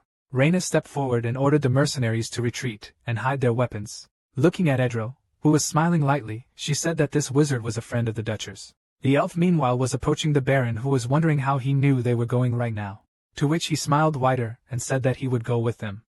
Surprised that Hand did not say anything to him. When the elves had appeared in the window of the carriage, the young man asked her if she knew Edro would be going with them, but she didn't answer, keeping her eyes on her elven friend. When the Duchess closed the window abruptly, the Baron wondered why she was so angry, but Edro assured him that he would speak to her. Jace suddenly approached him and asked what kind of relationship he had with this elf, adding that he was the most handsome she had ever seen. Immediately after that, without wasting time, she ran to the carriage where the 2 elves were sitting and said that she had to say hello to him. Sho Yisa thought about the fact that he didn't expect Edro to agree to go with them, but he thought that in some situations he could help him. Suddenly, he was called by Hans, who said that the Baron could go to his tent. The boys noticed his pensive face and began to ask him if something was bothering him, but the Baron replied that he was just worried that they might meet bandits. However, raising his finger up, Hans assured that he would protect him and Lucas at any cost. Suddenly, everyone recoiled in fear as they saw an arrow land in the middle of the camp. The mercenaries drew their swords again, shouting that they were ambushed and that there were enemies nearby. Noticing the hail of arrows flying towards the camp, Reyna turned and looked at the Baron worriedly. Meanwhile, the boy reached into the back pocket of his coat to get the protection capsule he had prepared. But in the next moment he noticed in front of him a large hand of Hans, which was stretched out in front of his face. Zdroman stood in front of him and Lucas, covering them both with his body. Not understanding what was happening, Cho Yisa looked at his friend in surprise and shouted. In the next moment, he noticed how an arrow flew into the big man's powerful shoulder, spraying blood. Clutching the golden orb in his hand, he thought about the fact that he was about to use the protection capsule. After that, a large transparent dome formed around him, Lucas and the injured Huns. Approaching his friend, Cho Yisu asked him if he was okay. He came back gritting his teeth in pain and growling that they were fine. Meanwhile, Lucas looked at the Baron in a panic and asked him not to get up. Guards appeared around and raised shields around the place where the Baron was sitting. He looked into the gap between them and ordered all his men to go to where he was sitting. Suddenly Lucas's attention was drawn to a girl sitting right in front of him. Kano looked very scared and in a panic. She didn't know what to do as she looked at the advancing enemies. For a moment she froze, unable to move for fear of the arrow that flew straight to her head. However, at the last second she heard a loud thump of an arrow against something solid. A fresh tree branch suddenly blew in the wind in front of the dazed and scared to death girl. Edro, surrounded by leaves and various branches, looked sternly in the direction from which the arrow flew. The next moment, with tears in her eyes, Kanna felt Xiaoman take her by the shoulder, looking sternly ahead. The mercenary leader picked up the girl in his arms and started running towards the elf who was leading the way. In addition to the shields that the guards held to protect the maid, along with the leader of the guard and the elf, they were covered by thick branches. Cho Yisu watched in amazement as the branches and water fought against their opponents. Hei and meanwhile stood in the middle of the clearing, surrounded by a thin wall of blue water.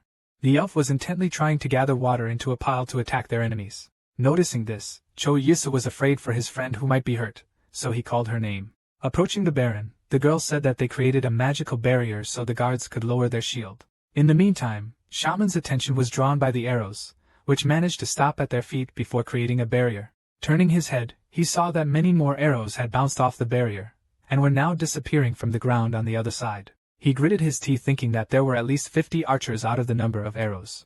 And that meant that the gang itself numbered around 100 people, which was surprising since he had never seen bandits moving in such a large group. Looking at the elves, the man asked how long they would be able to hold the barrier, to which he heard the answer that the barrier would be valid for an hour, which he thought was enough to regroup. But Xiaoman also noticed that their luggage was left outside, and this meant that robbers could happily take their things that were lying in the skin. He ordered his men to prepare their weapons for battle, hoping that the wizards would be able to help them. Looking determinedly at the mercenary, the Alphanidra assured them that, of course, they would help them. Meanwhile, the robbers began to panic because everything did not happen as their leader said. One of the boys was indignant, saying that the chief had not warned them about the presence of wizards in the unit. When asked what they should do, the leader said that the wizards would not be able to use magic indefinitely, and very soon their mana would run out. As a result, if everything goes as planned, they get at least 30,000 gold. Stretching his lips into a wide predatory grin, he added mentally that they could steal anything they wanted, but in return they had to hurt as many people as possible. Rumors reached him that the Baron has a fortune of about 1,000,000 gold and runs a jewelry business. The robbers knew that they would steal a large fortune and live peacefully for the rest of their lives, so they suddenly rushed to attack the crew. Meanwhile, Cho Yisu tried to help Hans, who still had a large arrow sticking out of his hand. The Baron wondered if his friend was alright but asked him why he did it. He smiled tightly and said that since they were both fine, then everything was fine. Concerned for his friend, the young Baron ordered Reina to examine him. Having broken a part of the arrow sticking out of his shoulder, the girl ordered not to pull out the rest as the wound would bleed even more. Meanwhile, the mercenaries led by Xiaoman raised their swords and charged at the brigands who attacked them. Looking at the way they met on the hurts, Reina said that the battle was almost over. And although there were many bandits, they were outnumbered in strength. After stopping to use her magic and wearily wiping her forehead, Hyan thought about getting some rest first. She wanted to ask Edro how he was feeling, but turning her head towards him, she saw that he was lying on the ground and pretending that he could not get up. The elf asked if he had no pride at all, to which she heard from him that he was really very tired. Shoyuso tried to calm everyone down and said that it was almost over, but he was interrupted by Xiaoman, who said that they had taken several robbers captive, while in his hand he had a rope with which several men were tied. The Baron looked at them sternly and asked in a cold tone who had given them the order to attack. However, the leader of the robbers said that he did not understand what he was talking about, since they had just heard that he was rich, so they tried to rob the crew. The rest of the captives immediately began to blame their leader, saying that he had promised them something of value and hired them, and they simply followed him. Frowning and looking at the men, Xiaoman advised them to think well and thereby win their opportunity for mercy. But the robbers began to say that he had once gone to the village and returned with a large pile of money, but he had not told them about it. Crossing his arms over his chest, Cho Jesus said that since he came back with a lot of money, it could only mean that someone had hired them. He didn't say it out loud, but it was running through his mind that only one person could do it. The young man returned to Reina and asked what she thought about this and what they should do. The informant suggested that they first leave this place, and then find those who are behind it. Hearing Shaman's words that they would take care of them, the robbers became indignant, reminding them of his promise to spare them. After some time the leader of the mercenaries came and said that he knew the house in the street where the robbers were supposed to go if something happened. When asked by the Baron how he learned this information, the man said that he was told when he politely asked. Shaman added that he would take 10 men and send them there. Besides, they had to find a mayor that had run away in that direction. Trying to bring order to the camp, Cho Isu returned to his subordinates and asked how many were wounded, saying that it was necessary to regroup. Then his attention was drawn to the figure of Hans, who collapsed tiredly on the ground. The young man's eyes immediately went wide with fear as he realized what might have happened. Moment.